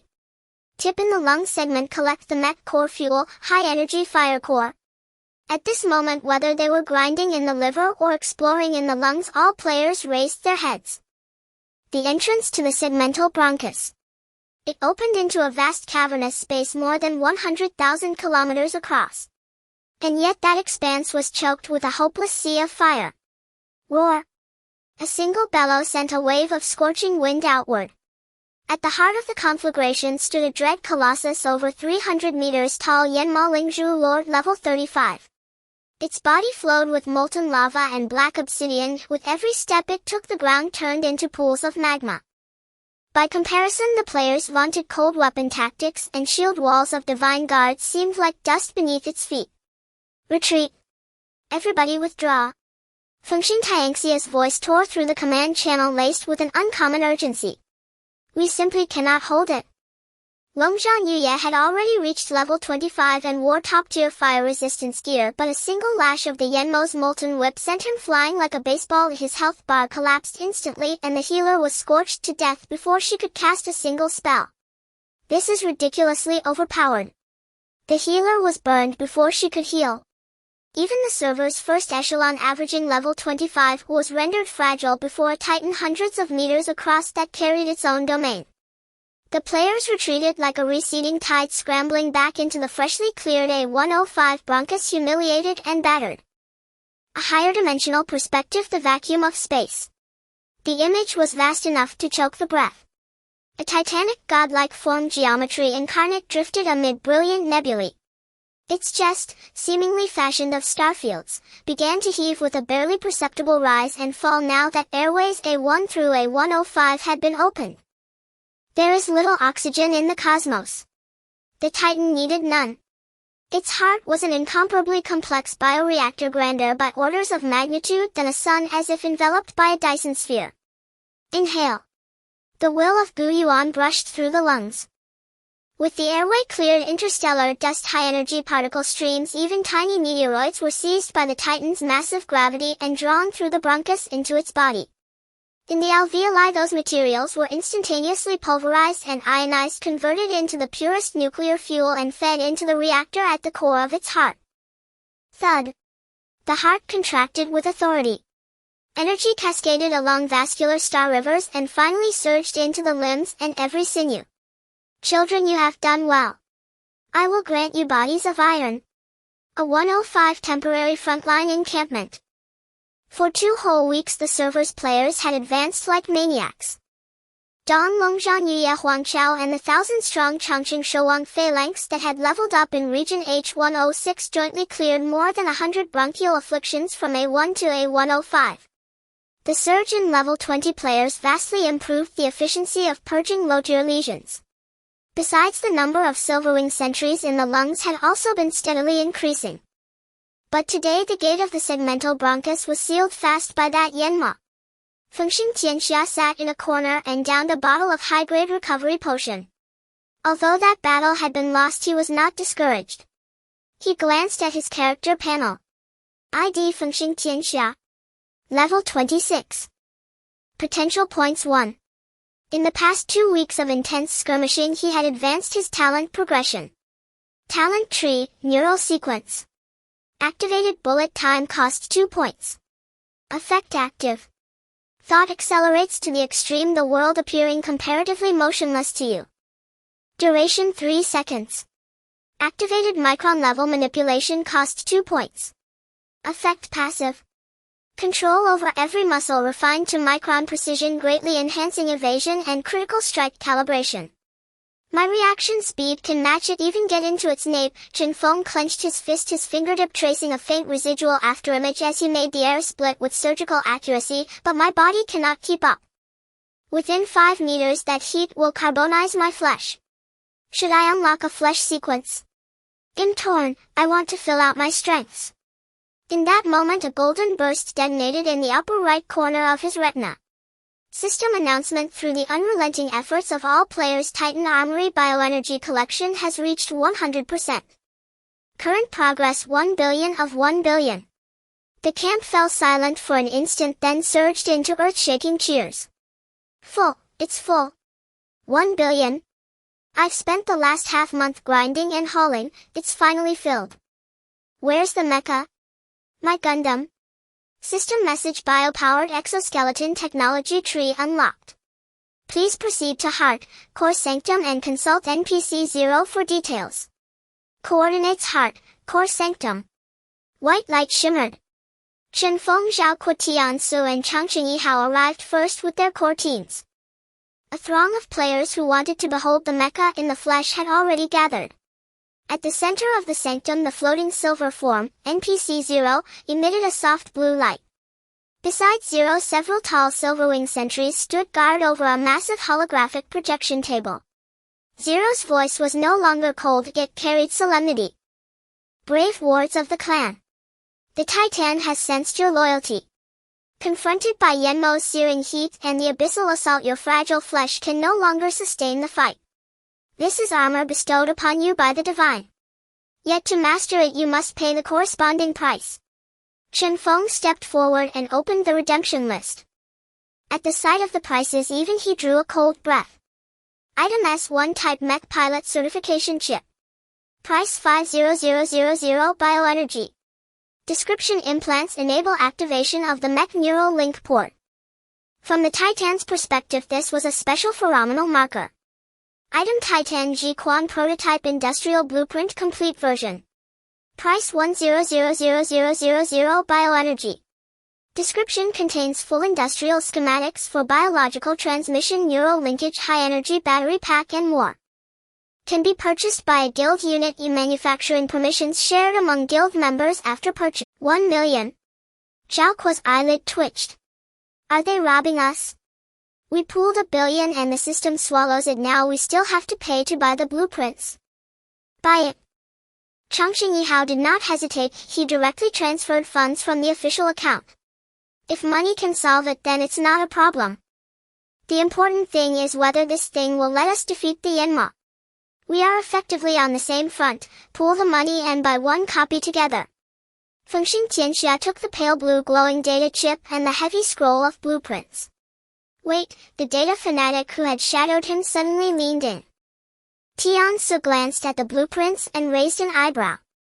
The man in the real world was a top computer scientist, a data prodigy, an ACM gold medalist and a full-stack expert. He stared at the complex blueprint unfurling on his retina with trembling hands. Feng Ji, something is wrong. The data genius voice became sharp with shock. What is it? Is there an error in the blueprint? No, it's too accurate. It's damn near perfect. Li Zihan rapidly zoomed into the holographic diagram and pointed at the neural signal translator section and the molecular schematic for the biobattery. Feng Ji, I switched from BME to coding, but my university training was in biomedical engineering. I worked with my advisor on invasive brain-machine interfaces.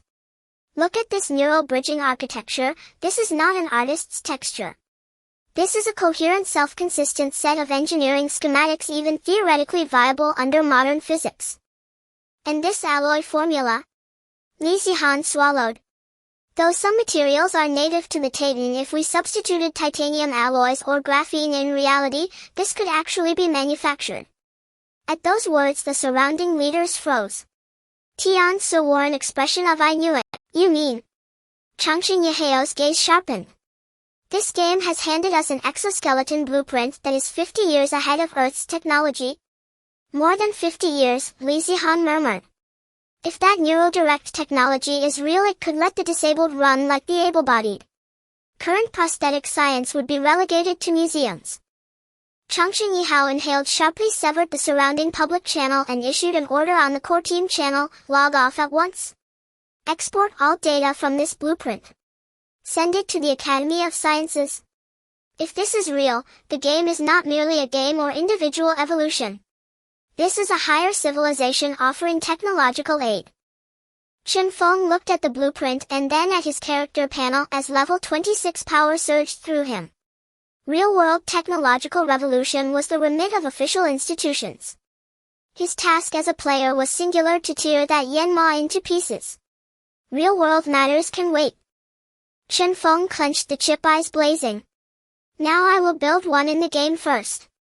Notify all blood and flesh artisans. We will burn money. 1 hour later, H124 Joint Encampment, Workshop 01. The ceaseless factory was executing the server's most extravagant splurge. Countless precious items were poured in and bioenergy cascaded away like water. Now forging Titan Ji Quan prototype. Consumption high purity Dan crystals X20000, hardened VRMMO bone X 10 tons, bioenergy X500000. In the great bioreactor, rare materials liquefied into scalding flows and were poured into a 3.5-meter mold. Dozens of blood and flesh artisans labored, sweat on their brows as they carved neural circuits.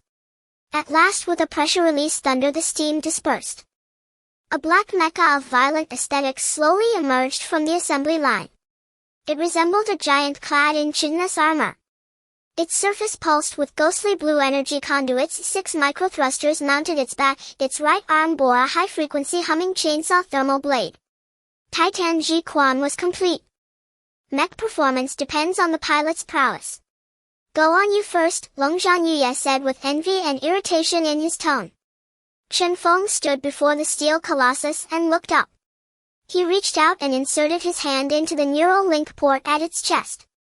System message detection level 26 player function Tianxia. Titan Ji Quan activation. The mecha's faceplate slammed shut and its eyes flared with a piercing red light. Chen Feng felt his viewpoint snap upward. An unprecedented sense of power suffused him. It was no longer merely flesh but the grandeur of steel fused with biotechnology. He raised the massive mechanical arm and swung it through the air. Boom! A sonic blast detonated the shockwave, knocking several nearby artisans over. For me peanuts. For me peanuts. Report the workplace injury? Chen Feng manipulated the mecha to scoop a craftsman up like a chip. Through the mecha's megaphone his voice came out like a metallic god, but it could not hide his delight. Holy hell, this is awesome. He looked toward Zhao Tiansu and Changchun Yihao. Don't skimp. Take everything from the coffers. Mass produce. Forge a legion of mecha. With these, don't just chop off the VRMMO lord's head and kick it like a ball. I feel we could in one sustained push purge the bronchial parasites entirely. On Blue Star in the Dragon Kingdom, beneath the 3rd level of the Imperial Academy of Sciences, lies a high-security military laboratory. The air is eerily silent. Inside the room, Ban Zhengwo sits upright while Lei Jun stands beside him with a solemn expression. A circle of the Dragon Kingdom's top experts in materials science, bioengineering and mechanical engineering are intently focused on the holographic projection of the disassembly blueprint of the Titan's fist biomechanical armor. Seated in the main position are 2 elderly men who exude an aura of authority. Every citizen of the Dragon Kingdom can recognize them at a glance. Academician Li, what is the conclusion from the experts? The voice of the elder in the main position is steady, but the knuckles of his fingers gripping the teacup are slightly pale. Academician Li, a master in neuroengineering in the Dragon Kingdom, is currently removing his glasses and gazing reverently at the core structure of the neural translator in the blueprint. Report, Chief, we can preliminarily confirm that this is not as simple as a game setting. Academician Li's voice trembles slightly. The logic of instantaneous conversion between neural signals and electronic signals perfectly resolves the bottleneck that has plagued our brain-computer interface for a decade. Though we currently cannot synthesize the biological materials if we use graphene and SHID memory alloys as substitutes, it is theoretically entirely feasible. Another dynamics expert adds, and this bionic muscle bundle transmission system discards the heavy hydraulic rods. If we can master this technology, the load capacity of our individual exoskeletons could conservatively increase fivefold with flexibility comparable to the human body. Ban Zhangwo stands to the side, taking a deep breath, still in disbelief. The elder in the main position remains silent for a moment before slowly standing up. We need to invest more resources into this game. Convey the orders to elevate the Wall Breaker team's authority and establish the Titan Engineering Bureau. Mobilize experts from relevant fields across the nation and spare no expense in deciphering the technologies in the blueprints. Lei Jun listens quietly, not daring to interject. He is attending the meeting as a bridge between players and officials. Among top players, there is a consensus everyone has an equal opportunity to grow stronger in the game, and temporarily gaining power to disrupt the order of reality and oppose the collective is pure self-destructive behavior. Data maniac Tian. So those who think they should enjoy privileges just because they feel strong don't seem very smart, especially the recent fools causing chaos. With so many strong players still daring to jump around, they are merely a group of nincompoops. The elder's gaze is piercing. From the current situation, the number of game players continues to rise and will inevitably become universal. Our enforcement needs to collaborate with those top players to strengthen constraints on power. Haha, fortunately they are all smart enough to see the situation clearly and do not feel the need to carve out their own territories. In the game, let them fight freely. In reality, we must turn these technologies into swords for defending our home and country. Given our current advantages, it may not necessarily need to be used solely for self-defense. In the game at the H124 Joint Camp Workshop No. 01. Compared to the grand narrative of reality, the air here is thick with the scent of flesh. Be careful. That's 5 million biological energy. Long Zhang crouches before the observation window, watching as the flesh craftsman embeds crimson crystals into the mold, his heart bleeding. To gather this amount of money, I sold off all the equipment and resource stock in the guild warehouse. Currently forging Titan's fist. Fengxing Tianxia stands at the workshop entrance looking grave. Even with the 3 major guilds and the Great Wall Watch having emptied their coffers, the resources available are only enough to build 4 units. This thing is too expensive. Data Maniac shakes his head as he looks at the back-end data. Fortunately, the energy system doesn't require burning biological energy but uses the high-energy fire core we obtained from the lungs. A single fire core can sustain high-intensity combat for 30 minutes. Tisk, this thing isn't cheap either. The allocation plan has been finalized. Data Maniac pulls up the list. Fengxing Tianxia LV.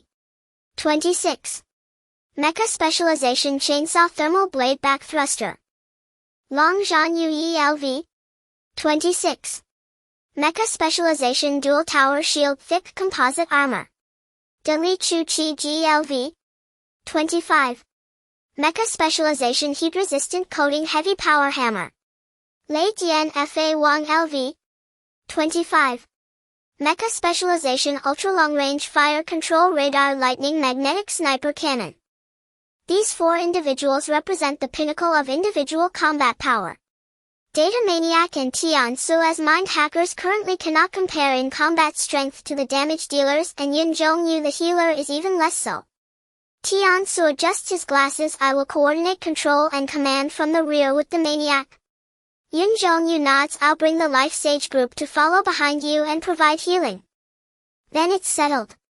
Chen Feng gazes at the 4 black giants emanating a cold metallic sheen. For mechas, 7 of the strongest combat powers in the entire server. Remember, this layer of iron skin only gives us the qualification to stand before that inferno demon without being instantly killed. The durability and repair costs of the mechas are still unknown, but it will surely be astronomical. If anyone dares to be reckless, they will have to pay for their own mecha repairs. Zhao Ku chuckles, patting the 3.5-meter tall giant. Don't worry Feng Ge, I'll drive this like a limited edition sports car, steady as a rock. After several hours of preparation at the entrance of the bronchial tube, the gales are as sharp as knives and the heat waves are rolling. Here it is no longer a narrow bronchial tube but a vast space with a diameter exceeding 100,000 kilometers. Roar! A roar erupts, stirring an 8th-degree tempest. In the center of the Inferno, a terrifying giant over 300 meters tall, Inferno Demon Lord LV 35 Lord, stands tall. Its body is composed of flowing lava and obsidian. With each step it takes, the ground turns into a pool of lava. Attention all units. The voice of Feng Xing Tianxia comes through the mecha's loudspeaker carrying a cold metallic tone. The mecha squad will engage in frontal containment. Tianxia, take the mage group to clear the Inferno demon larvae emerging from the surroundings. Don't let them disrupt us. Yuzi, keep healing. The healer group is out of mana. Rotate. Move out. Boom. The four mechas simultaneously shoot out blue tail flames, creating trails of fire as they rush into the flames that had previously caused them to retreat. Bang! The divine weapon descends. The battle begins. The Inferno Demon Lord looks at these slightly larger bugs with a brutal gaze. It raises its 100-meter-long lava whip and strikes down hard at the black mecha leading the charge. Last week Long Zhan Yi was directly sent flying and killed by this very whip. Come on. Inside the cockpit, Zhao Kuo's eyes blaze red as his LV 26 power surges through the mecha, perfectly synchronizing with the mecha's power system. Unyielding bones. Life furnace. He maneuvers the reinforced heavy mecha, slamming the two tower shields together, deeply embedding them into the ground, while the thrusters behind him blast at full power to brace against the ground. I held it. Bang! A thunderous explosion resounds. The lava whip strikes the tower shield with sparks exploding like a waterfall.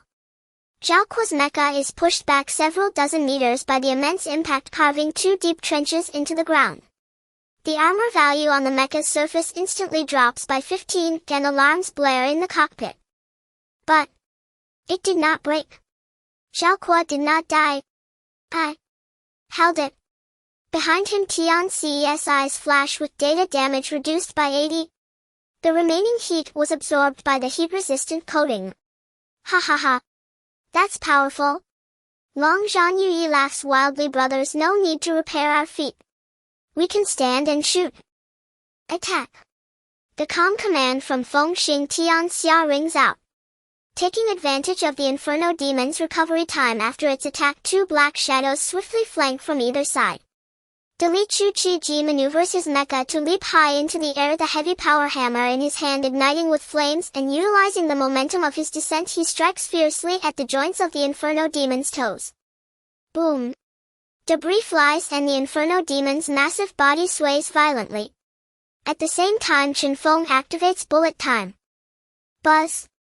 In the slow-motion world, he directs the mecha to perform an aerial maneuver defying the laws of physics, evading the fiery ring, protecting the Inferno Demon, while the right arm's chainsaw thermal blade emits a piercing whine. Zzzzz. The hard obsidian shell is forcibly sliced open, spewing forth boiling magma blood. Armor penetration. Though this strike only severed a small segment of the boss's extensive health bar, it is enough to invigorate the spirit. In the distance, Lei Jin sets up his sniper cannon. A blue beam accurately pierces one of the Inferno Demon's eyes. Biological electromagnetic field brain domain overclocking energy resonance unleash the explosive power of 6 potential points. Roar. The Inferno Demon Lord emits a pained roar. It did not expect that these tiny bugs clad in iron skin could actually inflict harm on it. We can hit it. We've breached its defenses. The player army behind erupts in exclamations. Though there are only 4 mechas with the coordination of 7 top players, they have forcefully torn open a gap in this hellish battlefield. Don't celebrate too early. Qinfeng gazes at the despairingly long health bar above the Inferno Demon. This is just the warm-up phase. Maintain the rhythm. We must defeat it before the backup energy of 1,000 fire cores runs out. Boom. This is the direct collision between steel and super creatures.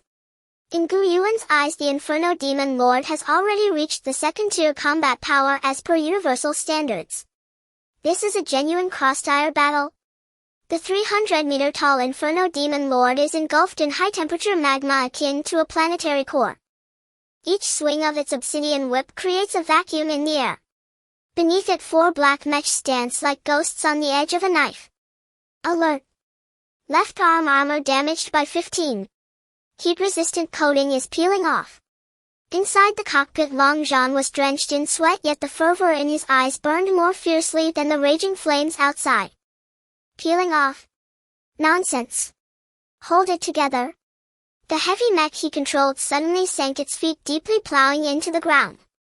Faced with the Inferno Demon's giant foot capable of crushing tanks, Zhao Kuo did not retreat but instead activated 4 retro thrusters on his back. With the thrust from the engines, Zhao Kuo raised his double tower shield and managed to withstand the descending giant foot. Sizzle, sizzle, sizzle, the mech's hydraulic rods cried out under the immense strain, sparks flying. Damn it! Not my new mech. It hurts. It hurts. Breathe deep. Don't think. Focus on the boss. I've got this. What about the output? Coming. With great effort he maneuvered to the Inferno Demon's heel. There was no fancy technique, just a straightforward approach, swinging the power-melting hammer. 80. 80. 80. Bang. Bang. Bang. Each swing carried the kinetic energy of rocket propulsion, striking hard at the Inferno Demon's Achilles tendon. The hard obsidian skin shattered, revealing the molten muscle fibers flowing within. In midair, a black streak was executing maneuvers defying gravity. Fengxing Tianxiao was in an extremely calm state. Just after the cooldown of bullet time, he prepared to endure the bodily strain to activate it once more. In his eyes, the Inferno Demon's swinging arm moved as slowly as if practicing Tai Chi. Too slow? Under the influence of micron-level control, he instantly adjusted to the optimal assault stance. There is a weak point under the left armpit. The hunting instinct precisely locked onto the Inferno Lord's vulnerable spot. Fengxing Tianxiao's mech suddenly shot up, the thrusters spewing blue flames, tracing a zigzag trajectory in the air, evading the Inferno Demon's grasping giant hand. The chain sword in his right arm emitted a piercing hum. Swish! A blade cut in, precise and flawless. A torrent of magma gushed out, sizzling as it splashed onto the mech's exterior. Ah! The Inferno Demon howled in pain. Just as it attempted to turn and swat this fly, a piercing round glimmering with lightning struck its eyelid. Meanwhile, at the rear of the battlefield, Yuan Zhongyao waved her staff, accompanied by a multitude of healers, releasing waves of green healing energy enveloping the 4 mechs. The biological muscle bundles of the mech are tearing apart. I'm stimulating their activity. Save your energy. Move, move. The Inferno Demon's health dropped to 70. It was thoroughly enraged by this swarm of insects. Lowly. Dust. Feel. The fury. The Inferno Demon abruptly plunged its whip into the ground. Boom. The entire bronchial segment began to tremble violently. The ground cracked and countless fire pillars surged into the sky. System alert, boss has entered the second phase. Temperature rising. Warning, numerous inferno larvae are hatching. From the fissures in the ground crawled thousands of lava elementals. LV 20. They charged like a pack of burning mad dogs, screaming toward the player army. Stay calm. This is just a large AoE. Prioritize clearing the small monsters. Fortress no. One stood atop a massive boulder, commanding with certainty. Fortress watch, bone shield array. Keep those little fire people out. Don't let them interfere with the mechs. Dragon War Guild Berserker Corps switched to long weapons. Stab. Mage Corps lay down the electric net. The main forces of the 3 major guilds displayed remarkable composure. Faced with the tide of lava elementals, they did not retreat even a step. Charge, charge, charge. Don't steal my monsters. That fire core is mine. Although they didn't have mechs, these elite players, almost all at LV 20, built a frontline defense with their flesh and blood firmly blocking the small monsters summoned by the boss. At the edge of the battlefield, some players with unique styles were busy. They were the summoners led by AI Qi de Shigua. AI Qi de Shigua had clearly become the leader of the summoner corps. They held no weapons but instead carried gigantic blue jellies. Go! It's you, Boki. Eat those fire sparks. With a command from de Shigua, hundreds of blue slimes, mutated probiotics trained by players, were thrown into the battlefield. These originally harmless little creatures displayed immense appetite upon encountering the splashes of magma on the ground. Gurgle. One slime pounced, enveloping a flame, its body instantly turning red, then, poof, it expelled a cloud of cooling black smoke. Although they currently lacked the power to fight monsters, they effectively cleared the persistent burning areas on the ground. Huh. They can actually change the terrain? They can reduce environmental debuffs. What the hell? This can work. A guardian on the front line watched as the sea of flames beneath him was licked clean by a few slimes, feeling an immense relief. Leisure players are amazing. Just as the battle was at a standstill and the Inferno Demon was about to unleash a full-screen AoE, suddenly dozens of silver cross-shaped lights illuminated the sky. Detected risk of irreversible organ damage. Requesting intervention. Approved. Initiating enzymatic program. Whoosh.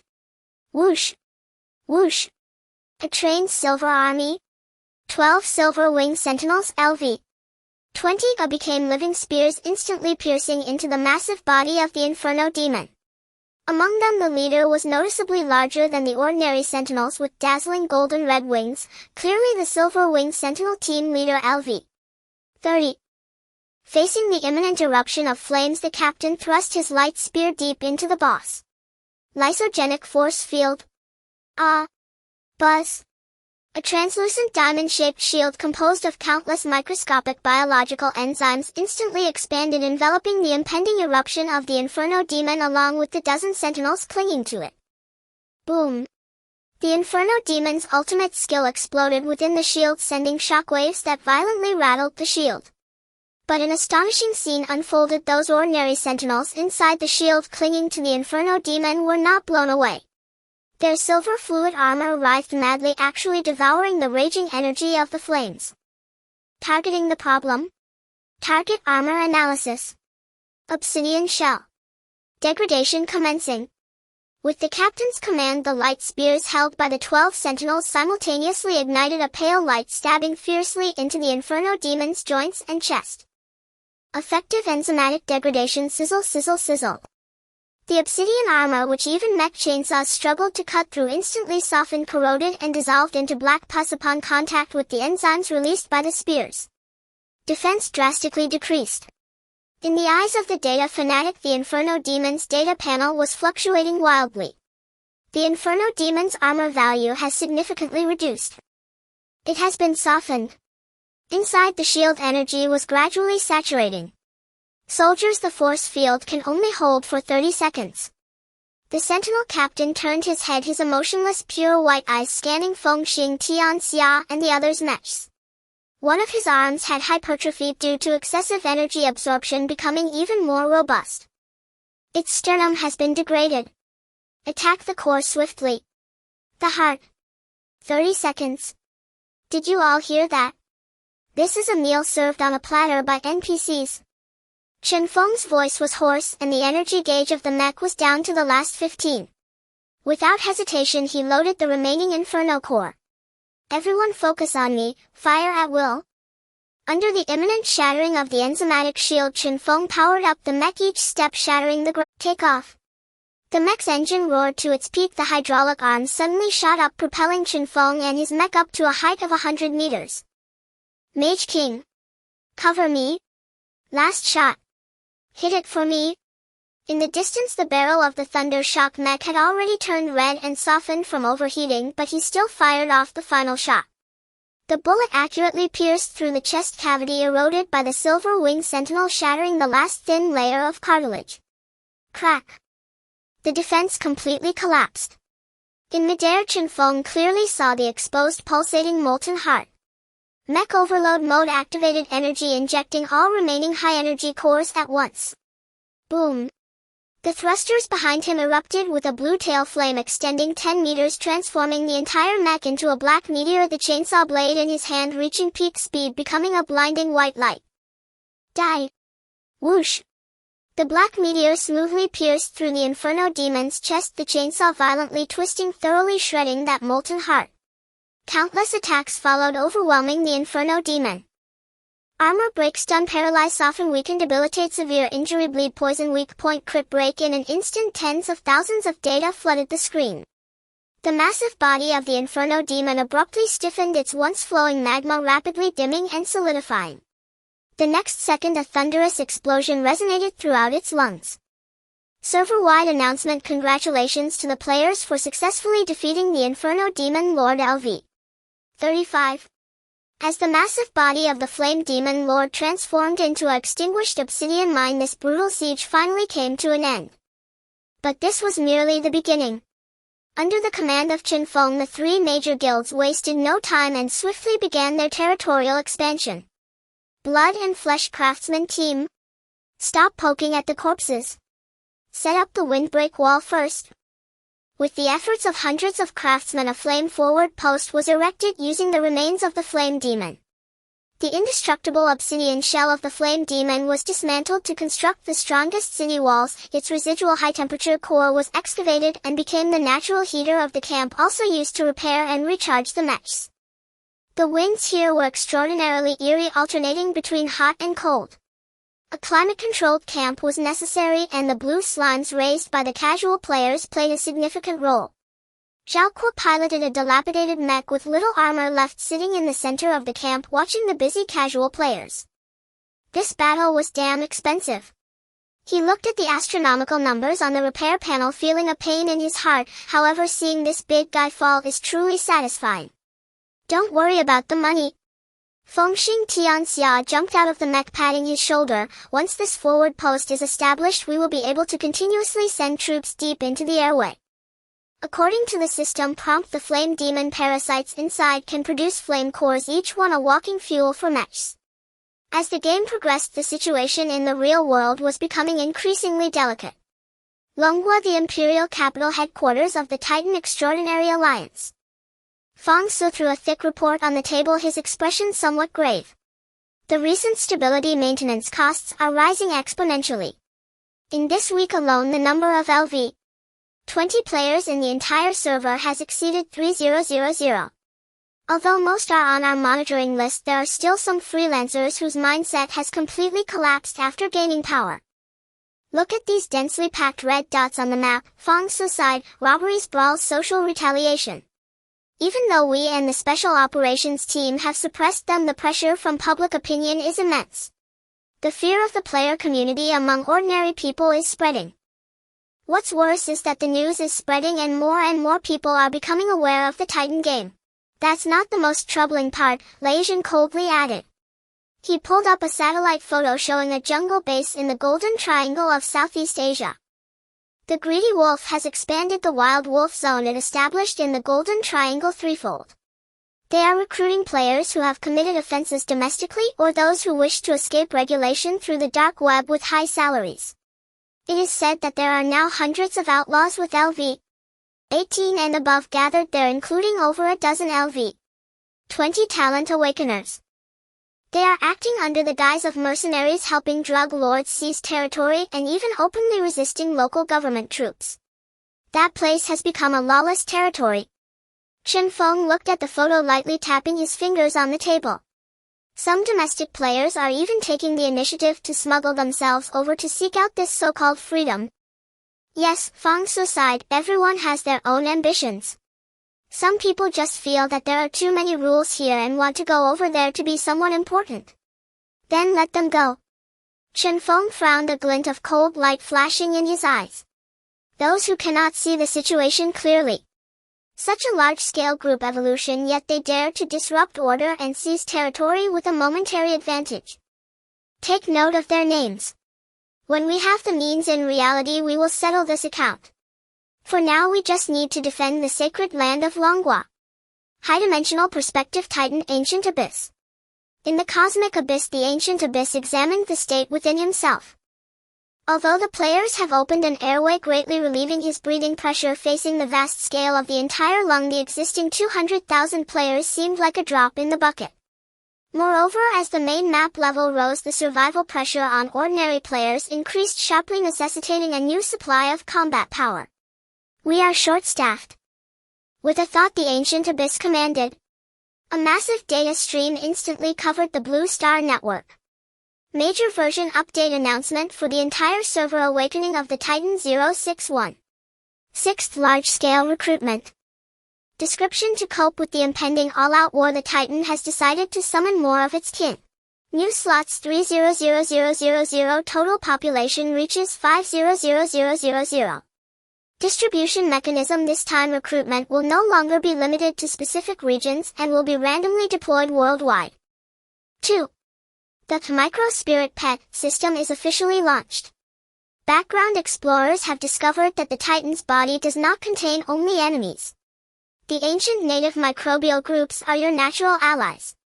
Functions: capture and cultivate. Players can use biological bait to capture blue slimes, probiotics, and other neutral creatures. Multiple pets in battle. Each player can carry an unlimited number of spirit pets simultaneously but must bear the cost of their food. Pokédex system: blue slime probiotic heals by producing bubbles, detoxifies. Headless night lactic acid bacteria creates bone walls through division. Frenzied hound eosinophils: although it looks like a mad dog, it is remarkably effective against parasites. Evolution route: feeding different materials like high-energy fire cores gallstones can induce beneficial mutations in spirit pets. 3. Epic gameplay: awakening of the ancients. Background: before players arrived, there was a formidable standing army within the Titan's body. They fell into slumber due to energy depletion over the long years. Now, with the restoration of breathing, they are awakening. Gameplay: finding the sleepers in the hidden corners of the map, such as deep in the lymph nodes, front lines of the bone marrow. There are statue-like ancients sleeping, high-level immune cell NPCs. Awakening ritual: injecting a large amount of biological energy or fulfilling specific conditions can awaken them. Affinity and employment: Commander Macrophage has a violent temper and loves high-energy food. High affinity can allow hiring them as siege behemoths. Assassin T-cells in different personality enjoys killing viruses. High affinity can grant special skills. Quartermaster B-cells loves collecting materials. High affinity can unlock exchanges for special biochemical weapons. Other possibilities. The announcement caused a global frenzy. Although Longwa with its first-mover advantage firmly occupied high-end combat power and resource points, a small number of foreign personnel were isolated and helpless. The influx of these 300,000 newcomers would inevitably create cracks in the originally stable pattern. However, one must admit 100 level 1s cannot beat a level 20 player. In-game at the Flame forward post. It has been updated. So many new functions. Look, the pet system has been implemented. A group of casual players excitedly gathered together. Look everyone. This blue slime of mine, after feeding it some ashes dropped by the flame demon, has mutated into lava slime. Its basic attack deals burn damage and can even be used as a hand warmer. Meanwhile, at the edge of the camp, Chenfeng and Lei Zhen were more focused on the third update. The ancients. Chenfeng looked towards the unknown dark abyss in the distance. The Titan's native army. From the description, the commander and the assassin correspond to our guardians and hunters. Just then a scout player hurried back panting. President. We found a strange cave in the side wall of the airway. Inside. It seems there is a row of enormous statues kneeling. They looked like giants holding massive shields. Chenfeng's eyes lit up. Let's go. Take a look. The group arrived at the depths of the cave. Using the mesh searchlight, they witnessed a breathtaking scene. Dozens of 10-meter-tall gray-white statues holding broken giant shields knelt on one knee as if guarding the passage behind them. Although they were covered in dust and cracks, the aura of oppression still made one's heart race. Interactable target: sleeping commander, ancient status, energy depleted, deep sleep, awakening requirement 50000, biological energy piece, 50,000 each. Zhao Kuo clicked his tongue. That's much cheaper than building a mech. Let's give it a try. Chenfeng stepped forward and directly paid 50,000 biological energy. Golden light infused into the statue.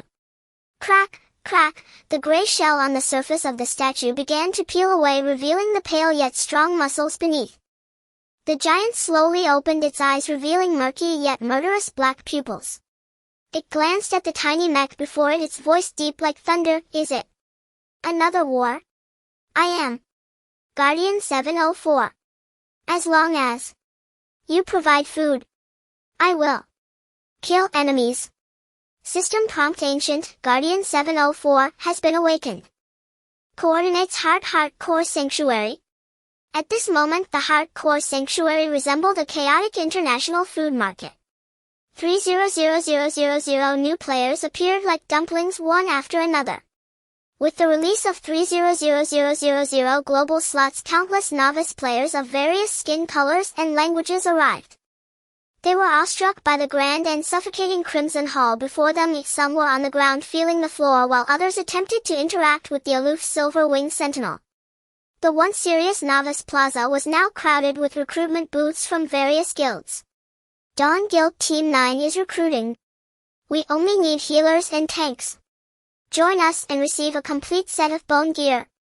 That is the top guild in the server, the Guild of Fengshen. Dragon Battle Guild is hiring. Join us and receive 100 biological energy. We'll take you to farm in Area A7. Guaranteed upgrades. Imperial Guild is looking for high IQ players. Must pass a logic test. We want brains.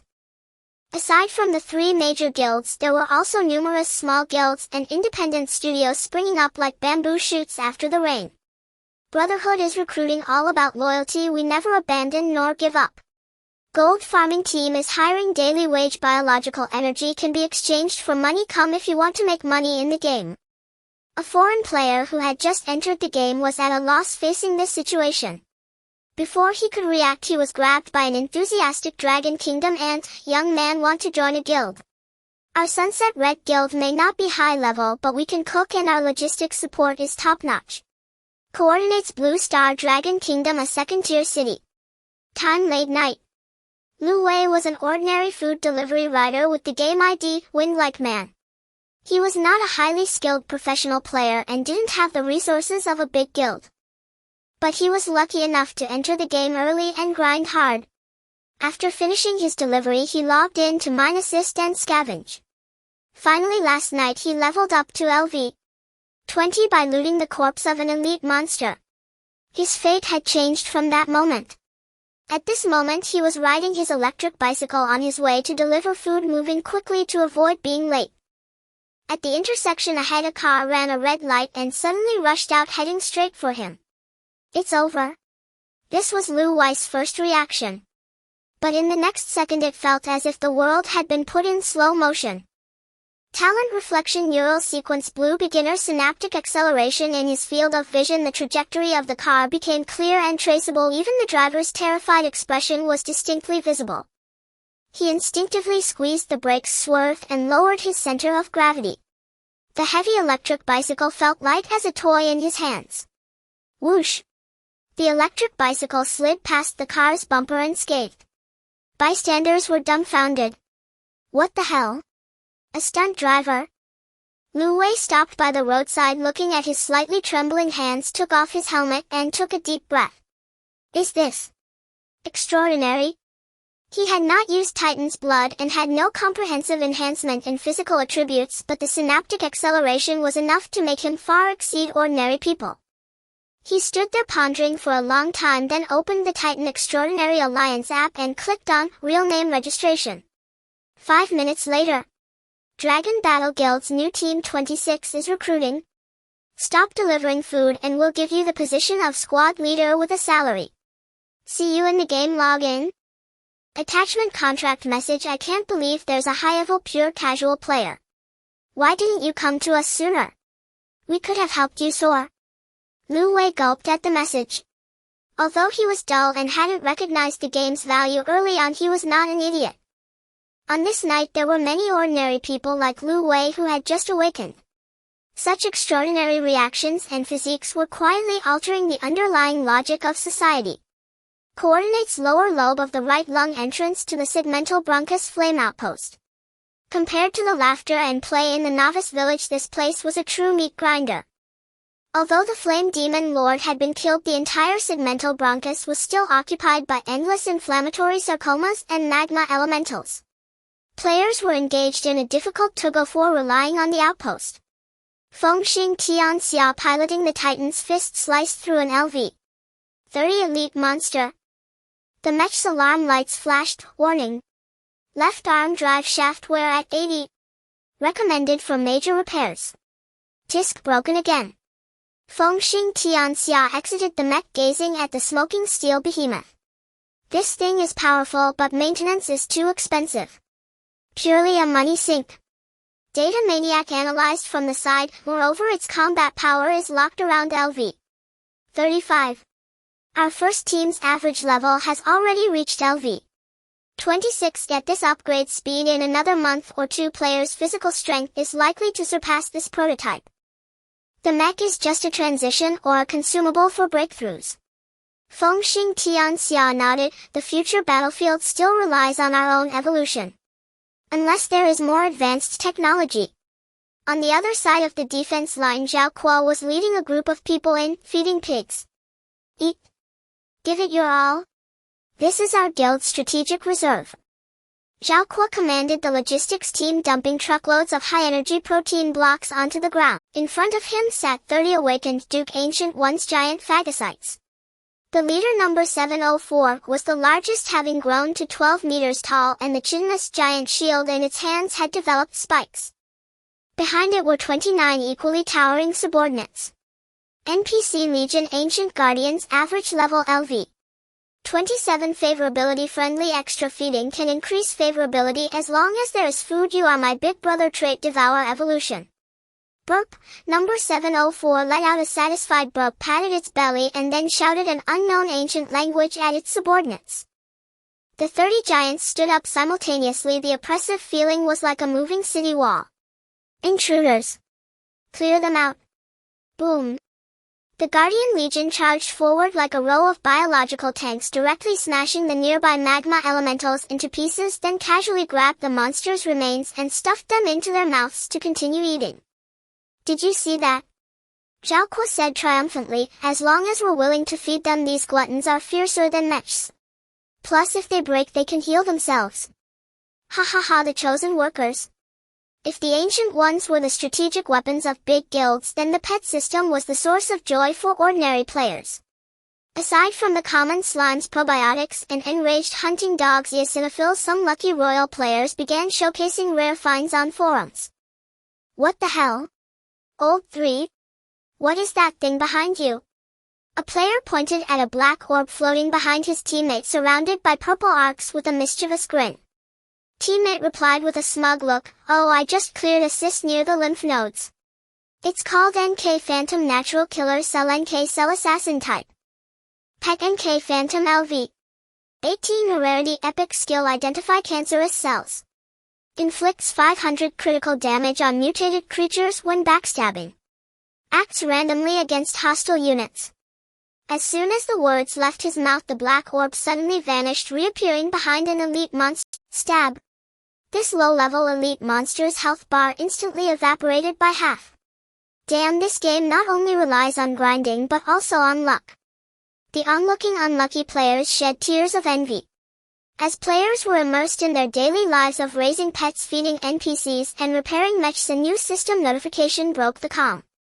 System notification due to players' continuous clearing of the segmental bronchus entrance. Various obstructions around the outpost have been cleared. Titan breathing efficiency slightly increased 0.2, only 0.2. Fengxing Tianxia furrowed his brows.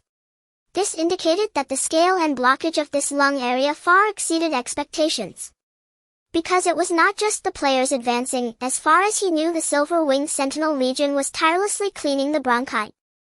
In the next second a red alarm blared. Warning: abnormal increase in oxygen concentration detected. Oxygen-rich environment activating the flame demon parasite in the bronchus. Due to oxygen combustion, the originally crimson magma is transforming into high-temperature blue flame. Server-wide time-limited mission released. Defend the flame outpost. Mission description: monsters in the bronchus are gathering, attempting to reclaim this vent. Please hold the position for 4 hours. Basic rewards: abundant experience, biological energy. Special rewards ranked by contribution: 1 ST 3000 TH, Titan's Blood Diluted Version, purchase qualification X1. 3,000 slots. The players who were just joking around instantly turned serious. Who didn't know the immense value of Titan's blood? Using Titan's blood was akin to unlocking the talent tree for the first time. Everyone stop feeding, stop petting the cats. Prepare for battle. The monster tide is coming. Feng Xing Tianxia pointed into the distance.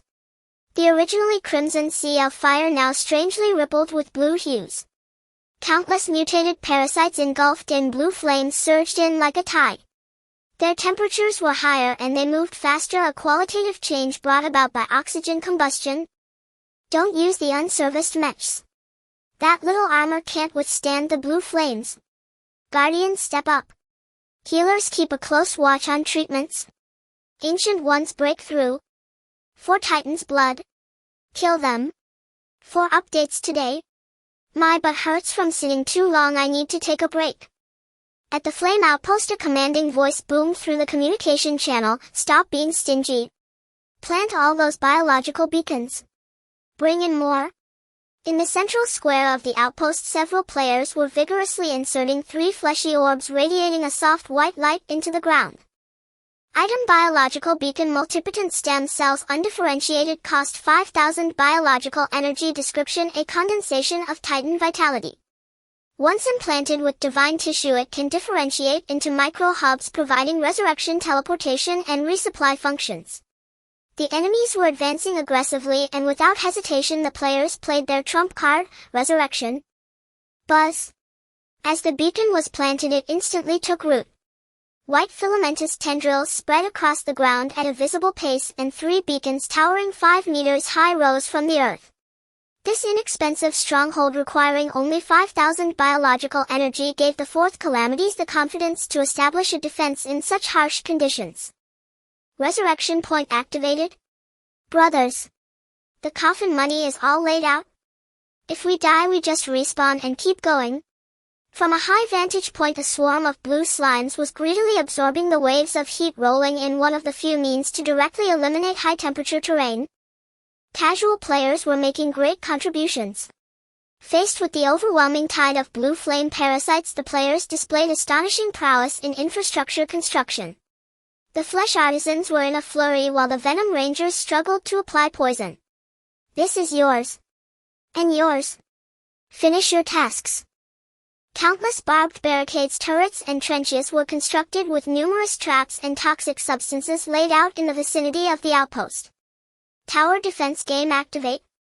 On the city walls every 5 meters stood a biochemical mortar assembled from monster bones and acid glands.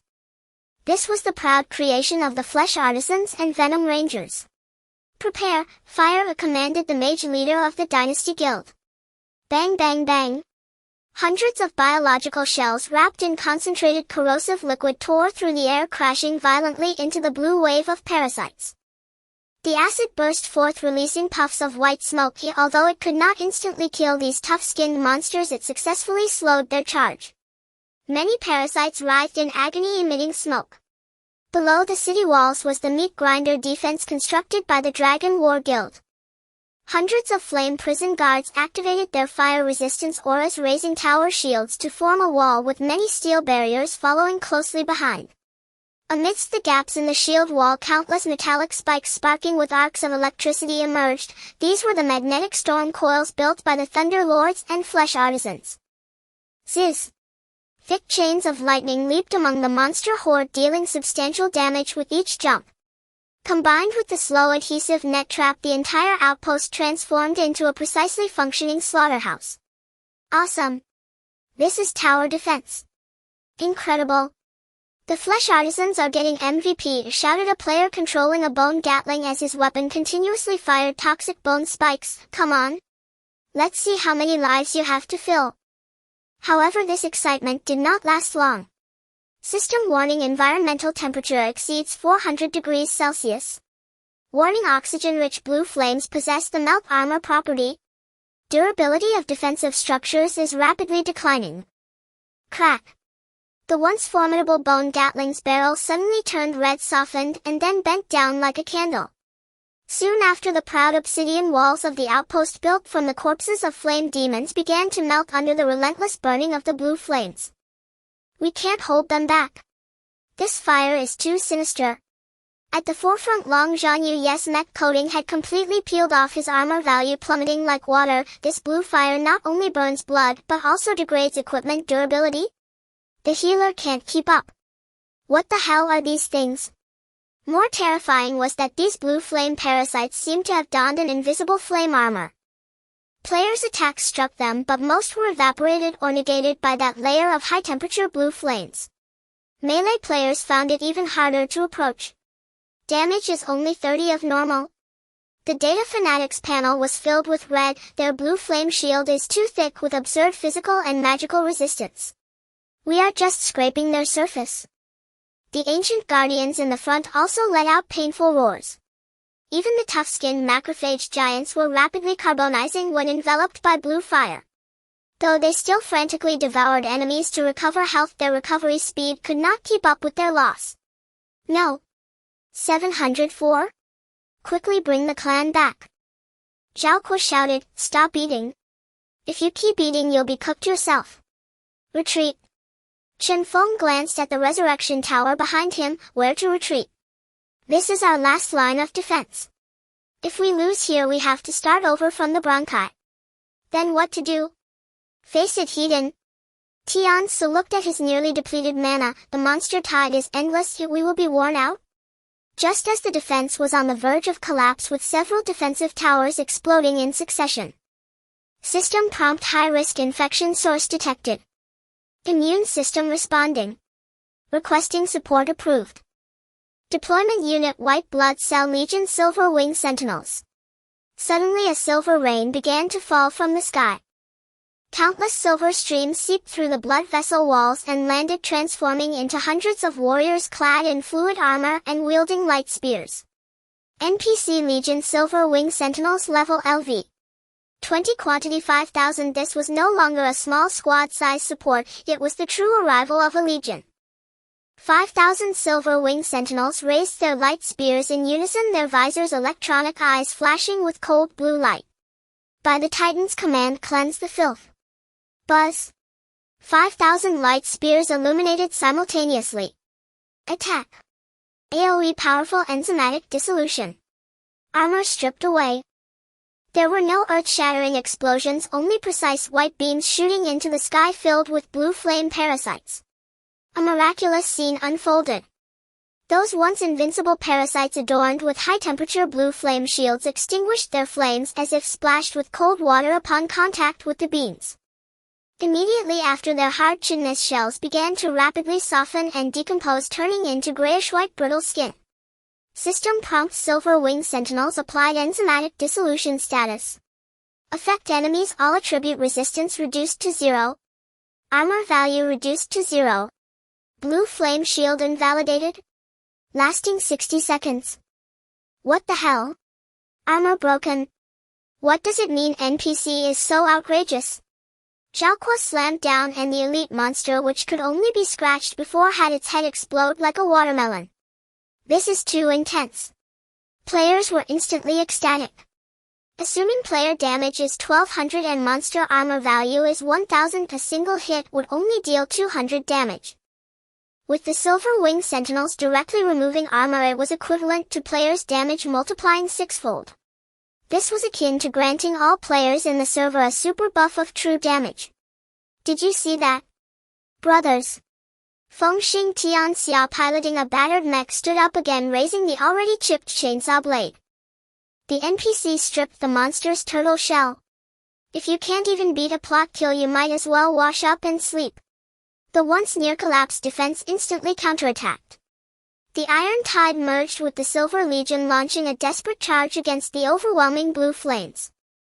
Players were responsible for output sentinels for armor-breaking, ancient guardians for tanking damage, while numerous pets scoured the battlefield to eliminate the harsh environment.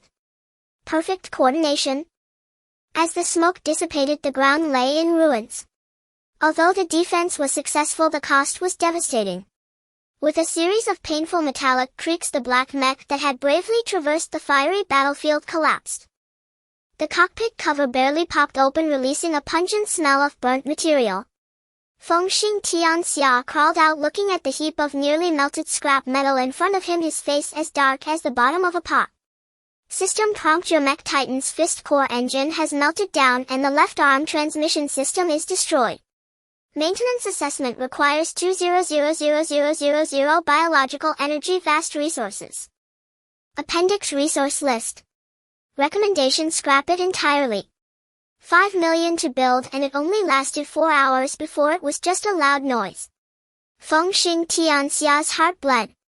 Although this thing was indeed powerful, helping them withstand the most difficult first wave of attacks, the consumption rate against high-temperature enemies was simply outrageous. Brother Feng out with the old, in with the new. Beside him Long Zhanyu's mech, though tattered and with its coating completely gone, remained intact due to its heavy-duty design. He proudly patted his mech's leg. Looks like piling on armor works. As long as it doesn't fall apart, we can fix it and still use it. Fengxing Tianxia ignored him and looked at his wildly flashing experience bar. This defensive battle, combined with the substantial experience gained from defeating the Flame Demon Lord, finally allowed him to cross that threshold.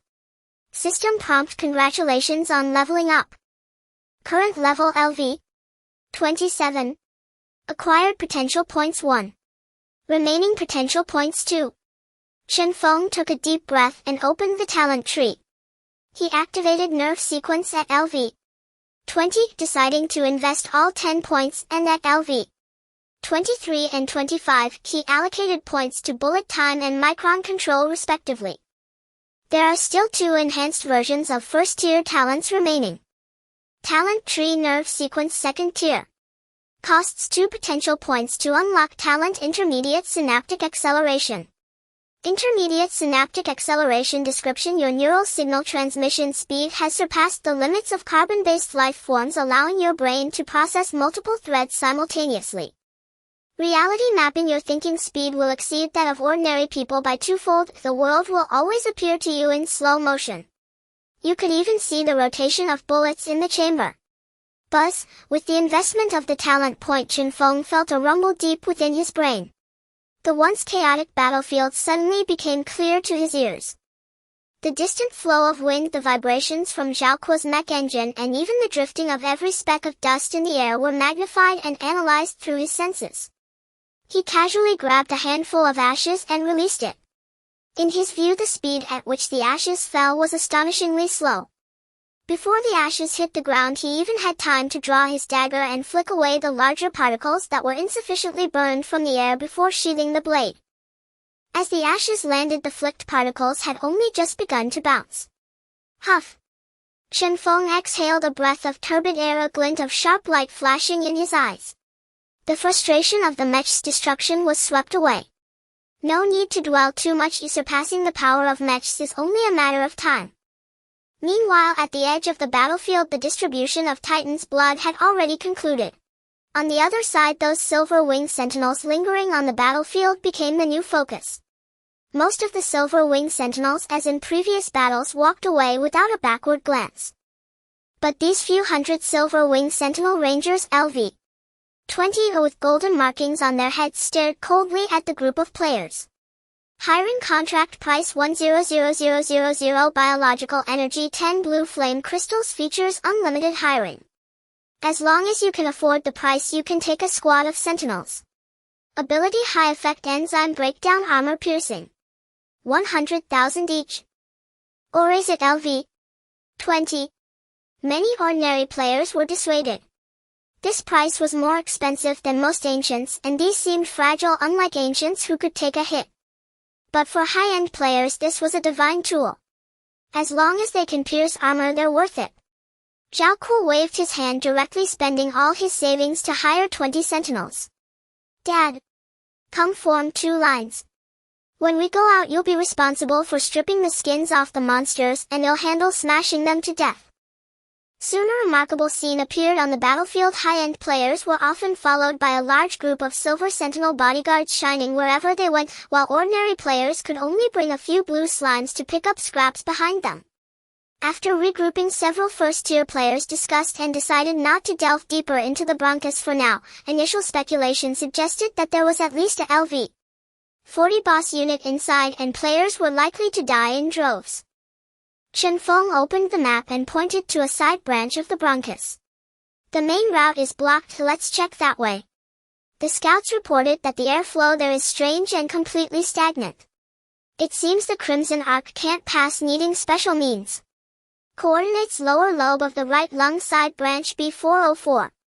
No way forward, President. The scout pointed ahead. The once rushing Crimson Galaxy abruptly stopped here, resembling a cliffside waterfall. Ahead lay a dark void with only the distant faint blue light of area B404 barely visible. Red blood cells can't enter, how do we cross? Long Zhan Yuyi frowned. Walk on a tightrope. Fengxing Tianxia looked at the information provided by the earlier exploration team, pointing at the several gray-white giant cables connecting both ends in the void. Those were hardened collagen fiber bundles left behind after necrosis. The giant fiber bundles stretched endlessly into the void. The necrotic vascular fibers as resilient connective tissue did not collapse but formed countless gray-white thick hardened fiber bundles as sturdy as the cables of a bridge spanning the dark abyss and connecting distant areas. This was a pathway made of fibers. Artisan team. Use the site to craft bone pulleys. One for each person. Hang on. Slide over. Hold on tight. Falling means certain death. After a long yet uneventful slide, everyone finally set foot on solid ground.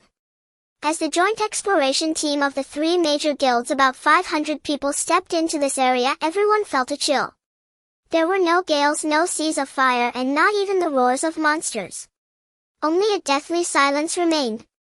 The mucosa beneath their feet was no longer the healthy pink or restless red, but a lifeless gray-black. This was necrotic tissue. This place is dead. The data fanatic looked at the detector. No oxygen exchange, no blood flow. The cells here have all perished. Everyone continued deeper. In the dim necrotic tissue, flickers of faint blue light suddenly shone. What is this? As they drew closer, they finally saw what lay before them. It was a city. The structures were made of countless glowing mycelium, calcified bone, and a crystal-like substance. They clung to the walls of the necrotic trachea, emitting a soft and mournful glow. In the center of the city stood a massive wilted and broken fleshy tower. It was a bundle of necrotic nerves. Is anyone there? Zhaoque tightened his grip around his war hammer. From those crystal buildings emerged a group of strange creatures. They were about a meter tall, entirely translucent, and emanated a faint blue glow. Their forms were not fixed, resembling a mass of luminous mist with limbs holding delicate biological cold light staves. Neutral civilization, light energy, bacteria, Titan affiliated race, mutated, probiotic, symbiotic, civilization level LV. 1 LV. 35. Status alert, weak faith in collapse, outsiders. The elder, a frail glowing being, LV. 35, trembled as he raised his staff. His voice did not travel through the air but resonated directly in the players' minds through a faint biological wave. That voice was filled with the weight of time and despair. Have you also come to plunder the last spark? Chen Feng raised his hand to signal everyone not to attack and stepped forward. We are the Titan affiliated here to eliminate the infection. Affiliated? The elder's murky eyes flashed with a hint of confusion which soon turned into deep sorrow. He pointed at the wilted nerve tower. It is too late. Too late. The Thunder Messenger has been dead for a long time. Since the road to the heavens was cut off, we have not heard the voice of our Father God. The skies no longer rain down blessings and the earth no longer delivers nutrients. The elder's body hunched, his glow dimmed as if it could extinguish at any moment. We are the guardians of the tower. We have guarded this signal tower for generations, waiting for the moment our Father God awakens. But for hundreds of years there has only been silence. Endless silence. Our king can barely hold on. The Titans were once great beings filled with countless life forms, including highly advanced civilizations. They all shared a common identity, the Titan affiliated. Living within them, they enjoyed divine grace while also bearing responsibilities. But during the Divine War the nerve bundles were severed, neurons died, blood vessels necrotized, and blood flow ceased, isolating the light energy bacteria civilization from the world, struggling in an area with nearly no resources and near total decay. The heavy sense of a civilization slowly perishing in isolation and despair left all the players present in silence. Although most of them did not fully understand, it did not hinder their feelings of sorrow. In short, this was a living microscopic race that had endured countless years of despair. The data fanatic recalled physiology at lightning speed, roughly grasping the situation, and whispered a few words to the Thunder Lord. The Thunder Lord, looking bewildered, stepped out from the crowd. He radiated the aura of the Thunder Lord, his body flickering with crackling arcs of electricity. As the first blue current danced in the air, the elder suddenly raised his head, and the dimness in his eyes erupted into a blinding light. This fluctuation. He trembled, reaching out his hand as if to touch the current, yet it was more like a pilgrimage. Thunder. It is the essence of thunder. The path to the heavens. Has it been restored?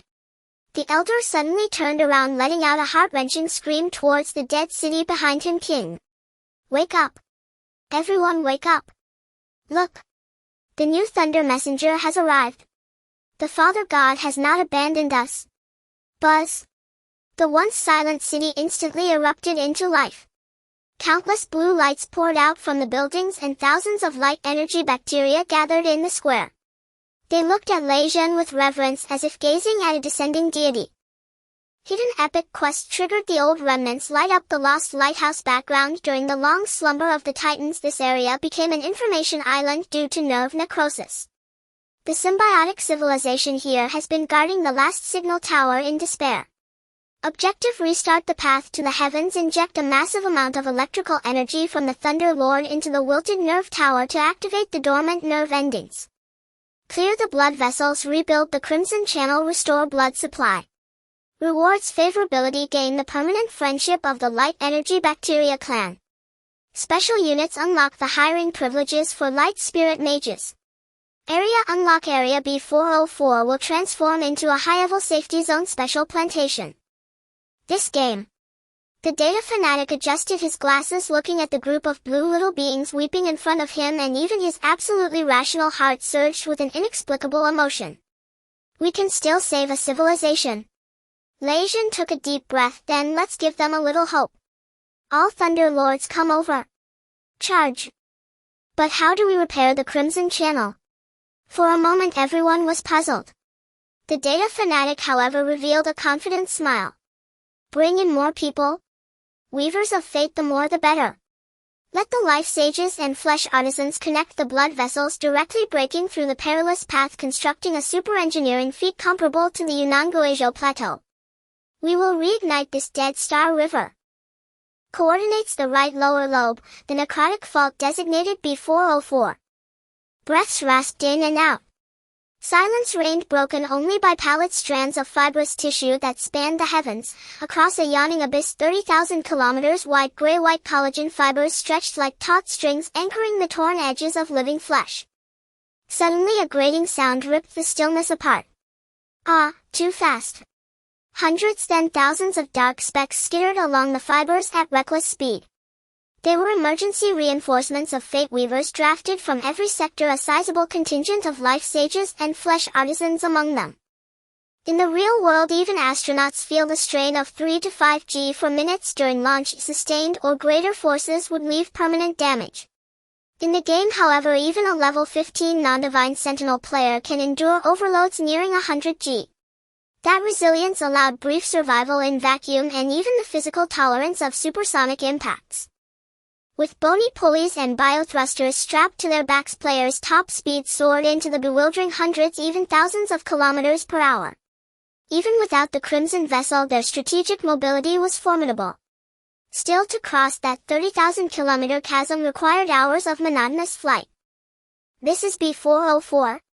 A player whose ID read Lu Ban Tiheo landed steadily, his chitinous boots carved 2 deep pits into the necrotic tissue beneath him. He brushed dust from his armor and stared at the city ahead, bathing in a ghostly azure light and the severed ribbon of the Red Star River that lay behind it. The guild leader said, "We must reconnect the vessels." Lu Ban Kiheo glanced at the abyss span and swallowed. No brothers, this isn't reconnecting a vein, it's like building an equatorial suspension bridge. Brother Lu, didn't you say you were a chief bridge engineer?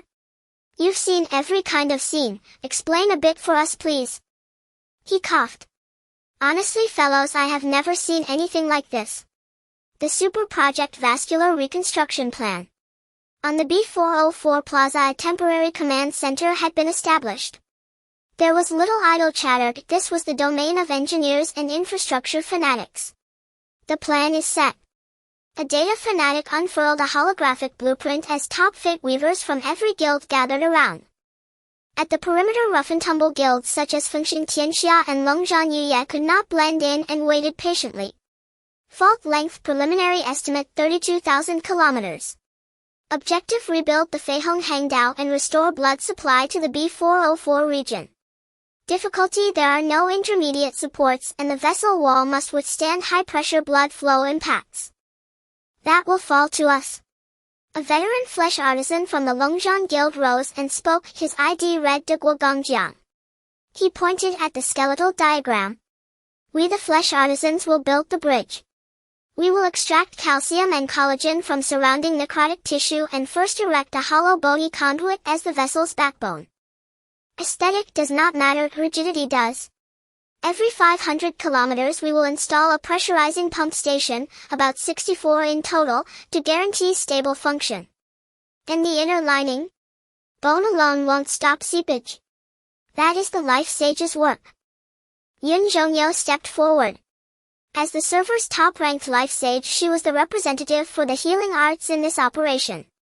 We will employ regenerative proliferation technique to induce rampant division of the ruptured endothelium. Once the framework is in place, we can grow living tissue over it until flesh seals the gap. The workload is immense. The data fanatic pushed his glasses. If we gather half the server's level 10 or above Fate Weavers, 30,000 players, the job might take about 20 days. That's roughly 1,600 kilometers a day. Fate Weavers will have to rotate, unleashing skills in continuous shifts. Besides manpower, we will need vast materials, mana restoratives, and endless patience. Let's do it. De Guogongjiang waved his hand. To rebuild a vessel spanning a star river in-game, we'll be able to brag about this forever. Construction erupted. The first waves of several thousand flesh artisans ascended onto the lofty fiber strands. Countless other players were still en route. They were not the berserk type of combat classes but moved with an oddly artistic sensibility. Ossification. Fiber weaving. Pale bony spines sprayed from their hands, interlacing in midair to form colossal rings 100 meters across. They then filled the frames with viscous biogel. From a distance it resembled a white dragon's ribcage inching slowly toward the opposite rim of the abyss. Within the scaffold, Life Sages performed more delicate work. They waved bone staves and let green life energy fall like dew. The once dry vessel edges began to twitch. Pink granulation tissue sprouted at a visibly rapid pace, climbing and covering the skeleton until a smooth elastic inner lining took shape. Relative to the total distance, such progress was minute, but it meant they had finally gained traction. For every kilometer completed, logistics players hung luminous biolanterns. Within the black interior of the Titan, a glowing band of light was slowly, steadfastly born. This was the first colossal engineering feat assembled 100% by players. While the infrastructure zealots worked feverishly, another contingent of players engaged in deep interaction with the natives here, the light energy fungi. Imperial Guild Outpost, a makeshift laboratory. Incredible. A player with the ID Liang Zili Shui clutched a bioluminescent staff given by a luminary, his fervor outshone even the sight of beauty. This crystalline structure, it is not ordinary bioluminescence, he told a nearby comrade. It appears to be an efficient biological photonic storage technique. Some cells convert the Titan's bioenergy into high-energy photons and store them in special crystalline organelles. What nonsense are you spouting? Tian Ces' brow formed a tight crease. My major is mathematics, not whatever you're trying to sell me. No, he's serious. A tech officer with a military background trembled as he spoke. If we can reverse engineer this, our laser weapons could shrink 100-fold. The energy consumption would fall by 90%. Given the lessons of mech technology, this might truly be replicable. Fong So absent-mindedly pushed at phantom glasses and glanced toward the luminary elder who was receiving a pilgrimage from Lei Zhen. These NPCs think we are divine envoys and perform miracles for us. In truth, every simple torch they carry is cutting-edge technology to our eyes. Maintain friendly relations. Even if we must trade our best gear, we must obtain their technological cores. Casual Players Zone, the fungal carpet farm. Compared with the hardcore science teams, the leisurely players presented a very different scene. Hey there. Can I buy some of that mud? A player named Ai Chi de Shigua tugged at a passing light energy fungus pointing to a patch of ghost blue glowing soil, in fact the fungi's high energy excrement mixed with necrotic tissue. The luminous creature looked puzzled and wary, hesitated, then generously offered a large clump. Excited, Ai Chi de Shigua planted a detox mushroom spore he had carried from the liver. At observable speed the mushroom grew to half a person's height, its body turning translucent blue and gleaming with an alluring luster. Mutated product photic blue mushroom. Effect: upon consumption it instantly restores a large amount of mana and grants the consumer night vision. Holy! Divine fertilizer? The nearby farmers went wild. This soil can grow mana-stirring herbs. A godsend for mages. Quick, befriend those NPCs. Help them clean up and you can earn soil in return. Thus in this forgotten corner of civilization surreal scenes unfolded, players in advanced mechs consulting NPCs about crystalline tech, others trailing after NPCs with shovels collecting their refuse. The light energy fungi watched these overenthusiastic Titankin and for the first time felt bewildered, stricken by a sudden social anxiety-like emotion. A once despairing fungal capital blossomed with new vitality. High-dimensional perspective, the Titan Abyss. Yuan observed everything unfolding in the B404 sector. The white bony vascular scaffold extending over the chasm resembled a bridge between life and death. These little ones never fail to surprise me. Though repair had only just begun, their creation ex nihilo exemplified the player's inventive spirit. It pleased Yuan more than mere slaughter. Since you strive so earnestly, I shall grant a reward. His thought trembled. The dead neural tower in the B404 region and the Thunder Lord Lei Zhen among others were being charged. At the summit a once faint signal wave suddenly intensified. Fragments of schematics and strands of genetic code from the cerebral cortex flowed quietly along the newly connected Sky Road into the database. Yuan resolved to, through the mouth of a neuron, impart trace amounts of technology as an extra reward for the players. Go explore, go learn. Yuan's thoughts drifted to the cataclysmic Divine War. The King Wars had been a pivotal chapter in that conflict. All of this will one day become the power with which I rise. Coordinates Heart Core Sanctuary. As time passed, this novice village transformed from chaos into a bustling transit hub. Although the system provides real-time translation eliminating the language barrier, cultural and factional divisions still persist. On the east side of the square lies a gathering place for the small newcomer guilds of the Dragon Kingdom, while the west side displays dozens of flags of various styles. The Wings of Freedom Guild is recruiting. We are going to attack the left kidney and establish our own nation. That is the land of milk and honey promised by God. A burly man with the ID capital MAGA stood on a platform passionately giving a speech. Many novice players gathered below. Not far away, a group of players from the Arctic Bear Nation with IDs ending in ULA were wrestling. Their guild Iron Torrent was serious about their game, with all members class changed to Raging Beasts, focusing on sheer power and camaraderie. As for the true big shots, core members of Dawn Dragon Battle and the Empire, early players had long since vanished into the depths of the vast maps. What remains are the secondary personnel responsible for absorbing a small amount of fresh blood and helping novices level up. While there were constant frictions among them, there had yet to be a large-scale conflict. This was partly because the novices nearby were relatively weak and partly because the information from predecessors made everyone aware that the real treasures lay beyond. Rather than lingering here, it was better to seize territories. PvP is certainly exhilarating, but PvE can yield tangible resources. Above in higher dimensions, Yuan observed the 50,000 restless souls. To channel this chaotic power into a blade, he reorganized the entire task system into a tightly structured tree form. Server-wide battle system update: Resurrection of the Titans. Level 1 strategic objective: server progress. Restart breathing, thoroughly purify both lungs and restore blood oxygen exchange. Energy cycle: unblock the supply line from the liver to the entire body. Defense construction: establish a defensive belt against void invasions at the skin's surface.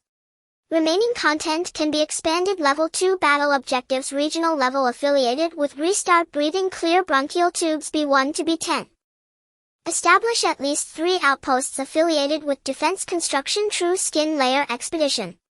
Explore the background area and gather void intelligence.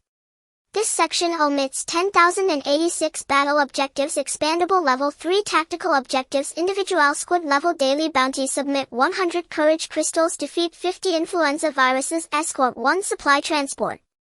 Clear congestion, go to the designated capillary and clear blood clots.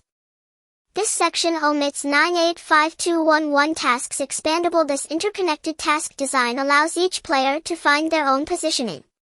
Large guilds fought fiercely for the development rights and tax revenues of the level 2 battle area. Small groups and solo players began spreading across the Titan's body like diligent worker ants for the experience and bioenergy from the level 3 tasks.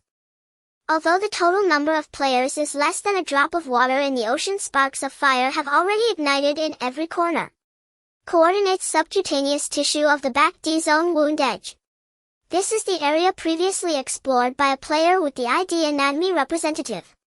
It is different from the moist environment within the body. Looking up, the sky that should have been pink was replaced by a massive tear in the sky, a void rift. It is a wound on the Titan's skin and a gateway to the endless abyss of cosmic vacuum. A joint expedition team composed of dozens of players was lying on a thick layer of fat. They were among the elite of this group of new players. Oh my god! What is that?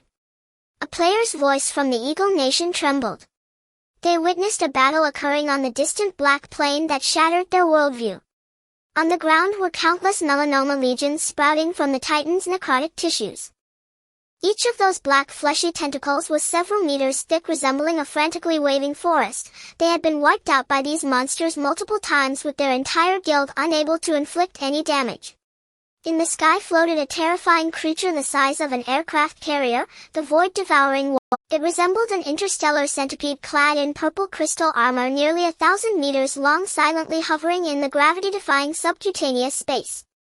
Boom! The devouring worm moved. It paid no mind to the clawing cancerous tentacles below, instead opening its maw capable of swallowing mountains, and took a deep inhale. Skill void devour. A terrifying gravitational wave erupted. Hundreds of black melanoma tentacles were uprooted along with the surrounding necrotic tissues, and even large patches of earth ruthlessly consumed by that massive maw. Is it eating cancer cells? Is that an ally? Ally, my foot. It's eating the Titan's flesh. Cancer cells are just a side dish. The Dragon Kingdom commander in the team turned pale. This monster's level is all question marks. Retreat. This place is not where we should be. However, it was too late. During its feeding, the devouring worm seemed to grow slightly annoyed at the still resisting cancerous tissues. Its massive body trembled slightly and countless holes opened on its back.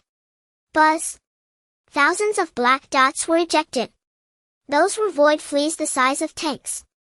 Once these fleas landed, they immediately displayed their frenzied aggression. They not only shredded the cancerous tissues, but also, with their keen sensitivity to life energy, instantly locked onto the player expedition team hiding on the high ground. They've spotted us. Fire. Quick fire. Colorful skills rained down. Lightning toxins, bone spears. Struck against the hard purple shell, only producing a series of 1 damage. Hiss. Dozens of void fleas leapt high, covering thousands of meters, and crashed heavily into the player crowd. Boom! This was a one-sided massacre. The novice players were like paper dolls before these unknown-level elite monsters. With a swipe of their sharp forelimbs, several guardians were cleaved in half along with their shields. Run! Don't look back! What do you mean run? There's no escaping this. Record the footage, brothers. In just a few seconds this expedition team was completely wiped out, turning into a sea of white light. Resurrection Point Lymph Node G4 Outpost. This was the first base built by this group of newcomers cobbled together to belong to their own organization. The white light flickered continuously. The players who had just died looked blankly as they stepped out, the fear of being crushed by absolute power still lingering in their hearts. So strong. That huge guy feels even fiercer than the Inferno Lord trending on the forum. Even the mecha of the Blade God might not withstand a hit. A video titled Debut of the Void Devouring Worm surged to the top of the trending list. At the end of the video, the aircraft carrier-sized worm slowly turned its head after devouring the entire cancerous forest, its eyes burning with purple void fire, seeming to gaze coldly through the screen at every living being within the Titan. Everyone became aware of one thing: while the internal troubles were not yet resolved, external threats loomed like the sword of Damocles hanging overhead. Server-wide announcement: severe damage detected in the true skin layer D-zoned. Warning: the void devouring worm is nesting. Main quest defense construction priority increased. Mission priority elevated. Reward doubled yen, TCH, not that I'm after such petty rewards. It's simply my duty as a devoted kin to protect Titan. Let's form a party and go. Then the players cheered with exhilaration, preparing to venture forth and uncover the truth. And meanwhile, deep within Bronchial B404, Feng Xing, Tianxia Long, Zhang Yu Yi, and Li Chu Qiji each trembled with suppressed power, and their faces lit up with delight. Let's go, just the four of us, and recruit a few more. At present in B404, engineers labored feverishly, researchers pushed the boundaries of science, farmers tilled with unflagging joy, and chargers brimmed with unwavering resolve, yet these few stood idle, mismatched in profession and misaligned in expertise, utterly incapable of contributing. Idlers, pure and unadulterated societal freewheelers. N. Reality. Blue Planet. Longwa's imperial capital, secret base of the Academy of Sciences, Titan Project Bureau. The atmosphere here was hotter than any battlefield. 40-second simulation test, passed. Inside a futuristic laboratory, over a dozen venerable academicians with snow-white hair, along with a vast cohort of distinguished young scholars, Yangtze River scholars, senior researchers, and veteran doctoral fellows gathered around a newly assembled robotic arm, cheering triumphantly. The arm was incomplete, exposed circuitry snaked across its frame, yet its core transmission architecture faithfully replicated the design principles of the game's Titan Fist. Unbelievable, an academician ran his trembling fingers over a carbon nanotube-based, biomimetic muscle bundle, his bloodshot eyes blazing with unnerving intensity, his expression rapturous. The schematics from the game are genuine. Though we lack those biological materials, this neural electronic transduction technology has just shattered decades-old technical bottlenecks. How soon until deployment? Asked Ban Zhangwo, solemnly gazing at the arm, fluid and dexterous as a human hand. Military exoskeleton prototypes within 3 months, academician Li declared without hesitation. And if we could acquire higher-tier schematics, or even a sample of the game's energy source, the Flame Core, Longwa's individual combat capability would undergo a quantum leap. Ban Zhangwo nodded, then turned to his aide and issued orders: notify all regional authorities, intensify screening of players nationwide under the joint auspices of the Transcendent Alliance. Especially those nearing level 20, whose physical attributes are undergoing dramatic enhancement, or those with advanced academic credentials and exceptional intellectual capacity. Inform them the nation needs them. We require their active exploration and rigorous research within the game, to strengthen themselves and extract every viable technology possible. Any breakthrough will be richly rewarded. Globally 500,000 players existed, over 300,000 of them in Longwa. In a nation of over 1 billion souls, 30,000 players vanished like salt scattered into the sea. Yet beneath the precise, relentless motion of the state apparatus, all proceeded with seamless order. And the slightest hint of lawlessness or disorder was swiftly extinguished by transcendent enforcers. Order endured, and for now no one stood above ordinary citizens. Across the Pacific Ocean, in Eagle Nation's political heart, District of Columbia. The air there reeked of money and power. And inside the opulent wellness suite of a private estate, Senator Smith, 70 years old and still commanding, had just removed his gaming headset.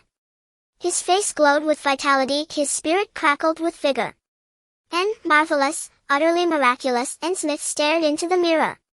Though in game he was merely a level 5 novice, repeatedly meeting absurd ends, his nervous system's profound reactivation intoxicated him. I must have it, that serum called Titan's blood. Smith turned sharply toward his personal assistant, eyes burning with raw avarice.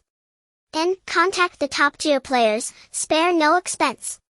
I will pay any price to obtain Titan's blood. Green cards. Gold cards.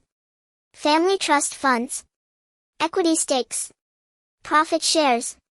Even special privileges, full protection under Eagle Nation's highest security protocols. Tell them, if they can secure purchasing rights to that serum, and I will grant them everything they dare imagine. There is nothing in reality I cannot accomplish. And meanwhile at the Pentagon's recruitment office a new internal directive was being issued, an Special Operation Titan Initiative, and recruit players, with priority given to high-level accounts. No restrictions on ethnicity or gender. What's that look for? Fine, I know. We'll deliberately disperse Latino, South Asian, East Asian, and African American recruits to prevent factional clustering. Yes, I understand perfectly. The president need not worry. Mega loyalty, then, these players won't see frontline combat. Their sole task is to join designated in-game guilds, and accept employment at specified real-world corporations. We'll handle all logistics.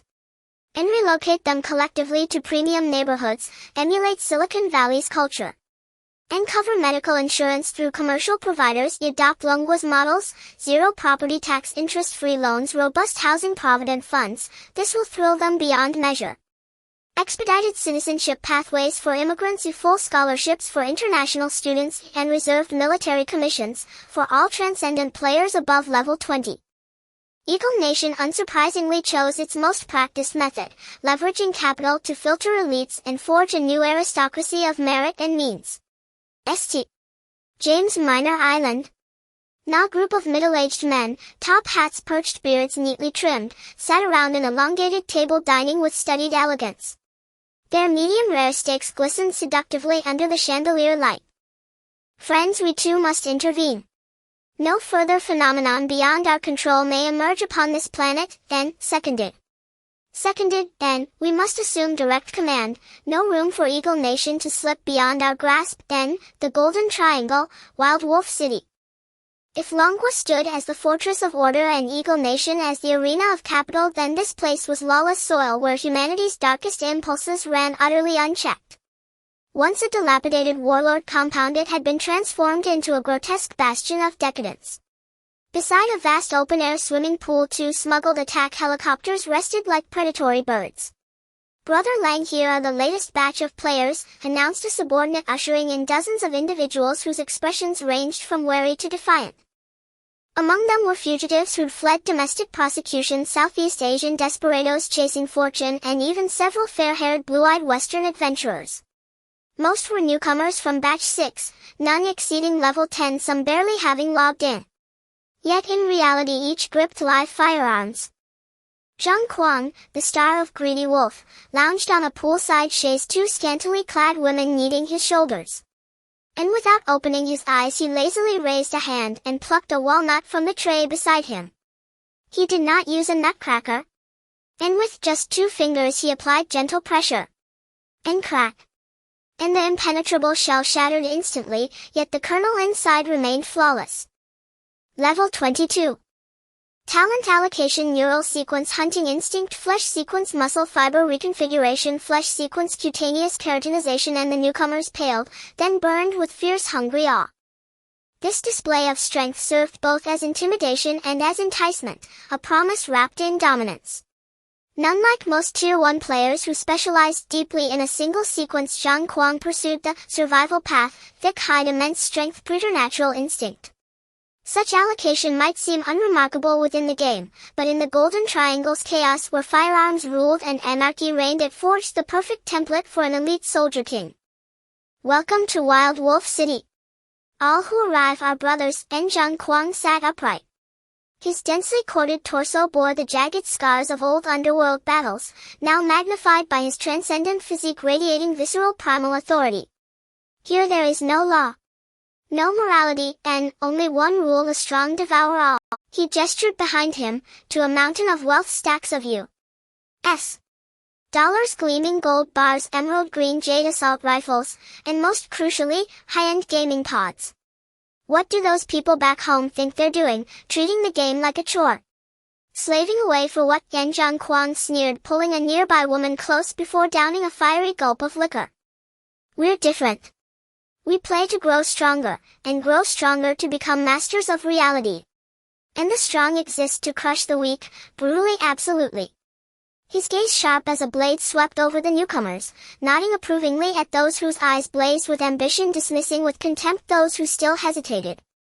The Titan game is the greatest opportunity of our age. And if we endure here, slowly honing ourselves with in-game resources, and then this golden triangle will become our private garden. Even, Zhang Kuang turned northward, his eyes alight with naked boundless ambition. Everything remained unspoken. And, ha. One day no one will ever stand over me again. Upon this fractured land an untamed savage force stirred, unrestrained, unbound and rising. Titan's physiology cannot be a mere scaled-up human form, nor does it mirror human anatomy. For instance, elephant cells and human cells are comparable in size, the difference lies in sheer cell count. Thus the imagined continent-spanning body hairs likely do not exist, though localized exceptions may apply. Likewise, Titan's pathologies bear no strict correspondence to human disease. I've drawn only loosely from physiological principles. Rigorous scientific fidelity was not the aim. The real-world technological level depicted remains broadly consistent with ours, except for one key addition: the ubiquitous adoption of holographic gaming. Without this narrative constraint, extrapolating current trends would inevitably yield lunar bases and far more radical advancements, rendering global geopolitics unrecognizable. Such speculation is best left to reader-driven brainstorming in comments. Within the story, verisimilitude yields gracefully to narrative purpose. Coordinates back, D3 sector dermis. There was no sun in the sky, only a vast black fissure tearing the pink firmament. That wound belonged to Titan Yuan and served as the inlet for void energy backflow. Beyond it yawned the dark, chaotic abyss of the cosmos. Player Tang Dasui lay pressed behind a still quivering slab of fat, clutching a two-handed greatsword he had scavenged from a second-hand player shop. As a latecomer who only entered in the 5th test, he lacked the radiance of the first-tier veterans. Even now he wore mismatched gear and had barely reached LV 15. His class was a Shinwei branch famed for blood exchange output, the Berserk Colossus. Yet that did not stop him from having to crouch behind cover and watch. Brothers, this is an elite match, Tang Dasui grumbled in squad chat. This isn't monster hunting, it's like watching Godzilla fight King Kong. Before him a cataclysmic battle raged. One side Shukong Shiny Chong. Level Lord. The worm, nearly a kilometer long and like a starship in girth, hovered in midair. Its body was sheathed in purple crystalline armor, each twist sent shockwaves through the surrounding space. The other side, Anying Machujahedi Haisa Sumyao.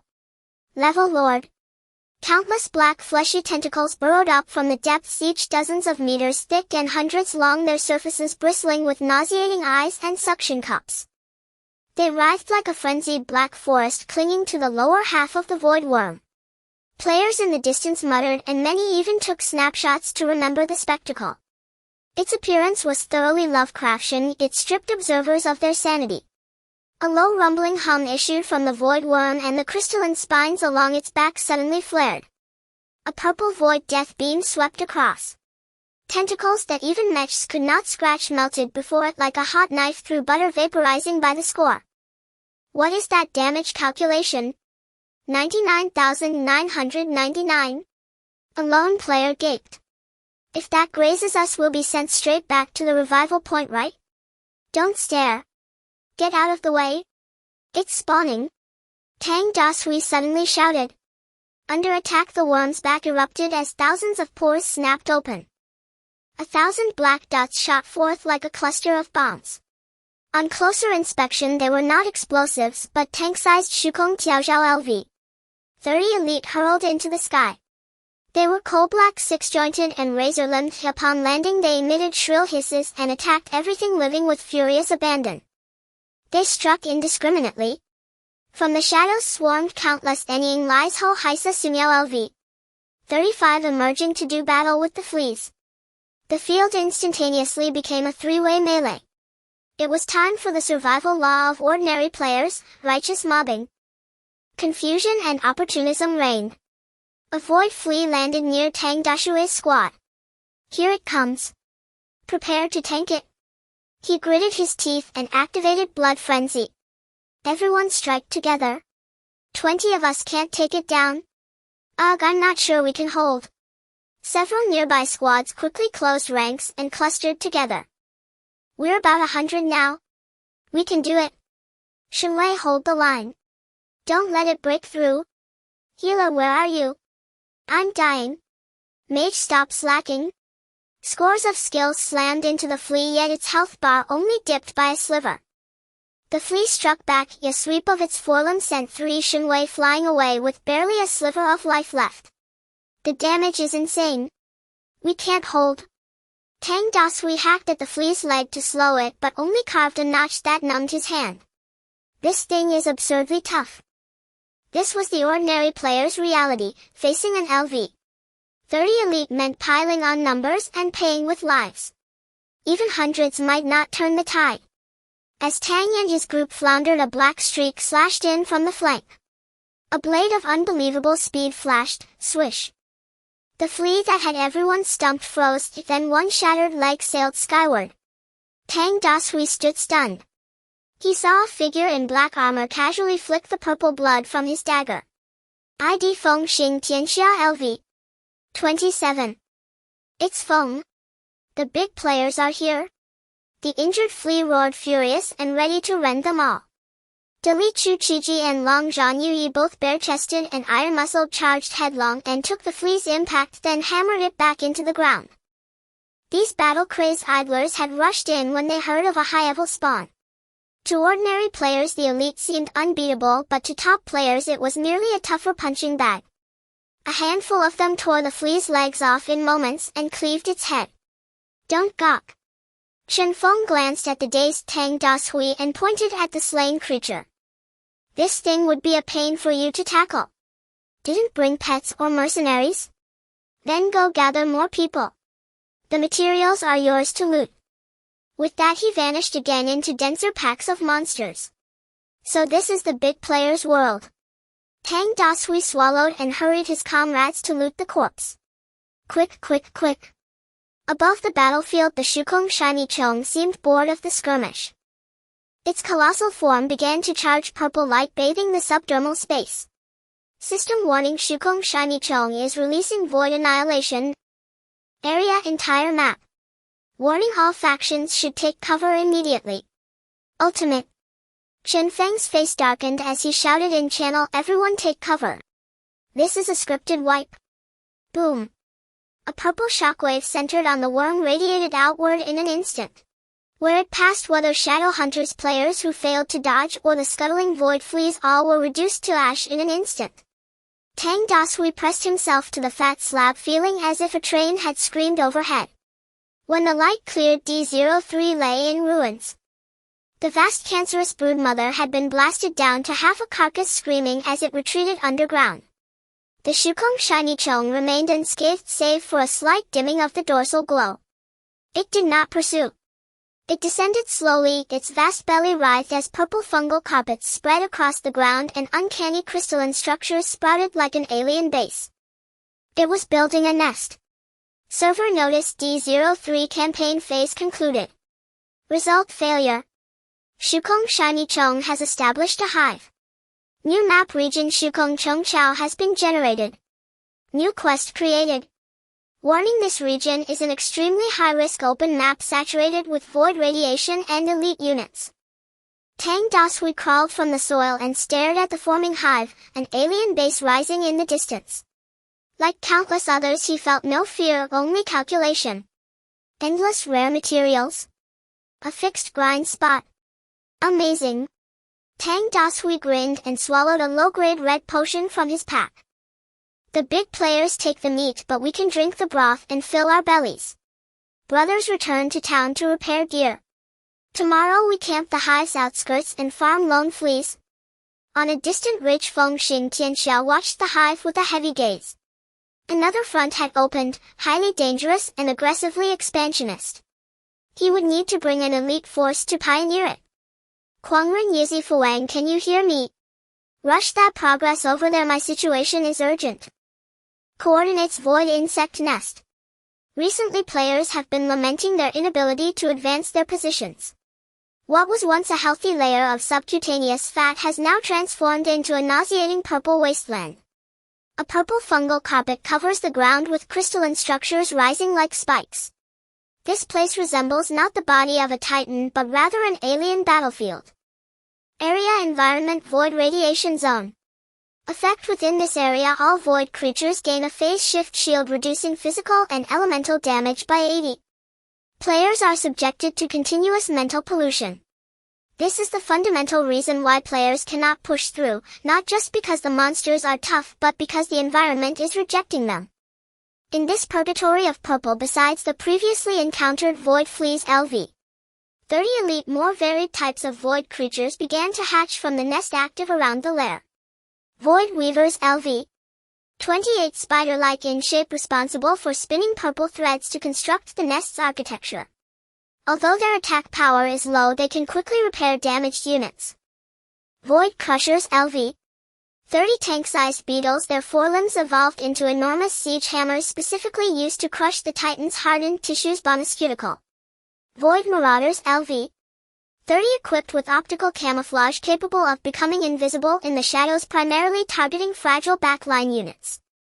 At the very center of the nest, a carrier-like void devourer worm is in a bizarre state of stasis. It is not wreaking havoc, but rather has deeply embedded its lower body beneath the titan's true dermis, with countless thick blood vessel-like tendrils extending from its abdomen rooting into the titan's flesh.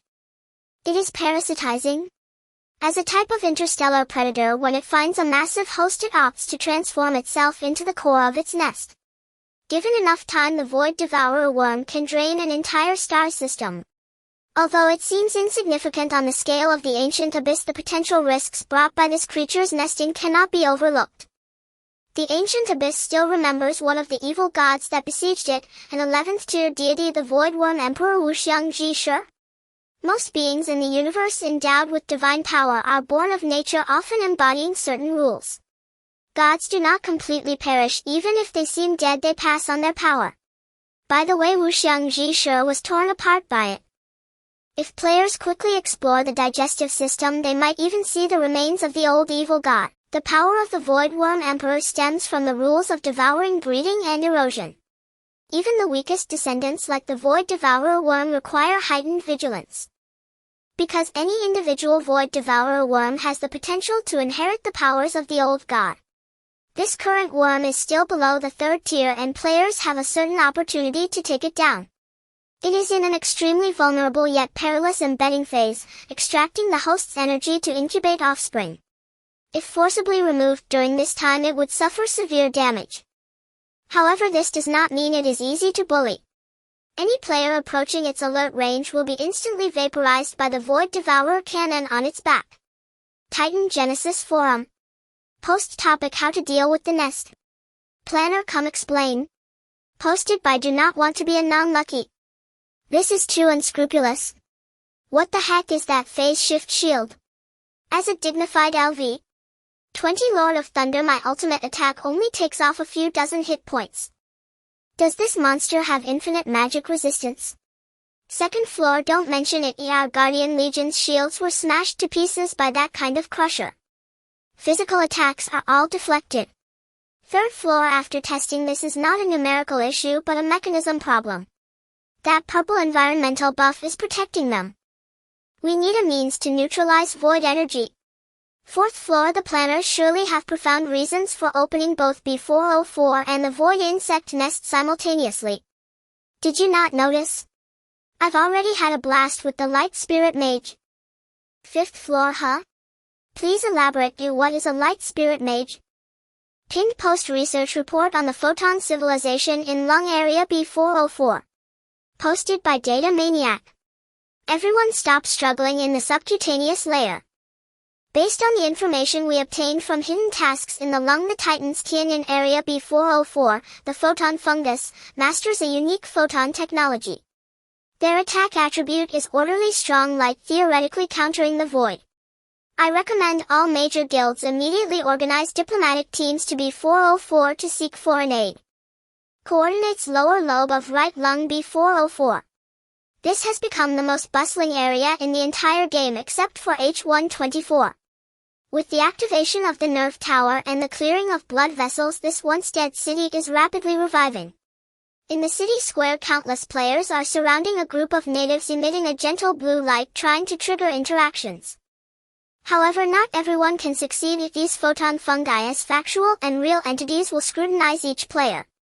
In a corner, a player with the ID unique LV17 is squatting beside a stone pillar. In front of him hides a small figure about 1 meter tall with a somewhat dim light. It is called Microlight, a young photon spirit mage apprentice. Hello. Unique tentatively greeted, not rushing to send a trade request like others, but instead took out a piece of secondary liver sugar crystal he found around the liver. It seems your light is a bit weak. Do you need to replenish energy? Microlight peeked out from behind the pillar, its eyes made of pure photons fixating on the crystal, glimmering with desire yet remaining cautious. This is high energy reaction. Microlight's voice came through mental waves, clear yet tinged with frailty. The elder said the outside world is filled with chaotic devourers. But you do not carry that kind of scent. It carefully stretched out its translucent hand, touching the crystal. Buzz, the crystal instantly vaporized and was absorbed by Microlight. The halo above its head, once dim, visibly brightened, and its previously languid mental state instantly became full. So warm. Microlight looked up, the caution in its eyes melted away, replaced by a serious gaze. I'll race the light ones. If we do not continuously consume high-energy substances, our core will extinguish. You have given me energy. As an equivalent exchange, I must also repay you. Prolonged isolation has left the photon fungus extremely energy deficient. In human terms, it means being in a state of famine for a long time. The arrival of players is akin to sending charcoal in the snow. Unique looked at the little being, only 1 meter tall, with a serious face, struggling to suppress a smile. As one of the earliest intelligent civilizations players encounter in the game, the independence of each individual of the photon fungus has left players in awe. My gosh, much smarter than the dull old ones. Not far away, another player's armory officer, the old one, couldn't help but glance back at him. Unique shivered all over, sensing a heightened danger but unsure of where the threat came from. Microlight has increased your affinity current, affinity friendly. Unique paused for a moment, then sincerely smiled, taking out 2 bottles of oxygen water and placing them on the ground. How about we team up? Let's face the enemies together. Microlight floated up, circling around Unique, its small staff emanating a steadfast wave, seriously declaring contract established. Regardless of whether the path ahead is dark or void, Microlight will guide you. System notification: Light Spirit Mage Microlight LV15 has joined the team. Unique was overjoyed and hurriedly posted on the forum. Brothers, you can recruit Light Spirit Mages with just the cheapest food. Everything else is useless. And the AI intelligence of Light Spirit Mages is ridiculously high. It's incredibly fun. Coordinates: Void Insect Nest. A special mixed team has arrived at the battlefield. It is the testing squad of the Dawn Guild, with 3 Light Spirit Mages floating in the air, protected in the center. Encountering void fleas ahead. Number 3. Guardians hold the line. Light Spirits prepare. 3 LV. 30 void fleas screeched as they charged forward, their purple light shields rendering most damage ineffective. Void environment. Shining, it's your turn. The captain pointed at the monsters. That annoying aura. It's actually void. No wonder you need our help. A small light spirit named Shining frowned, raising its delicate crystal staff. The other 2 light spirits beside it cast their spells simultaneously. Photon Focus Buzz. Three ghostly blue beams shot out precisely converging on the shield of the leading fleet. Sure. Just like sunlight piercing through the night. The layer of purple void energy that had left players in despair reacted violently upon contact with the high-density photons rapidly disintegrating. ZZZ. The void flea let out an unprecedented scream, its shell emitting smoke under the beam, the entire insect rolling violently. Countered. The shield is down. Brothers charge. The players who could no longer contain their excitement surged forward. Without that repulsive buff, the LV 30 elite monsters struggled to withstand the onslaught of high-level players. In a flurry of attacks, the three fleas quickly turned into experience points and loot. Loot Void Shell Fragments X5 Loot Trace Void Dust X2 Shining flew over, looking somewhat disdainfully at the corpses on the ground. These things are filled with chaotic energy. We can't use them. The textbooks say that the power of the void needs to be directly purified. You can ask the Elder how to handle it. Although the photon fungi do not require void materials, players do. Since discovering the buff from the void environment, the flesh craftsmen have long been itching to create new equipment. According to estimates, void shells are premium materials for crafting anti-magic equipment, while void dust is an even rarer alchemical material. A perfect closed loop. The data maniac recorded the data from behind. Liver Lung produces food, feed higher light spirits break shields, players kill void monsters, obtain void equipment, increase combat power, explore deeper areas. A massive industrial chain spanning 3 organs and involving 2 civilizations has officially taken shape. Let's go. The captain, full of vigor, patted shining on the little head. Coordinates lower lobe of the right lung, necrotic stratum B404. 1-2. Lift. Life sages keep up. The endothelial cells are drying out. Quickly cast nourishing technique. Above the dark abyss spanning tens of thousands of kilometers, a grand project that would be recorded in the annals of Titan history was in full swing. Over 10,000 flesh and blood artisans hovered in midair, utilizing the massive materials transported from H-124, constructing enormous hollow white frameworks in the void like building blocks. This is the dragon bone of the artificial blood vessels. Within the framework, the life sages led by Yun Zhongyo were performing even more intricate operations. They directly cast healing skills at the blood vessels, and the originally bare framework began to sprout pink granulation tissue wildly. These granules resembled living vines climbing and intertwining along the framework, ultimately forming a smooth, tough, and elastic inner wall of the blood vessel. The national artisan wiped the sweat from his brow, gazing at the flesh and blood pipeline that had already extended several thousand kilometers, his eyes filled with a sense of accomplishment. Incredible. The work efficiency was simply outrageous. Players took turns. By the time the last person exhausted their mana, the first group had already replenished their status. By the end of the day, they had advanced over 1,000 kilometers.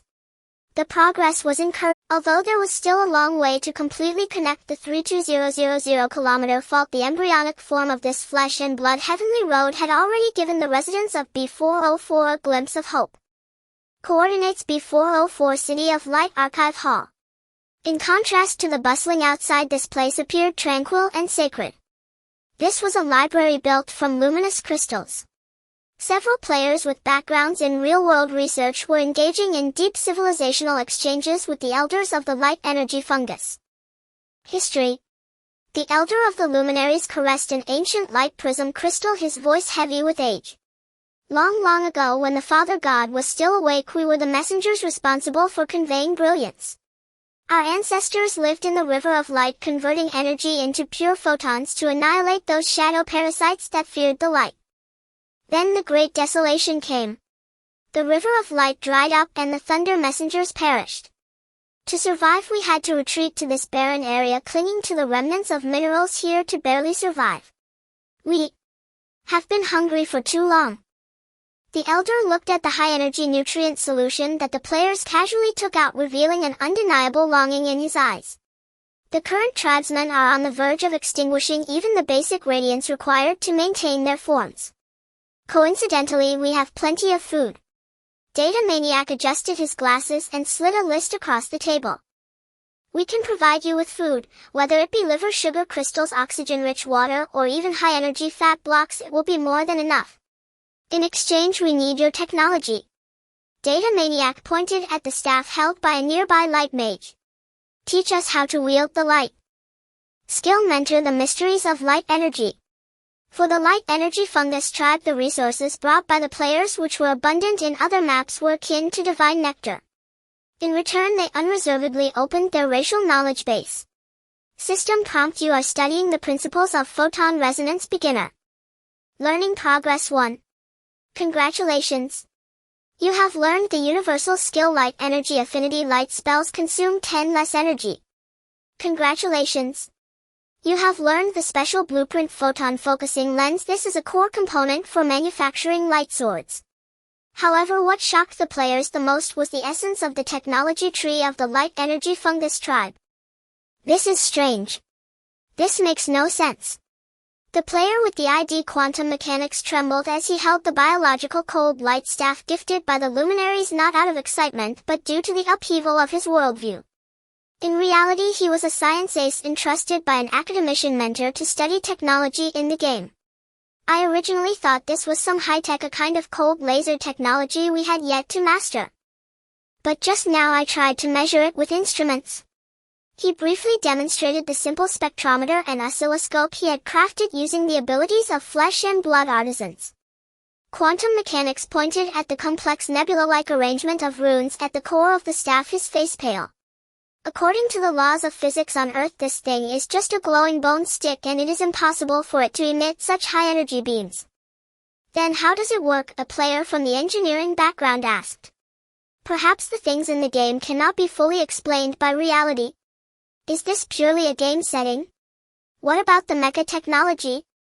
Didn't it get created? Some things can exist while others cannot. What are you all arguing about? Let quantum mechanics speak. We just need to research then report it online. It's not like we are in a meeting. Quantum mechanics took a deep breath. The core of this technology is actually consciousness. Consciousness interferes with matter. This is purely idealistic.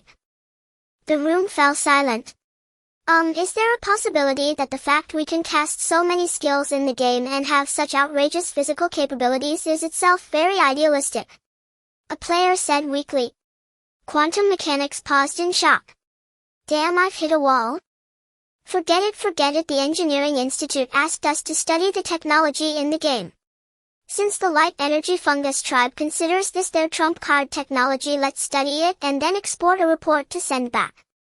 Soon a headache-inducing urgent email flew towards the Academy of Sciences. In reality, those who initially thought they had merely unearthed mecha technology like Ban Jiangua and others were completely bewildered by this report on consciousness interfering with matter. The academicians surrounded the report, exchanging puzzled glances. Those with short tempers had already started to curse. What is this? What is the intention behind such a report? I told you game technology is unreliable. Forget it. Since we are here, let's take a look at the data. This is my most prized student. However, the true shock did not lie in the laboratory but in the players themselves. Fong Su crawled out of the game pod, rubbing his swollen temples. As one of the highest level mind hackers in the server, he had already unlocked the second-tier psychic energy sequence in the game and had just spent half a day learning photon resonance from the light energy fungus elder. He walked to the window, gazing at the neon lights outside. A strange feeling surged within him. In the game he had unlocked the second-tier core talent. Psychic energy sequence tier 2 energy resonance.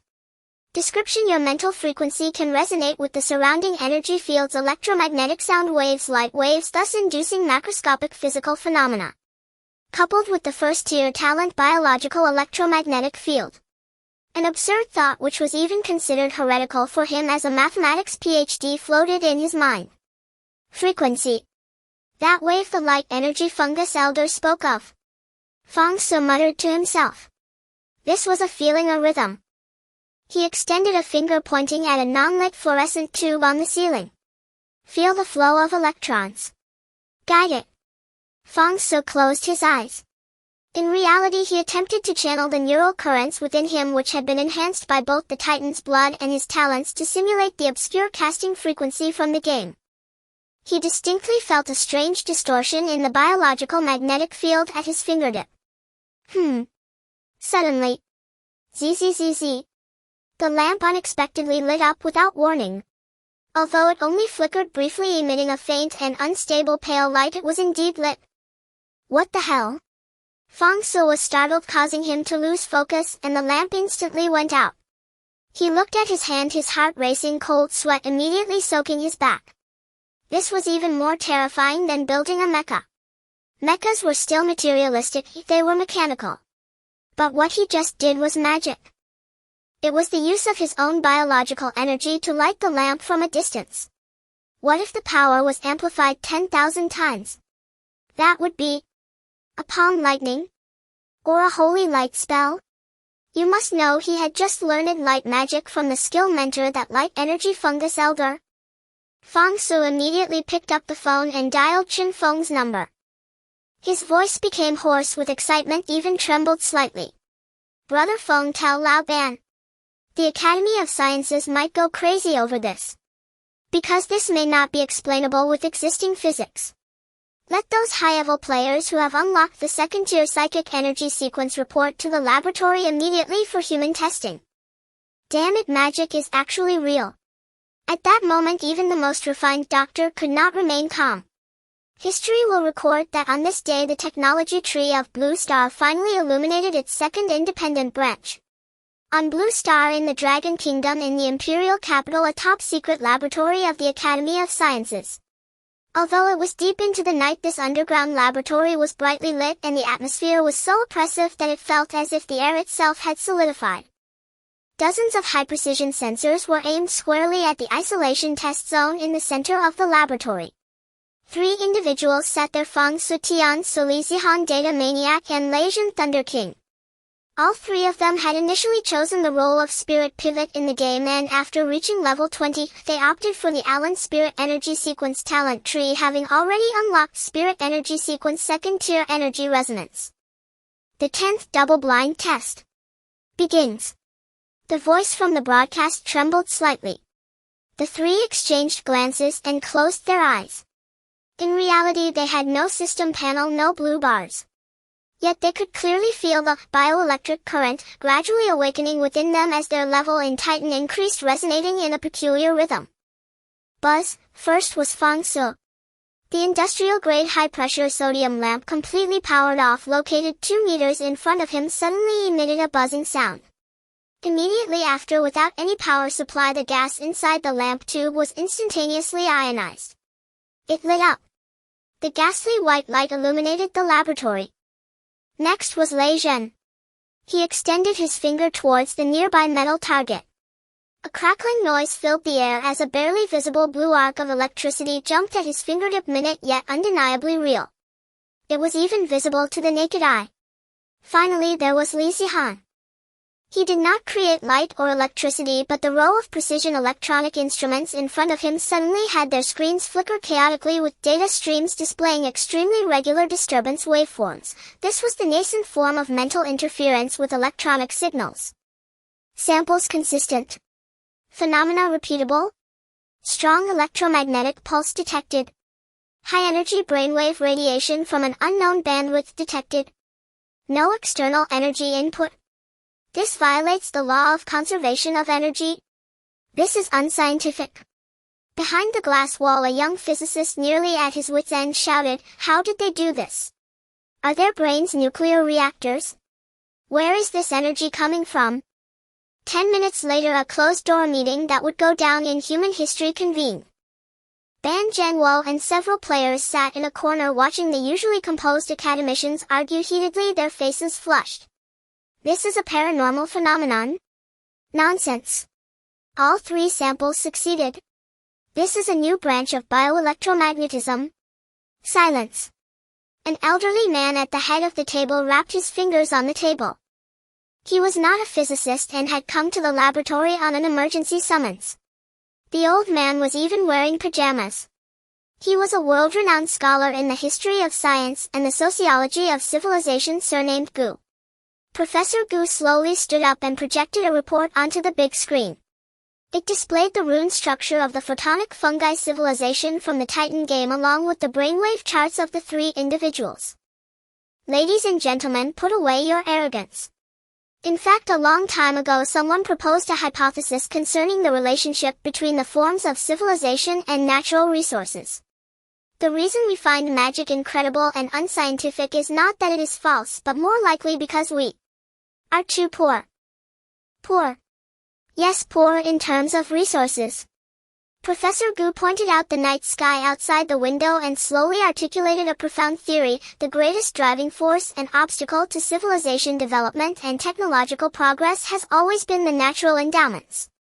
For instance, ancient Dragon Kingdom mastered far more complex porcelain crafting techniques than glass refining, yet it could only produce relatively murky glass. Why? Is it because our ancestors were foolish? No. The fundamental reason lies in geological limitations. We have kaolin beneath our feet, and furnaces made from kaolin can naturally produce exquisite ceramic craftsmanship. In contrast, the West lacked kaolin, relying only on sand and alkali, which naturally led to a completely different glass refining technology, subsequently giving rise to optics and chemical containers. Similarly, the reason Blue Star civilization has never conceived of magic technology, even dismissing it as superstition, likely stems from the fact that there is almost no magical material on Blue Star.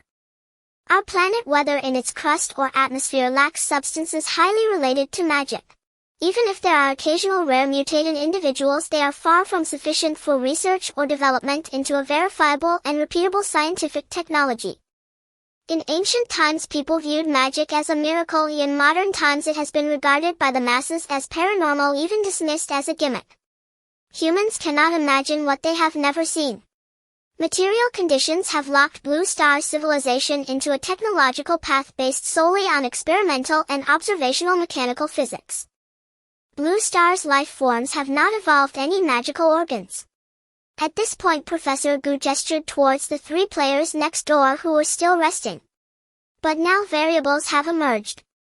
That game called Titan, that colossal being located in the cosmic abyss. Its body is likely filled with unimaginable magical substances.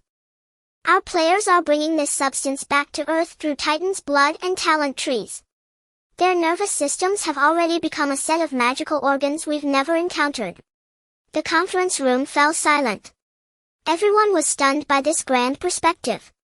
Professor Gu turned around and wrote 2 large characters on the blackboard: materialism. So do not panic. The magic in the universe, this force that influences matter through consciousness, is actually materialistic in nature. It does not exceed the bounds of epistemology. Because it is not a miracle but a science that can be systematically developed with formulas and logic. Its foundation and the basic materials it relies upon are simply vastly different from our physics. If we are a coal-burning civilization, then the photonic fungi clan is a spiritual energy-burning civilization. Everyone is utilizing the laws of the universe, and no one is nobler than the other. Clap, clap, clap. Ban Zhangwo was the first to applaud. The applause grew thunderous. The previously confused scientists rekindled the light of exploration in their eyes. Since it is materialistic and scientific, there is nothing to fear. As long as it is scientific, the people of the Dragon Kingdom can analyze it and turn it into their own. Professor Gu is right. An academician responsible for military industry stood up excitedly. If we can master this theory. The academician's hands trembled. We will no longer be confined to mechanics and gunpowder. We will usher in the second technological tree of human civilization, spiritual energy technology. Ban Zhangwo stood up, looking at the old man on the side who was still half asleep on the big screen. The old man now wore a serious expression and immediately issued the highest directive. Top secret, codenamed Zhulong Project, established the Spiritual Energy Research Institute led by Professor Gu, focusing on players who have awakened second-tier spiritual energy talents. Objective: analyze the physical models of photon resonance and bioelectromagnetism. Full closed management. All players exhibiting casting abilities will have their personal profiles immediately upgraded to top secret. Temporarily hide the information from society. Heightened focus on spirit pivot players above level 23, temporarily prohibiting the display of magical abilities. In the game, 2 tracks will run in parallel. Combat group continue leveling up, fighting monsters and competing for resources. The higher the level, the stronger the energy capacity of the body. This is fundamental. Research group select the 6th batch of national scholars and researchers entering the game. They will not focus on combat in the game but will devote all their efforts to breakthroughs. Treat the technical data of the photonic fungi clan as technology documents from an alien civilization to study. Starting from basic magic studies. Starting from elementary school materials. Learn without end. In the game, in the lower lobe of the right lung, B404 City of Light. Fang Su logged back in. He looked at his character's hands, recalling the jolt of lighting up the lamp in reality. Tian Su maniac, what do you think? In the communication channel, Chen Feng asked. The higher-ups have gone crazy. Fang Su chuckled bitterly, but his eyes sparkled with unprecedented brilliance. They've established a dedicated research institute. Brother Feng, we might really be witnessing history. He looked up at the City of Light constructed by magic, watching the photonic fungi floating around. Previously he thought it was merely a dazzling effect of the art design. Now in his eyes, every glowing crystal, every obscure incantation represented a truth that could send Earth's civilization into a frenzy. Brothers. Fang Su issued orders in the research department channel of the Imperial Dynasty Guild, while Lei Zhen went to contact researchers and players with high degrees in science and engineering. Fang Xi's tone was as serious as if he were issuing a combat order. Professors and doctors, from today onwards your battlefield is the library. Deadlock on the favorability of photonic fungi. Memorize every book, every blueprint in the library, even elementary school textbooks. As for resources, don't worry, leveling up, earning money, and protecting you is our responsibility. We will carve out a bloody path. Coordinates B404, City of Light, Central Archives. Outside, colossal infrastructure projects surge forward and arms trade thrives, but within this archive built entirely from luminous crystal, silence reigns absolute, broken only by the soft whisper of turning pages, though in truth they are magical light screens. Since Fang Su issued the scientific research directive, the halls have overflowed with elite scholars recruited by the Imperial Guild, military scientists from the Great Wall Watch Guild, and professors utterly absorbed in their studies. Frowning deeply, they frantically transcribe arcane data, magical formulae, and classified record. A closer look reveals the tome they labor over bears the title, Mushrooms Magic Primer Understanding Light. Yet crouched incongruously in the corner sits a player whose art style starkly contrasts the rest. ID someone from history books. Level LV 9. Class Ling Shu Envoy. Zhu Yan is in reality a third-year history student. As a newcomer to the 6th closed beta, he stands apart. He neither grinds monsters for levels nor joins the engineers in reverse engineering lightsabers. For days since entering the game, he has done just one thing: listen to stories. And then, after that great battle, where did your high priest go? Zhu Yan sits cross-legged on the floor, cradling a notebook woven from biofibers, utterly entranced as he scribbles furiously. Before him floats an elderly luminary, slightly stooped yet radiant, titled City of Light Archivist LV 33. While others clamor for blueprints and alchemical recipes, this lone level 9 human asks only for its name and its past. The High Priest. A flicker of wistfulness and sorrow passes through the archivist's clouded eyes. To sustain the final embers of the city's barrier, the High Priest dissolved its core. It became the very bedrock of this city, the luminescent floor beneath your feet. Zhu Yan's hand pauses ever so slightly. Without a word, he solemnly inscribes in his notebook. 300 cycles before the epoch, the High Priest of the City of Light sacrificed itself, transforming into foundational stone to shield the people through the Great Silence, a long winter of energy depletion. As the final character glows faintly upon the page, a soft radiance shimmers across the notebook. Thank you, outsider, says the archivist, voice gentle. You are the first who has chosen to listen to these old weathered tales. Other kin care only for our photonic weaponry. History is no ornament, Zhu Yan replies, closing his notebook with quiet conviction. It is the spine of civilization. If we forget our past, even today's splendor is but a castle suspended in air. The archivist freezes, its photon-formed body trembling violently as if some deep dormant resonance has just awakened. Spine. Yes. We once possessed a spine. Drifting toward the deepest recesses of the shelves, it retrieves an ancient crystal, cracked, dull, and veined with time. This is a photonic memory crystal, the zenith of our light magic craft. Only the most sacred knowledge earns inscription upon it. What lies within is not technique, but our proudest hour, the age before the Father God slumbered when we marched alongside the Thunder Legion into the abyss. Take it. Record it. Let it not fade as our light dims. Yuan accepts the heavy crystal with both hands. The instant his fingertips make contact, a vast ancient torrent of information surges into his mind. He sees golden thunder giants coursing like blood through colossal veins, azure light spirits weaving radiant nets behind them, all arrayed against a tide of devouring blackness. Hum.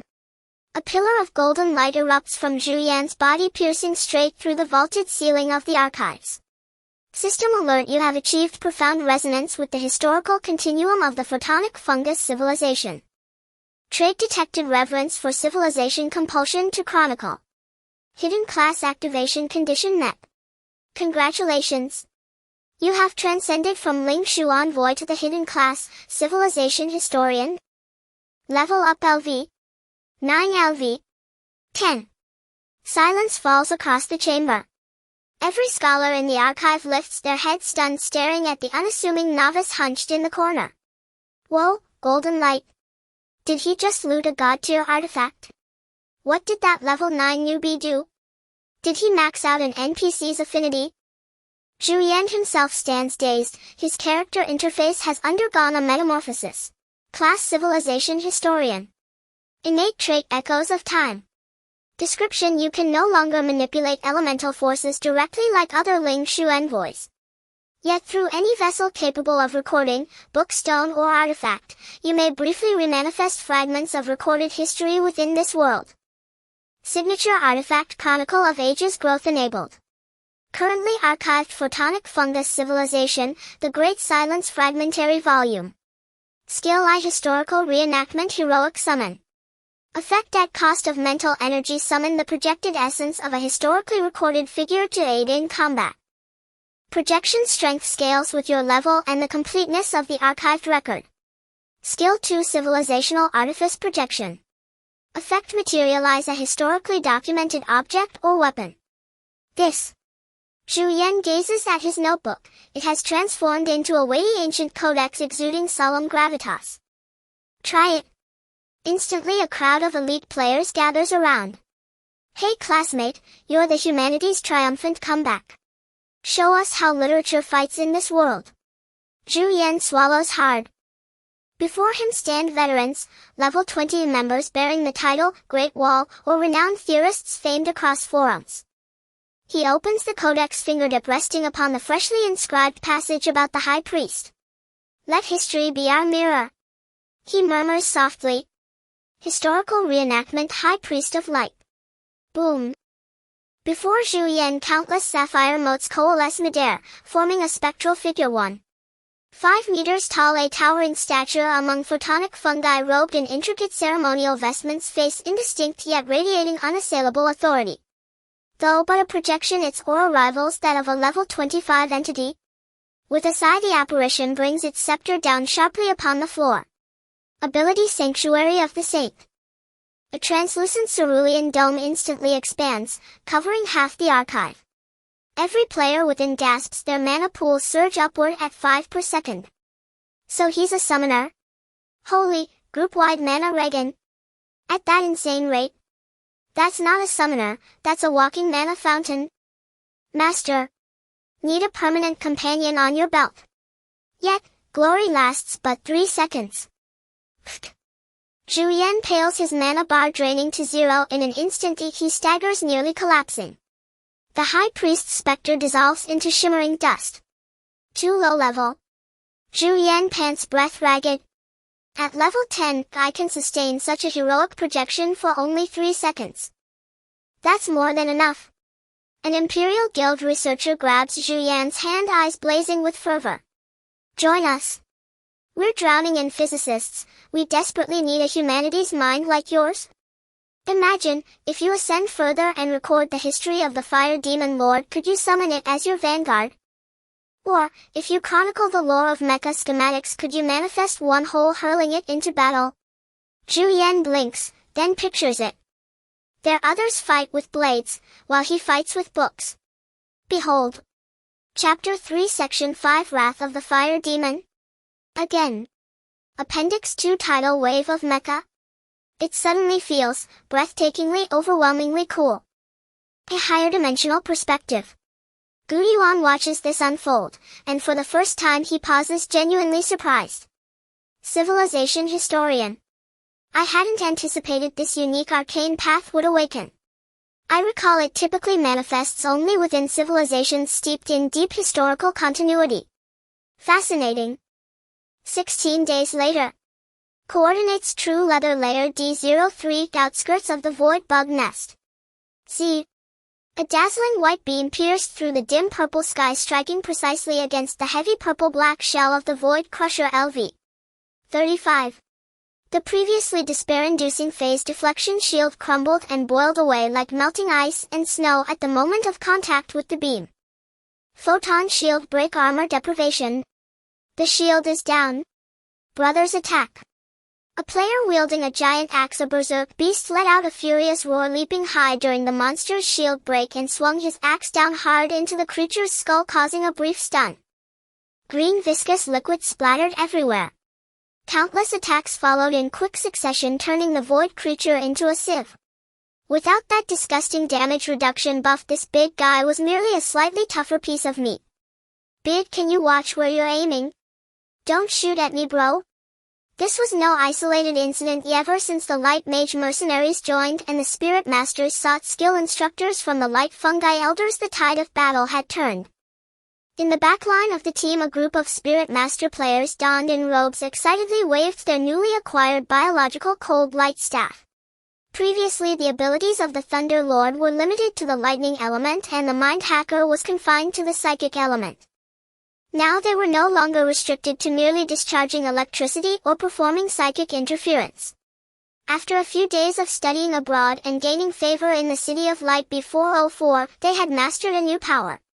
New skill: Photon Pulse. Description: converts energy into high-frequency beams. Deals 200 damage to void entities and shatters void shields. Awesome. So satisfying. A Spirit Master with the ID nameless Gatling Bodhisattva cackled, I used to have to avoid this bug, but now I'm the Chainsaw Man of Light. Take my massive light bullet. Bang. At that moment on the battlefield there were indeed melee players wielding giant saws of light magical weapons custom-made from the light fungi enchanted with light magic. In fact, players had long been exposed to magic in the game, they just hadn't realized that this technology when they handed their equipment to NPCs for enchanting actually existed in reality. Meanwhile, among more teams, floating light mages had become standard. Ming Guang, launch a flare. Illuminate the Void Raider. Okay. Captain. A tiny light spirit waved its staff, launching a light orb that illuminated the lurking Void Raider, rendering it unable to hide. Hiss. The Void Bug clan emitted an anxious hiss. They realized that this group of previously weak enemies had suddenly grasped the power that burned their souls with light. The intelligence level of the Void Bug clan was actually not low, they simply looked down on communicating with other beings and instead communicated rapidly among themselves within their hive consciousness. Realizing that things were turning dire, these bugs fought and retreated, gradually strategically consolidating near the nest of the Void Devourer bug. Coordinates lower lobe of right lung B404 necrotic fault. Compared to the smoke of the front line, this was a super project akin to mending the heavens for the light fungi. Nearly everyone had checked in here over the past few days, even battle maniacs would come to pay homage. People took pictures together and posted them on real-world networks, eliciting envy and jealousy from countless individuals without access to the game. In these past few days, Titan Genesis had completely gone viral. From 80-year-old grandfathers to 6-year-old toddlers, everyone knew about it. The number of reservations from the Dragon Kingdom had surpassed 500 million, with countless super-rich individuals declaring that they would spend huge amounts to pre-purchase the next batch of activation codes. Activation codes could be traded, but once game qualifications were confirmed, slots could no longer be bought or sold. The reason for such a massive surge was that players had rapidly leveled up to LV 20, with over 10,000 extraordinary beings already in existence. But let's set that aside for now. Across the 30,000 kilometers of the dark abyss, that white giant dragon, a man-made vascular skeleton constructed from 20-fold tonnage bone materials, finally extended to the edge of the B404 district. Last 500 meters. Prepared to seal. Yun Zhongyo stood on a floating platform, his voice weary yet unable to conceal his excitement. 1-2. Lift. Over 10,000 flesh craftsmen exerted their strength simultaneously, and tens of thousands of biological pulling ropes were stretched taut. The enormous bony interface slowly moved through the void, aligning bit by bit with the severed blood vessel end on the B404 side. Life Sage Team. Release active glue. The healing team flew up and green life energy rained down. Countless pink flesh buds grew wildly, sticking together the two massive severed ends like 502 glue. Crack, boom. With a sound that shook the universe, they fit together perfectly. Server-wide announcement: the Super Project Flesh and Blood Sky Road has been completed. Blood vessels in the lower lobe of right lung B404 region have been connected. Congratulations to all participating players for earning the epic title, Sky Mender. Sky Mender B404 Flesh and Blood Sky Road, you have inscribed a great miracle of life with your humble power. At this moment, all the players present held their breath. They looked toward the other side of the abyss, the direction connecting to the heart of the Titan. A few seconds later. Rumbling. Here it comes. The crimson vessel is coming. They saw that the freshly repaired white pipeline instantly transformed into a bright red. The long-accumulated high-pressure plasma surged, carrying countless massive crimson vessels that rushed into the desolate riverbed of B404 like an enraged red dragon. Blood vessels that had been drained for hundreds of years refilled, and the previously dull tissues regained their healthy pink hue at a visible speed under the infusion of blood. B404 City of Light Central Plaza. Tens of thousands of light fungi knelt on the ground, gazing at the rushing red Milky Way above, emitting thunderous cheers and cries. For a large number of newly born light fungi, that was the color of life recorded in ancient texts. But the ritual was not yet over. The blood vessels were connected, and next were the nerves. A certain someone from the historical record stood at the edge of the plaza, and the historical book in his hand opened automatically as the feathered pen frantically recorded this historic moment. In his focal point was that towering withered flesh tower, necrotic neuron, standing 100 meters high. The Thunder King floated at the top of the tower. Behind him were 500 members of the Imperial Guild, all Thunder Lords. They formed a massive amplification array. The Light Fungi Elder said this is also an ancient one. The Light Fungi clan refers to it as the Thunder Messenger. Leijun looked down at the silent giant tower beneath him. It burned its own synapses centuries ago to cut off the spread of the virus, falling into a state of apparent death. Recently it reached the threshold for charging, and today we can finally awaken it. All Thunder Mages. Aim at the ground below. Maximum power output. Give it a cardiac pacemaker. Joint casting. See, boom. 500 thick blue lightning pillars surged into the tower simultaneously. Terrifying currents spread wildly along the desiccated nerve fibers, and the originally gray-black outer shell peeled away layer by layer under the shock, revealing the nerve bundles inside that gleamed like gold. 1 hit. 2 hits. 3 hits. Finally, under the gaze of everyone, the tower that had remained silent for centuries suddenly erupted with a golden pulse wave. 1. This wave swept across the entire B404 region and then along the repaired blood vessel Sky Road, transmitted back to the Titan's brain at an unimaginable speed for lower-dimensional beings, spreading throughout its body. System notification: neural node right lung B404 has been rebooted. Ancient One Thunder Messenger has awakened. The tower's light condensed into a giant silhouette made entirely of golden lightning. Though it had no facial features, everyone felt an overwhelming and majestic will. It looked down at the players and light fungi below, emitting a profound yet grand electronic voice connection. Restored. Thank you for the new immune system. Connected to the neural cluster of the Father God. Boom. A golden electric field enveloped the entire city. All players within the B404 region suddenly found a new buff added to their status bar. Titans will affect 20 reduction in skill cooldown while fighting in this area and surrounding areas. Mana recovery speed 100. What the hell? Unlimited firepower? The players were stunned. On the other side, coordinates void insect nest. A blue photon sword sliced through the air, leaving a sharp trajectory. With a swift motion, it evaded an invisible backstab from a void plunderer LV. 30 and thrust the sword into a gap in the enemy's shell. To counter the foe, he refrained from using the Origin's Tooth. The movement was crisp and decisive, without an ounce of excess. As the void creature let out a reluctant shriek and fell, a mass of rich experience orbs surged into Chen Feng's body. Immediately a brilliant golden light shot into the sky, dispersing the surrounding murky void mist. System notification: congratulations.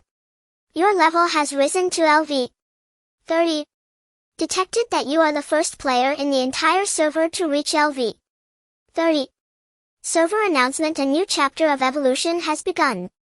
Deli and Long Zhan Yuyi turned to look at Feng Xing Tianxia, filled with envy.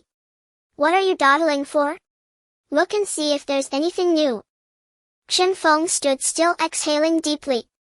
He could clearly feel his virtual bonus data reorganizing, and the upper limit of attribute growth had been significantly raised. Under the expectant gazes of those around him, he immediately opened the panel. System notification from LV 30 onwards. Each level up grants 2 potential points. Current available potential points 2. Only 2 points.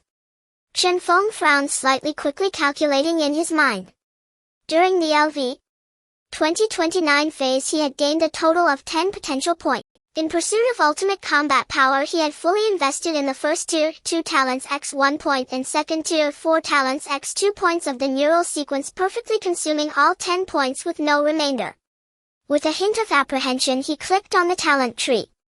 The blue neural sequence branches extended upward, and the mist that had always shrouded the top finally dissipated, revealing the heart-pounding icon of the 3rd tier. Talent tree 3rd tier. Unlock conditions: 6 points consumed in the current sequence. Single talent consumption: 5 potential points. Feng Xing Tianxia raised an eyebrow, unlocking the 3rd tier talents. He hurriedly looked further down. Flesh sequence: red hide-ear muscle fiber recombination, hide-ear keratinized skin, Titan's endowment. Game part: temporary increase in size by 50, weight class enhancement, immunity to knockback and floating control, and double gravity resistance. Real-world mapping: transformation of bone and muscle density, bone strength surpassing titanium. Cell level regeneration: game part: severed limbs can regenerate, recovering 1 of maximum health per second, while ordinary poisoning and bleeding effects are nullified.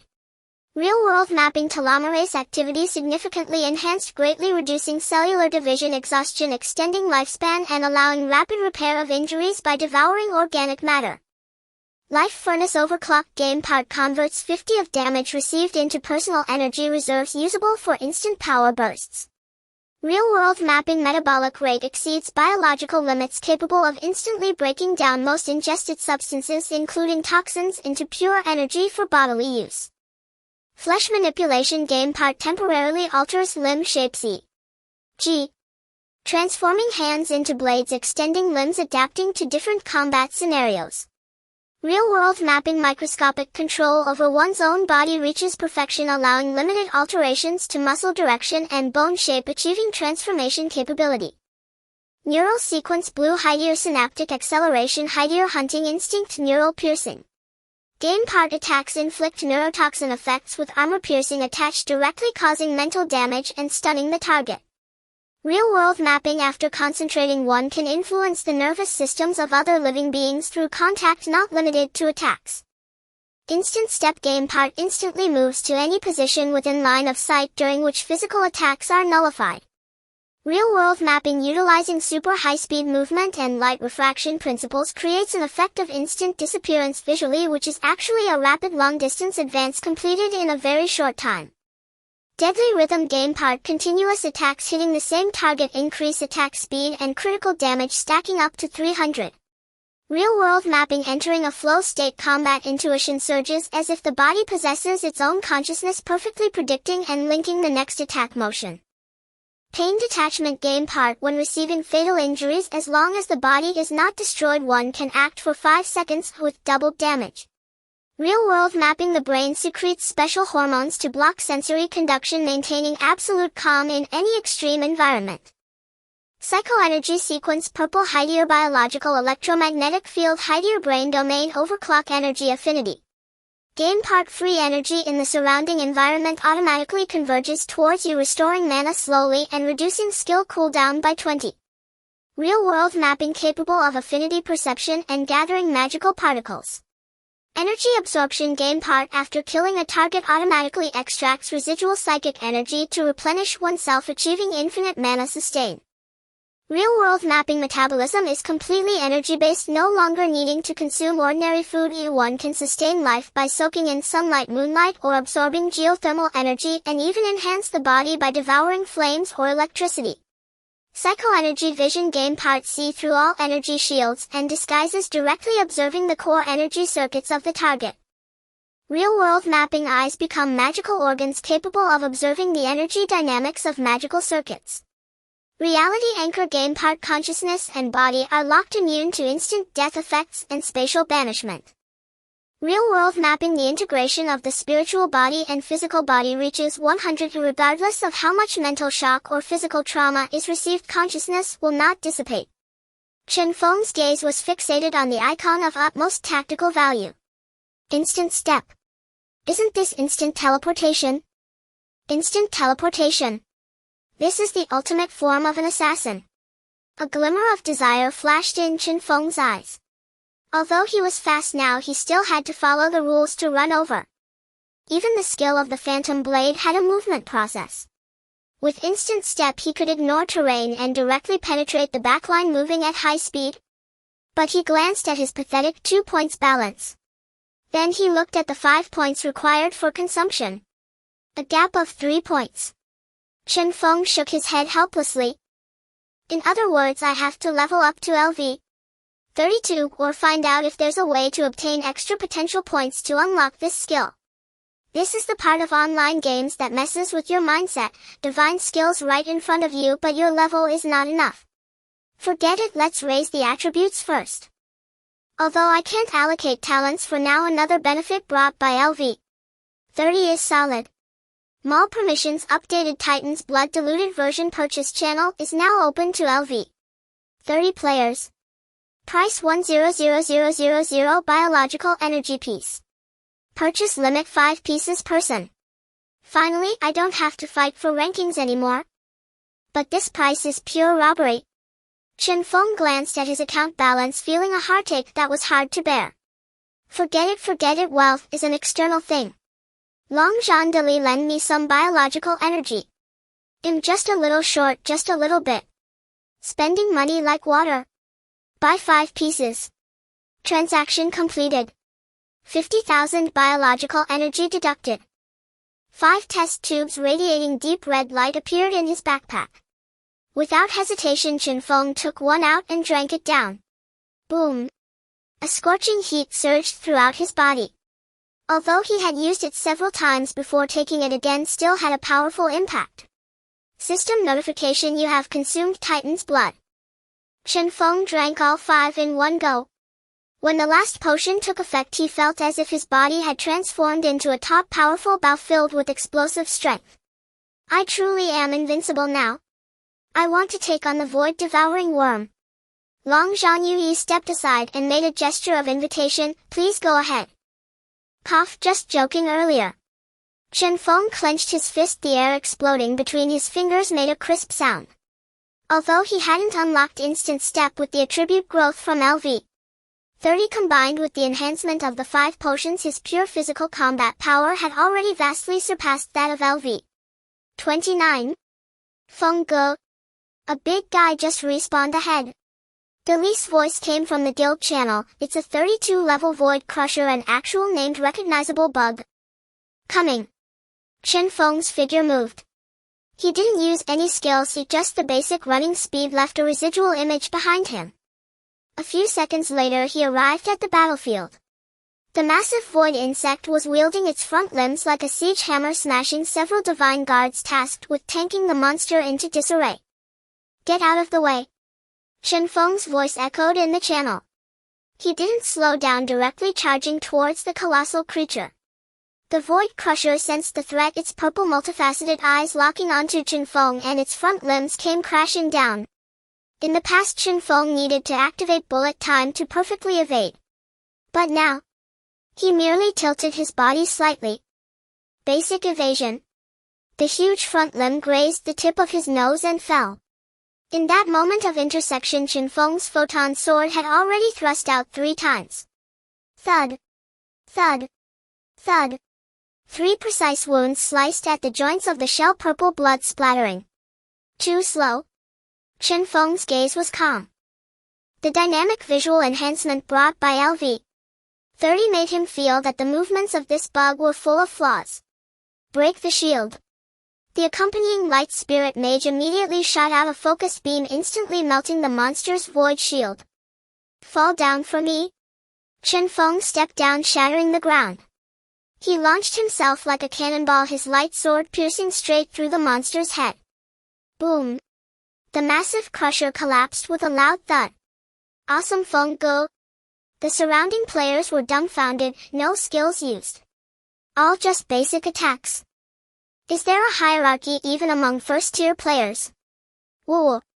It's just the light attribute countering plus a power gap. Feng Xing Tianxia smiled.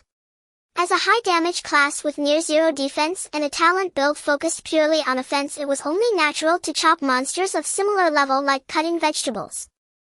But he had no margin for error. If hit with the small frame of Phantom Blade, he would probably shatter like glass. A pure glass cannon. He wiped the blood from his sword, gazing into the profound void rift, and endless anticipation surging within him. Now I'm just 2 levels away from instant step. Grind hard. Grind fiercely. Damn it. As long as he unlocked that talent, he was confident he could infiltrate the core of that insect nest alone to scout the way.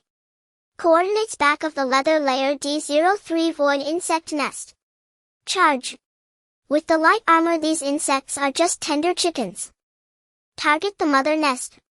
Achieving the first kill will make our names famous today. Tens of thousands of players armed with bioluminescent weapons swelled with excitement after tasting victory.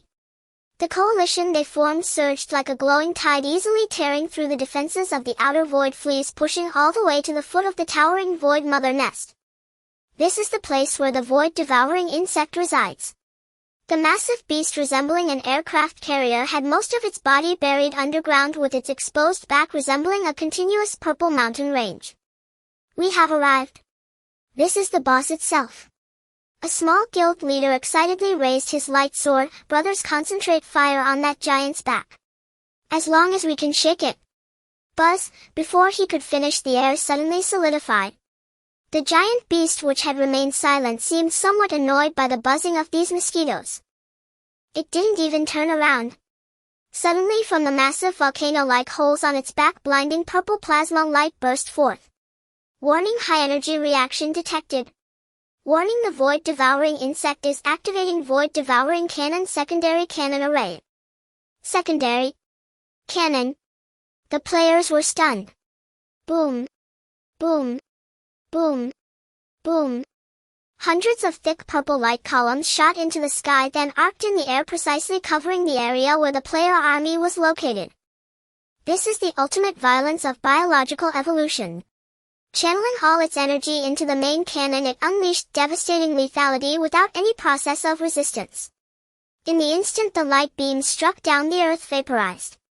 Whether it was the shielded divine guardians or the expensive armored hunters along with their proud formations, nearly all evaporated in that moment. The light energy fungi mercenaries suffered no losses because the light sorcerers had seen the devouring insect's activation from afar and refused to engage. This creature is a terrifying monster recorded in history books. Who dares to approach? How does it feel to see the headless Xing Tian described in the classic of mountains and seas? Retreat. Quickly retreat. Isn't this a star destroyer?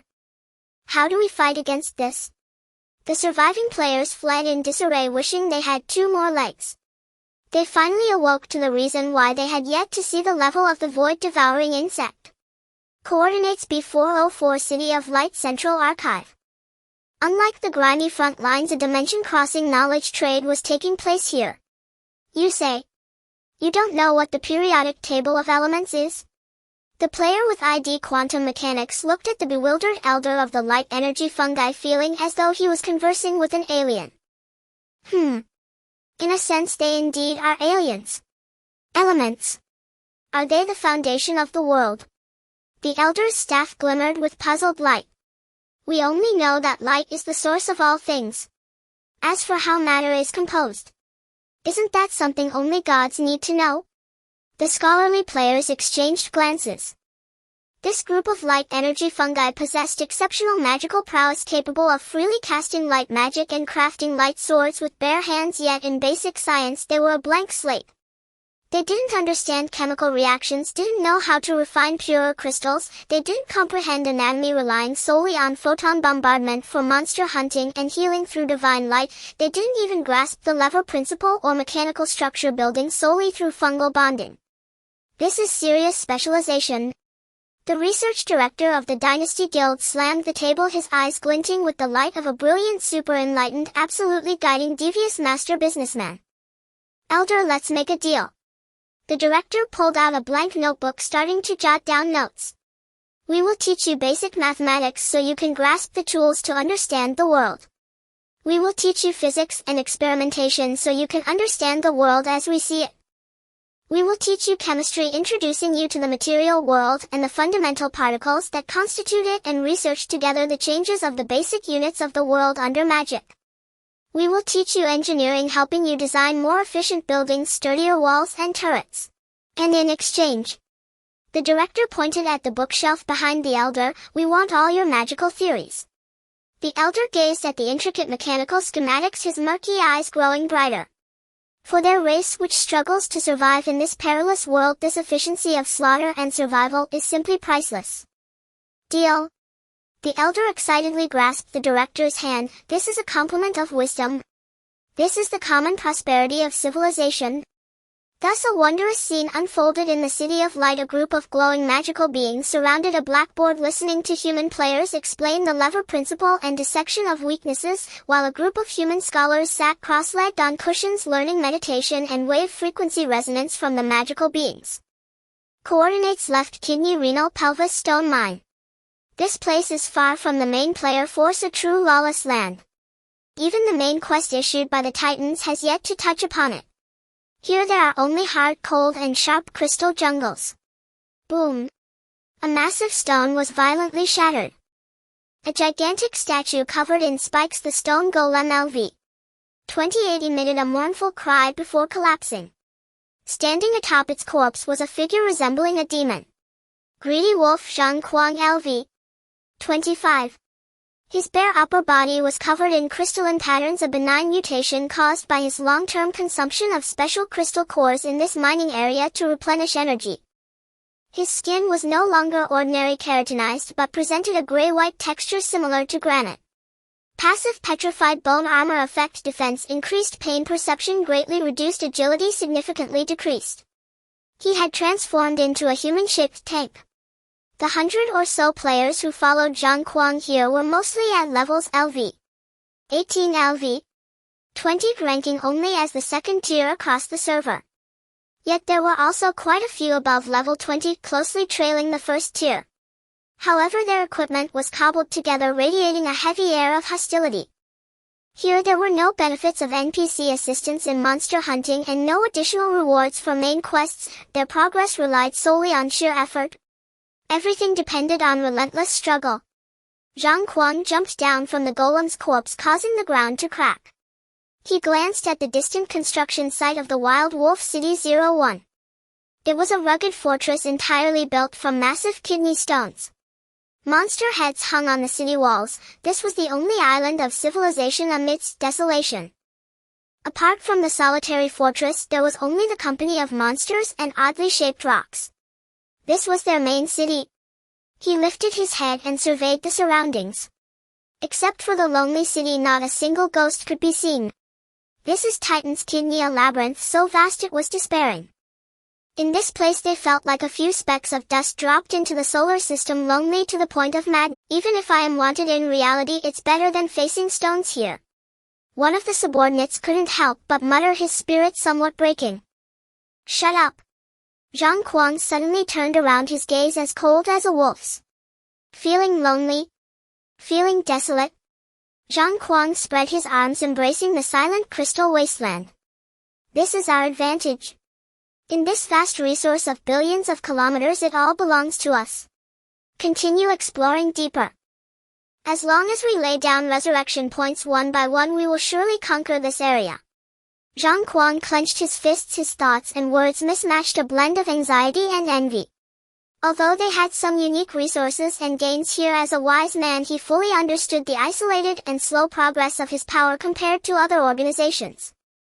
However, as the leader of this group of desperate individuals, he had to show a tough demeanor, governing the overall situation with a thunderous hand. 3 months. In just 3 months the world has become unfamiliar to everyone. With the advancement of various battlefronts in the game, particularly the intense warfare in the lungs and back dermis, the entire server has reached LV. The number of players who have reached LV 20 and opened the talent tree has finally surpassed a critical point that terrifies all governments: 50,000. 50,000 superhumans. This is no longer an urban legend that occasionally appears, but a tangible reality walking the streets. The underground black market trading network of Longhua. Collecting biological energy? A large amount. Whatever you have, well, take it. Exchange rate adjusted. 120. 1 point of biological energy for 20 dragon coins. Support for immediate payment. Although the authorities are cracking down on offline real currency transactions, they cannot curb the greed of human nature. Even the most novice players can live a comfortable life in reality by casually selling a few hundred biological energy points. However, the market presents an extremely bizarre situation of having a price but no market. Boss, there's really no stock. A dedicated dealer explained with a bitter face over the phone. Today's players are too savvy. Repairing equipment costs money, buying Titan blood in the future costs money, paying the Silver Wing Sentinel who demands payment also costs money, and raising pets costs money. Who can bear to sell? Don't mention 10,000 points right now on the market. Any order that exceeds 500 points gets snatched up in 0.1 seconds. I suspect there are quantification robots sweeping up the stock. No players are willing to sell large amounts of biological energy. Charging by the point is laborious, so please be understanding, boss. Meanwhile, at the Titan Engineering Bureau in the Imperial capital, Ban Zhenwo looked at the public security reports from various places, his brows furrowed. The number of LV 20 players in Longhua has exceeded 40,000. Although most are under supervision, the pressure on grassroots law enforcement is enormous. We must expand our forces. A senior official next to him asserted. Ordinary police, even regular special police, are no different from holding a toy when facing suspects with activated keratinized skin. A new red-headed document was subsequently issued, notice on recruiting high-level players into the public service system. Any player who reaches LV 20 and passes political review can directly join the Special Operations Department in various regions. Meanwhile, major internet giants and real estate tycoons are also moving in response. Penguin Group is offering millions in annual salary to recruit high-level players above LV 25 as security consultants. Transforming into technology, investing heavily to establish the Titan Laboratory, recruiting Titan kin researchers. In the upper circles, the notion that game technology can be brought into reality is no longer a secret. This is not idleness, but a ticket to seize the next industrial revolution. Eagle country's tech giants are moving swiftly, attempting to establish a foothold in Longhua early, but were rejected by the Ministry of Commerce on some pretext. In contrast to Longuo's pragmatism and control, another side of the world has plunged into a dual shock of spirit and flesh. The Papal State St. Peter's Cathedral. An intense debate is underway among the Cardinal Council. That is God's grace. The being known as Titan may very well be the Creator's embodiment in the universe. A radical bishop waived the game-setting collection Titan Genesis co-authored by casual players, holding it as the new era's Bible. Heresy. That is the devil's deception. The conservatives retorted angrily, that game makes people bloodthirsty, violent, and even worship aliens, photon fungi, void worms. This is Satan's conspiracy. Billions of believers worldwide fell into confusion. Some prayed in churches while others began to worship Titan statues at home, and even some established the Flying Pasta sect tentacle branch dedicated to worshipping the void devourer worm. Eagle Country, Los Angeles. This place gradually became a paradise for the privileged. Due to the lack of effective control, a large number of players with extraordinary powers began to form various mutual aid societies. Called mutual aid societies, but everyone knows what they really are. They are either cults or gangs. This is called freedom. A former player from Longhua who just arrived in Eagle Country is currently embracing two blonde beauties, showcasing his muscles by the pool of a luxury mansion. Ha ha ha ha ha ha. Western girls are amazing.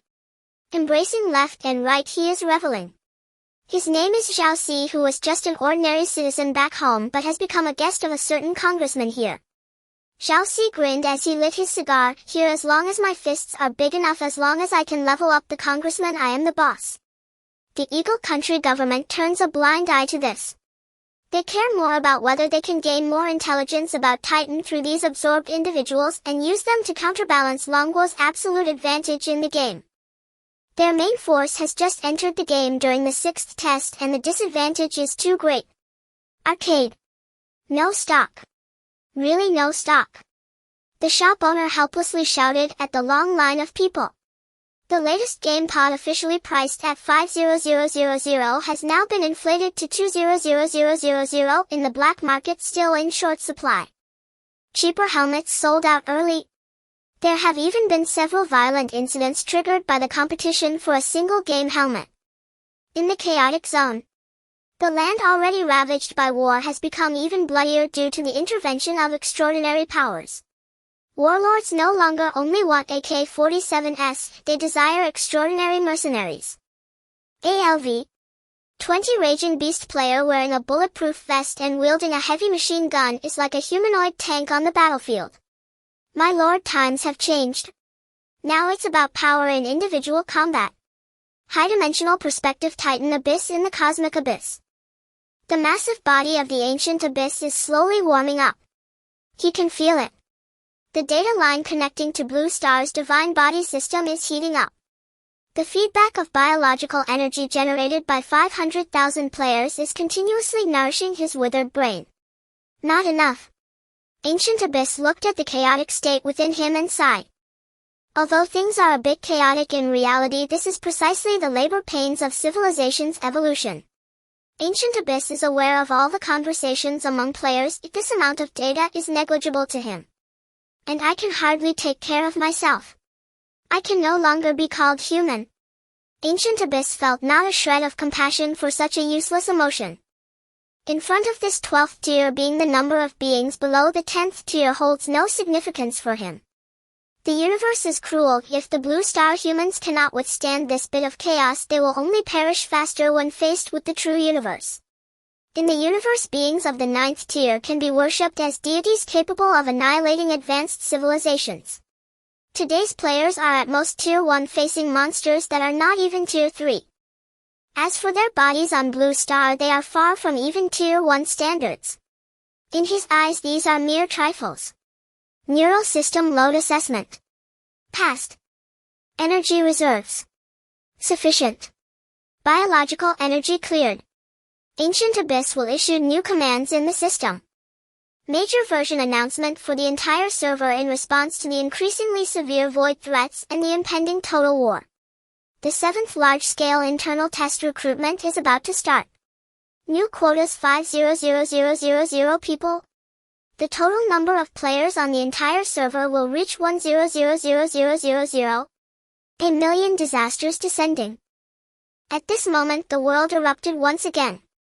Countless people stared at the countdown as if gazing at tickets to heaven or hell. The path of the extraordinary has emerged and the choice is yours to make. Server-wide concurrent players 1,000,000.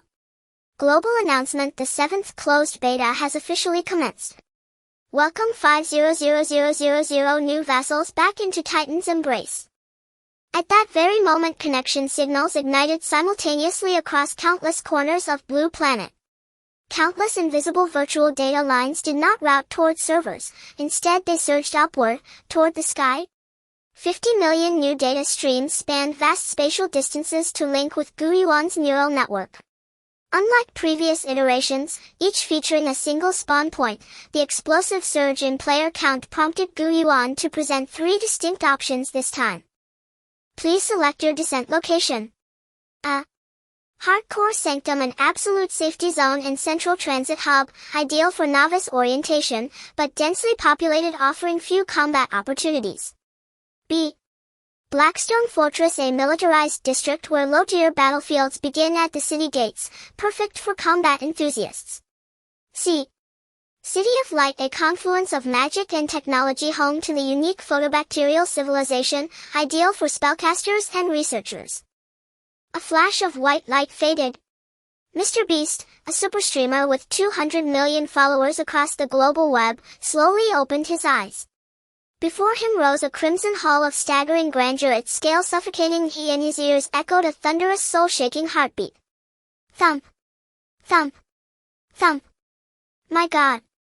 Mr. Beast stared at his own hands, then pressed his palms against the warm, resilient myocardial floor, and screamed into his live broadcast lens. Did you see that, everyone?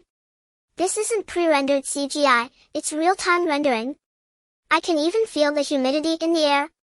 Though over 100,000 of these 50 million newcomers hailed from Longwa, the majority were international players from across the globe. At that moment the hardcore sanctum resembled the United Nations General Assembly Hall, a true international vanguard. It's incredible. A player pointed upward at colossal, intricately interwoven vascular columns suspended in midair. This is pure art. Where's the guide? What do we do next? NPC Zero slowly rose, his immense stature instantly hushing the clamorous crowd. After a standard tutorial sequence, players scattered in all directions. Players who attempted to attack Silverwing Sentinels or Zero were eliminated in a single strike, their corpses impaled high upon pillars posed with grim cruciform solemnity. Meanwhile, countless guild recruiters swarmed fresh arrivals, luring them aboard their pirate ships. Though top-tier guilds still manned recruitment booths, their approach had grown far more selective than before. With such a massive population base, only elite players warranted competition from main raid teams. In a game where death holds no permanence and the atmosphere remains comparatively relaxed, organizational management remains an enduring challenge. Unrestrained expansion breeds cascading complications, resource allocation, fair distribution, and administrative strain. After all, in this world, if I stab you in the back, what recourse do you truly have? Raising entry thresholds was both an unavoidable compromise and a necessary one. B404, City of Light. This was among the most popular spawn points of the launch, especially for players drawn to the fantastical aesthetic. Sugoi. Sakura Blade, a renowned virtual streamer, stood on the teleportation plaza, eyes gleaming as she gazed at the floating photobacterial NPCs radiating soft cerulean light. Are these the legendary photobacteria? So adorable. I'm staying here, I'm an Lingshu enchanter. I'm learning magic. Unlike the hardcore's boisterous energy, this locale exuded serene beauty. Countless newcomers fell under the spell of this luminous metropolis, gathering around photobacterial elders eager to trigger the fabled hidden class. Overwhelmed by the deluge, the elder declared the Grand Library closed to the public, admitting only a handful. To players it appeared as though library access required reaching a specific affinity threshold. Don't disturb me while I study mathematics. Today he still had to consult the divine messengers on Descartes' coordinate system. A lifelong scholar of magic formation arrays inscriptions and enchantments, whose arcane mastery had long plateaued, had just discovered his newest obsession: knowledge from another world. The sublime elegance of physics, chemistry, and mathematics. Exquisite, truly exquisite. Initially astonished by the sheer number of divine messengers, ordinary photobacterial citizens soon realized that issuing requests to these visitors elicited ecstatic delight. "Friends, I'm in the City of Light. Just now this friendly little being assigned me a quest, to clean the city's waste. And yet, this simple task grants experience points. Come on friends, let's take a photo together." The nearby photobacterian managed a strained, awkward smile, while inwardly cursing. How utterly exhausting these people are. Are they truly divine messengers? I must lodge a formal complaint with the chieftain. Lung Region A7, Blackstone Fortress. This was the earliest bridgehead established by players deep within A7, now expanded into a towering steel citadel. Yuan. A group of burly men from the polar bear nation landed, and immediately tore off their novice cloth garments, sprinting bare-chested in exhilaration. Are there monsters here? We want to fight. Iron Ivan, the bearded streamer leading the pack, pounded his fists into the air. Owing to their massive built-in followings, many newcomers chose to shadow prominent figures, finding amusement in watching naked novices and low-tier creatures clumsily clash. Turn left outside the gate, walk farther. There you'll find endless dust mites and influenza viruses to clear. A veteran Great Wall Watcher tasked with maintaining order pointed toward the city gate. But be cautious, the wind out there is fierce. Wind? We fear no wind. Ivan roared with laughter, and charged through the gate with hundreds of fans howling behind him. Then, 5 minutes later they were hurled skyward by a single exhalation from Titan, flung like rag dolls into the cilia trees, unable even to die and respawn. Save me! Save me! No, forget it, just kill me already so I can respawn faster. Compared to the newcomers' revelry, veteran players were undertaking a profound military reform. Inside the war room, a data-obsessed strategist placed a detailed report titled Titan Fist Mecha Performance Assessment at the center of the table. Colleagues, after several weeks of field testing, we must revise our understanding of the Titan Fist Mecha's role. He gestured toward a data curve. Its base output equals that of a level 35 elite monster. Though pilot attributes provide additive bonuses, those enhancements possess strict upper limits. In other words, once a player surpasses level 35 or unlocks superior third-tier talents like Instant Step, the mecha becomes a liability rather than an asset. Feng Xing Tianxia nodded thoughtfully, deeply resonating with the observation. While piloting his defense soared, but micro-level maneuverability plummeted dramatically. The mecha's servo motor simply could not keep pace with the reaction speed of his level 30 Ghost Blade technique. So, what's the conclusion? Long Zhanyuyi dug idly at his ear, visibly impatient. The conclusion is this: the mecha is transitional gear, for mid-tier elites, or a critical asset in specialized environments such as vacuum. That makes perfect sense. After all, the mecha houses a full life support system. The data strategist offered the optimal solution. According to our calculations, players around level 25 achieve peak cost efficiency when piloting the mecha. Their innate stats remain insufficient, but donning the mecha instantly elevates them to level 35 combat capability. Moreover, mechas are prohibitively expensive. One unit costs 1 million credits. Equipping every player is impossible. I propose establishing dedicated mecha core. Li Zihan introduced a novel concept. The pilot walks away, the mecha remains. One machine passes down through 3 generations. The mecha is forged in iron, the pilots flow like water. A driver's license costs only 5,000 credits, not unreasonable for a level 25 player. Let us treat mechas as communal guild assets, not personal equipment. Implement a rotation system. Mechas remain docked in maintenance bays during downtime.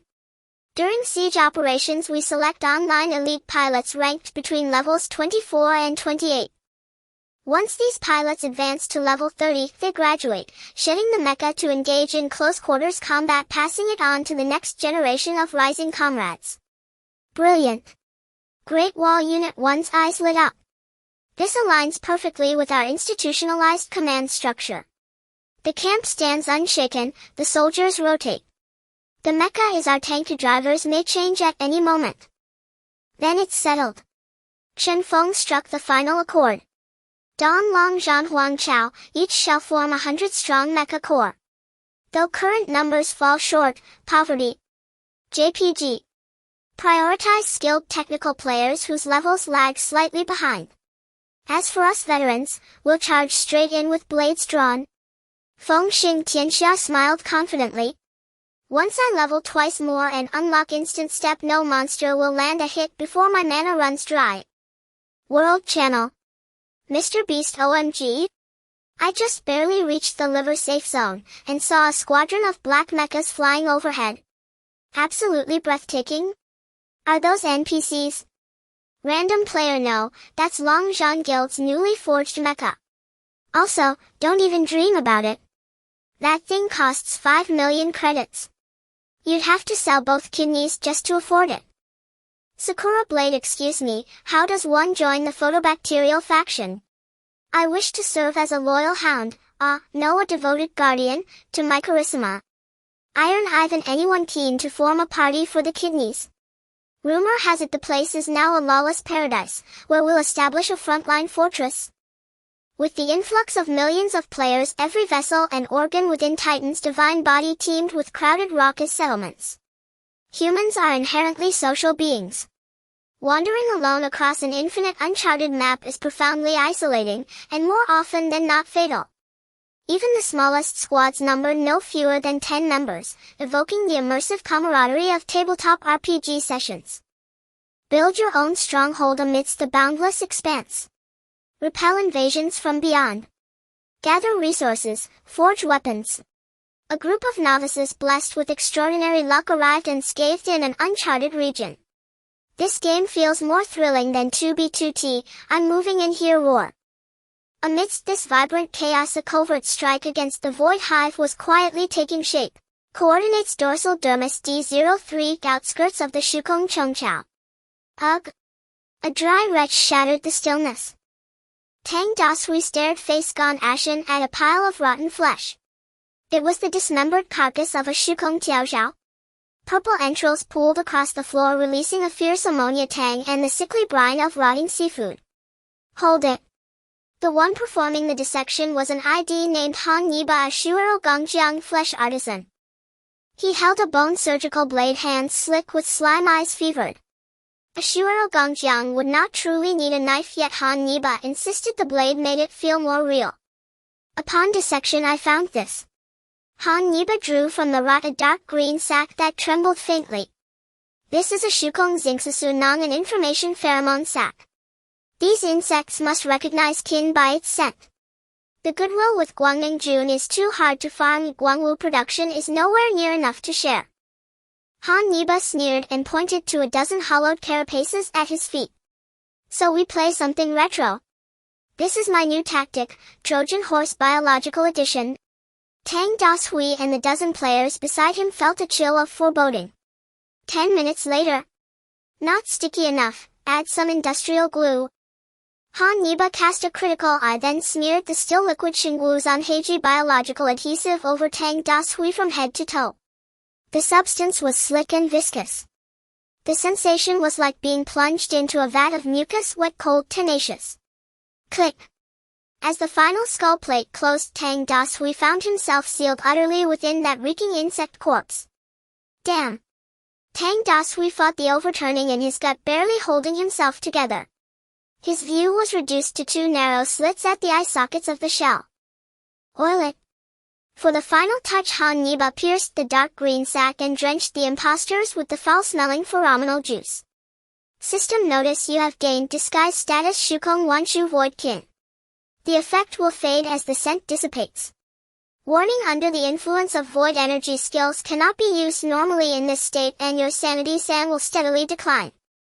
Thus the 15-strong squad of human bugs twisted and staggering crawled toward the purple Shukong Chongqiao. No sooner had they entered the slime-lined tunnel than a suffocating pressure overwhelmed them. Ahead, a bloated 8-limbed Shukong Bianji LV. 35 hung inverted from the ceiling mending a torn fungal mat. At the sound it turned its pupilless compound eyes fixing unblinkingly on the swaying group of kin. Hiss, a low-frequency vibration. The weaver bowed its head, two tendrils flicking through the air as it emitted a complex series of biological signals. It was greeting them, or rather performing an inspection. The two players at the front had never seen such a display. What is it doing? Should we respond? One player mimicked the insect's call by instinct, hiss. The wrong response. The weaver's compound eyes flared crimson. In its perception, this flea not only sounded clumsy but pulsed not with the void's rhythm but with the tempting heartbeat of living flesh. Confirmed by sight, dinner. Without warning, the weaver's side-like forelimbs snapped outward. With a wet rip, the player who had spoken was cleaved into 3 neat sections along with his shell disguise. Blood mixed with purple disguise fluid spurted out, but there was no scream. The weaver's proboscis had pierced his skull and sucked his brain in an instant. Run. The 3 players behind them panicked and tried to crawl back. A foolish move. In the Shukong Chengqiao, fleeing with your back turned at a higher being marks you as weak prey. From hollows in the tunnel 7 or 8 Shukong Yuchong burst forth. They were small but filled with ragged teeth lunging like a pack of rabid dogs. If the players could use skills they might have fought, but skills were disabled. Hiya! Don't bite me! Get off! 3 players were thrown into the slime and shredded to pieces within seconds. The hive craved fresh victims, some watched themselves being chewed bit by bit. In the blink of an eye the 15 were whittled down to 5. Don't move. Everybody freeze. Han Yiba hissed into the squad channel. It's a pheromone inspection.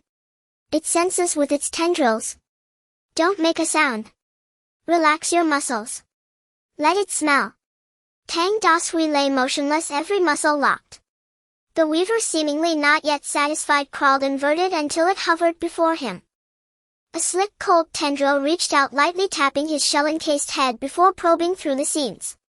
Tang Dashui felt it like an icy serpent sliding across his face, even licking his eyelid. He held his breath until his heart nearly stopped. Thankfully the Shukong pheromone had been spread thick and the biological glue had bonded his skin to the carapace tightly. The stench masked any hint of human smell. Hiss! The weaver hesitated with a trace of doubt, then withdrew its tendril and turned back to mend the wall. It regarded the few remaining survivors as newly hatched, dim-witted specimens. Move! Quick! The 5 survivors, including Tang Dashui and Han Yiba, scrambled away from the deathly tunnel on hands and knees. After the near-death ordeal, when their vision cleared and the vast hatchery spread before them, the 5 stood at the brink of mental collapse. At the core of the nest loomed a gigantic spherical womb. At its center, the lower half of a carrier-like Shukong Shinichong was unmistakably visible. Its enormous abdomen swelled to the extreme, the skin nearly translucent, revealing roiling purple energies and countless embryos taking shape within. Strange twisted limbs intertwined, mandibles, specialized forelimbs, bloated bellies, larvae with shockingly large compound eyes, all crowded together in the tissue fluid in a nauseating mass. Beneath it lay tens of thousands of eggs piled in mounds, each beating with a steady rhythm. The air was thick with the metallic reek of blood and the cloying sweetness of pheromones. Is this the source? Tang Dashui's stomach lurched as the image of his teammates being torn apart replayed in his mind. Squad channel, record it. Record it. I haven't respawned yet. I want to see. Tang Dashui glanced and had no strength to reply. He felt his stomach threaten to give. Don't puke. If you vomit, it's over. Han Yiba hammered into squad chat, his hands shaking, his eyes even more frenzied. Look. At the summit of the egg mound glowed a special ootheca suffused with gold-purple light. Item: Shukong Shinichong egg. It can hatch a new Shukong Shinichong and is formed at the cost of vast maternal energy. Grab it and run. If we get this, those brothers' deaths will be worth it. Tang Dashui drew a breath despite the stench filling his lungs and with stiff insect legs began to crawl up the egg hill. But as his hand was about to touch the golden egg, the throbbing of the entire hatchery abruptly stopped. The once noisy larvae cries vanished in an instant. Deathly silence. Tang Dashui stiffly raised his head. Above him the suspended massive abdomen of the shiny Chong split open with a seam. From the fissure a vast eye as if burning with purple flame turned and fixed itself upon the little flea with predatory intent. The hive mind presided by the shiny Chong swept a query and received no reply. Its gaze altered, from seeing kin to seeing food. System notice you have been locked onto by the Shukong shiny Chong. Judgment disguise failed. Reason you are not connected to the hive mind network. Shit. They can network. Han Yiba screamed and broke into a run. Run. Tang Dashui roared, turning to leap down the egg mound. Too late. With a wet burst, no attack animation, no casting wind-up, countless tendrils sprayed forth from the swollen abdomen of the shiny Chong. They were as thin as hairs and moved like lightning, filling the space before anyone could dodge. The 5 remaining players felt the world blur as their bodies were bound in place. Ugh! Tang Dashui looked down. Hundreds of translucent microtubes sharper than blades pierced his thick faux carapace and armor, plunging deep into every pore vessel, even his eyeballs, finding every cavity. They carved countless wounds. It did not hurt. Instead there was extreme cold, an absolute chill. He felt his blood, his bioenergy, even his stamina being frantically siphoned away through those tubes. Gurgle. Gurgle. A huge swallowing echoed above. They were being drunk away. Help! Somebody! Han Yiba fared worse. Because he carried vast biological materials inside a tendril thicker than the others pierced his skull. The tendril quivered and gurgled as it ravenously sucked. In barely 2 seconds he collapsed like a vacuumed plastic bag, shriveled and flattened until only a skin-wrapped husk clung to the tendril swinging. System notice you have suffered life drain. Your body has been digested. Tang Dashui's vision blurred rapidly. His sense of touch dulled, yet he felt something writhing in his chest and abdomen. Tang Dashui's body slackened and went limp. In the last fading moment before his consciousness dissolved, he thought he heard the great shiny Chong shudder with pleasure as the crimson energy drawn from them was funneled into the golden egg. Burp, a heavy belch echoed through the dead hatchery. Respawn point Linba GG4. A rush of light. White light flashed as 5 figures staggered from the resurrection pool. Ignoring dropped experience, they dropped to their knees and vomited violently. 2. Perverse. Tang Dashui's face was ghastly. Even with the system shielding some sensations, the memory of tubes entering him and watching himself become a husk left a deep psychological scar. The first-person footage was soon uploaded to the forums with a sensational title, "Viewer discretion advised, rare tentacle footage leaked." Players across the server watched the final screenful of writhing tendrils in stunned silence. Hiss. Those guys have guts. Playing something this extreme. Those who had watched the forum video furrowed their brows. A solemn, heavy atmosphere settled over the room. This was not like ordinary players gloating about tentacle antics. The top players were pondering a grimmer question: when will the Shukong shiny Chong egg perched atop the hatchery finally hatch? How swiftly would it grow once hatched? Would it pose a threat to the current battle lines? One shiny Chong was already terrifying, another would force players with their present strength to abandon these outposts entirely. The numbers man's face went ashen. We cannot estimate this egg's incubation time at all. If it hatches, the consequences are beyond imagination. By my reckoning, the Shukong Chongzu grow at an astonishing rate. Look at how that shiny Chong keeps producing eggs and spawning soldiers. They breed like mad. Long Zhanyi spat in fury. We have to act now. Feng Xing Tianxia toyed with the Qiyuan Jia in his hand. Light danced along the blade, which bore the inscription of a high-tier holy light coating personally bestowed by the Guangnengjun Elder, an effect that pierced armor and dealt true damage to Shukong creatures. So what's the plan? Asked Dali de Shui, and his dozen were all sucked dry into husks. The mother will be highly alert. There's no way to sneak in.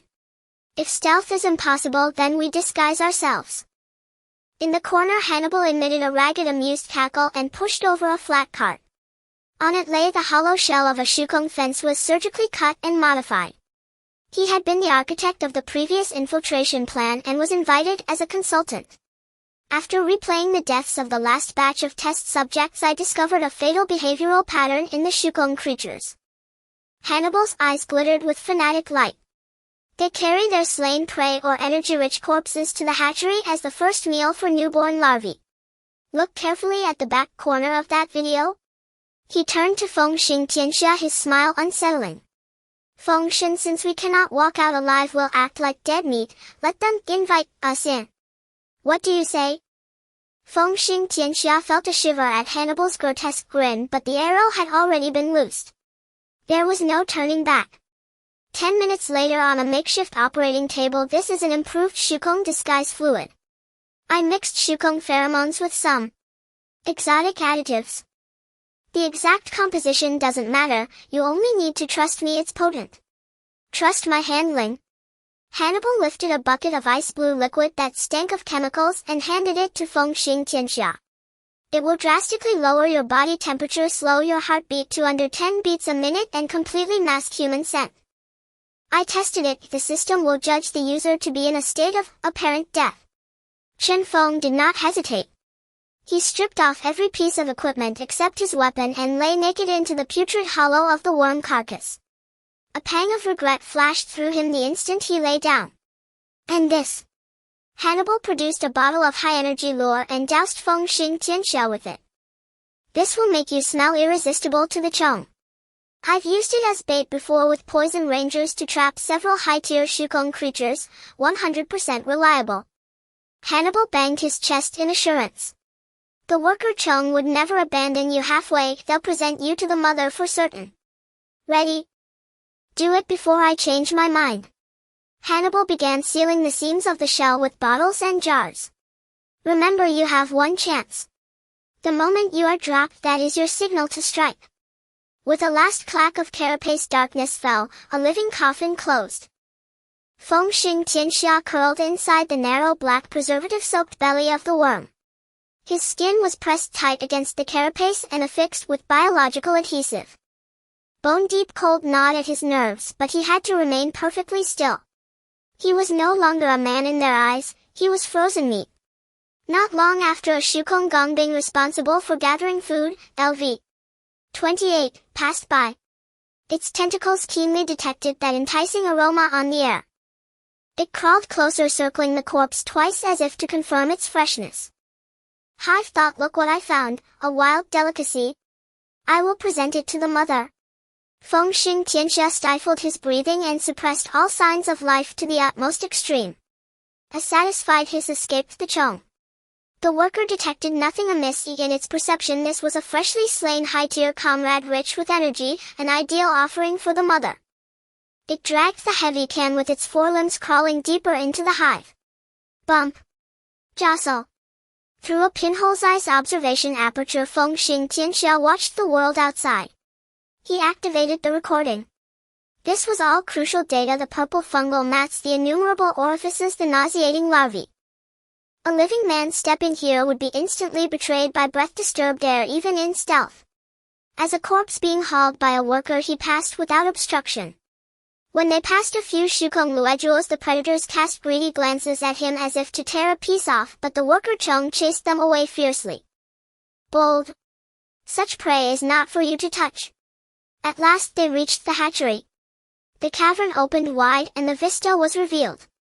The immense Shukong shiny Chong still hovered midair, a terrible violet maw half-closed, dozing like some unquiet colossus.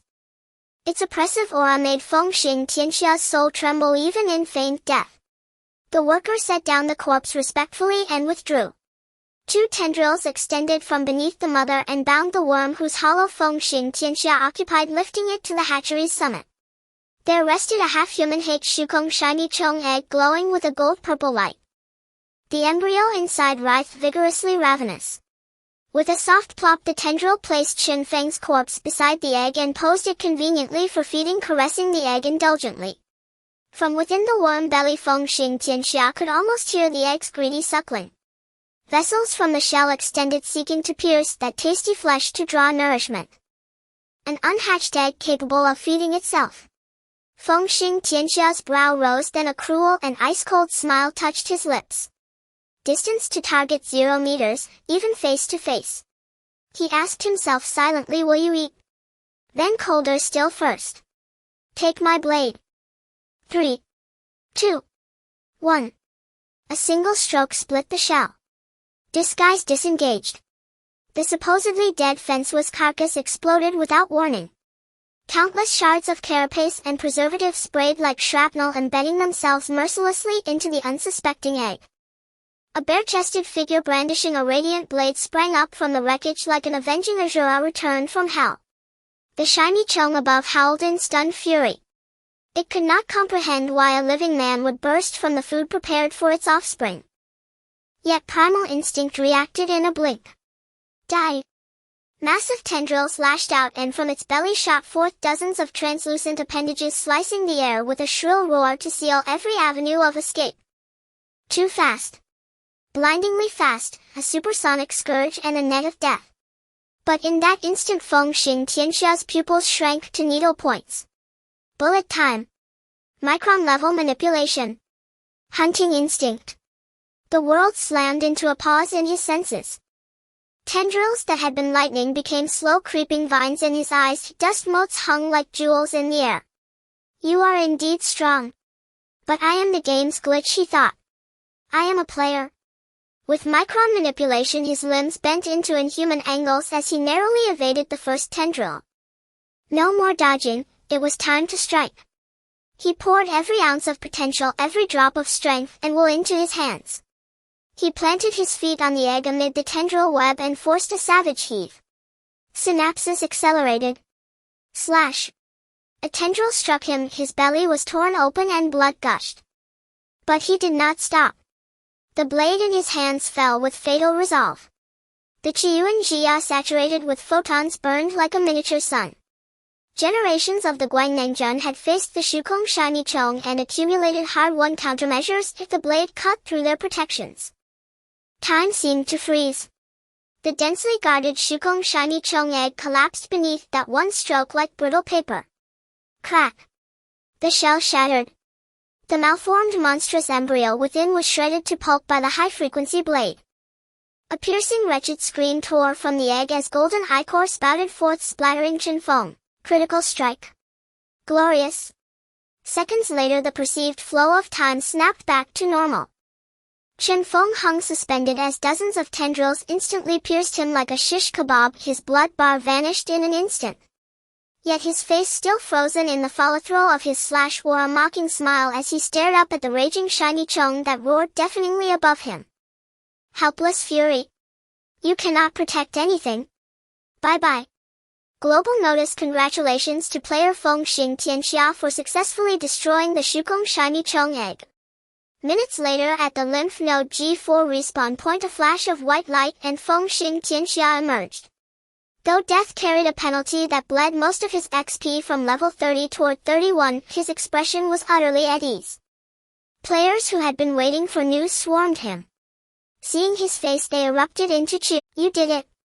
Feng Xing, you're legendary? So ruthless, he sent himself in like a delivery order and blew up the boss's lair. The Flying Chong. Coordinates: back dermis, D03 forward battlefront, lymph node G4 defensive line. A hissing, keening cry pierced the air. A soul-piercing shriek erupted from the depths of the brood nest, instantly sweeping through the entire subcutaneous tissue. It was not merely a sound but a pure spiritual shock. All nearby players felt their health bars drop at once. Purpurred static modeled their vision.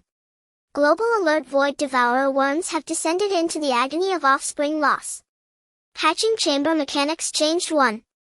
Energy conversion: since high-purity energy need no longer flows into the devourer eggs, the mother has poured all remaining energy into ordinary eggs. 2. Berserk spawn mode: ordinary void creatures hatch 300 faster. Aggression has surged to a Dordai level. A thunderous rumble, the earth shuddered. The void creatures, as if drugged on frenzy, launched a ferocious assault. A purple fungal carpet spread wildly as tens of thousands of void fleas and void crushers erupted from every aperture of the nest like a violet tsunami. They're insane. These things have gone mad, the frontline commander roared. Divine Guard, hold. Do not let them breach the line. But this time the sheer number of monsters was overwhelming. Ordinarily a single insectoid demanded a top player unknown elites multipletone and ordinary players dozenston. Now player formations were scattered and vast numbers were on other maps. Fewer than 100,000 remained here. How could they withstand such a tide? If before it had been a mere trickle, now it was the flood from a breached dam. The insect's suicidal charge instantly submerged the vanguard. We can't hold. Shield durability in the red. Healers out of mana. Too many monsters. Just as the defensive line began to collapse, a heavy engine hum drowned out the hissing of the swarm. A steel phalanx of 30 black mechs cut onto the battlefield from the flank. They were the Titan's fist mechs financed by the major guilds and piloted by the top LV 25 elites. Longzhan Mech Company pushed forward. 10 heavy assault mechs fitted with twin tower shields slammed into the ground, their shields embedded into the surface and anchoring stakes plunged deep into the subcutaneous tissue, forming a black steel bulwark. Lower-level void fleas struck the mech shields and shattered on impact, but the mech line did not waver. Huangchao Mech 2nd Company fire support. In the rear, 10 fire support mechs bearing bioplasma cannons opened up in unison. Blue plasma spheres fell like rain, detonating vacuum pockets in the swarm. Volley fire could rend lower-ranked bugs and deliver crushing blows to elites. Dawn Mech 3rd Company Reap. 10 assault mechs wielding thermal chainsaw swords burst through gaps in the shield wall like meat grinders, slicing elites trying to scale the shields into pieces. Holy, is that the mech contingent? Solo players in retreat gaped in disbelief. A force of that scale could only face hundreds of void insectoids hidden by estimate. But the player's strategic goal was delay, abandon the stronghold and fall back while keeping the line intact. The mech core coordination with other players could temporarily stabilize the situation. Such an organized, heavy mechanized force displayed battlefield dominance. Stop gawking. Fall back. The mech commander bellowed on the public channel, mech energy is limited. Everyone retreat to lymph node G5. G4 stronghold cannot be held. As the final shell fired and the last energy bar drained, pilots slapped a few reserve flame cores into fuel chambers, pushed output to the extreme and without hesitation turned and withdrew. Mechs were too precious to risk losing. 30 machines covered the players as they evacuated G4 with their resources. Player lives could be sacrificed, resources could not. No one spared a glance for the tens of thousands of corpses strewn across the ground. Minutes later, the newly erected biobeacon at the G4 lymph node was swallowed by the endless swarm and collapsed with a roar. Regional notice: G4 outpost has fallen. Frontline retreated 400 kilometers. Coordinates: right lower lobe of the lung, B404 Light City, Royal Library. Though the front was dire, here the mood was exuberant. The player ID, Tongxiao Gujin, cried out excitedly across the library. He held a light codex treasured by a Guangnengjun elder titled Catalogue of Abyssal Species, Ancient Volume. Speak quickly. What does it say? Around him clustered researchers and guild leaders, their channels tuned in anxiously. According to the records of the Guangnengjun, the professor pointed to an obscure rune and translated word by word, the void devourer worms are the ravenous mouths of the abyss, the core retinue of the formless devourer, enemies of the accursed god and the father god. Though the mother body is powerful, the cost of birthing offspring is exorbitant. Especially the devourer eggs charged with propagating the brood, they consume all the mother's accumulated higher dimensional void essence in a single cycle. Once the eggs rupture, the mother falls into a state of exhaustion and cannot gestate again. I converted the time frame roughly 1 year. At that word everyone froze, then burst into exultant shouts. Ha ha ha. 1 year? Longzhan Yuya laughed raucously in channel. Funzi. That strike of yours bought us a whole year of development. Critical. The data maniac exhaled, taut nerves relaxed at last. Our worst fear was a boss that birthed like a sow. If it gave birth every month, we would be finished. But now, though it had spawned hordes, those were merely fodder without growth potential. As long as no new boss is born, the situation is hard mode, not insane mode. Coordinates: lymph node G5, the new defensive line. Fengxing Tianxia sat on a resource crate listening to the good news from the rear. A faint smile touched his pale face. In Titan Genesis, players had no space bags familiar to other games. Resources had to be carried by hand. He had barely revived before sprinting with a mountain of supplies and made several exhausting trips.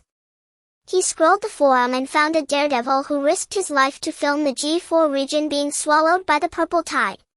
He laughed and tapped like they had lost a stronghold. Monster numbers had multiplied. Everyone had been beaten and bloodied. But the Damocles sword hanging over everyone's head, the near devourer worm, had been broken. 1 year. Chen Feng tightened his grip on the Yuan Jia. More than enough. By then it won't be just about blowing off your eggs. Feng Xing Tianxia vowed inwardly to chop off every devourer tentacle, strip the cannons from its back, extract every offensive organ and raise it benignly. Who dares poke me with tentacles? He rose and watched the mechs that had just withdrawn reforming their ranks and the steady stream of reinforcements arriving. We will anchor ourselves on the G5 line and build a fortress. If they want an attrition war, well, play along. Inside Titan's body there is no shortage of 4th-tier scourges eager to level up. Frankly, these bugs are a boon, endless void materials. Coordinates right lower lobe of the lung, A7 bronchiole. This was the stronghold first secured by the early liming guild in the game's dawn. Today it is relatively safe. The pink mucosal walls were carpeted with bioluminescent moss, and now and then harmless dust mites scuttled by. Ouch! How can this thing still bite my butt? Ha ha ha. Its behavior logic is kind of amusing. A gleeful shriek shattered the quiet. A rookie party called Zhaojipijio Xiaodue was struggling to survive here. All members were LV. 3 LV. 4 wearing only novice gear. Though their real-world bodies varied wildly, their avatars at character creation had the same non-human sculpted appearance, which nonetheless looked imposing. Threat is scrambled. Lao Lin, slow your DPS. Leading the front was Joshua, composed Shinwei.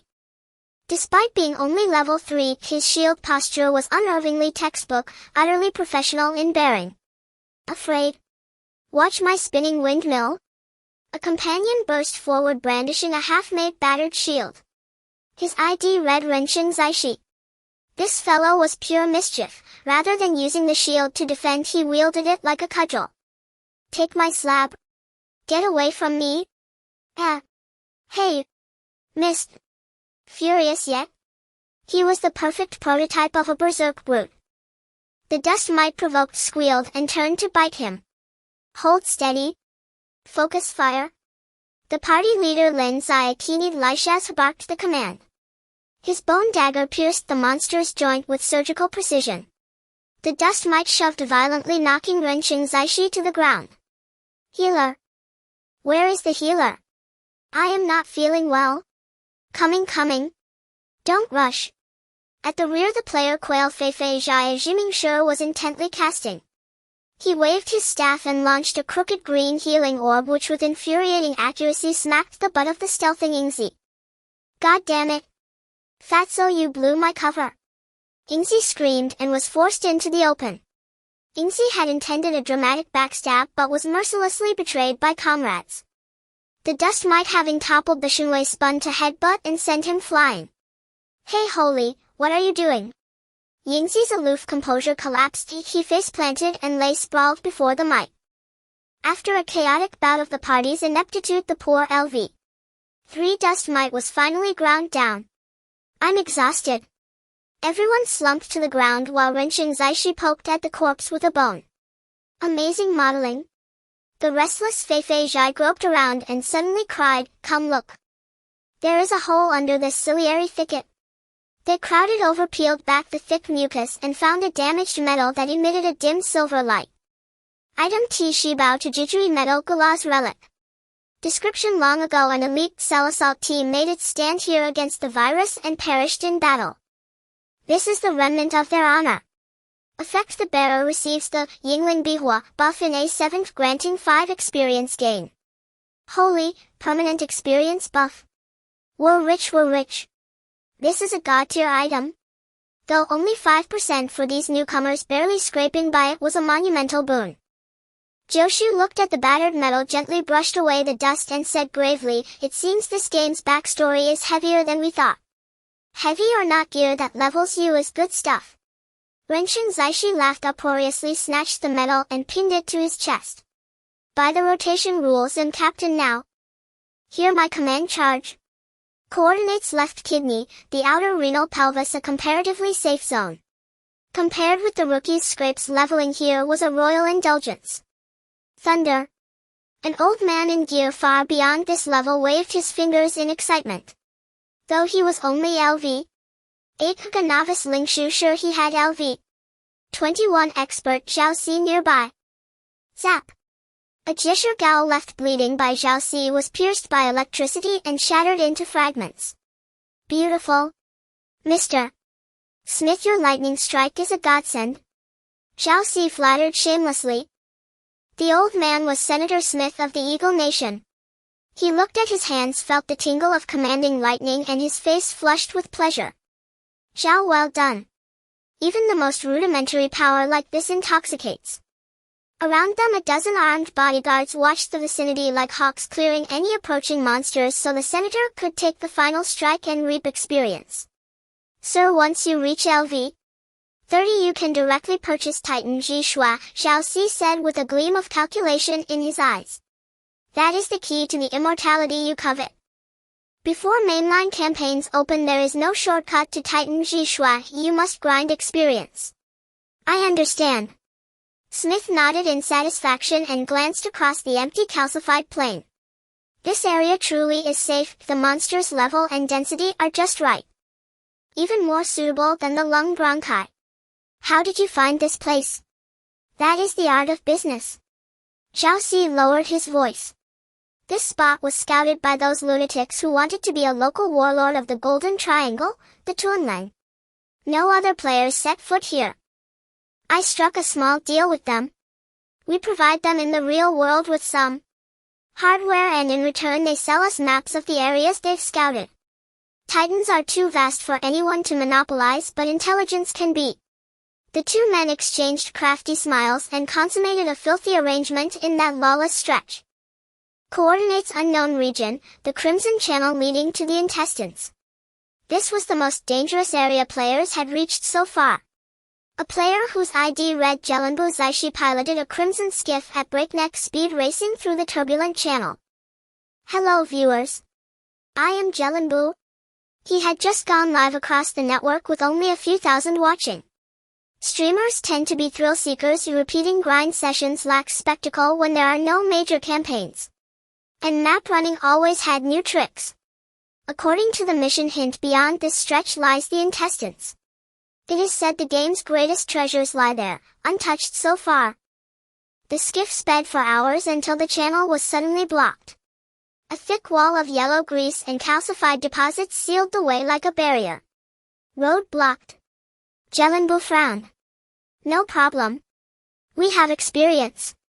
Didn't the first players burn their way out in the lungs? Well, burn through too." He took from his pack a high-purity incendiary bottle bought from the Guangming Jun tribe, ignited it and hurled it forward. After all, aside from hidden Shinwei classes, few players possessed fire powers. Earlier ignitions had relied on friction. Whoosh! The grease flared into roaring flame and choking smoke. "Ha! It's open. The path is clear." He did not notice that the burning scent of processed grease drifted into the fathomless darkness. That smell was instantly detected by an unknown presence in the depths.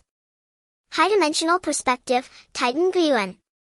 Yuan was monitoring the situation on its back when a faint tremor stirred in its abdomen. It turned its gaze toward the intestinal region. There, a terrifying presence that had parasitized its body for ages was awakened by the artificial processed scent of burning grease. Jelenbu saw system prompts warning detection of a cosmic tier 5 life form. Warning: Void Huilong has awakened. Combat evaluation: to you it is like a deity. On the live stream, Jelenbu prepared to drive the skiff through the burning breach. Suddenly the screen shook violently. Two lamps lit in the abyss below. No, they were not lamps. They were two moon-like golden vertical pupils. Then a maw that filled the entire broadcast frame slowly opened. It was no mere creature, it was a horror whose length spanned tens of thousands of kilometers. Its body was sheathed in white chitin harder than diamond, and a visible void storm swirled around it. BOSS Shukong Huilong level. Description: a cosmic leviathan parasitizing the Titan intestines, it once swallowed a dwarf planet in space. Holy! Jelenbu froze. Before this behemoth, even the void-devouring worms were mere juveniles. Its scale was measured in planetary terms. Not even an Earth-like planet. His face drained of color, he stood petrified. Even observing a planet up close in space induces cognitive overload, what then of a living mobile world-eating Titan? Ripples of torn space rolled outward. The dragon did not so much as strike. It simply opened its mouth and inhaled. A terrifying gravitational vortex formed in an instant. The burning grease wall, red blood cells, the stunned Jelenbu, and even fluids and plasma within hundreds of kilometers were sucked into that bottomless maw. The live stream cut. The last frozen frame showed those two moon-like indifferent golden eyes and a gaping abyssal mouth that could swallow heavens. The forums erupted. What kind of monster is this? A planet-class boss. Confirmed. This game is a cosmic MMO. What are void devourers now? This thing could gulp them like snacks. Every player felt a surge of exhilaration. A tide of discussion swept the boards. Though most were still weak, imagination ran wild with visions of punching void devourers and kicking void huilong. Amazing. We can slay dragons. That's enormous. It'll induce cognitive overload for sure. My word, the worm turning into a dragon is like a caterpillar becoming a celestial mount, strangely fitting. A dragon is the mark of an emperor. 2 weeks later. For ordinary people, those 14 days amounted to merely 2 work weeks and 2 weekends. But for players of Titan, it was a fortnight of metamorphosis. In-game, Dermis Slayer D03. Across a violet wasteland, a black afterimage darted, engaged simultaneously with 3 void raiders LV. 32. Ha! Feng Xing Tianxia exhaled sharply. His figure vanished from its original position, not through invisibility but via bullet time augmentation combined with spatial translocation. Tier 3 talent instant step. Effect short-range spatial fold achieved through ultra-high-speed kinetic burst. Whoosh! Whoosh! Whoosh! 3 blades flashed almost in unison. 3 elite monsters, still cloaked in stealth, had no time to react before their heads soared skyward. As Titan's chosen players' power scaled progressively with their Titan sequence rank steadily outpacing monsters of equivalent level. Before level 20, players matched standard monsters of the same tier. Beyond level 20, they began dominating them, and even rivaling elites. Now, having unlocked Tier 3 talent, Feng Xing Tianxia could obliterate elite foes at his own level. Such was the extraordinary might of Titans chosen, both privilege and potency pushed to their absolute limits. As an experience orb dissolved into his body, Chen Feng's stat panel flickered faintly. ID Feng Xing Tianxia. Level LV. 32. Potential points 1, 6 total earned between levels 30-32 E5 spent on talents. At last, it's unlocked. Chen Feng clenched his fist, feeling the intricate micro-restructuring of his leg muscles. His legs now resembled twin microrockets primed for instantaneous ignition. Even without instant step, he could move at near supersonic speed. He lifted his gaze toward the distant towering insect hive, and the colossal beast within the void devourer. Once it had appeared as nothing but a string of question marks. Now, as the level gap narrowed, a line of vivid crimson data finally materialized. Void Devourer LV. 52 Boss, Weakened State Post-Overposition Syndrome. Level 52. A spark of sharp brilliance flared in Chen Feng's eyes, not the incomprehensible abyss of a question mark, but a precise tangible numeral. Once a health bar appears, even a god shall fall before me. Not yet capable of victory, but now at least hope has taken form. Reality, northern suburb of Daijing, secret training ground, Transcendent Alliance. A massive alloy gate stood sealed, the highest security testing zone. Leijin Zhaokuo Li Zihan and an observer dispatched by Ban Zhengwo stood behind bulletproof glass tents and focused on Chen Feng at the arena's center. Clad in a custom-built pressure test suit, Jin Feng drew a deep breath. Reality bore no system-assisted corrections. Using instant step here imposed catastrophic strain upon the human body. Yet his flesh, fortified by nearly 10 doses of Titan blood, possessed skeletal density far surpassing any mortal norm. He hesitated to spend his last potential point on the flesh sequence, deciding for now to test the limit's axis. Test commencing. Target mannequin 30 meters ahead. Chen Feng's gaze sharpened. Boom.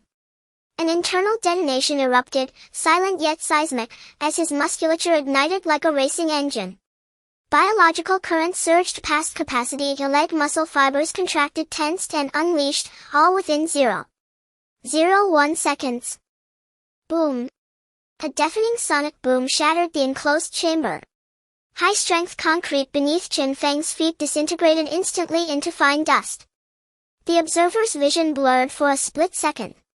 To their eyes, Chen Feng still stood motionless in place.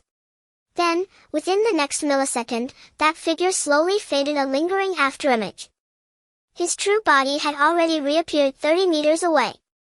The reinforced ballistic mannequin struck as if hit by an invisible train, shattering into fragments that scattered across the arena. Whoa! Li Zihan and other technical observers gasped.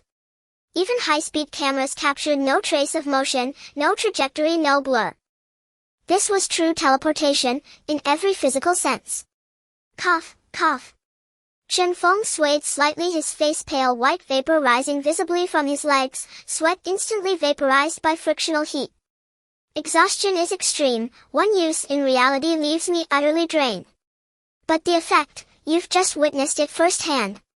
I suspect supplementing with the flesh sequence would greatly mitigate this. Zhao Ku swallowed hard, staring at the shattered mannequin. Is this even human? If he held a blade, what could possibly stop him? Lei Zhen's eyes burned with fervor. This is the ultimate form of single-soldier combat. As an assassination technique, utterly unblockable. Longhua, Central Assembly Workshop, a heavy industrial group. While Chen Feng demonstrated individual martial supremacy, here unfolded the nation's industrial aesthetic of raw, overwhelming force. Industrial Cthulhu, activated. With blueprints in hand, this facility could manufacture even the Tianji dragon-slaying cannon. Longyuan 1 multifunctional exoskeletal mech, Unit 1000, rolled off the line.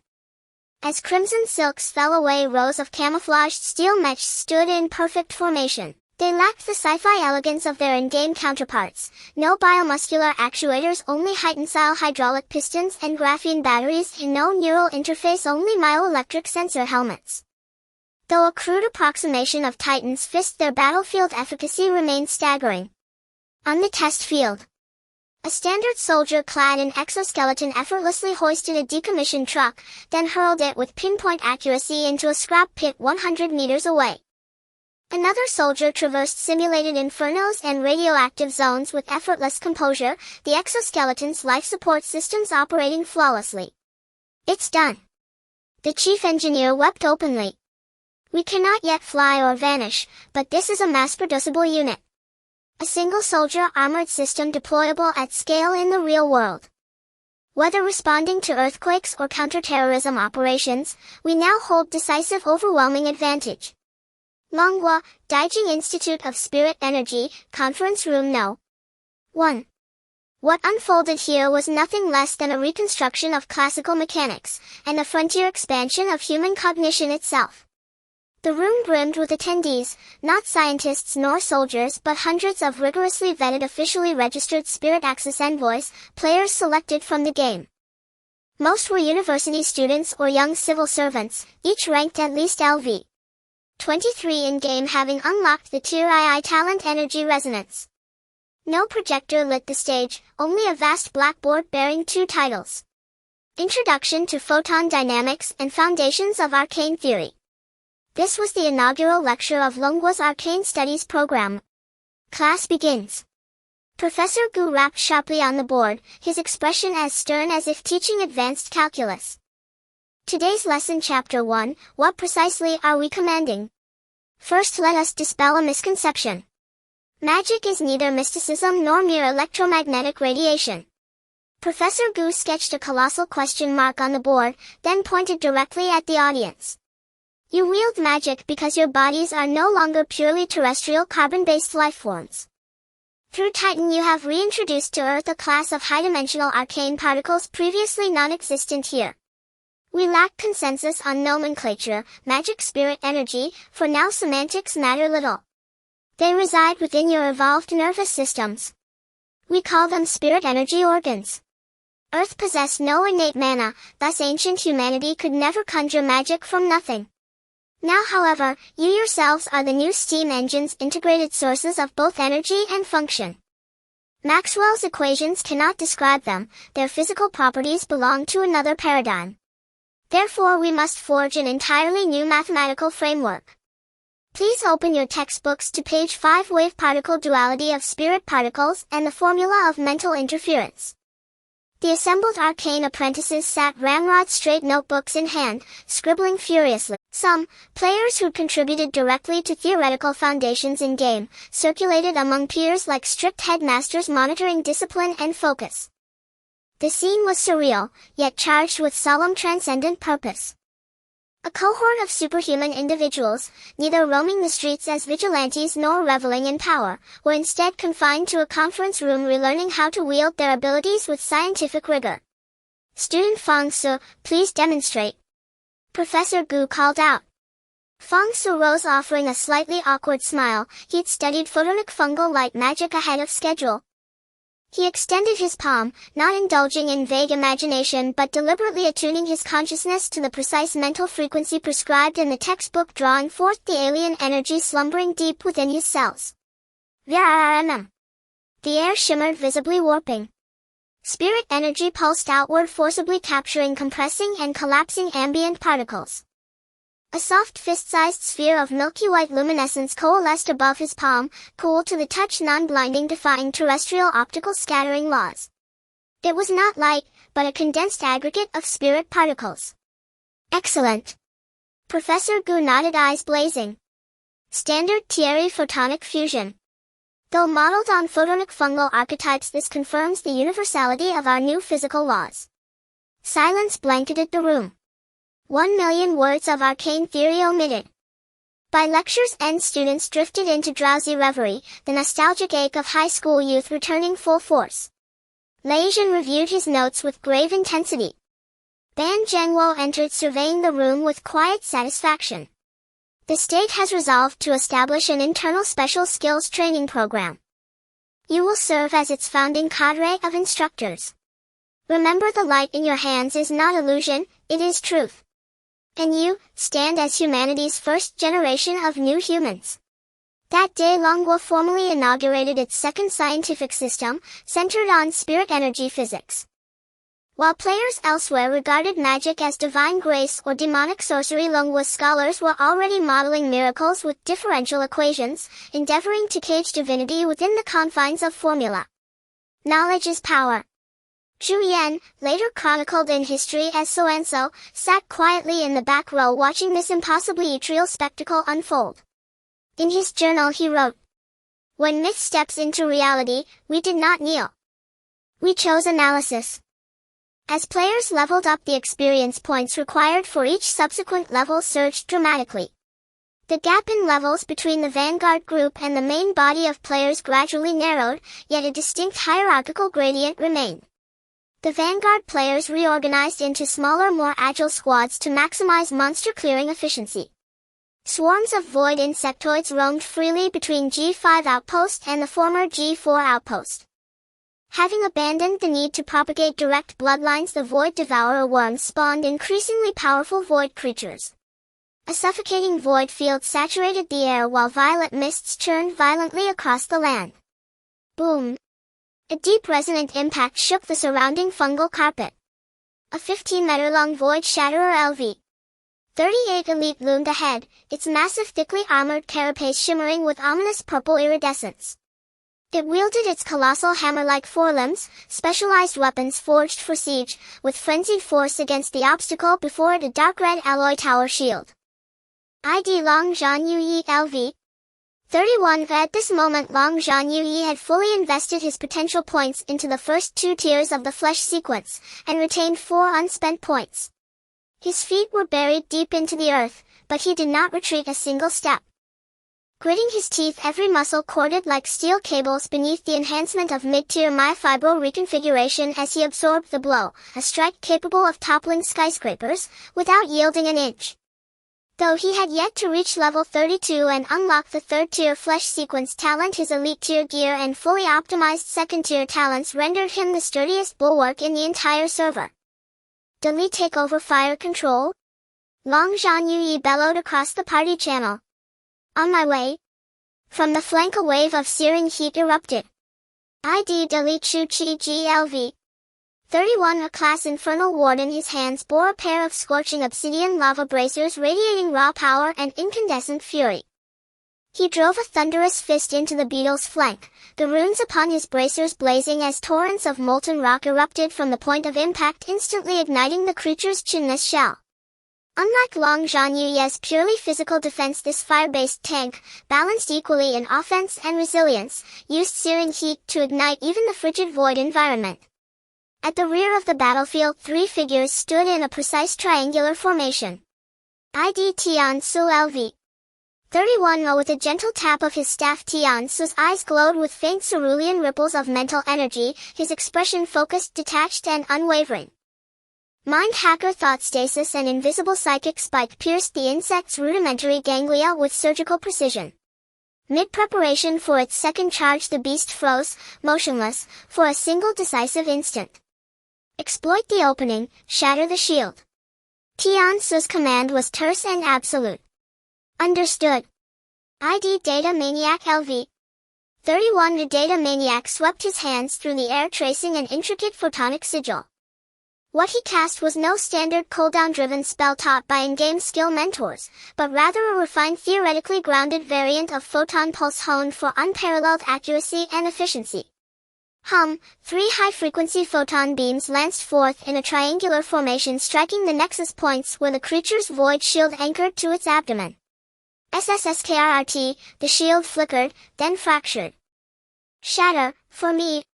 ID Lei Dian Fa Wang LV. 31. Lei Dian Fa Wang gripped his staff, not to weave delicate incantations but to unleash raw, unrefined 10,000 thunderbolts interlaced chaotically with photon pulse. Old Lei, your photon frequency is off, it wastes 30% of your energy output, Data Maniac frowned, cautioning him. What frequency? What formula? Lei Dian Fa Wang blinked, bewildered, yet never paused his barrage. This skill comes straight from the Elder of Light City, Clicktolier and cooldown to cast. I don't understand your real-world formulas, but if it kills monsters it's perfect. A retired Special Forces operative, Lei Jin knew nothing of arcane physics in reality, but within the game he transformed the mage class into a walking artillery platform through sheer level advantage, overwhelming stats, and an arsenal of potent abilities. A colossal pillar of lightning fused with photon streams shattered the already faltering shield, and blasted away one of the beetle's legs. Scream! The insect shrieked in agony as its dorsal vents flared open, spraying a wide arc of void acid in a desperate attempt to drive back the party. No retreat needed. A verdant light barrier bloomed just before the acid descended. ID Yun Zhong ULV. 31. Li Yu stood at the heart of the formation, her life staff planted firmly into the ground. Life Sage Purification Domain. The corrosive acid sizzled violently upon contact, but could not breach the barrier by even a hair's breadth. Unlike others who committed all their potential points immediately, Yun Zhongyu pursued an alternative build, investing 3 points into second-tier talents, then conserving the rest until level 31 to unlock the third-tier cellular regeneration of the flesh sequence. She allocated her final point to synaptic acceleration, enhancing reaction speed and ensuring flawless timing on ability deployment. She was now one of only 2 players in the entire server to possess a third-tier talent. After all, second-tier unyielding bones held no value for her, but boosting her own healing output and maximum health directly amplified her support capabilities, strengthening her allies in turn. Her healing output was staggering. No matter how ferocious the enemy onslaught, her teammates' health bars remained immovably steadfast. This was a textbook demonstration of seamless team synergy, each member functioning like a precisely calibrated gear within a masterwork mechanism. Though all remained locked at level 31, empowered by Titan's blessings upon their kin, their true combat prowess surpassed that of elite-tier creatures of equal level, allowing them to effortlessly withstand this level 38 insectoid monstrosity. Health at 20%, the vermin is about to enter berserk mode. Data Maniac monitored the status panel. Standard protocol, let Feng go finish it. Before the words had fully left his mouth, the Void Shatterer, poised for a final desperate assault, abruptly froze. Within its compound eyes the world seemed to slow. Yet to everyone else a black lightning bolt materialized without warning. ID Feng Xing Tian Xia LV. 32 A Chen Feng's silhouette had been circling dozens of meters away, just moments before. In the next instant space itself appeared to fold.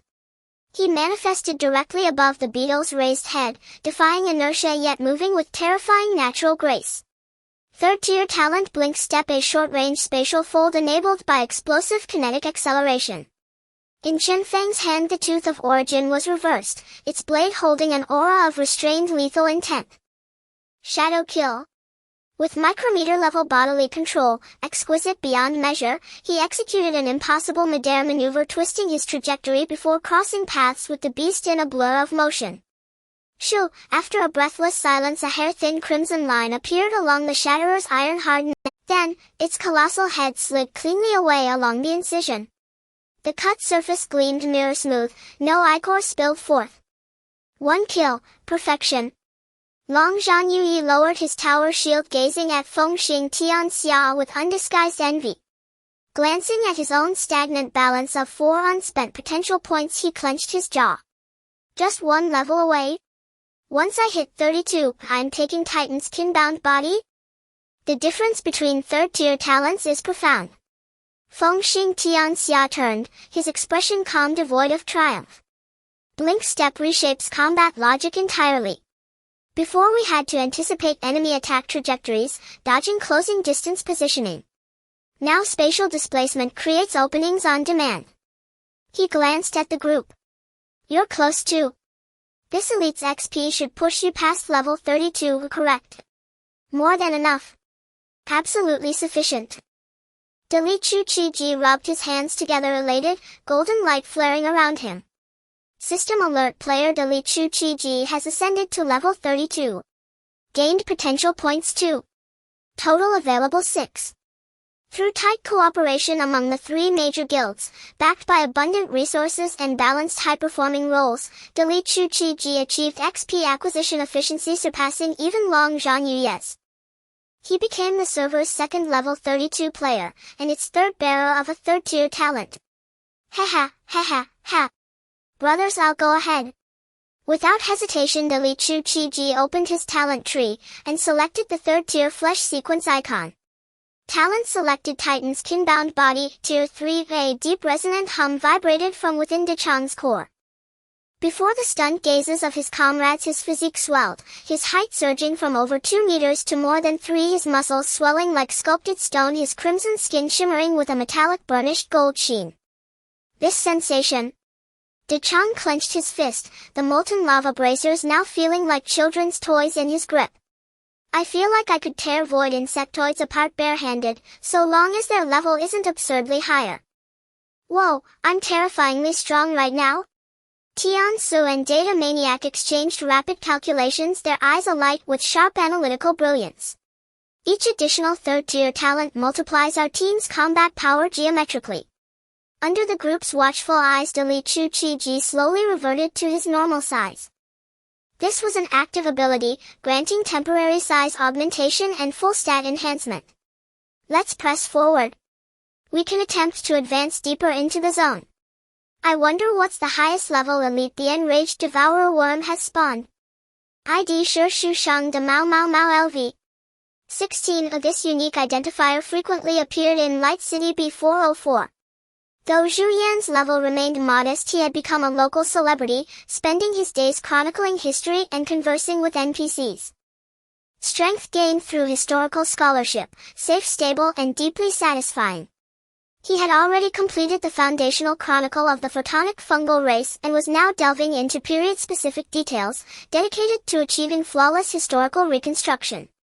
Coordinates right lower lobe sector A7 Blackstone Fortress New Structure Class Change Hall. The NPC Watcher 0 could no longer meet the overwhelming demand for class changes, and now additional NPCs across major outposts issued class change quests to players. The hall bustled with life. Scores of fresh level 10 novices clustered eagerly around several Silverwing Sentinels instructors and elder skill mentors passionately choosing their destinies. In a quiet corner of the hall, the 5-member Fried Chicken Beer squad sat together, comparing their newly updated character panels. Brothers, I feel invincible. Spoken by Lin Ziyi. This exceptionally skilled squad leader during training in the high wind zone had used his grappling hook and cloak to glide continuously for dozens of kilometers through hurricane force winds, unintentionally triggering a hidden class. Class Gale Hunter Slayer Hidden Branch Prerequisite Sustain High Mobility Combat in Extreme Wind Conditions for over 10 hours. Description combines the Slayer's explosive damage output with nascent mastery over wind-affiliated arts. Evaluation: a close kin to the Phantom Blade. Ingzi silently revealed his panel. Class Phantom Blade. Ingzi, why choose a standard class? Lin Ziyi asked, puzzled. Why not pursue a hidden one? Ingzi replied coolly, hidden classes aren't inherently superior. Standard advancement offers broader, more flexible future pathways. I'm waiting for second-class promotion. Fine, you do you. Lin Ziyi turned toward the squad's 2 tanks. Jiu Shu Ren Xingzai Shi, what about you two? Jiu Shu remained composed, quietly sharing his panel. During their prior elite encounter, he had drawn aggro without using any taunt skills, relying solely on positional awareness, shield blocking and precise kiting to hold the monster's attention for 10 minutes, repeatedly stunning it with shield counter mechanics to fulfill a hidden condition. Class Silent Knight Divine Guardian Hidden Branch Prerequisite Maintain stable enmity without taunt skills, achieving 95 block and counter success rate. Description: exceptional magic resistance, innate silence effect, arch nemesis of spellcasters. Evaluation: throw a bucket of shit at you, make you shut up. Whoa, silence aura. Lin Ziyi gasped. That's a spellcaster's worst nightmare? Against magic-wielding foes you'll be the undisputed lord. Not bad, Jiu Shu replied with quiet satisfaction. Pfft, just a mute knight. Nearby Ren Xingzai Shi scratched his nose, grinning proudly. Check mine out, I call this art. During the elite fight he'd been utterly incapable of holding aggro. His technical execution was shaky, and as a divine guardian his damage output fell short. So he doubled down, launching a 20-minute torrent of vitriolic ancestral insults at the monster, accompanied by exaggerated humiliating gestures, until the beast literally, red-hot, with rage chasing him relentlessly. Class Flesh Bastion Divine Guardian Hidden Branch. Prerequisite: enrage at least one elite target into berserk state using non-skill means. Description: single target threat generation, exceptional regeneration and defensive capacity. Shieldless stance recommended. Evaluation: durable punching bag. Incredible. Everyone stared speechless. This class was tailor-made for trolls. By the way, where's Fei Zhai? Ren Xingzai Shi suddenly realized one was missing. Right here. A heavy thudding footfall echoed. As the group turned they froze, eyes wide with disbelief. Their in-game avatar, previously lean and proportionate, distinguished only by his ID, had genuinely transformed into a corpulent figure. His belly swelled round and taut, his limbs thickened massively, and his gait resembled that of an upright bear. Wah, I can't go on.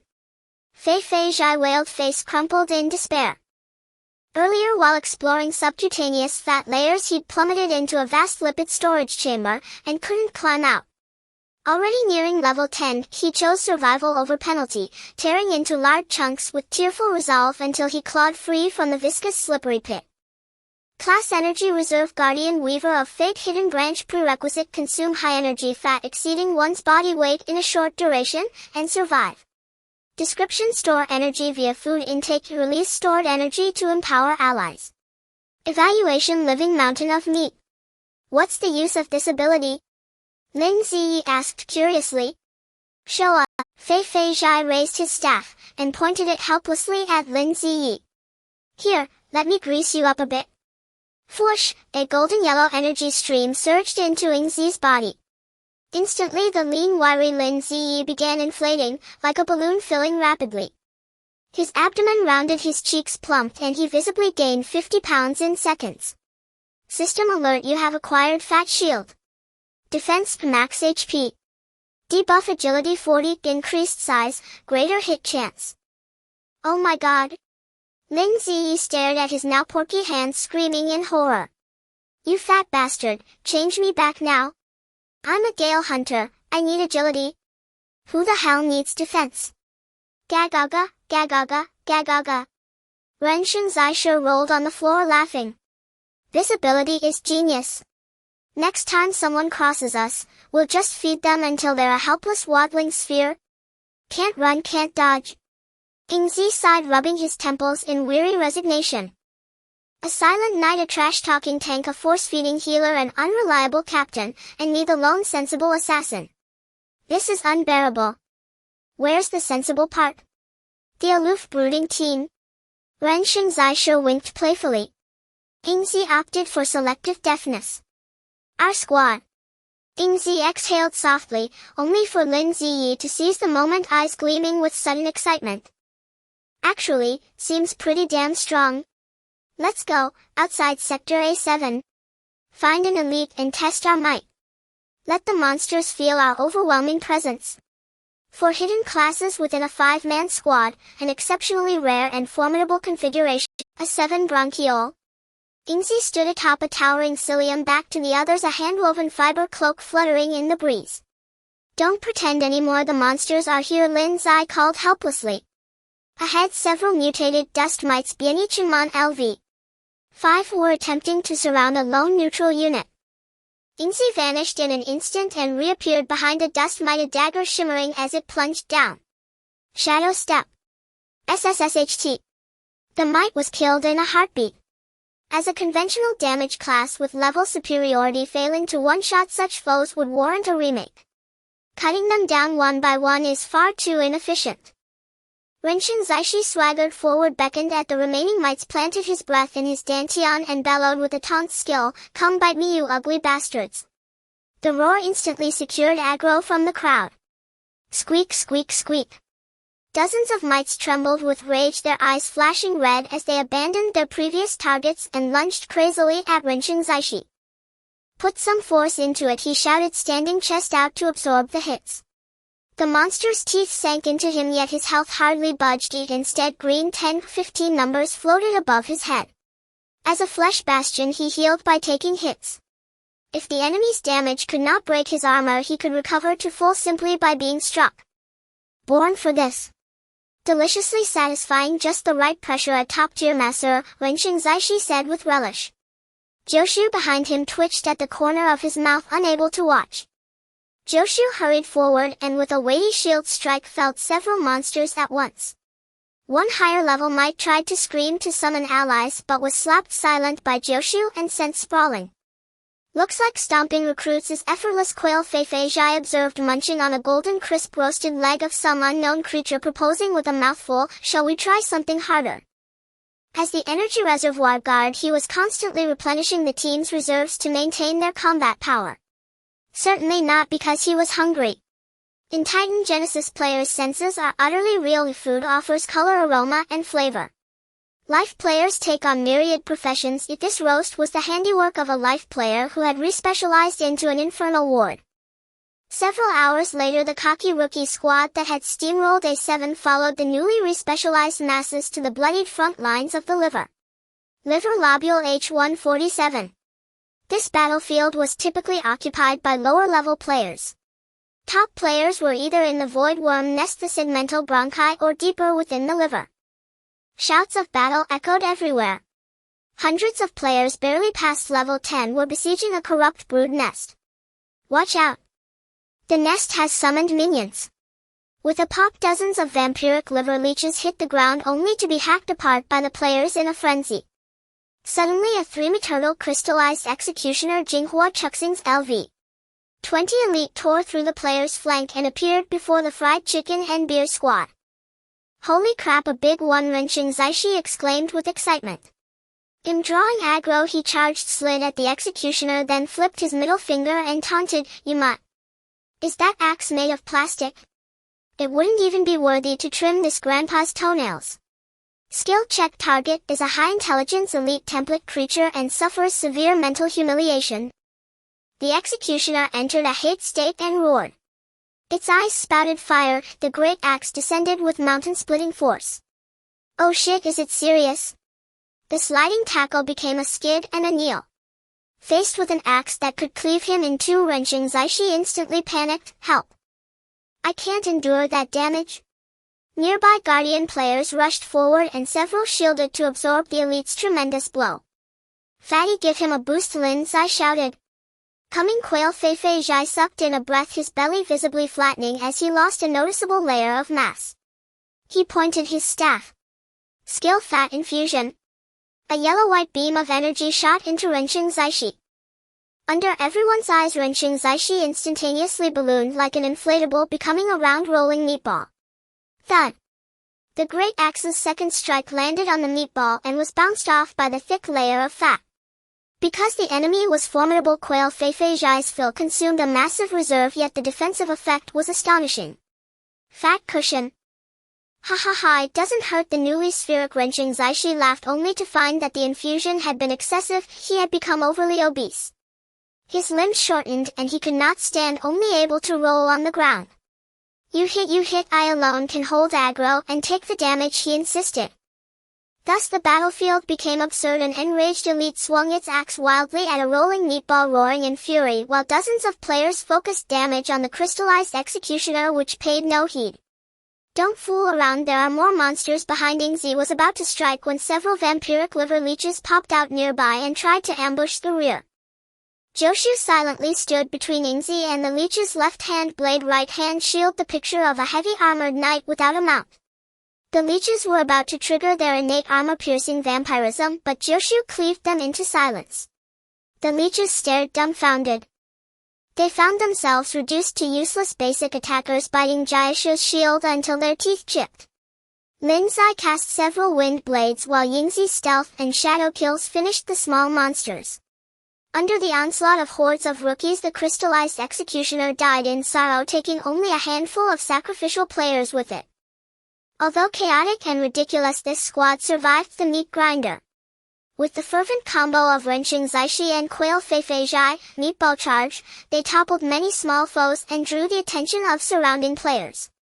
Buoyed by the liver skirmish victory, they became utterly arrogant.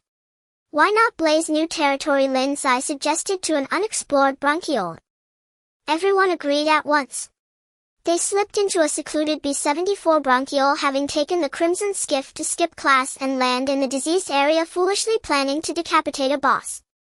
The place was coated in black viscous mucus, yet deathly stillness hung in the air. "What's that?" someone asked.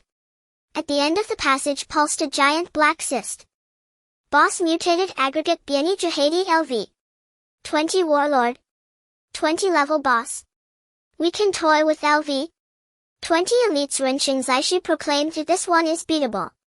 Once wrenching Zaishi deflated from his meatball state, he strode forward with supreme confidence and unleashed a torrent of classic obscenities. The boss stirred awake. It did not succumb to blind rage like the executioner, instead its body swelled violently and then, boom! It exploded into innumerable tiny spores that instantly blanketed the entire area. Full screen AoE viral storm. Cough cough, health is melting fast, Ingzi cried as his HP halved in an instant. This is magic damage and it's environmental persistent damage. I can't silence it. Jayashu's face changed. Its level is too high for me to control, and this is a passive aura, not an active skill. I can't heal it, my fat reserves are exhausted. Quail Feifei Zhai flailed his staff. He had poured his reserves into wrenching Zaishi at the liver fight, and now he had slimmed down and his form was returning to normal. The boss reformed and several enormous tentacles swept across. Bam! Wrenching Zaishi and Joshu were flung away, their health bars instantly plummeted. "We're doomed, it's wiping us out. Run run," they cried. But the boss seemed intent on punishing the taunter. Countless tentacles blocked every escape. "Hold on to me," Lin Zai shouted as their leader. His cloak unfurled and the surrounding air began to howl and spin. Gale Hunter exclusive ability Wind Passage. It conjured a directional high-speed air stream that accelerated those within its range. Whoosh! A gale arose from nowhere and swept the 5 of them up. "Let's go," Lin Zai ordered. Using his mastery of wind, Lin Zai briefly blew aside the spores and carved a corridor of air through the viral storm. The 5 were carried like passengers on a roller coaster, battered and ungainly but blown out of the boss aggro range by the furious wind. At a safe point they landed with a thud, collapsing like dumplings. They were alive but barely, each with a thread of HP bruised, coughing and snotty. Renshin Zaishi lay on the ground staring at the ceiling and suddenly laughed. "Thrilling, ridiculously thrilling. Don't bait such high-level monsters next time," Ingzi said, straightening his battered gear. "Check the forums before level 20. You are too weak. The level suppression and attribute suppression are no joke." Lin Zai rose, dusted himself off and said, "Although we didn't beat it, this retreat gets top marks from me. Call me master." Yet he added with a grin, "The void insect nest. Dolly, are you sure you want to do this?" Yun Zhongyo looked at Dolly, who was applying various buffs and removing his divine gear with the gaze of someone watching a fool about to willingly march to his death. "Don't worry, sister. I've just leveled up to 32, and my experience bar is empty. The barefoot fear not the shod." Dolly was currently in a state of extreme excitement, his spirits soaring. As the second man in the entire server to unlock a 3rd-tier talent, he felt terrifyingly powerful. Indeed, because Yuzi was the first woman in the server to unlock a 3rd-tier talent. "I just want to see if this boss can break my defense. Don't come over, just watch from a distance. If things go wrong, remember to run." After bidding farewell to his teammates, Dolly cautiously approached the insect nest. The void fleas and crushers on the outskirts wouldn't bother him, but if they did, he would crush them swiftly. The void devouring insect was right before him. Only 10,000 meters away. With the body strength of a 3rd-tier flesh sequence, it wouldn't take long to sprint at full speed. Dolly took a deep breath and unleashed his ultimate ability. Talent activation, flesh sequence tier 3, Titan's chosen body. Roar. With the sound of cracking bones, Dallas' form expanded like a balloon. 2 meters. 3 meters. 3. 5 meters. His skin turned into a dark golden metallic texture, his muscles bulging like rocks, and the spare tower shield in his hand became like a toy disc. Countless passive skills were in effect. Keratinized skin. Muscle fiber reorganization. Unyielding skeleton. Life furnace. Although the Infernal Guardian was not as tough as a pure conventional Divine Guardian class with so many enhancements, his toughness was still T0 among players. Moreover, he had the exclusive ability of the Infernal Guardian, granting him directional resistance to specific attributes. Class skill Infernal Shield. Then he opened all his damage reduction and defense skills in one go, transforming into a burning, glowing human fortress. "Come at me." Dolly marched forward with heavy steps, charging towards the void devouring insect. In front of the 1,000-meter-long BOSS, he appeared as just a slightly larger ant. The devouring insect was dozing and completely ignored him. But its automatically defending secondary cannon had already sensed the hostility. Zing, one of the 2-meter-wide tubes turned around and locked onto Dolly. "Come on. Hit me, Hedon," Dolly shouted as he raised his shield. Boom. The first purple void energy cannon struck down. Armor shattered, void corruption. Dolly felt an irresistible force surge upon him, his heavy shield instantly vaporizing, his arms disappearing, and he was blasted 10 meters into the ground. The dark golden skin was stained pitch black. This was the void corruption. What the? At the bottom of the pit, only the bloody skin of Dolly remained as he struggled to raise his head, his expression vacant. One shot. And I'm done. Before he could finish his lament, boom. The second cannon followed up with a finishing blow. The world went silent. Revival point, lymph node G5. With a flash of white light, Dolly walked out in a daze. Is that it? Long John had been waiting nearby, laughing so hard he couldn't stand up. How does it feel? Titan's chosen body. So overpowered. Dolly, still shaken, touched his intact body. In full condition, max talents, and I couldn't withstand 2 shots. That thing at level 52 is indeed a supermodel. But in any case, I am the only one in the server who withstood a shot. Although it was a one-way trip, it tested the current limits of players. Before such a creature, a third-tier talent merely changed his fate from being instantly killed to being able to endure one more hit. Even though the high-level battlefields faced continuous setbacks in the mid to low-level maps, the fine bronchi and the periphery of the liver players were flourishing. Coordinates: right lung, lower lobe, B20, fine bronchus. This area was originally a high-risk zone requiring a standard squad to advance, but now astonishing scenes were often witnessed. ALV 28 Life Sage player was leisurely walking through a tunnel full of monsters, even holding a specially crafted drink from the game. As a healer, he was surprisingly operating solo and didn't even need to attack, as it was completely unnecessary. In front of him, 2 10-meter tall Commander Ancient Ones were leading the way with shields bulldozing through the viruses. On either side, 4 silver-winged sentinel mercenaries wielding luminous spears were responsible for accurately picking off any stragglers while applying armor-breaking buffs to the monsters. Behind him followed over 20 oddly shaped pets. 5 headless knights with bone shields guarded the flanks. 10 raging hounds were tearing apart anything in sight like mad dogs, and a few blue slimes were perched on his shoulders, occasionally bubbling to restore his mana. These mercenaries and pets would continually grow and level up, becoming increasingly powerful. To date, they had achieved an accomplishment: one-man army. As long as you have biological resources, and if you're willing to invest in the upkeep of pets and mercenaries, you can single-handedly raise an army. This is the power of summoning troops, the player remarked. A flame giant LV 25 elite appeared ahead. This fine bronchus turned out to be a high-level area. Little ones charge. Bite it. With a whoosh, dozens of minions rushed forward. Armor-breaking, taunting, damage-dealing. The poor elite monster didn't even get a glimpse of its master's face before being torn apart by this pack of wolf-like summons. This gameplay greatly accelerated the clearing efficiency of mid to low-level maps. Once a dangerous fine bronchus, now it was being flattened by this group of players with their pet armies. The efficiency of clearing disease points significantly increased. Major guilds also had their own mercenary and pet armies, but with the current strength of their troops, they were more suited for cleaning in mid-level areas. Unless there are special main campaigns directly released by the game, they will not yet be deployed in the highest level battlefields. Among the 7th batch of 5,000,000 new players, more than 100,000 have gradually reached LV 10 and completed their class change. They were no longer satisfied with the crowded novice village and began to make their way towards resource-rich areas, the liver. This batch of newcomers was like locusts crossing the land. Tens of thousands of new players, raging beasts and Lord of Thunder, charged into the mist with a shout. Though their gear was poor, their levels low and their skills lacking.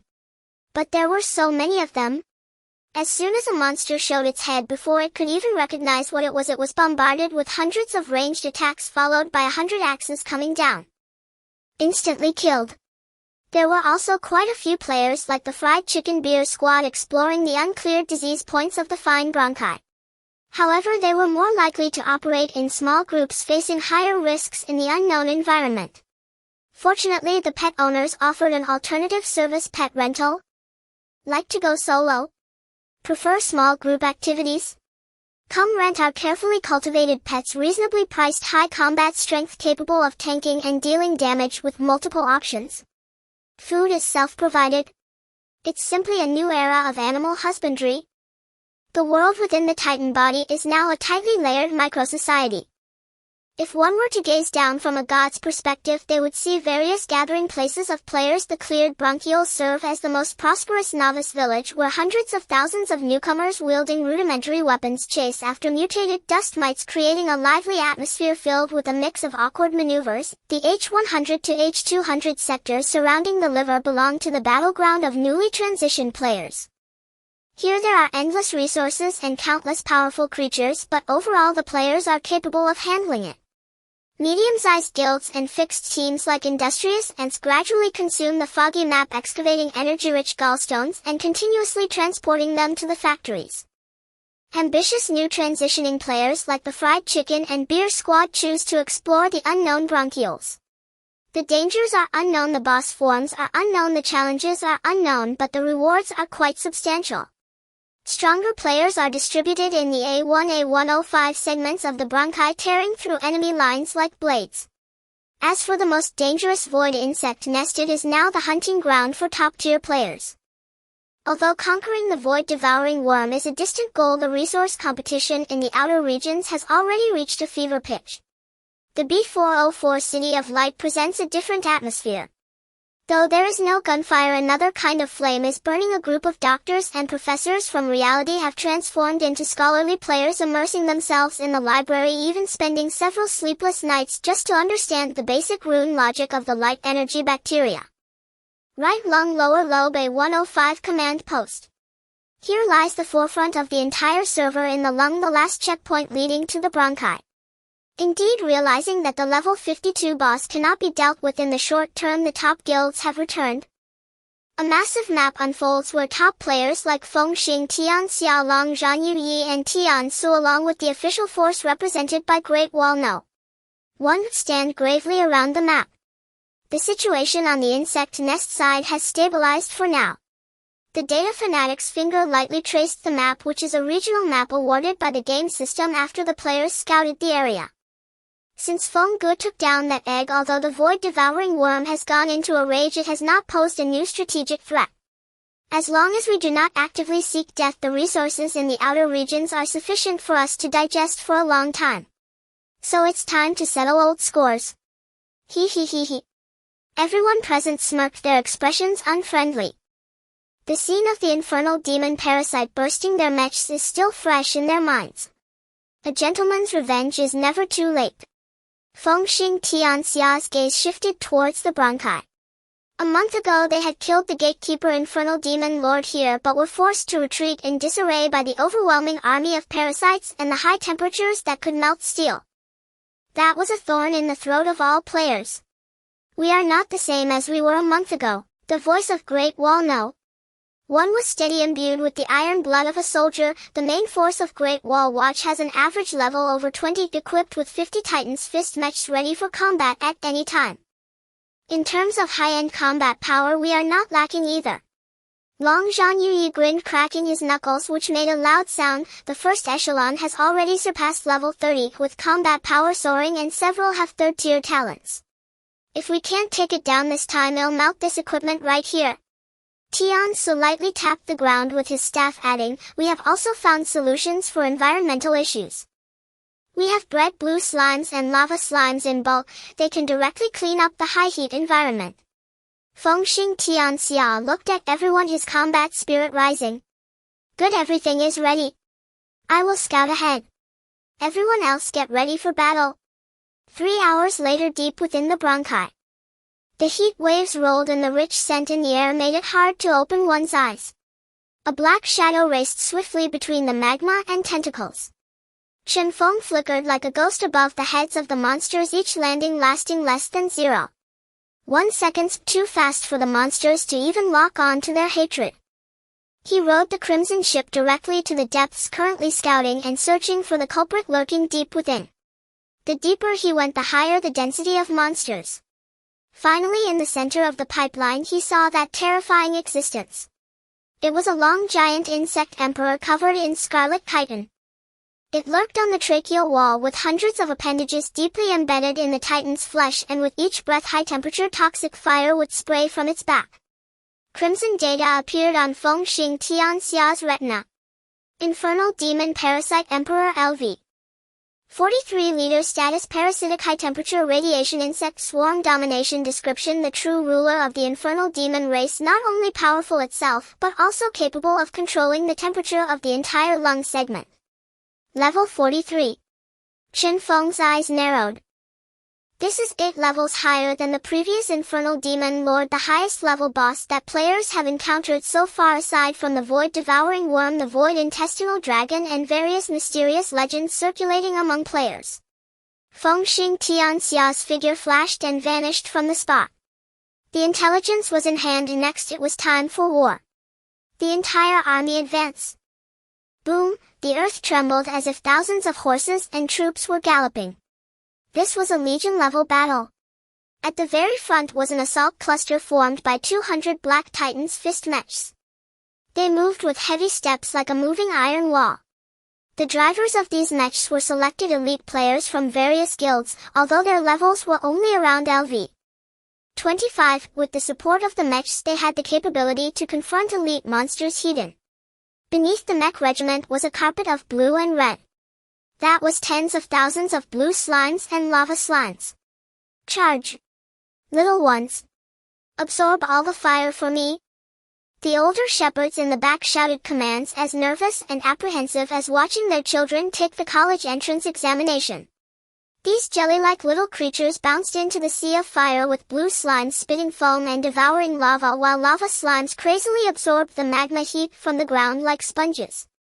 The environment which could originally burn a person to death was cleared by this inconspicuous group of pets creating a safe passage.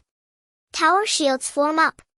On either side of the mechs thousands of positions formed by steel barriers and other divine guards slammed their obsidian tower shields heavily on the ground marching in unison to protect the flanks. Above the formation over 1,000 silver-winged sentinels mercenaries floated. Their light spears shimmered with a cold gleam ready to unleash powerful enzymatic decomposition at any moment to break through the enemy's armor. Roar! The insect emperor in the depths felt an unprecedented threat.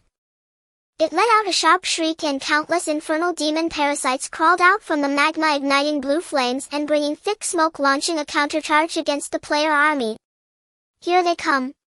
Long Zhan Yuyi piloted his newly customized mech charging boldly at the front. This mech had been specially modified equipped with stronger armor and a higher power engine. Dragon Battle Guild. Follow me into the charge.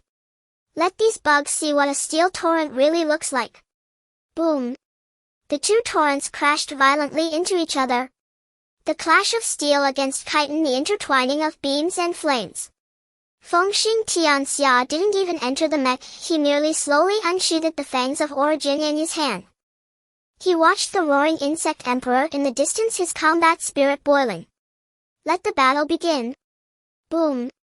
As the two torrents collided it was as if a tactical nuclear bomb had been detonated.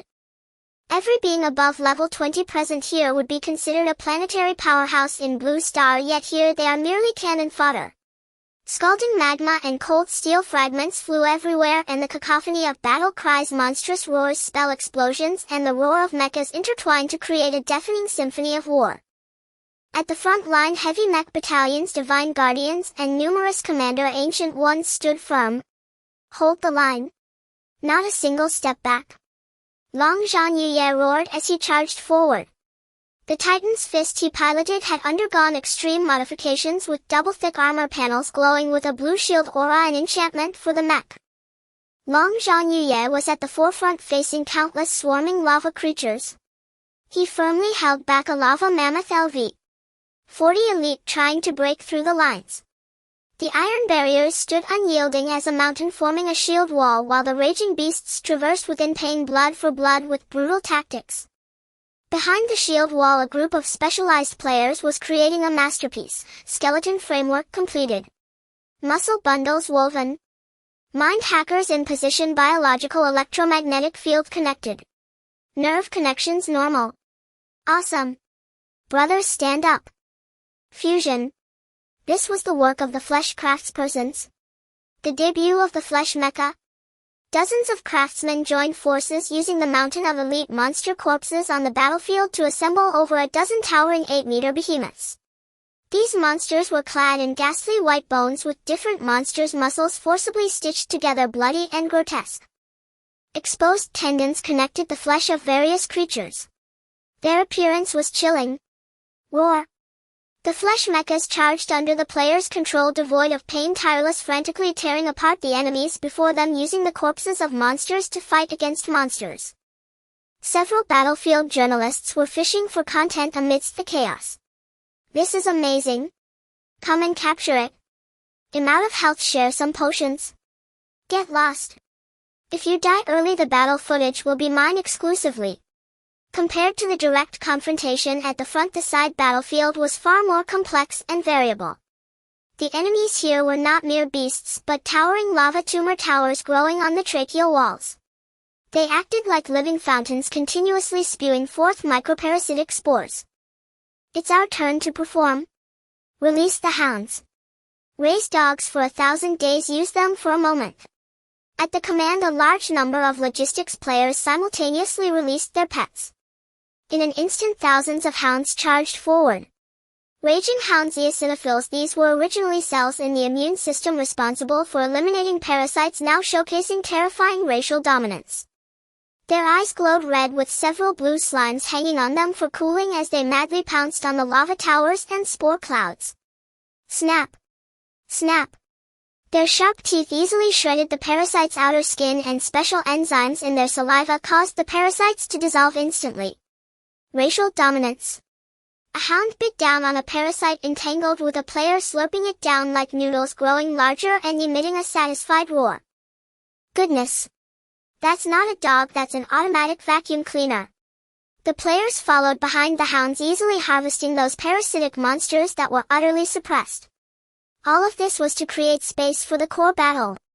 At the center of the battlefield, above a massive lake of magma, the flame demon parasite king LV 43 boss submerged in the lava raised its body, finally revealing its complete form. It was not merely an insect but a grotesque amalgamation. Its body was covered in crimson armor with hundreds of appendages deeply embedded in the Titan's flesh. Its twisted lower half was made up of numerous thick thrashing tentacles dripping with lava. 6 sharp main limbs resembled sickles, exuding a sense of power. On its back there was a massive fiery visage of pain. The Insect King was a small-sized boss, only a few dozen meters long, but exuded immense pressure. Roar! The fiery human face on the back of the Insect King let out a shriek, a tangible sound wave mixed with flames sweeping across the battlefield. Suddenly a booming voice came from the sea of fire. Power brings miracles, LV 32. As the only third-tier talent, Divine Guardian, and a perfect match for the high-temperature environment as a Flame Prison Guardian, he was the main tank for this boss hunt. Several high-level Flame Prison Guardians surrounded, occasionally harassing the boss to relieve the damage pressure on Power. Only Flame Prison Guardians surrounded the boss because even the strongest iron barrier couldn't withstand the burns. At this moment, Power decisively activated the third-tier talent Titan's Embrace. With the Flame Prison Guardian's skills activated, he thrived in the high-heat environment. He transformed into a dark golden giant over 3 meters tall, muscles bulging like rocks. He bore the damage, tightly gripping one of the Insect King's front legs. Lift me up! With a horrifying cracking sound of bones, the Insect King, weighing thousands of tons, was forcibly slammed to the ground. Power brings miracles. Hiss, roar, the Insect King let out a shriek filled with anger and fury, spewing fire and poison in an attempt to disperse the players. However, they were all Flame Prison Guardians. The damage from fire and poison was less than that of a simple collision. Heal Power. Yunzhong ULV 31. Li Yu and several life sages stood at a safe distance, their life staves radiating a dazzling green light. After activating her third-tier talent, her healing output was unreasonably terrifying. With full operation, Power brings miracles health bar danced back and forth, never dropping below the execution line. The burnt skin on Power's body just turned black, only to shed and regenerate new flesh the next second. She alone sustained a tank of such intensity. Other life sages were focused on unknown monitoring of the front line while keeping a close watch on Fengxing Tianxia to prevent him from being instantaneously killed. The Insect King, in a fit of rage, relied too heavily on fire damage. Facing Power brings miracles, who had high fire resistance and a super health pool, was like sticking a piece of dog skin plaster on him, impossible to shake off.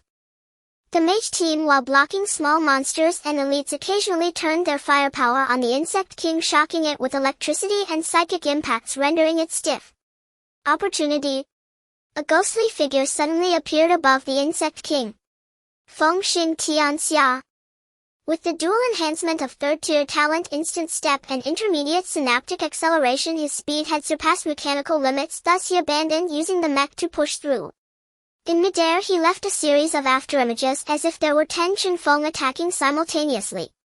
The Insect King frantically swung its 6 scythe-like arms trying to slice this tiny bug into pieces. Yet in Chinfeng's eyes those lightning-fast attacks were as slow as slow-motion scenes in a movie. Joints. Ligaments. Nerves. In the hunt instinct, the enemy's weak points were highlighted in Fengxing Tianxia's vision, making them impossible to hide. His pupils reflected the Insect King's body structure as the Fang of origin accurately pierced in.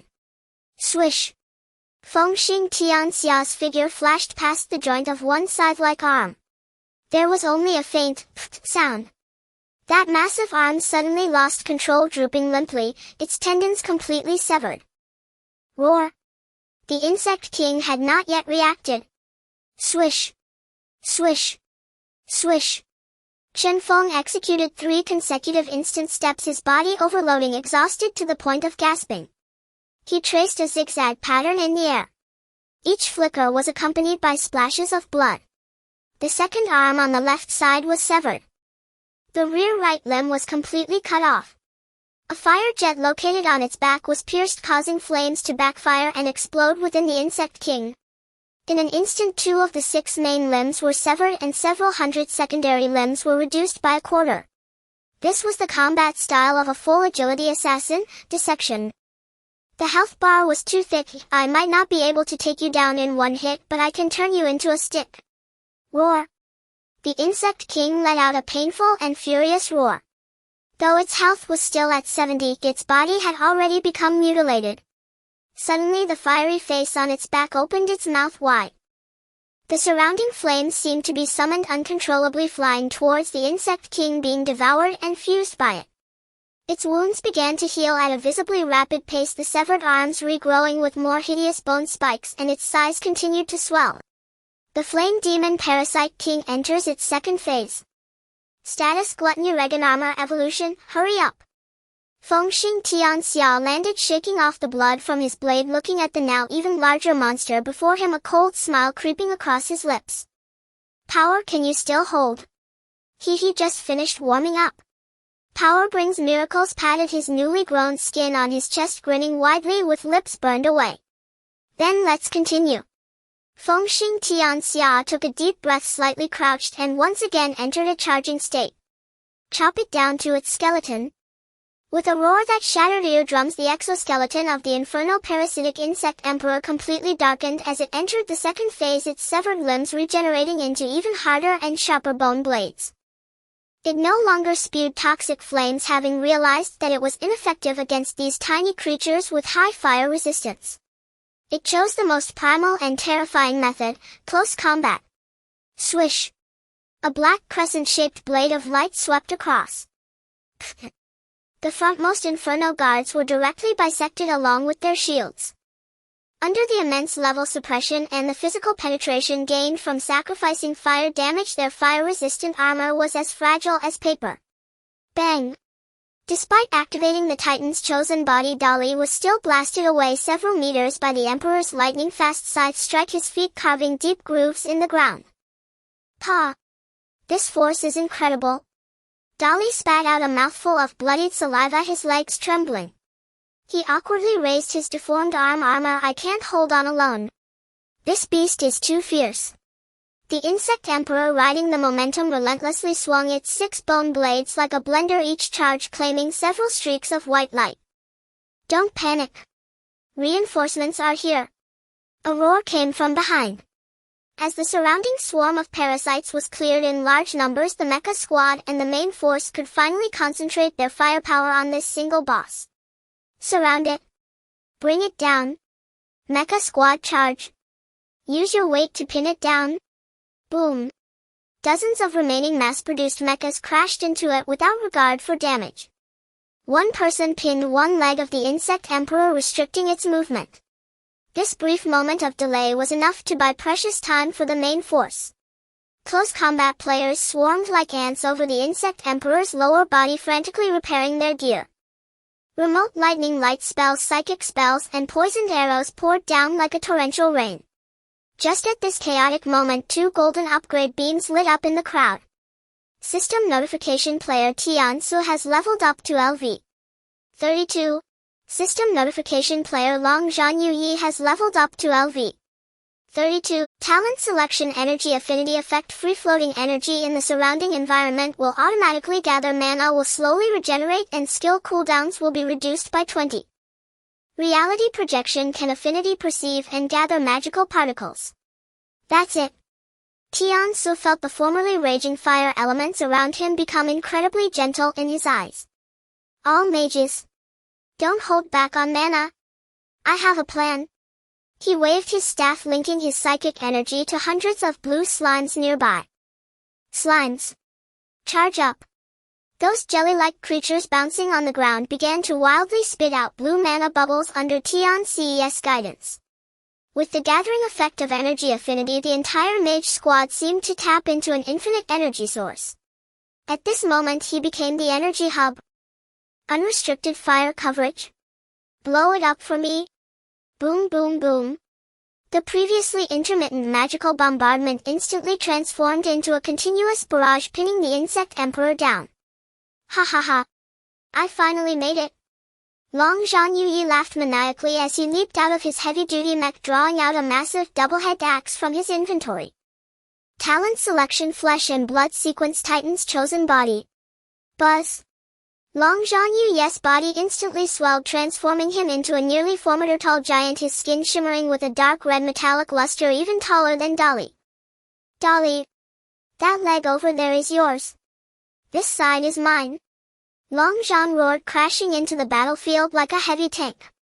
He ignored the secondary limbs of the insect emperor swinging at him, allowing the bone spikes to pierce his shoulder while he swung his giant axe, striking fiercely at the joints of the insect emperor. Blood for blood. Crack. This powerful swing directly shattered a section of the insect emperor's knee armor. Fall down already? The 2 giants, one on each side, along with the pushing of the mecha squad, forcibly pinned the once mighty insect emperor to the ground. The phantom blades poked and prodded, targeting its weak points. The agile Feng Xing Tian Xia, who had been lurking at the edge of the battlefield looking for opportunities, finally moved. But as he took a step, his legs suddenly went weak, almost causing him to kneel. In the previous battle he had used his high-intensity skills Blink and Bullet Time to dissect the limbs of the insect emperor, and now his LV 32 body had reached its limit. This guy still half blue, but I'm out of stamina. Chen Feng chuckled bitterly, watching the insect emperor struggle on the ground. If he forced himself into the fray, he might be counter-killed due to awkward movements. As a fragile assassin, he definitely couldn't withstand a single blow. Now he was halfway to leveling up to LV 33, dying would be a waste. I can't output anymore, the kill is yours. Chen Feng shouted in the channel. Got it. Thanks, brother. Don't steal my kill. Zhao Kuo was overjoyed. After so many battles, could it be that the Guardian players would finally claim their first boss kill from a large-scale battle? In the past it had always been the hunters who delivered the final blow. It seemed today it was his turn to shine. At this moment the insect emperor was firmly held down by countless players. Hundreds of guardians clung to its legs, dozens of mechas pinned its sides, and numerous light mages burned its eyes with beams. It was like an elephant being overwhelmed by army ants, struggling wildly but unable to move. Long Zhan Yi leaped high, stepping on the insect emperor's back, striding confidently towards its head. He raised the giant axe high. For me, shatter. The giant axe, imbued with immense power, struck fiercely into the insect emperor's skull. Huh. But the monster's bones were too hard, the axe was stuck halfway. Not dead yet. Is it not possible for me, bro? Should we wait for our mages to charge up for a big one? What a joke, be quiet. Again. Zhao Kuo pulled out the axe and began a furious 3-swing combo. Bang! Bang! Bang! It sounded like chopping ribs. The insect emperor howled in pain, though not killed. The sensation of pain was very real. One more time. Bang! Bang! Bang! Under that brutally persistent assault, the insect emperor's hard head was finally chopped into a puddle of mush. Hiss! The insect emperor let out a final weak whimper, its massive body convulsing once before going completely limp. Server announcement: congratulations to player Long Zhan Yi for successfully killing Inferno Parasitic Insect Emperor LV. 43 boss. Segments A1-A105 of the bronchial lesions have been cleared. Titan's respiratory efficiency has significantly improved. We won. Wow. The guild leader is too fierce. Really outputting on the face. I'm dying of laughter. The guardians really can't output single target, can they? After so many chops, I'm already exhausted. Sure. Keep it down or you'll end up in hot water. Long Zhan Yi didn't turn his head, quickly glanced with his peripheral vision, snorted, and secretly remembered. Quick, take the corpse back. It's a level 43 boss. Full of treasures. The battlefield erupted with deafening cheers. Long Zhan Yi stood on the corpse of the insect emperor, covered in blood, holding the axe in a striking pose, enjoying the worship of the crowd. Chen Feng sat on a rock in the distance, downing a bottle of restorative potion, smiling at the scene. Tisk, so uncouth. If it were me, I'd stab right into the skull and blend its brain into mush. Though he didn't get the extra experience for the final blow as the primary damage dealer, his rapid dissection work in the early stages of the battle was crucial to breaking the deadlock. The data fanatic looked at the task panel, uncharacteristically smiling. This is a significant step for us. The lungs are divided into 5 lobes, beneath which are numerous lung segments. The human lung has only 18-20 segments. But according to information from Turin players, the Titan's lung segments seem to be slightly more, though not to an outrageous extent. We are not far from a complete cure for the lungs. Let's take a break and prepare to explore the lobes first. In the Dragon Nation at the Spiritual Energy Research Institute. Although it is noon, the curtains of the laboratory are tightly closed. A peculiar tranquility pervades the air, as if it were the calm before a storm. In the center of the laboratory, 2 individuals sit. Tian Su Fang Su and data maniac Li Zihan.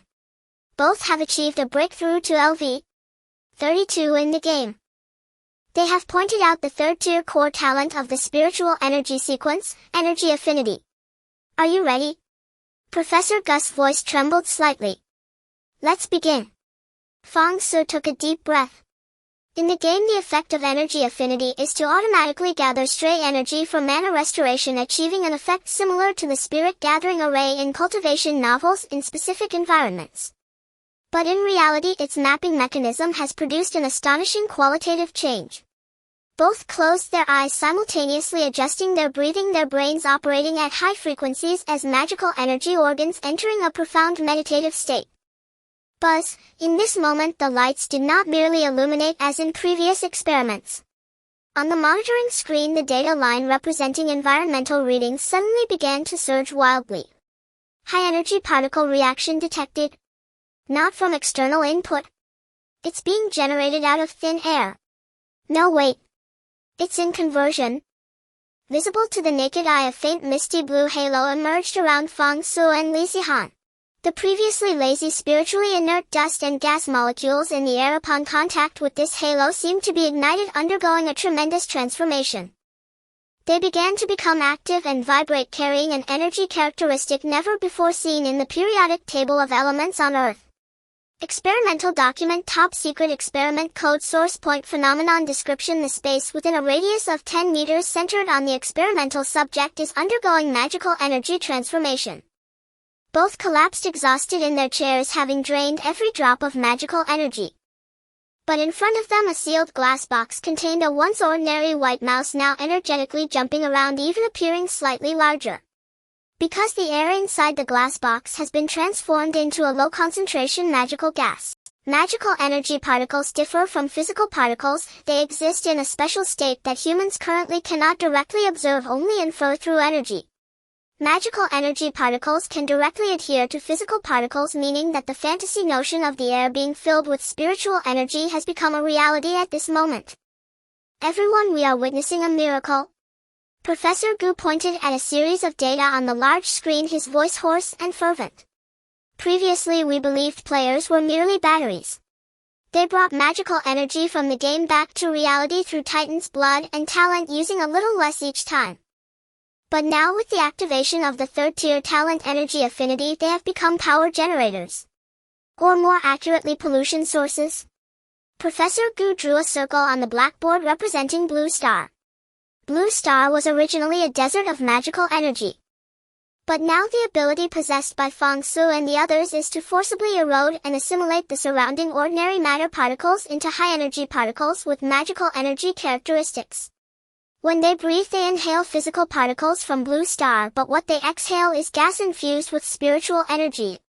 Ban Jianhua stood by, glancing at the report, feeling a chill run down his spine.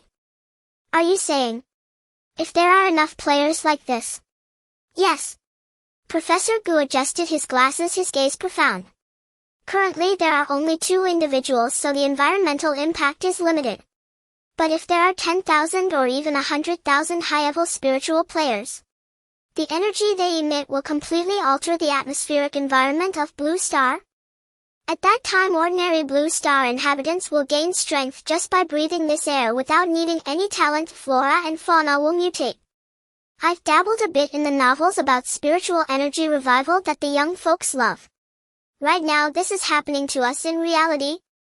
This is called artificial spiritual energy revival. Although the core theory is held by the Dragon Nation, players are collectively evolving and the whole world is closely watching the actions of the extraordinary beings. In Eagle Nation Underground Bunker 51, a group of scientists in white coats is surrounding several shivering volunteers. They are former low to mid-level players. Shit! Why are the readings so low? A general slammed the table in anger. The instruments show that these LV 15-20 players have that peculiar energy fluctuation within them, but it is exceedingly weak and dissipates upon leaving the body. General, according to intelligence, it seems that the Dragon Nation has already mastered the method of mass-producing this energy. The chief scientist was sweating profusely. We suspect this is related to their level. The samples we have are too low level and they haven't even unlocked that so-called talent tree. Then throw money at it. The general roared, go buy. Go recruit. No matter the cost, I want ILV 30 sample. I can't let the Dragon Nation monopolize this new era's energy. Meanwhile, in Europe, Bear Country and even Neon Nation, efforts are being made at a national level to study this new particle. Although progress is slow and theories are incomplete, Pandora's box has been opened and no one wants to fall behind. With the global explosion of the Titan game, the ironclad rule of LV 20 unlocking reality mapping has become a universally acknowledged truth. This has led to a redefinition of social classes. Those below LV 20 are commoners, while those above LV 20 are reserve extraordinary individuals. In a certain area of the Dragon Nation Iron Fist Superbody Club, this is not an ordinary weightlifting haven. A huge banner hangs at the entrance. This club has 3 LV 22 registered Divine Guard coaches teaching you to adapt to your enhanced body Hansen. In the training area, a bare-chested coach LV 22 Divine Guard is demonstrating in an open class. Ha! His muscles are tense muscle fiber restructuring. He withstands the pressure of a small hydraulic machine barely breathing. Did you see that? Once you break through LV 20, you can map your strength to reality. The coach shouted, surrounded by students recording with their phones, many of whom were still LV 15-18 prospective extraordinary individuals. Sign up. Titan exclusive personal training course. Includes game strategies to help you break through the LV 20 barrier. I will teach you how to control your strength once you reach that realm, so you don't accidentally pull the door handle off when you get home. At a prestigious university, Titan Tactical Research Society, originally an esports club. In the activity room, the president, a LV 23 Lord of Thunder junior student, is surrounded by a crowd of admiring underclassmen. He extended his hand and a coin wobbled and floated for 3 seconds under the effect of energy resonance. Did you see that? This is spiritual energy. The president adjusted his glasses. Only upon reaching level 23 and unlocking the second-tier talent can mental power interfere with matter. Students level up diligently. Several companies' HRs have contacted me for campus recruitment offering starting salaries at this amount. This game is your toughest diploma. He extended his hand and made a 5 gesture. In some regions local players are too low-level, causing power to become a scarce resource. In MO country, the sound of sirens blared as police hid behind their cars afraid to show themselves. In the center of the street 2 groups were in a gunfight. To be precise, one person was crushing a group. A man with a Dragon Nation face laughed maniacally, wielding a steel pipe taken from a street lamp, charging through gunfire. Bullets hit him, bouncing off a faint keratin layer. In front of local players who generally only possess LV-10, he is a god. Wang Han smashed the police car's hood with a single blow and the little brothers around him cheered wildly. Here high-level players like him are revered as guests of honor by various gangs or directly become street overlords. In West Africa, a war-torn small nation. Here there are currently no extraordinary beings, but there is an extreme desire for deification. On the battlefield a warlord stood on the corpses of enemies holding up a bloodstained game helmet as if it were a holy grail. Everyone listen. The warlord, eyes red, shouted at the child soldiers holding AK-47s around him, "This thing can turn people into gods. Whoever can bring me more helmets will become a general. They will enter the game and become gods." In this land forgotten by civilization, Titan game log and devices have become more precious than diamonds and precious metals. Countless people are willing to shed their last drop of blood for a chance to enter the game. High-dimensional perspective Yuan is indifferent to the chaos of Blue Star. Or rather, this chaos is the nourishment he needs. As the concentration of magical energy in the real world rises slightly, he finds his connection to Blue Star becoming more stable. A two-way channel. An increase in Blue Star's magical energy concentration will make it easier for me to maintain the two-way channel. Not only am I influencing them, but their evolution is also feeding back my awakening. In an instant, divine sense soared, infinitely penetrating billions of kilometers. Those so-called gods, obscured and hiding, immediately concealed their tracks when swept by Titan's divine sense. Trying to outlast me. Yuan's mouth curled into a cruel smile. Ha! This is not merely a game. This is a collective evolution carnival of 2 worlds. A 1A105 segment of the Bronchi. Once by the shores of a lava lake ablaze with raging fire, a towering black fortress now stands. The efficiency of high-level players is magnitudes greater than when they were low-level, thus the construction of such a fortress did not take long. Tens of thousands of players are busy here, transforming it into a forward base for the offensive on the lungs. Wherever they go they cultivate. This is the basic quality of the 4th calamity. Thus far the fine bronchi completely cleared by players are few compared to the massive body. Players prefer new gaming experiences, enjoying the constant challenge of high-level zones, special areas, and new maps. Isn't this too much? Once we clear these we might never escape the lungs in our lifetime. A new player looked at the densely packed unpurged bronchi on the map, feeling his scalp tingle. Don't worry, we won't be doing that kind of heavy lifting. The veteran player pointed upward. Above, thousands of silver streaks darted through the sky like cruise missiles. Those are the Silver-Winged Sentinel Legion. With the key nodes unlocked, the Titan's immune system has partially revived. These tireless white blood cell warriors are automatically streaming into those narrow and highly repetitive bronchi, conducting a thorough disinfection operation. System notification: B1024 bronchi has been purified by the NPC Legion. System notification: B1025. Did you see that? We are the vanguard responsible for tackling tough challenges and exploring new maps. This kind of sweeping work can be left to the NPCs. The veteran patted the new player's shoulder. Let's go, let's explore that newly discovered ruin. Coordinates: lower lobe of the right lobe. Here there is no clamor of player armies, only a solitary black figure weaving through the murky and corrosive hot winds. ID Feng Xing Tian Xia LV. 32 Chen Feng did not bring anyone along, nor was he wearing heavy mechanized armor. After activating the blink skill he moved like a wisp of a ghost before his stamina depleted. As long as he wanted to leave, no monster would likely be able to stop him. Those that could have already eliminated him in an instant. Is this The internal structure of the lungs. Shenfeng stopped at a massive bifurcation resembling a towering column, the scene before him causing his pupils to constrict. Before him was no longer a simple tube but a vast inverted forest.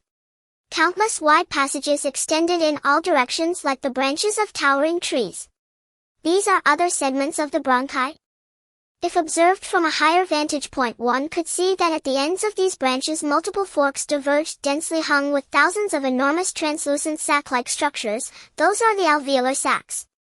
The first boss encountered by players early on was located in one of them.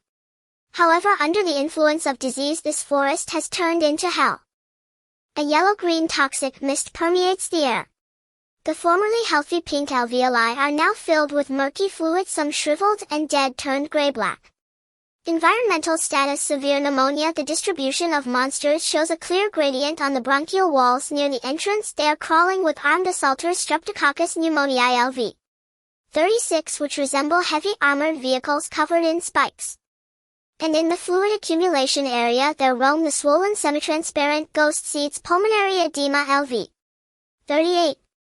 Further away, a high-temperature storm eye covers half the sky where countless terrifying figures above LV 40 can be faintly seen circling, exuding a more suffocating aura than the previous flame demon insect emperor.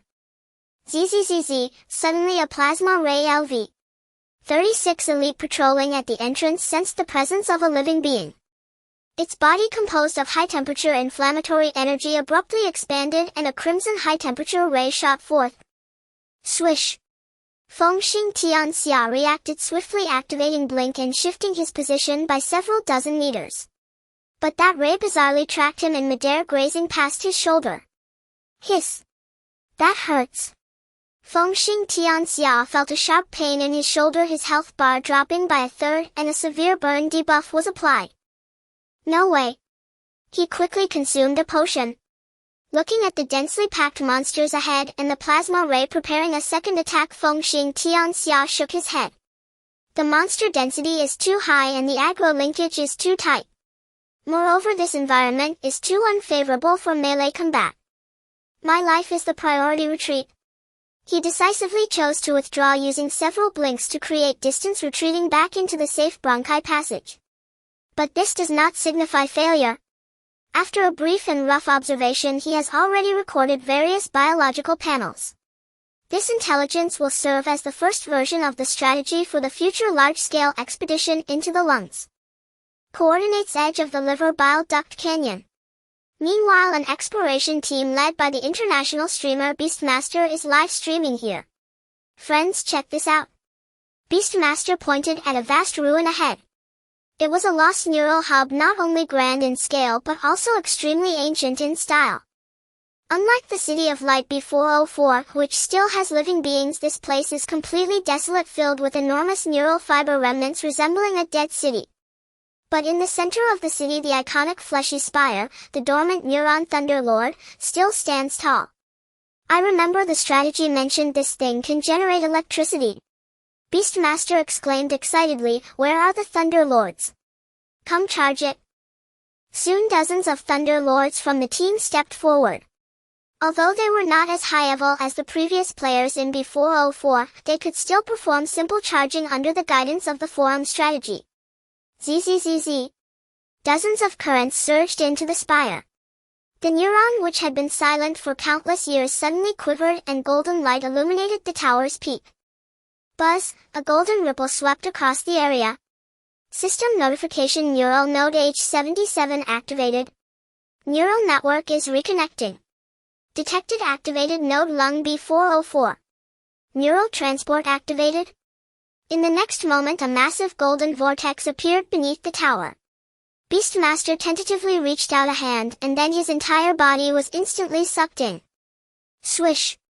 A peculiar sensation, as if he had been shattered into an energy entity, instantly crossing countless spaces, then scrambled and reassembled. There was no pain, just a dizzying whirl.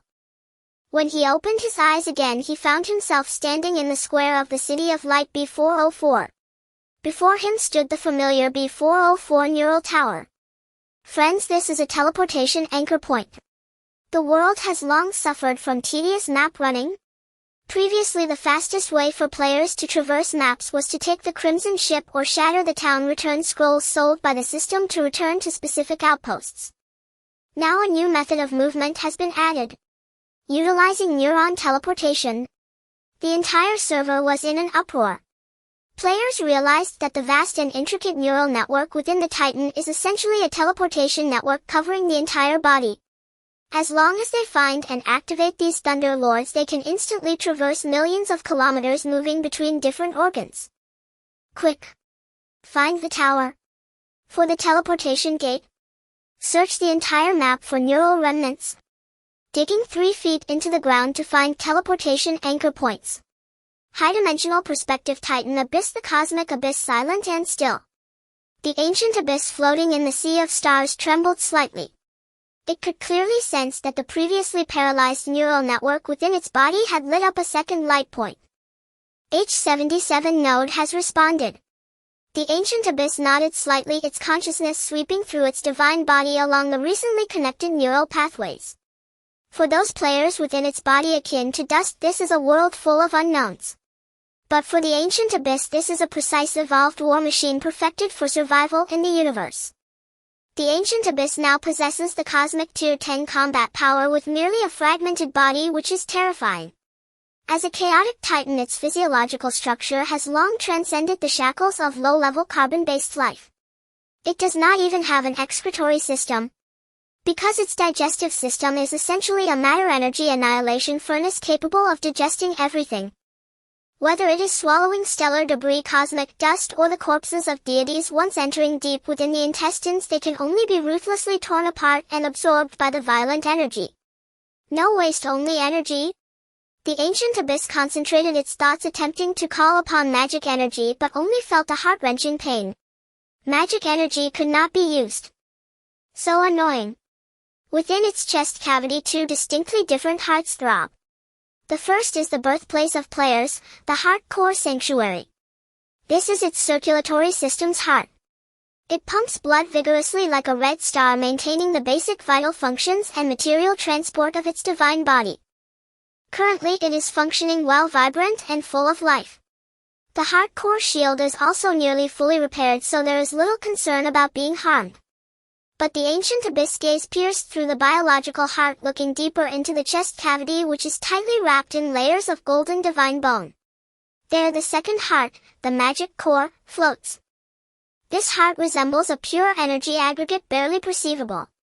It is not flesh but a dazzling crystal composed of high-dimensional spiritual energy, the source of the Titan's power, which grants it the title of God.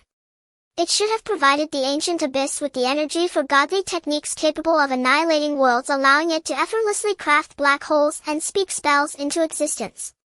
But now it is a void of silence. Countless black chains radiating a strange aura coil tightly around this crystalline heart like venomous serpents. The chains bear the seals left by other deities. The magic core is offline. The ancient abyss looked at the heavy seals, a chill of murderous intent rising in its heart. This explains why, since crossing over, it possesses a colossal body yet cannot unleash any divine arts, relying solely on its physical strength and the immune system within, namely the players, to struggle for survival.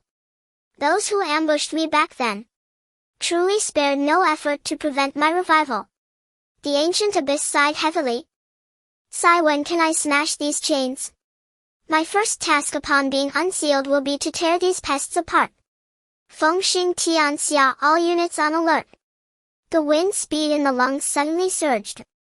System announcement: the status of the main quest has been updated with the conquest of the first segment of the bronchus and the unlocking of neuronal transmission. The vast array of main quests in Titan Genesis subtly refreshed. The players in the first echelon focused primarily on 2 tasks: Void Insect Nest D03 Battle Zone of the Dorsal Dermis. Objective: proceed to the Dorsal Dermis to suppress the various void insects hatching from the void devouring insect LV. 52. Recommended level above LV. 25. Rewards: void crystals, void biological carapace, a large amount of experience points and biological energy. Sealed secrets: H77 region of the liver. Objective: explore the bile duct canyon in the liver region and uncover the remnants of a lost ancient civilization. Recommended class: Chi Master Fate Weaver. Recommended level above LV. 10. The liver region is filled with toxins. Rewards unknown. As soon as this announcement was made, the players who had just finished the bronchial battle quickly dispersed. Charge. Let's continue to collect trash from the back. The market price for void materials has skyrocketed. No bragging, the void set is truly effective. High yield, great effects, self-absorbing elements, and exceptional strength. Countless high-level players boarded the Crimson Vessel and swiftly headed for the void insect nest. Meanwhile in B404 City of Light the situation was entirely different. What? You were teleported here? What? Neurons actually have teleportation capabilities. What? You said you came from where? Near the bile duct. What? You said there's a civilization relic there? A large group of research-oriented players surrounded Mr. Beast, chattering incessantly while the sentry bodyguards dispatched by the Great Wall Watch Guild fixed their intense gazes on him. Hiss. Surrounded by players from the Dragon Kingdom, Mr. Beast was slightly sweating. As a stream of light appeared behind him, Mr. Beast's team also arrived in the City of Light. Quantum mechanics surveyed the excited companions, then pondered for a moment before speaking. Dear colleagues, we absolutely need to investigate this. This is the second civilization we have encountered. After these days of study, you must have realized the limitations of the light bacteria clan's magic. Indeed, while they possess profound knowledge in light-based magic, they are nearly blank in other areas. I propose we form an archaeological team bringing along a master of light bacteria magic. What do you all think? Stop talking. Let's hurry. This was an impatient Professor Zhongdeng. In real life his research area was optoelectronics, and he found studying light-based magic surprisingly enjoyable. He'll notify the president of the Titan's Guild. This was a scholar from the dynasty. Neuronal teleportation. A new civilization relic. Tians immediately recognized the significant value of this mechanism. You all go explore the relics and remember to bring a few bodyguards. Forget it. He'll go personally. On my way now. In the guild channel, let all teams exploring outside report immediately upon discovering similar relics and organize development. Coordinates edge of the liver bile duct canyon. This is a dim and heavy world. The enormous bile ducts wind through the canyon like a giant dragon. A pungent odor permeated the air, and the cliffs on both sides of the canyon were adorned with solidified yellow-green crystals which were sedimented bile crystals. Within it lay a dilapidated city. This place had been completely abandoned, with giant remnants of nerve fibers scattered everywhere resembling a dead city. Only the central neuronal node emitted a glow. A humanoid figure composed of golden lightning, the Thunder Messenger, stood with arms crossed, eyes closed in stillness. With a cold demeanor similar to that of the one in B404, it rarely acknowledged the players. Is this the ruins of the H77 neuronal node? A well-equipped exploration team had just emerged from the teleportation portal. This team consisted of top scholars from across the server, including members like Fengxing Tianxia, Longzhan Yuya, Dali Chukaji, and Yunzhong Yu serving as bodyguards. A certain historical figure mingled among them, looking around. Archaeology certainly needed historians. Watch your step. The origin blade in Fengxing Tianxia's hands lightly sliced through the air as he vigilantly scanned the surroundings. After all, this is the liver region filled with toxins. While the blood loss isn't severe, it accumulates. And the dangers are unknown. Yunzhong Yu smiled casually. What are you afraid of? With me here there's no danger. Moreover, there's a healing buff within the neuronal range, so you can freely use healing.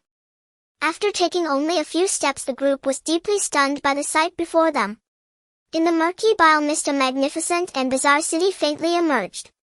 Unlike B404, which was established on flat ground, this city was directly embedded within the massive hepatic lobules. The enormous city was completely integrated into the mountain-like hepatic lobule, its layout resembling a mountain city on Blue Star. The architectural style was infused with a rugged industrial aesthetic. Huge bronze gears interlocked long since rusted, clunky pistons and rods extended from the ground resembling the bones of some gigantic beast. Countless conduits as thick as arms connected each building, ultimately converging at a giant pyramid in the city center.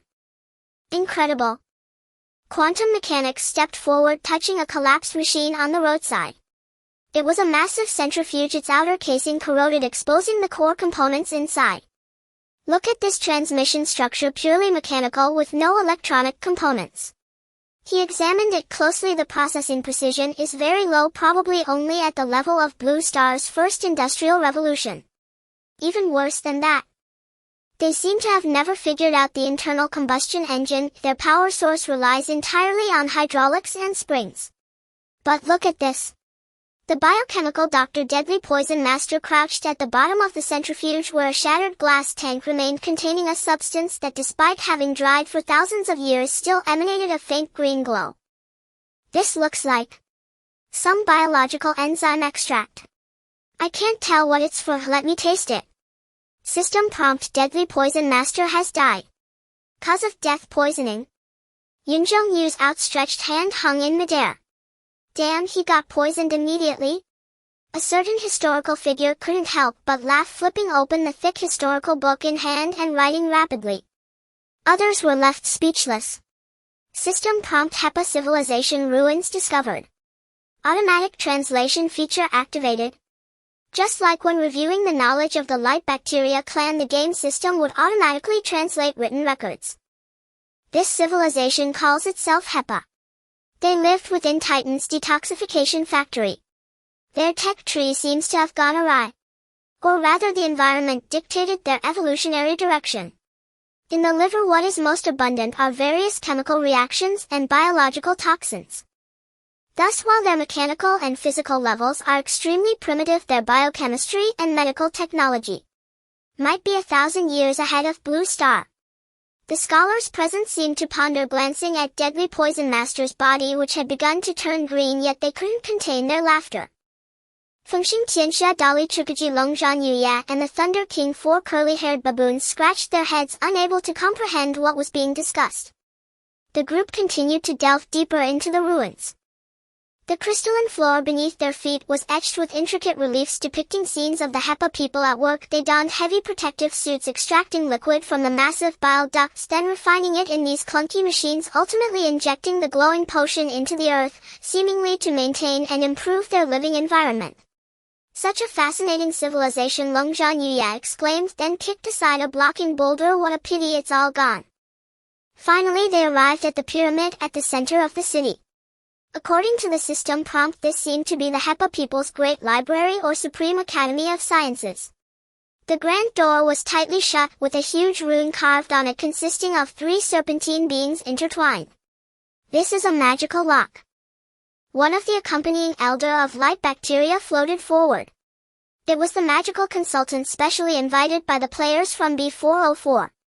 The elder's light flickered as its tendrils gently touched the rune, emitting a series of obscure mental waves. This is a type of magical lock I have never seen, but the principle should be similar to that of my kin. It requires a specific magical frequency to resonate. Let me decipher it. Dozens of Chi Master players in the team immediately gathered around, automatically ignoring the elder's final words. Specific frequency? Is it like this? A high-level mind hacker tentatively summoned the magical energy within, mimicking the Elder of Light bacteria's wave, injecting energy towards the door. Buzz, the rune on the door flickered briefly but did not open. Instead it rebounded, a cloud of green smoke. Cough, cough, cough. It's poisonous. The player's health bar instantly turned green, and before he could leave a last word he collapsed backward, legs kicking, eyes rolling. The second one. Tian sighed. Even if this is a game, can you all cherish your lives a bit, you fools? Don't rush, take it slow. Data Maniac stopped other reckless attempts. This is archaeology, not a siege.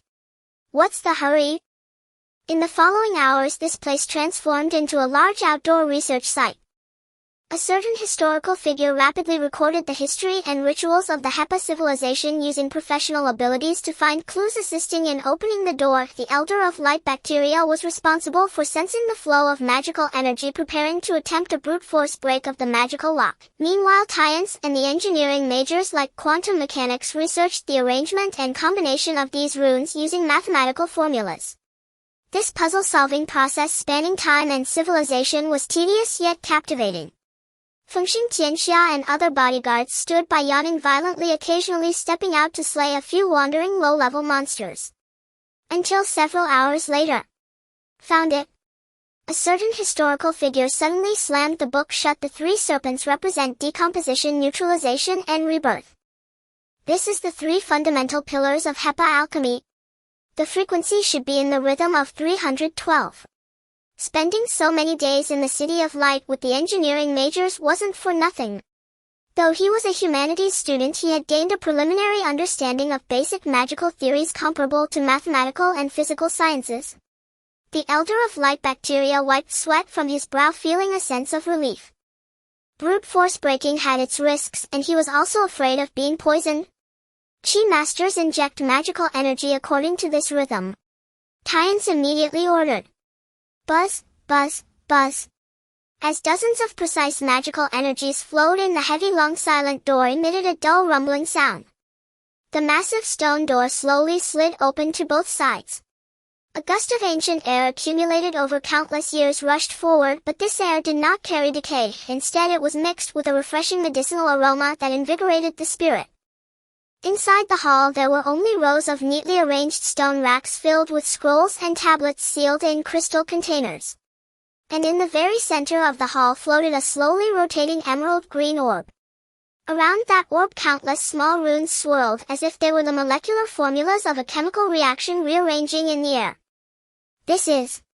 A player from the life stages instinctively reached out, her fingertip brushing against a rune dissipating in the air. In that instant she felt a current surge through her fingertip into her brain. It wasn't the simple learning of a skill book being slapped onto her forehead, but a profound, almost experiential epiphany. She seemed to see countless HEPA alchemists brewing potions, witnessing how magical energy interfered with material particles, stimulating cellular structures on a microscopic level, awakening the potential of mitochondria. System prompt: congratulations, player has discovered the HEPA civilization knowledge base. You have learned poison therapy, a toxin-based spell that allows for the dual conversion of health and mana within the body. These runes surprisingly had a mind-expanding effect, allowing players to learn skills directly. Moreover, the blood mana conversion: Han the Great Technician. Currently analyzing ancient knowledge. New magic system discovered: HEPA toxicology, flesh refinement, toxic and flesh magic. Tians gazed at the emerald green orb, the glow in his eyes even more intense than the orb itself. Everyone, we have found treasure. Every stone slab and formula here could lead to a qualitative change in our spellcasting army. Moreover, he looked at the scholars beside him, the applications of these in cellular biology and biological enzymes, the integration of biomedical science and magic if brought back to Blue Star. That would be a revolution in biomedical science. Move. Long Zhanyuye waved his hand, breaking the scholarly contemplation, returning to the player's essence. We need to think and research later. Right now let's just move quickly. First let's make imprints of these stone slabs. Take everything we can. This will be essential teaching material for our future exploration team's healers. Did we bring the recording stones? Chi masters and fate weavers should learn the skills first and count what we have. Then I'll go find historical materials. The fourth calamity is the locust plague from another world, leaving nothing alive in its wake. Take away everything of value. Brothers, today we need to go back to the lab to move bricks. QAQ. For now this concludes a large chapter. Inside the Hephaestus library the air was thick with the musty scent of knowledge, at least that was the case for Long Zhanyuyi. The usually aloof scholars and mages were frantically stuffing stone slabs and rune imprints into their backpacks, much like bargain hunting women in a supermarket. Observing this, the top tank of the server felt so bored that he could scrape together a 3-bedroom apartment on the floor. How boring. Long Zhanyuyi absent-mindedly flicked his oversized battle axe, producing a crisp ding sound, and sighed, I feel like I'm about to sprout hair. What a pathetic ruin, not even a guard around. Are the Hephaestians pacifists? How about we go out and farm some monsters instead? Wasting precious development time just sitting here. From the shadows nearby, Fengxing Tianxia leaned against a stone pillar, eyes closed, and casually replied, don't jinx it. This is a dead zone. The absence of monsters is the biggest anomaly here. Li Chu Chi Ji turned over not far away, scratching his back. I was wondering what would happen if I fell asleep in the game, but I can't seem to doze off. How about we play cards? Just as this group of high-end bodyguards was about to explode from boredom, the most restless one in the team caused some trouble. A certain historical figure from the annals, though only at LV 18, possessed a curiosity level of LV 99, and while others busied themselves transporting supplies, he was poking around. With his keen intuition, he noticed an unusual structure. Oh! It seems there's a descending lift here. A certain historical figure stroked his chin, looking at the automatic translation on the stone tablet. Leads to the core cultivation chamber? What does that mean? Without hesitation, as a qualified risk-taker, he crawled inside. 3 seconds later. System notification: your teammate, a certain historical figure, has died. Cause of death: blunt force trauma, instantaneous crushed bone. The crisp sound of the system notification echoed harshly in the quiet hall. Long Zhan Yuyi, who had just been yawning, instantly perked up, his eyes gleaming with a wolf-like hunger. Holy crap! There are monsters! His eyes widened like saucers. Fengxing Tianxia's figure vanished from sight, leaving only an afterimage. It's underground. Let's go. In the lower levels of the Hephaestus library, there was no scent of scrolls. Instead, a nauseating odor of blood and a strong formaldehyde smell filled the air. In the center of the vast underground space stood rows of 10-meter-high cylindrical glass tanks filled with murky green liquid. At the exit of the lift lay a patch of mosaic where a humanoid figure was quietly lying on the ground. Beside the corpse, a huge deformed creature slowly turned around. It was a stitched monster. Warning: hostile high-risk unit detected. Hephaestus BioGuard No. 042 LV 40 Elite. Description: a security measure left by the Hephaestus civilization. It is an alchemical product formed from reinforced muscle fibers, metal skeletons, and the limbs of some unknown creature. It has no sense of pain, only a directive to kill. Lacking consciousness, it is almost impervious to mental disturbances. The monster's design was visually striking. It had 4 disproportionately thick arms, each ending in a rusted metal blade. Its skin was a deathly gray, covered in sutures and writhing veins. Roar! Seeing the group of new intruders, this BioGuard emitted a roar akin to metal scraping, and several large flesh tumors on its back suddenly expelled a cloud of green mist directly at the players. LV 40 Elite monster? The arriving Li Chu Chi Ji assessed the situation, smacked his lips, and commented, "It's been a while since I've fought such a small monster. I'm not used to this." Indeed, this BioGuard, standing only a few meters tall, feels like a toy compared to the usual 100 turtle foes. But I wonder, how tough is it? Who cares if it's tough? Let's just do it. Long Zhan Yuyi laughed maniacally, his body glowing bright red as he charged forward. Talent activated: Titan's chosen body. Boom! His figure instantly swelled to 4 meters, muscles bulging like granite, discarding his defensive stance, raising his axe high and charging Heaton like a red cannonball. Get off me! Clang! The collision of flesh and metal triggered a violent shockwave. Long Zhan Yuyi's powerful strike was firmly blocked by the BioGuard's 2 arms. The 2 free arms unleashed a flurry of punches, landing squarely on Long Zhan Yuyi's face. Bang bang bang! What the heck? Long Zhan was sent staggering back, grimacing in pain. Li Chu Chi Ji seized the opportunity to raise his massive shield against the onslaught. Its strength is incredible. Long Zhan Yuyi, sporting a bruised face, looked quite comical. Shaking his hand, feeling the numbness in his palm, he remarked, "I thought from its appearance that this thing was some kind of poison-spitting entity, but it turned out to be so fierce in close combat." Cough cough. Yun Zhongyu quickly waved her staff, replenishing Long Zhan's dangerously low health. She didn't tell Long Zhan that he had already been poisoned and disfigured after taking a few hits. It's a biochemical product, strong in melee and also toxic. Make it quick. A calm voice came from behind the monster. Unbeknownst to them, Fengxing Tianxia had already appeared above the BioGuard. Instant step. Fengxing Tianxia's tooth of origin transformed into a streak of light precisely aimed at the stitching seam on the monster's neck. Thud.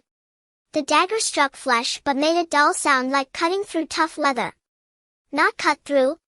Fengxing Tianxia frowned. The creature's skin seemed to have an additional layer of chitinous armor. The bioguard reacted swiftly, its frantic punches slowed, and it lashed out with two free arms, unleashing poisonous mist from its gaping palms. Scatter. Fengxing Tianxia kicked off the back of the monster's head using the momentum to create distance. Don't engage it in a strength contest. This thing can regenerate. From the back, Data Maniac delivered a mental shock that briefly stiffened the stitched monster, sighing in resignation. Having no brain is actually a good thing, it avoids control effects. Looking at the data, he exclaimed, it regenerates 3 per second. We can't drag this out any longer. If we do, we'll have to retreat. 3 per second? What the hell? Dalichu Chi-ji gritted his teeth, cursing as he endured 2 more punches, every cell in his body straining. Isn't this just a mobile fountain? Yun Zhongyu immediately cast purification to prevent her melee teammates from being poisoned to death. Sizzle. The long-prepared Thunder Mage unleashed a powerful plasma cannon. Roar. As a creation of Hephaestus' alchemy, the bioguard had long lost its sense of pain but instinctively recoiled in the face of the powerful electricity. So it's weak to electricity.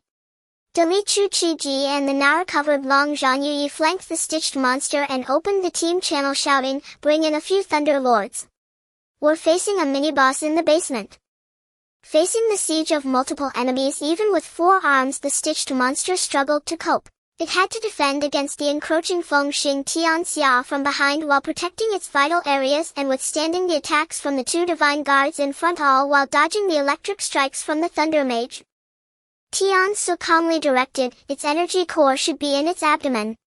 Old Zhao, restrain its movements. Fengxing, go for it. Got it.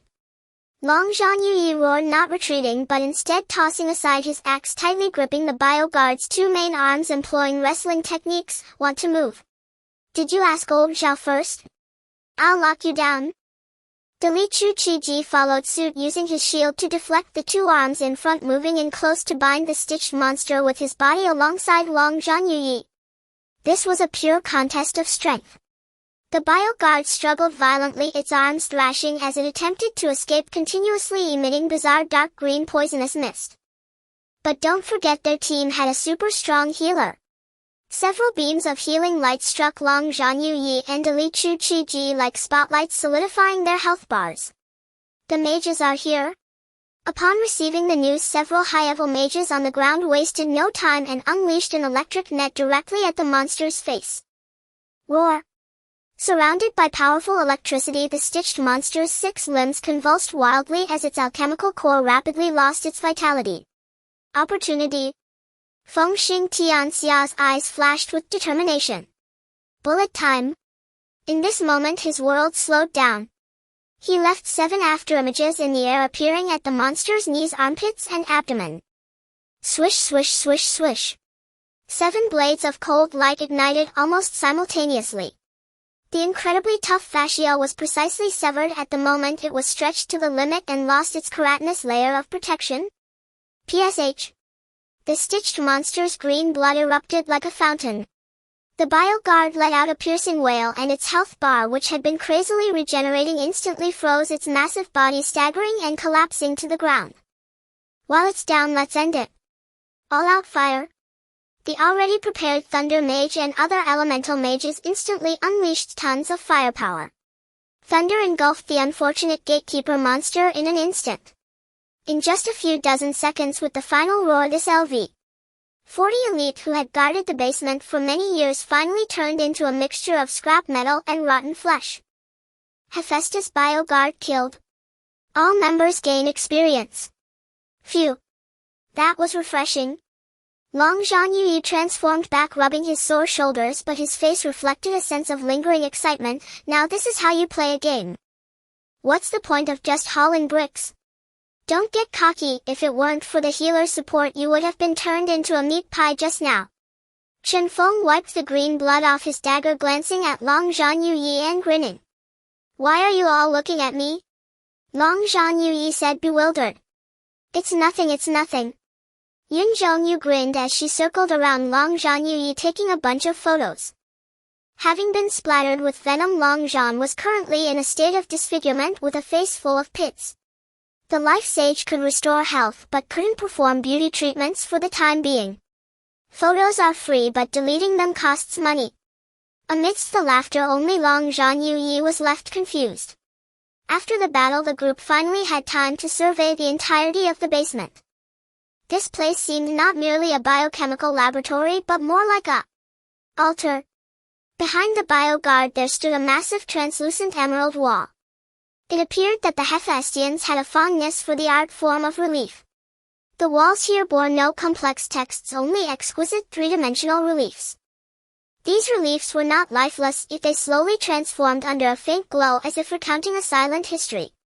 Fengxing Tianxia glanced at the time and said to everyone, a certain historical figure should be reviving soon. Let's take a casual stroll for now. After a half-day of pretending to study at the meeting of classics, I will begin to furiously write. Recently the data has dropped significantly. XDM, have you seen where the problem lies? You can directly tell me.